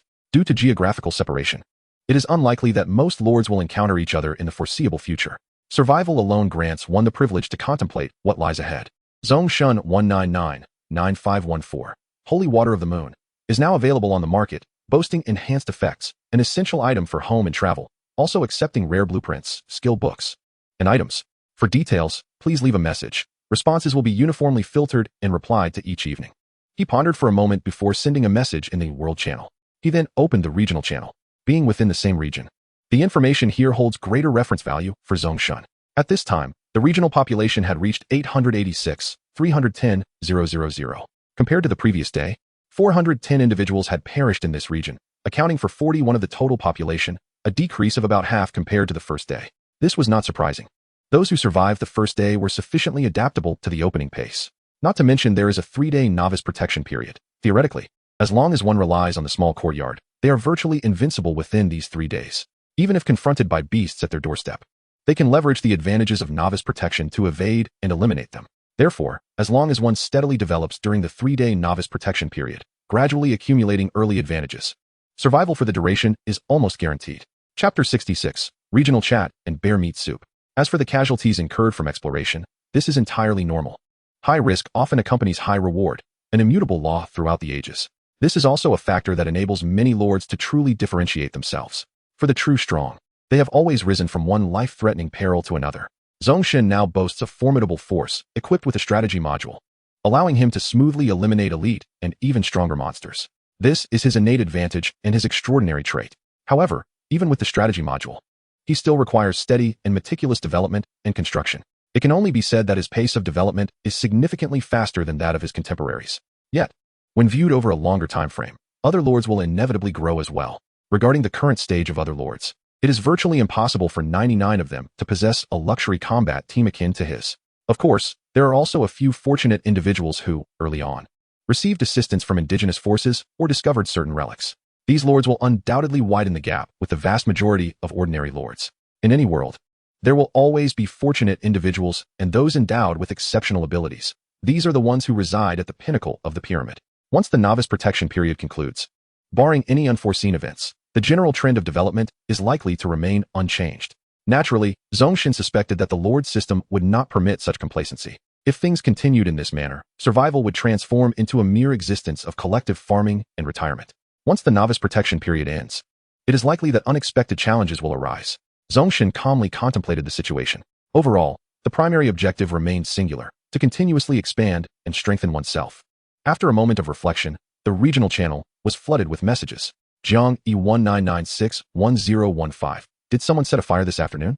I saw smoke rising from the woods near the territory, and I heard the roar of a bear. Adrian 19887717. Friends from Huaxia, how many soldiers do you all have? We should unite and form an alliance to explore the region together and ensure our survival. Li Chun 19948222. Miss Jiang. You seem to be the most active in this channel. I didn't see any smoke, but this morning, a group of traveling merchants passed by my territory. With the initial funds I received, I purchased some weapons from them, and this afternoon, I finally discovered a black iron treasure chest at the edge of a marsh. Acquiring a wolf cavalryman. Rajavasani 1999312. I stumbled upon a native village, but they seem to be suffering from bandit troubles. Those bandits number in the hundreds, raiding the villagers. Benjamin 199551113. You must stay away from that forest. There's a group of damned greenskins lurking there. I had 3 soldiers, but while exploring the woods today, I encountered a band of greenskins. They were incredibly strong, and I lost 1 soldier before I managed to escape. Yuan Zuin 199771026. The previous comment is correct. Those goblins are highly aggressive. I have seen their dagger-wielding scouts roaming the wilderness more than once. Zhao Lin 1992430. I have formed an alliance with 2 nearby lords. Each of us has 2 soldiers, making a total of 3 lords and 6 soldiers, sufficient to explore some ruins and slay a few wild monsters. Wang Ming 1996818. Enough chatter. The time has come for the inexplicable surge of beasts. Let us all remain quietly in our courtyards. Jiang E19961015. You may hide, but tonight, I shall instruct the farmers to shelter in the courtyard, as I intend to lead my soldiers to slay the beasts that emerge at night. This is a rare opportunity. Zhong Shen's eyes gradually narrowed. Choosing not to respond, he directly closed the regional channel. By now, it was past 8 o'clock. Outside, the wilderness once again echoed with the wails of the damned. The density of beasts during the day was nowhere near this high. Clearly, this tumultuous emergence of beasts at night was orchestrated by the Lord's system. However, this time, the inhabitants under Zhong Shen's command were no longer in a state of panic. They had firmly believed that their Lord's territory was the safest haven in this wilderness. With such a formidable array of soldiers, the security of the territory was assured. Zhong Shen rested his head in his hands, pondering the information gleaned from the regional channel. Within this expanse of 40,000 square kilometers, there remained 863 surviving lords. With an average of 1 lord per 45 square kilometers, encounters and interactions were inevitable. Yet, there existed an underlying competitive relationship among the lords. And whether it be organizing alliances or managing inter-lord relations, such matters were inherently complex. Rather than indulging in idle contemplation, he would be better served by venturing forth to explore and diligently fortify his territory. He mused for a while as the uproar of beasts outside intensified. The arrow tower in the courtyard intermittently emitted warning lights, shooting arrows into the dark wilderness, followed by the anguished cries of beasts as they fled. Thus far, no beast had dared to invade Zhong Shen's territory. Bear meat soup has been completed. A notification appeared, and Zhong Shen shook his head, dispelling both the notification and the distracting thoughts from his mind. He rose and approached the stove. A delightful aroma wafted through the air. Contrary to his expectations, the bear meat was not tough, but rather reminiscent of tender venison. Simple cooking and seasoning had imbued the pot of soup with a rich fragrance. Quite delightful. Zhong Shen gazed at the pot brimming with bear meat soup. Now, the issue of dining utensils needed to be addressed. Previously, makeshift solutions sufficed. But with the increase in people, utensils had become a necessity. The quality of life must gradually improve. Within the crafting menu, he discovered simple recipes for utensils. Wooden bowl, 1 wood. Crafting time, 10s. Large wooden spoon, 1 wood. Crafting time, 5s. Small wooden spoon, 10 wood. Crafting time, 5s. Zhong Shen spent 5 or 6 minutes crafting 28 wooden bowls, 1 large wooden spoon, and 28 small wooden spoons. The large spoon was reserved for serving soup, while each person would receive 1 bowl and 1 small spoon. Having resolved the matter of utensils, Zhong Shen called out to the farmers and soldiers resting behind him. Dinner is served. Come and form a line. All the farmers' eyes brightened as they hurried over. In contrast, the soldiers remained more composed, their appetite for dinner not as fervent. They quietly lined up at the back of the queue. Zhong Shen held a wooden bowl in one hand and a large spoon in the other as he began to ladle soup and bear meat for each of them.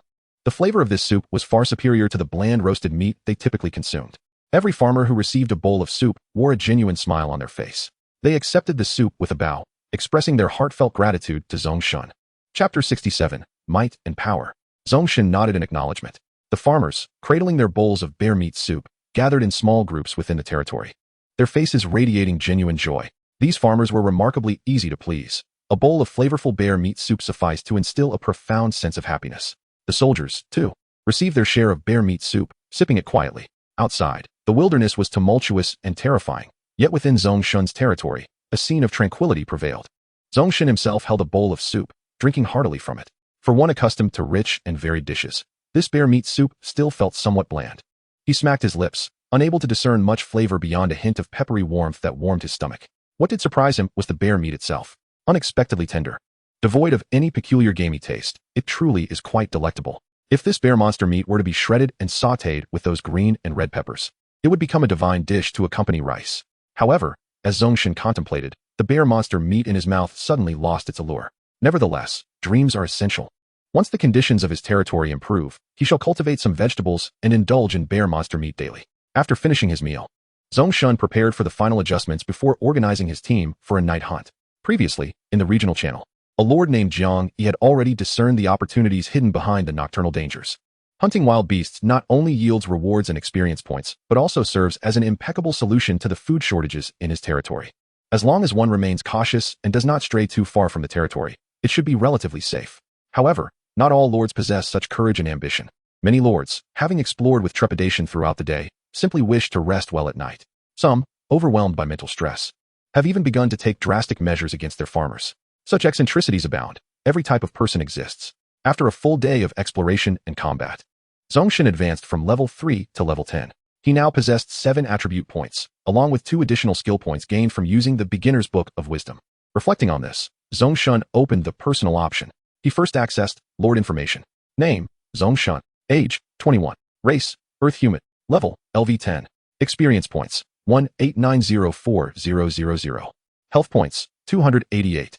Dominated population, 3,445. Strength, 24. Agility, 12. Intelligence, 10.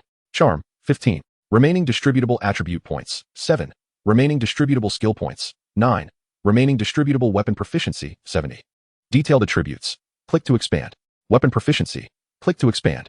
Zhong Shen couldn't help but marvel at his attributes. He was now significantly stronger than when he first landed. And in terms of attributes, he could stand toe-to-toe with second-tier professional soldiers like the Wolf Cavalry.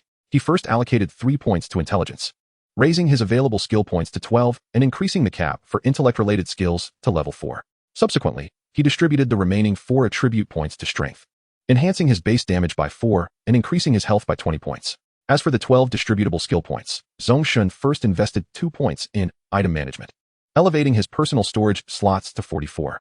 Next, he allocated 2 points to domination, adding 20 to his dominated population. He then added 2 points to healing and 2 to rescue. The remaining 6 points were distributed as follows: 2 points in horsemanship, 2 points in plunder, 1 point in power strike, and 1 point in shield defense. After completing the allocation of skill points, Zhong Shen opened weapon proficiency and dedicated all 70 points to one-handed weapons. Weapon proficiency: one-handed weapons, 187. Two-handed weapons, 95. Polearm weapons, 103. Bows, 77. Crossbows, 72. Throwing, 75. Firearms, 75. Each point of weapon proficiency increases the corresponding weapon's damage by 0.01. A profound sense of achievement washed over him. He opened the detailed attributes to review his overall situation. Lord, Zhong Shen. Equipment: resilient wolf leather armor, emerald leggings, green. Swift leather boots, green. Avalon Guard's war sword, blue. Hunting crossbow, curved crossbow bolts, thorned round shield, green. Beginner's heart of strength, sturdy bull horned helmet, ghoul's ring, blue. Bear monster necklace, green. Slashing damage, 3912804018, 7005. Strength power strike weapon proficiency, 75. Piercing damage, 3312804072, 58. Head armor, 19. Body armor, 21. Leg armor, 44. Magical resistance, 13. Skill, /LV3. Territory level, 1. He was formidable. Apart from a relative scarcity of skills, his attributes could nearly rival those of a second-tier warrior. Most of his equipment was of excellent and superior quality. Should Zhong Shen showcase his gear and attributes in the channel, it would undoubtedly incite frenzied admiration. His strength, at this stage among lords, could be deemed exceptionally formidable. Unbeknownst to him, Zhong Shen's combat prowess had already flourished. Alas, without a lord ranking board, he mused. His level would undoubtedly be among the top contenders. With a confident tone, he reflected on how he had ascended from level 3 to level 10. Having dispatched countless ordinary and elite monsters along the way, including the blue-tier stitched monster, Pato. The difficulty of vanquishing these beasts far surpassed that of mere territory expansion quests. After allocating his attribute points and reviewing his entire status, Zhong Shen stretched languidly, his spirits soaring. Regardless of the time or place, the strength of one's own abilities remains the most reliable safeguard. He made his way to the market to check on the sales of Moonlight Holy Water. 3 portions of Moonlight Holy Water had already sold, with 2 of them flying off the shelves. The portion exchanged for basic resources sold rapidly, and he had also procured 5 beginner wooden runes.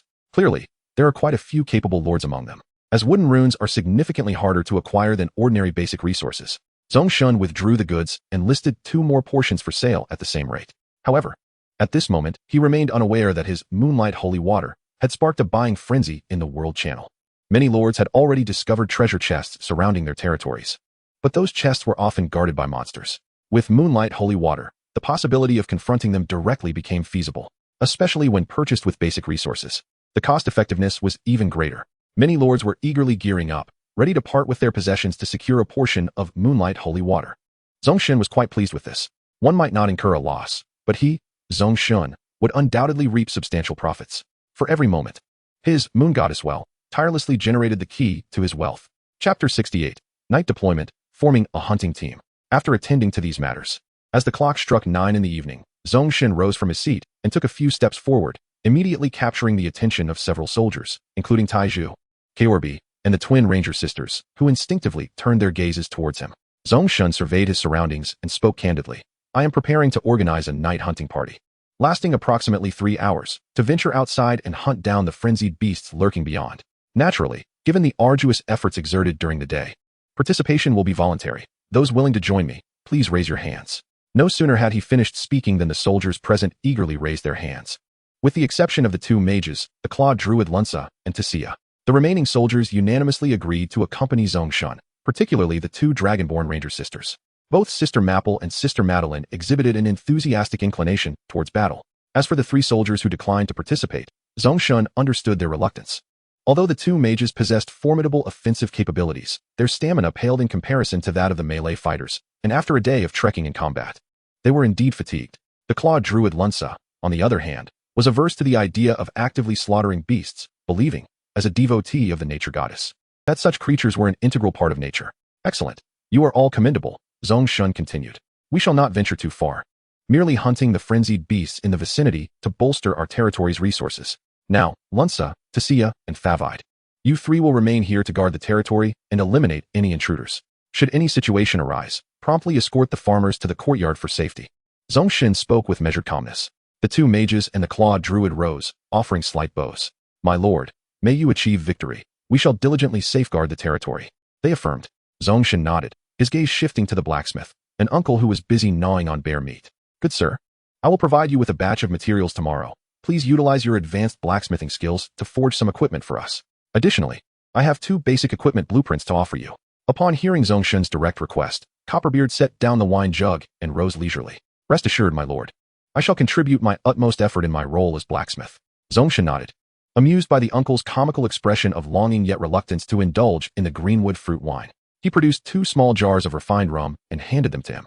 The blacksmith's eyes brightened. While the rum was not as fine as the greenwood fruit wine, it was perfect for quenching his thirst for alcohol. After making these arrangements, Zhong Shen retrieved the blueprint for a level 1 elemental arrow tower, which he had acquired after defeating the bear shaman earlier that day. He swiftly approached the edge of the territory's buildings, assessing the location before deciding to place the arrow tower on the side where the structures were denser, thereby enhancing the defense. He called over 3 farmers who appeared to be more astute. One would lead the construction while the other 2 assisted, significantly boosting efficiency by 40. It was estimated that the tower would be completed in approximately 3 hours, but he was not finished yet. He then produced 3 recruitment scrolls for wolf cavalry, obtained during the previous territory expansion mission. Drawing from his past recruitment experience, Zhong Shen proceeded with a sense of familiarity. He noted that the spawn rate of wolf cavalry in his area seemed remarkably high, particularly after slaying wolves. They were becoming a distinctive unit in this region. Zhong Shen aimed to gather a squad of 12 wolf cavalry. He simultaneously activated the 3 recruitment scrolls. 3 6-pointed star formations appeared, and 3 swirling masses of black light began to writhe. A howl echoed as the dark masses contracted, revealing 3 robust figures atop wolves.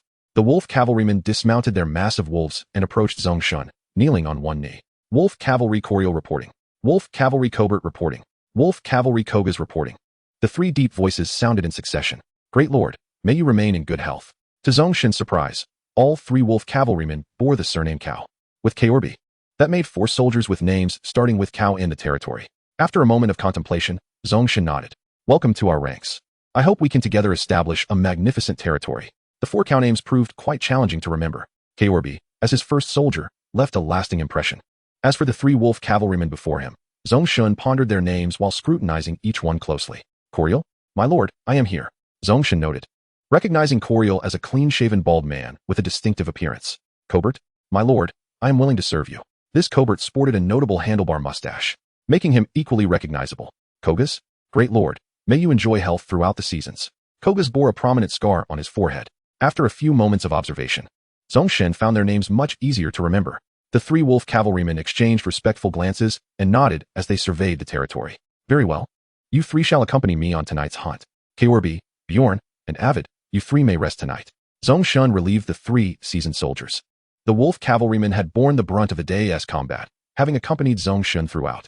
The arrival of the 3 Cao cavalrymen provided a perfect opportunity to replace the veterans. Excellent. Our night hunting party is officially formed. Ranged attacks will be managed by sisters Masser and Madeline, while close combat will be handled by the 3 Cao, Taizhu, Luna, and myself. Taizhu, you will move through the shadows to support the Ranger sisters. Everyone else, take your positions. Zhong Shen concluded with his instructions as he led the group, fully equipped, into the night. The darkness was truly the domain of Luna and Taizhu, particularly Luna, whose silhouette on her Black Panther was ghostly in its grace. The group departed the territory, advancing several hundred meters. As the howls of the beast grew increasingly pronounced and dense, looking toward a nearby pasture, Zhong Shen could see numerous eyes reflecting a bright yellow glow, alongside many dark figures entangled in chaotic motion.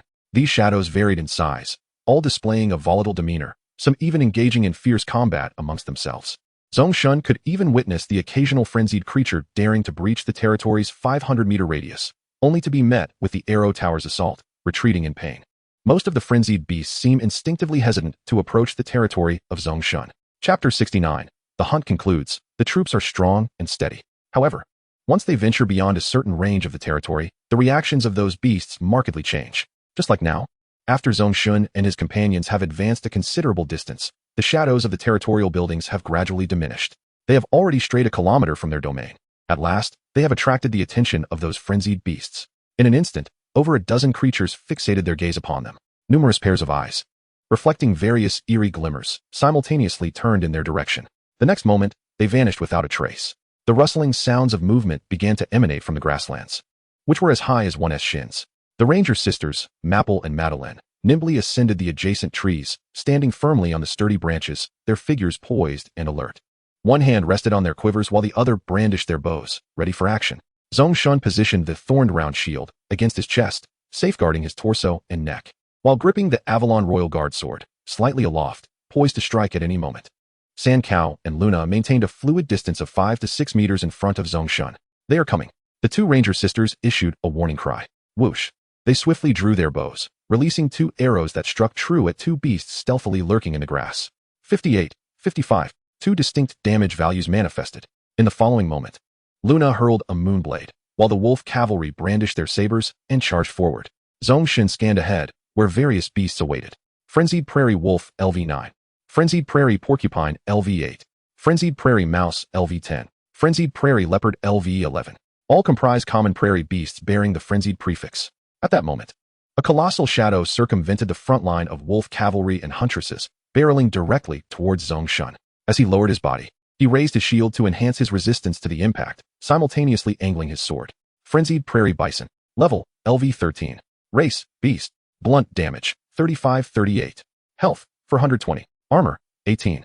Speed, 5. Skill, Bison Charge. The frenzied bison charges recklessly, increasing speed by 50, impact damage by 20. After the charge, it loses 30 control for 10 seconds. Trample LV1. The bison tramples over enemies, causing a 0.5-second stun effect. A mere brute of a creature, with health comparable to an elite prairie wolf, reaching 420 points. Upon discerning its attributes, Zhong Shen felt reassured, steadfast as a rock. The bison charged with remarkable speed, and he had no complete assurance of evasion. Merely focusing on dodging would only squander his opportunity. With a strength attribute soaring to 28 points, he resolved to withstand the bison's onslaught. Thud! The bison collided with the thorned round shield.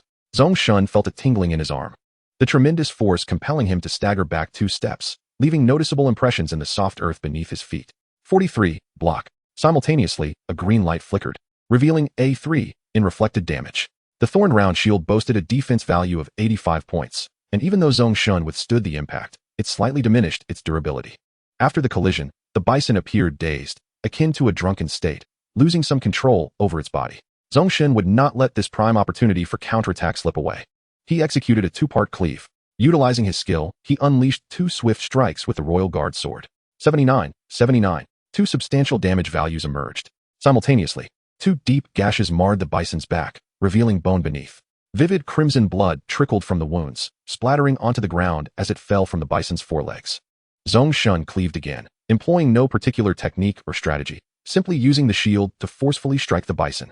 57. His strength attribute had surpassed that of the bison, enabling him to push it back with sheer force using his shield. The bison finally regained its bearings, yet it was too late. Zhong Shen had mastered his strength, courage swelling within him. The bison's offensive maneuvers were limited to headlong charges, followed by trampling with its hooves. Now it had no space to attack, being held firmly by Zhong Shen's shield against its head. Simultaneously, Zhong Shen relentlessly slashed, carving the bison's flesh and saturating the earth beneath with its blood.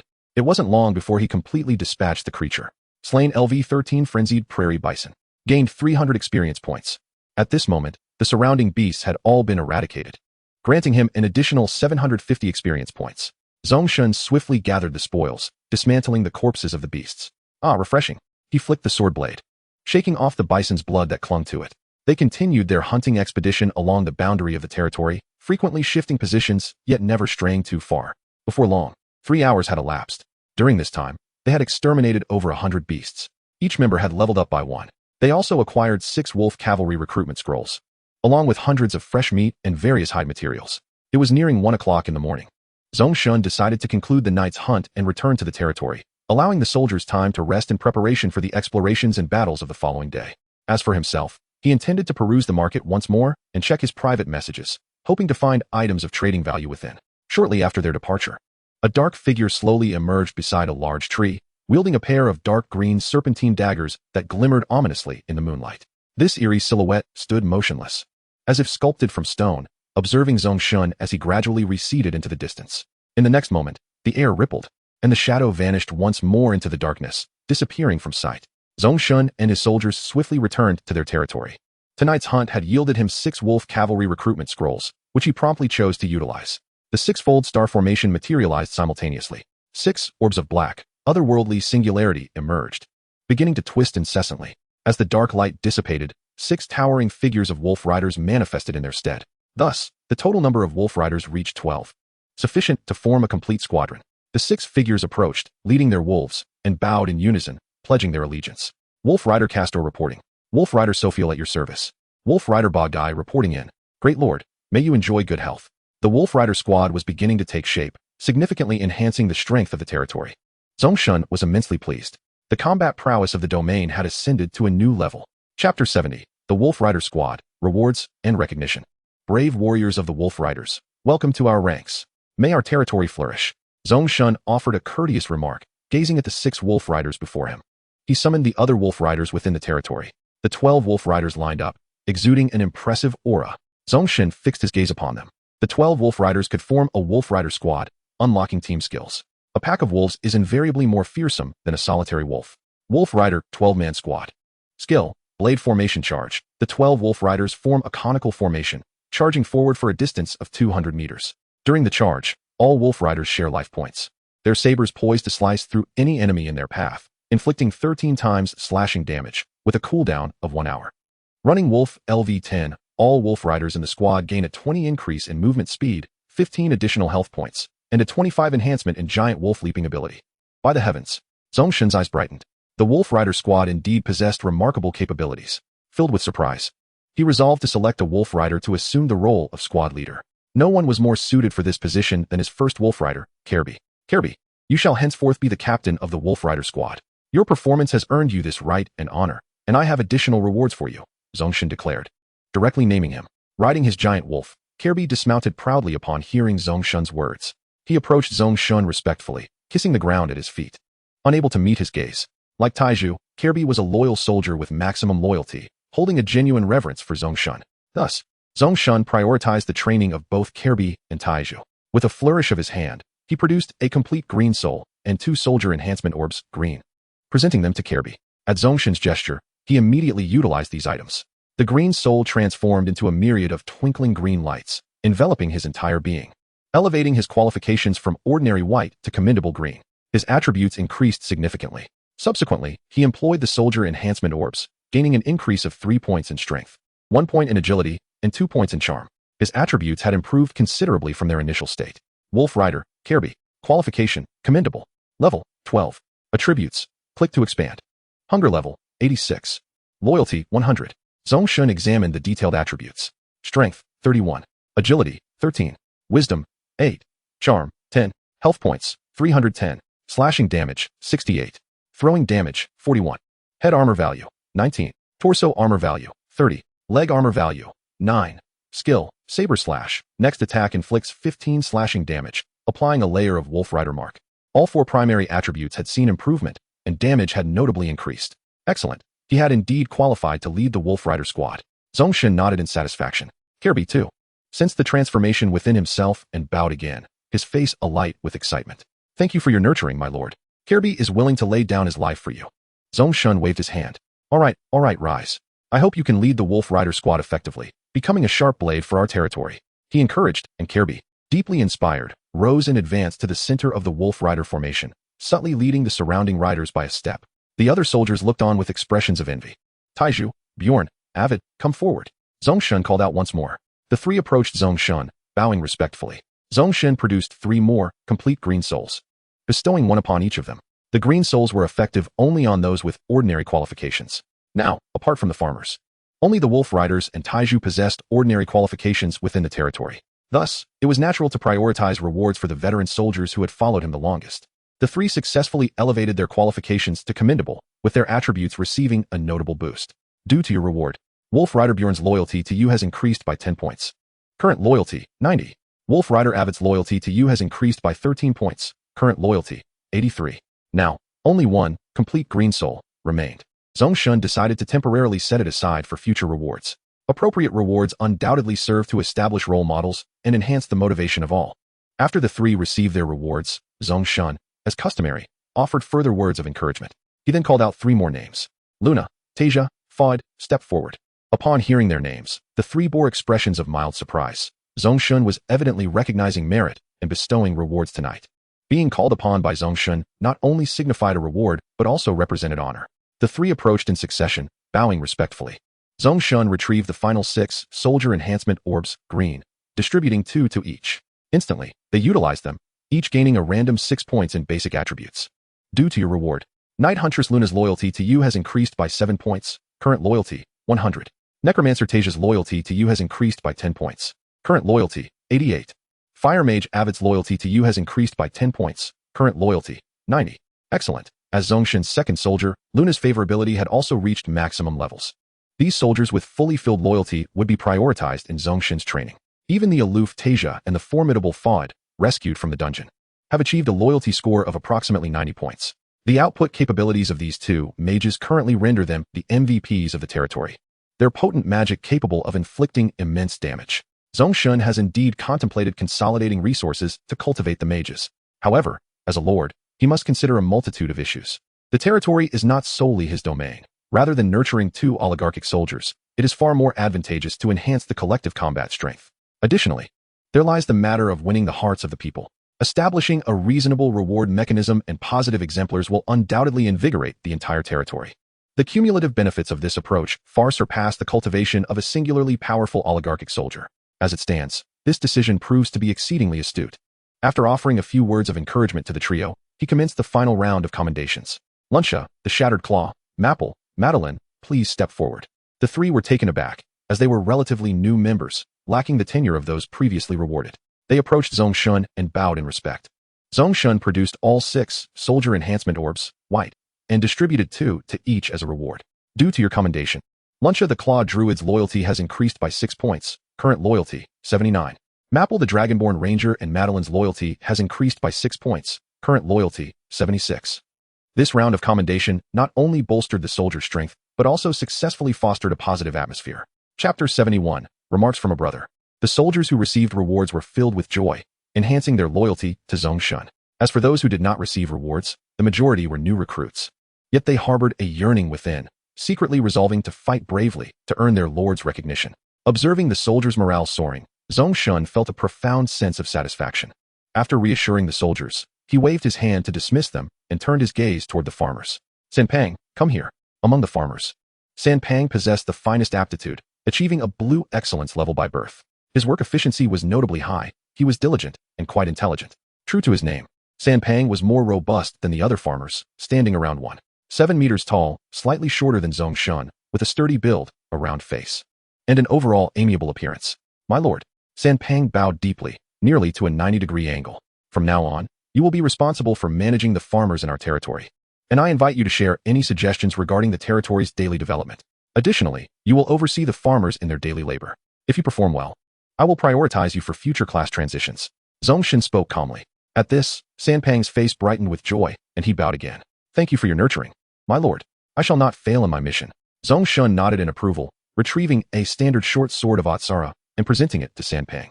This sword is bestowed upon you for self-defense. Strive to improve.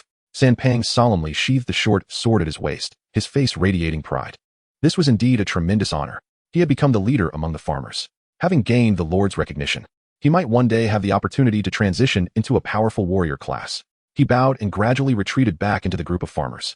Currently, there were 15 farmers in the territory, yet 20 warriors. The thatched huts and cottages could only accommodate 28 individuals, meaning 7 would temporarily reside with Zhong Shen in the lord's manor.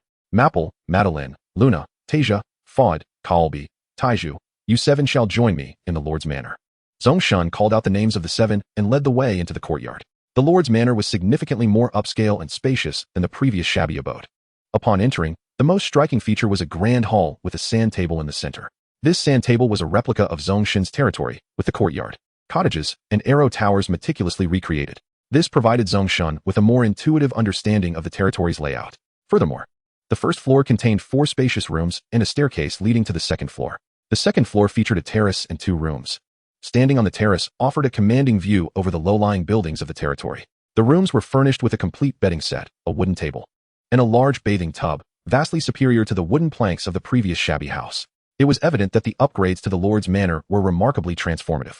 Zhong Shen allocated rooms for everyone, claiming the second floor for himself. Once the others settled in, he descended directly to the market adjacent to the courtyard to conduct his daily searches. This time, all 3 of his moonlight holy water had sold out. They were simply too popular.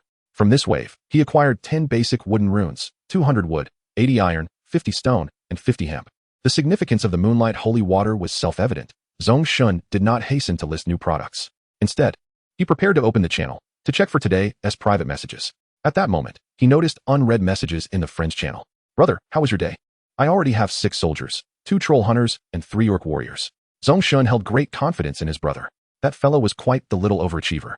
This message was from 3 hours ago, during which Zhong Shen had been engaged in nighttime hunting with his soldiers, thus missing the notifications from the channel. Ace, are you asleep? My progress has been quite smooth. I now have 19 soldiers. By the way, do you need this?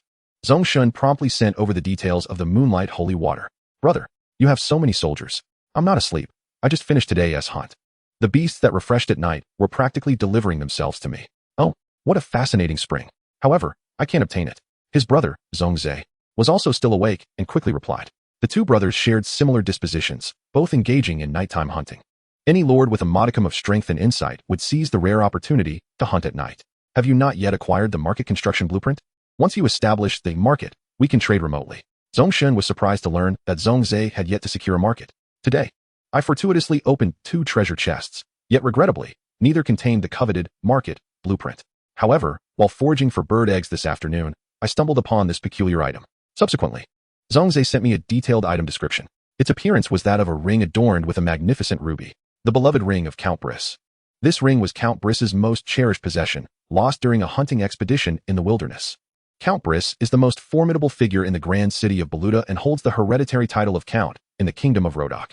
If you manage to return this ring to the Count's estate in Baluta, you shall earn the friendship of Count Briss. What splendid luck, Ace. With this ring, you could forge alliances with the prominent figures of the indigenous factions, which would greatly benefit your endeavors. Zhong Shen remarked in astonishment. What a load of nonsense. I distinctly remember you mentioning that the grand city of Baluta lies 100 kilometers from my vicinity. Zhong Zhe, however, did not appear particularly pleased. Indeed, that grand city of Baluta is a mere 100 kilometers away from you. Zhong Shen still failed to grasp the implication. Brother, you did say it was 100 kilometers. This is not merely 100 meters. While I acknowledge the vastness of this world, to refer to a distance exceeding 2,000 kilometers as nearby is rather presumptuous. Just considering my old horse, it would take an eternity to reach the grand city of Baluta. Zhong Zhe lamented vehemently. Only then did Zhong Shen come to a realization. My apologies, my apologies. I inadvertently became a source of frustration for my younger brother. Do not lose heart, Ace. Have faith in yourself. Once you acquire a swifter mount, you shall be able to journey to the grand city of Baluta. In any case, prioritize safety and procure the market blueprint promptly. I've got your back. All right. I shall resume my chat. Message me if you need anything. Chapter 72. The Joy of Transactions. Zhong Shen felt somewhat awkward and opted to conclude the conversation, turning his attention to his private messages. Within the private chat, the notification count had soared to 999. After all, he had neglected to check his private messages for an entire day.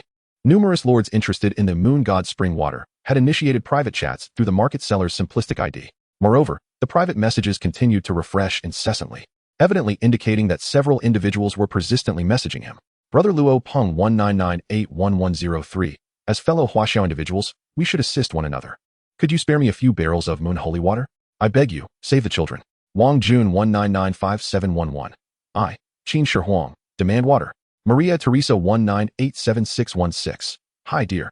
If you generously bestow upon me some moon holy water, I shall reveal to you my assets. Matsumoto Jintian 1991318. Yo, my Huaxiao friends are exceptionally kind. I desire some. Zhong Shen merely cast a glance at the messages and felt dizzy. What on earth are these bizarre requests? He shook his head in exasperation. Over 80% of these private messages comprised spam from individuals attempting to swindle him. He began filtering and searching for keywords. To his surprise, he discovered several valuable offers. Among them, the owner of the coveted 3-tier purple barracks blueprint, Frenzied Axe Warrior Barracks Construction Blueprint, responded to him. Initially, they sought to exchange it for 100 liters of Moon God's tears, but upon noticing Zhong Shen's listing of moon holy water, they revised their request to 30 liters. This condition was certainly unacceptable to Zhong Shen. While the 3-tier barracks blueprint is indeed precious, the difficulty of gathering the construction materials for such a barrack is equally high. Especially during the early stages of development, it would be nearly impossible to convert the blueprint into combat power in the short term, rendering it not worth 30 liters of moon holy water. The moon god spring produces merely 70 milliliters per hour without utilizing skills. To accumulate 30 liters of moon god spring water, it would require approximately 285 hours, nearly 18 days. Quite the loss. At most, I would offer 1 liter. Anything more is out of the question. Zhong Shen proposed what he deemed a fair price. The other party promptly declined, as the reduction to 1/30th of their initial request was difficult for them to accept. Zhong Shen did not press the matter. After all, he possessed a 3-tier barracks blueprint as well. In the remaining private messages, most of the offered blueprints were of little value. Zhong Shen swiftly dismissed them, ultimately selecting 5 that piqued his interest: Holy Light Priest Recruitment Scroll, Shield Charge Skill Book, Vitality Totem Construction Blueprint, Blue, Tier 2 Blacksmith Shop Construction Blueprint, and Communication Crystal Tower Construction Blueprint, Purple Special.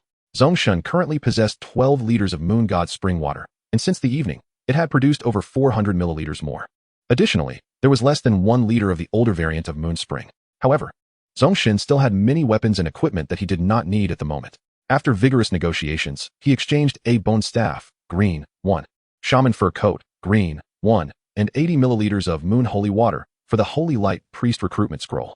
Both pieces of equipment were intelligence-oriented, which he had no use for, and their attributes did not surpass those of the gear his 2 mages possessed, so it was best to part with them. Next, he traded 200 wood, 3 elemental crystals, and 30 milliliters of Moon Holy Water for the Shield Charge Skill Book. As for the Vitality Totem Construction Blueprint, Blue, he acquired it effortlessly for just 200 portions of beast meat and 80 milliliters of Moon Holy Water. The hunting expedition that night had yielded Zhong Shen 600 portions of beast meat. If one were to consider what resources were most abundant in his territory at present, it would undoubtedly be the various types of beast meat. Even if he were to enjoy barbecued meat every meal, it would suffice for quite some time. However, the seller of the Tier 2 blacksmith shop construction blueprint proved to be somewhat difficult.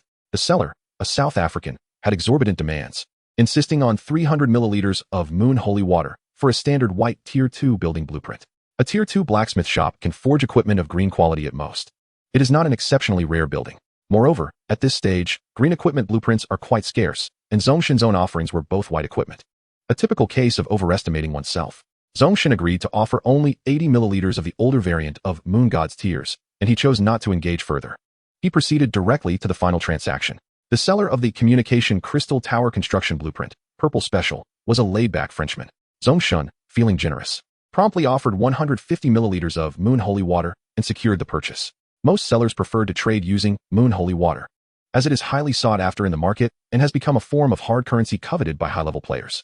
It has effectively transformed into a kind of market equivalent.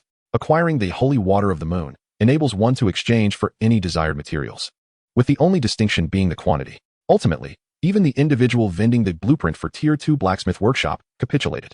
Zhong Shen effortlessly exchanged a lesser quantity, 80 milliliters of Tears of the Moon Goddess, for this blueprint. Once he had extracted all his items, it was nearly 3 a.m. A diligent lord is invariably so occupied. Zhong Shen stretched lazily, feeling somewhat drowsy. This night had yielded abundant rewards. The joy of trading filled him with a sense of accomplishment. Possessing a monopolistic product truly exhilarates. It allows him to reap substantial profits. He listed 3 portions of Holy Water of the Moon for sale. 1 portion was exchanged for 20 basic elemental crystals, while the remaining 2 portions were each traded for 5 basic wooden runes, as per usual. He was diligently working to gather the materials needed for the nature altar. After completing all these tasks, he returned to his lord's manor, ascended to the second-floor chamber, removed his armor and protective gear, and comfortably lay on the bed, beginning to review his previous trading gains. Recruitment scroll for the Light Priest. Communicate with great mysterious powers to immediately recruit a formidable Tier 3 mage-type warrior, the Light Priest. Consumes 2 dominance points. Default qualification is Excellent, level 10, with the potential for promotion or enhancement. Click to use. A powerful Light Priest capable of wielding extraordinary holy magic. The Tier 3 recruitment scroll, Zhong Shen's favorite. This signifies a further enhancement of his combat team's strength. However, Zhong Shen was not in a rush to utilize it. He could use it just as well tomorrow. Next, he flipped his hand and retrieved the skill book. Shield Charge Skill Book. Upon learning, you will master the skill, Shield Charge LV1. Shield Charge LV1. While holding a shield, dash 10 meters in a designated direction to initiate a collision attack, inflicting blunt damage equal to 105 times the shield's defense value, slightly reducing the shield's durability, and stunning the target for 1 to 5 seconds depending on the target's level and his own strength, with a cooldown of 15 minutes. Note, this skill cannot be used in a non-shield state. Click to learn.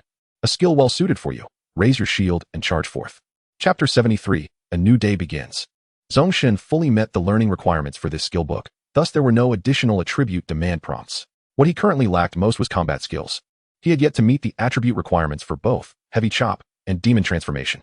Therefore, without hesitation, Zhong Shen learned Shield Charge. This skill served both as a displacement and control mechanism, proving invaluable for someone like him who wielded a sword and shield combination. He promptly chose to learn it. The skill book transformed into a beam of white light, merging into his body. Suppressing the urge to try it out immediately, Zhong Shen resumed his examination. Aside from the recruitment scroll, what piqued his interest most was the Crystal Communication Tower. This structure was on par with the initial Moonwell, granting the territory a certain degree of communication capability. Communication implies the flow of information, which is crucial for accelerating territorial development. Information isolation leads to stagnation in growth. From a long-term perspective, this holds profound significance. Special building, Crystal Communication Tower. Quality, rare, purple, special human structure. Requirements, 1 blueprint for Crystal Communication Tower. Complete building. Requiring no materials for construction, please select an area for placement. Construction time, 8 minutes, reduced by 20 due to engineering. Area, 18 square meters. Height, 30 meters. Durability, 3,500. Building armor, 30. An ancient human structure, a product of magical technology. Once built, it can cover a radius of 1,000 kilometers and, with certain materials, can produce uniquely numbered communication crystals. Effect, communication. Within the effective range, holders of the communication crystal can communicate with each other. Nodes, multiple crystal communication towers can be arranged to link nodes within a specified distance, expanding communication range. The information age is approaching you. This complete building, requiring no materials, was simply perfect. Zhong Shen gleefully stored the blueprint for the Crystal Communication Tower. He currently possessed 2 other building blueprints. Vitality Totem Building Blueprint. Quality, excellent, special tribal building. Requirements: 20 basic magic stones, 10 basic elemental crystals, 3 basic wooden runes, 5 mithril, 120 stones, 1000 milliliters fresh beast blood. Area, 6 square meters. Durability, 1000. Building armor, 10. Effect, Vitality Spring, can cover a radius of 1000 meters for allied units, enhancing energy recovery, while increasing movement speed and labor efficiency by 5. With a 5 chance of critical effects during gathering, yielding 20 times the collected resources. Construction time, 3 hours 12 minutes. With sustenance and rest, work becomes effortless. What could be more wonderful than this? Blueprint for Tier 2 Blacksmith Workshop. Quality, ordinary human building. Requirements: 50 wood, 30 stone, 20 iron, 8 hemp rope. 1 basic fire rune. Area, 25 square meters. Durability, 900. Building armor, 10. A fundamental blacksmith workshop, an essential building in the early stages, where you can forge basic equipment of no more than green quality. Construction time, 2 hours 24 minutes. Let the flames of forging blaze brightly within the territory. Zhong Shen clapped his hands, deciding to learn these 2 blueprints first. It was already past 3 a.m. Stifling a yawn, fatigue washed over him like a tide. Despite meticulously scheduling each day, he still felt overwhelmed, needing to explore, engage in battle, and manage the comprehensive development of his territory. He wished he could split a day into 2 to accomplish it all. Soon, Zhong Shen succumbed to drowsiness. His final thought before sleep being a desire to swiftly produce a hero to help alleviate some of his burdens. The following day, at 9 a.m., Zhong Shen slowly opened his eyes. The room lacked curtains, and the bright sunlight outside illuminated the entire chamber with radiance. Rubbing his eyes, he rolled out of bed. A new day had commenced. He rose and began to don his armor leisurely, making his way to the terrace. Within the territory, farmers, under the guidance of the robust Sampang, had already commenced their labors. Kirby led the wolf cavalry as they jogged around the estate, while a dozen colossal wolves lounged languidly upon the grass. Luna hurried off to tend to a sapling of the ancient guardian tree. 2 mages sat cross-legged, their eyes closed in meditation. The Maple sisters stood atop the courtyard wall, gazing into the distance. Rensa, the clawed one, gently stretched forth a hand to caress the earth, seemingly attuned to some sensation. The dwarf uncle remained indolent, dozing outside the blacksmith shop. The entire estate emanated an air of harmony and tranquility. Zhong Shen retrieved a wooden bucket, splashed some clear water upon his face, and rinsed his mouth. He scratched his neck and reached for his collar, inhaling deeply. A pungent odor assaulted his senses. Zhong Shen shook his head and sniffed again. Ugh, the scent had surely fermented. A bath was imperative this evening. One simply could not forego such a necessity. Zhong Shen mused silently. He then turned away from the terrace, descended the stairs, and exited the Lord's Manor. Arriving beside the Moon Goddess well, he discovered it had produced over 400 milliliters of Moon Goddess spring water once more. Without hesitation, Zhong Shen extracted it into the wooden bucket for storage. Next, he approached the market to inspect the listings from the previous night. All 3 items had been sold, yielding 20 primary elemental crystals and 10 primary wood runes. He then listed 3 new items. One exchanged for 20 primary elemental crystals, another for 5 primary wood runes, and the last, Zhong Shen opted to exchange for 200 wood, 80 iron, 50 stone, and 50 hemp. Having completed these tasks, Zhong Shen summoned Sampang. Sampang, call over a few of the sharper farmers. Sampang, who was nearby wielding a pickaxe with fervor, immediately shouted for several working farmers, who jogged over to Zhong Shen's side. With a thought, Zhong Shen opened the construction menu and selected the communication crystal tower, establishing it against one wall of the courtyard. A farmer stepped forward to commence the construction. Zhong Shen then extracted a high-grade magic rune stone, breaking it down into 100 primary magic rune stones. Opting for the vitality totem, he placed it within the courtyard, allowing the farmers to begin its construction. But that was not all. He also upgraded the blacksmith shop to level 2, prompting another farmer to step forward and begin hammering. A new wave of construction had commenced once again. Moreover, Zhong Shen intended to build a stable, having previously acquired a blueprint for it. Stable construction blueprint. Quality: ordinary human structure. Requirements: 120 wood, 50 stone, 30 iron, 10 hemp rope. Area: 160 square meters. Slots: 20. Durability: 900. Building armor: 10. Basic stable, capable of slowly restoring 3 health points per hour to horses, providing a shelter for horses against the wind and rain.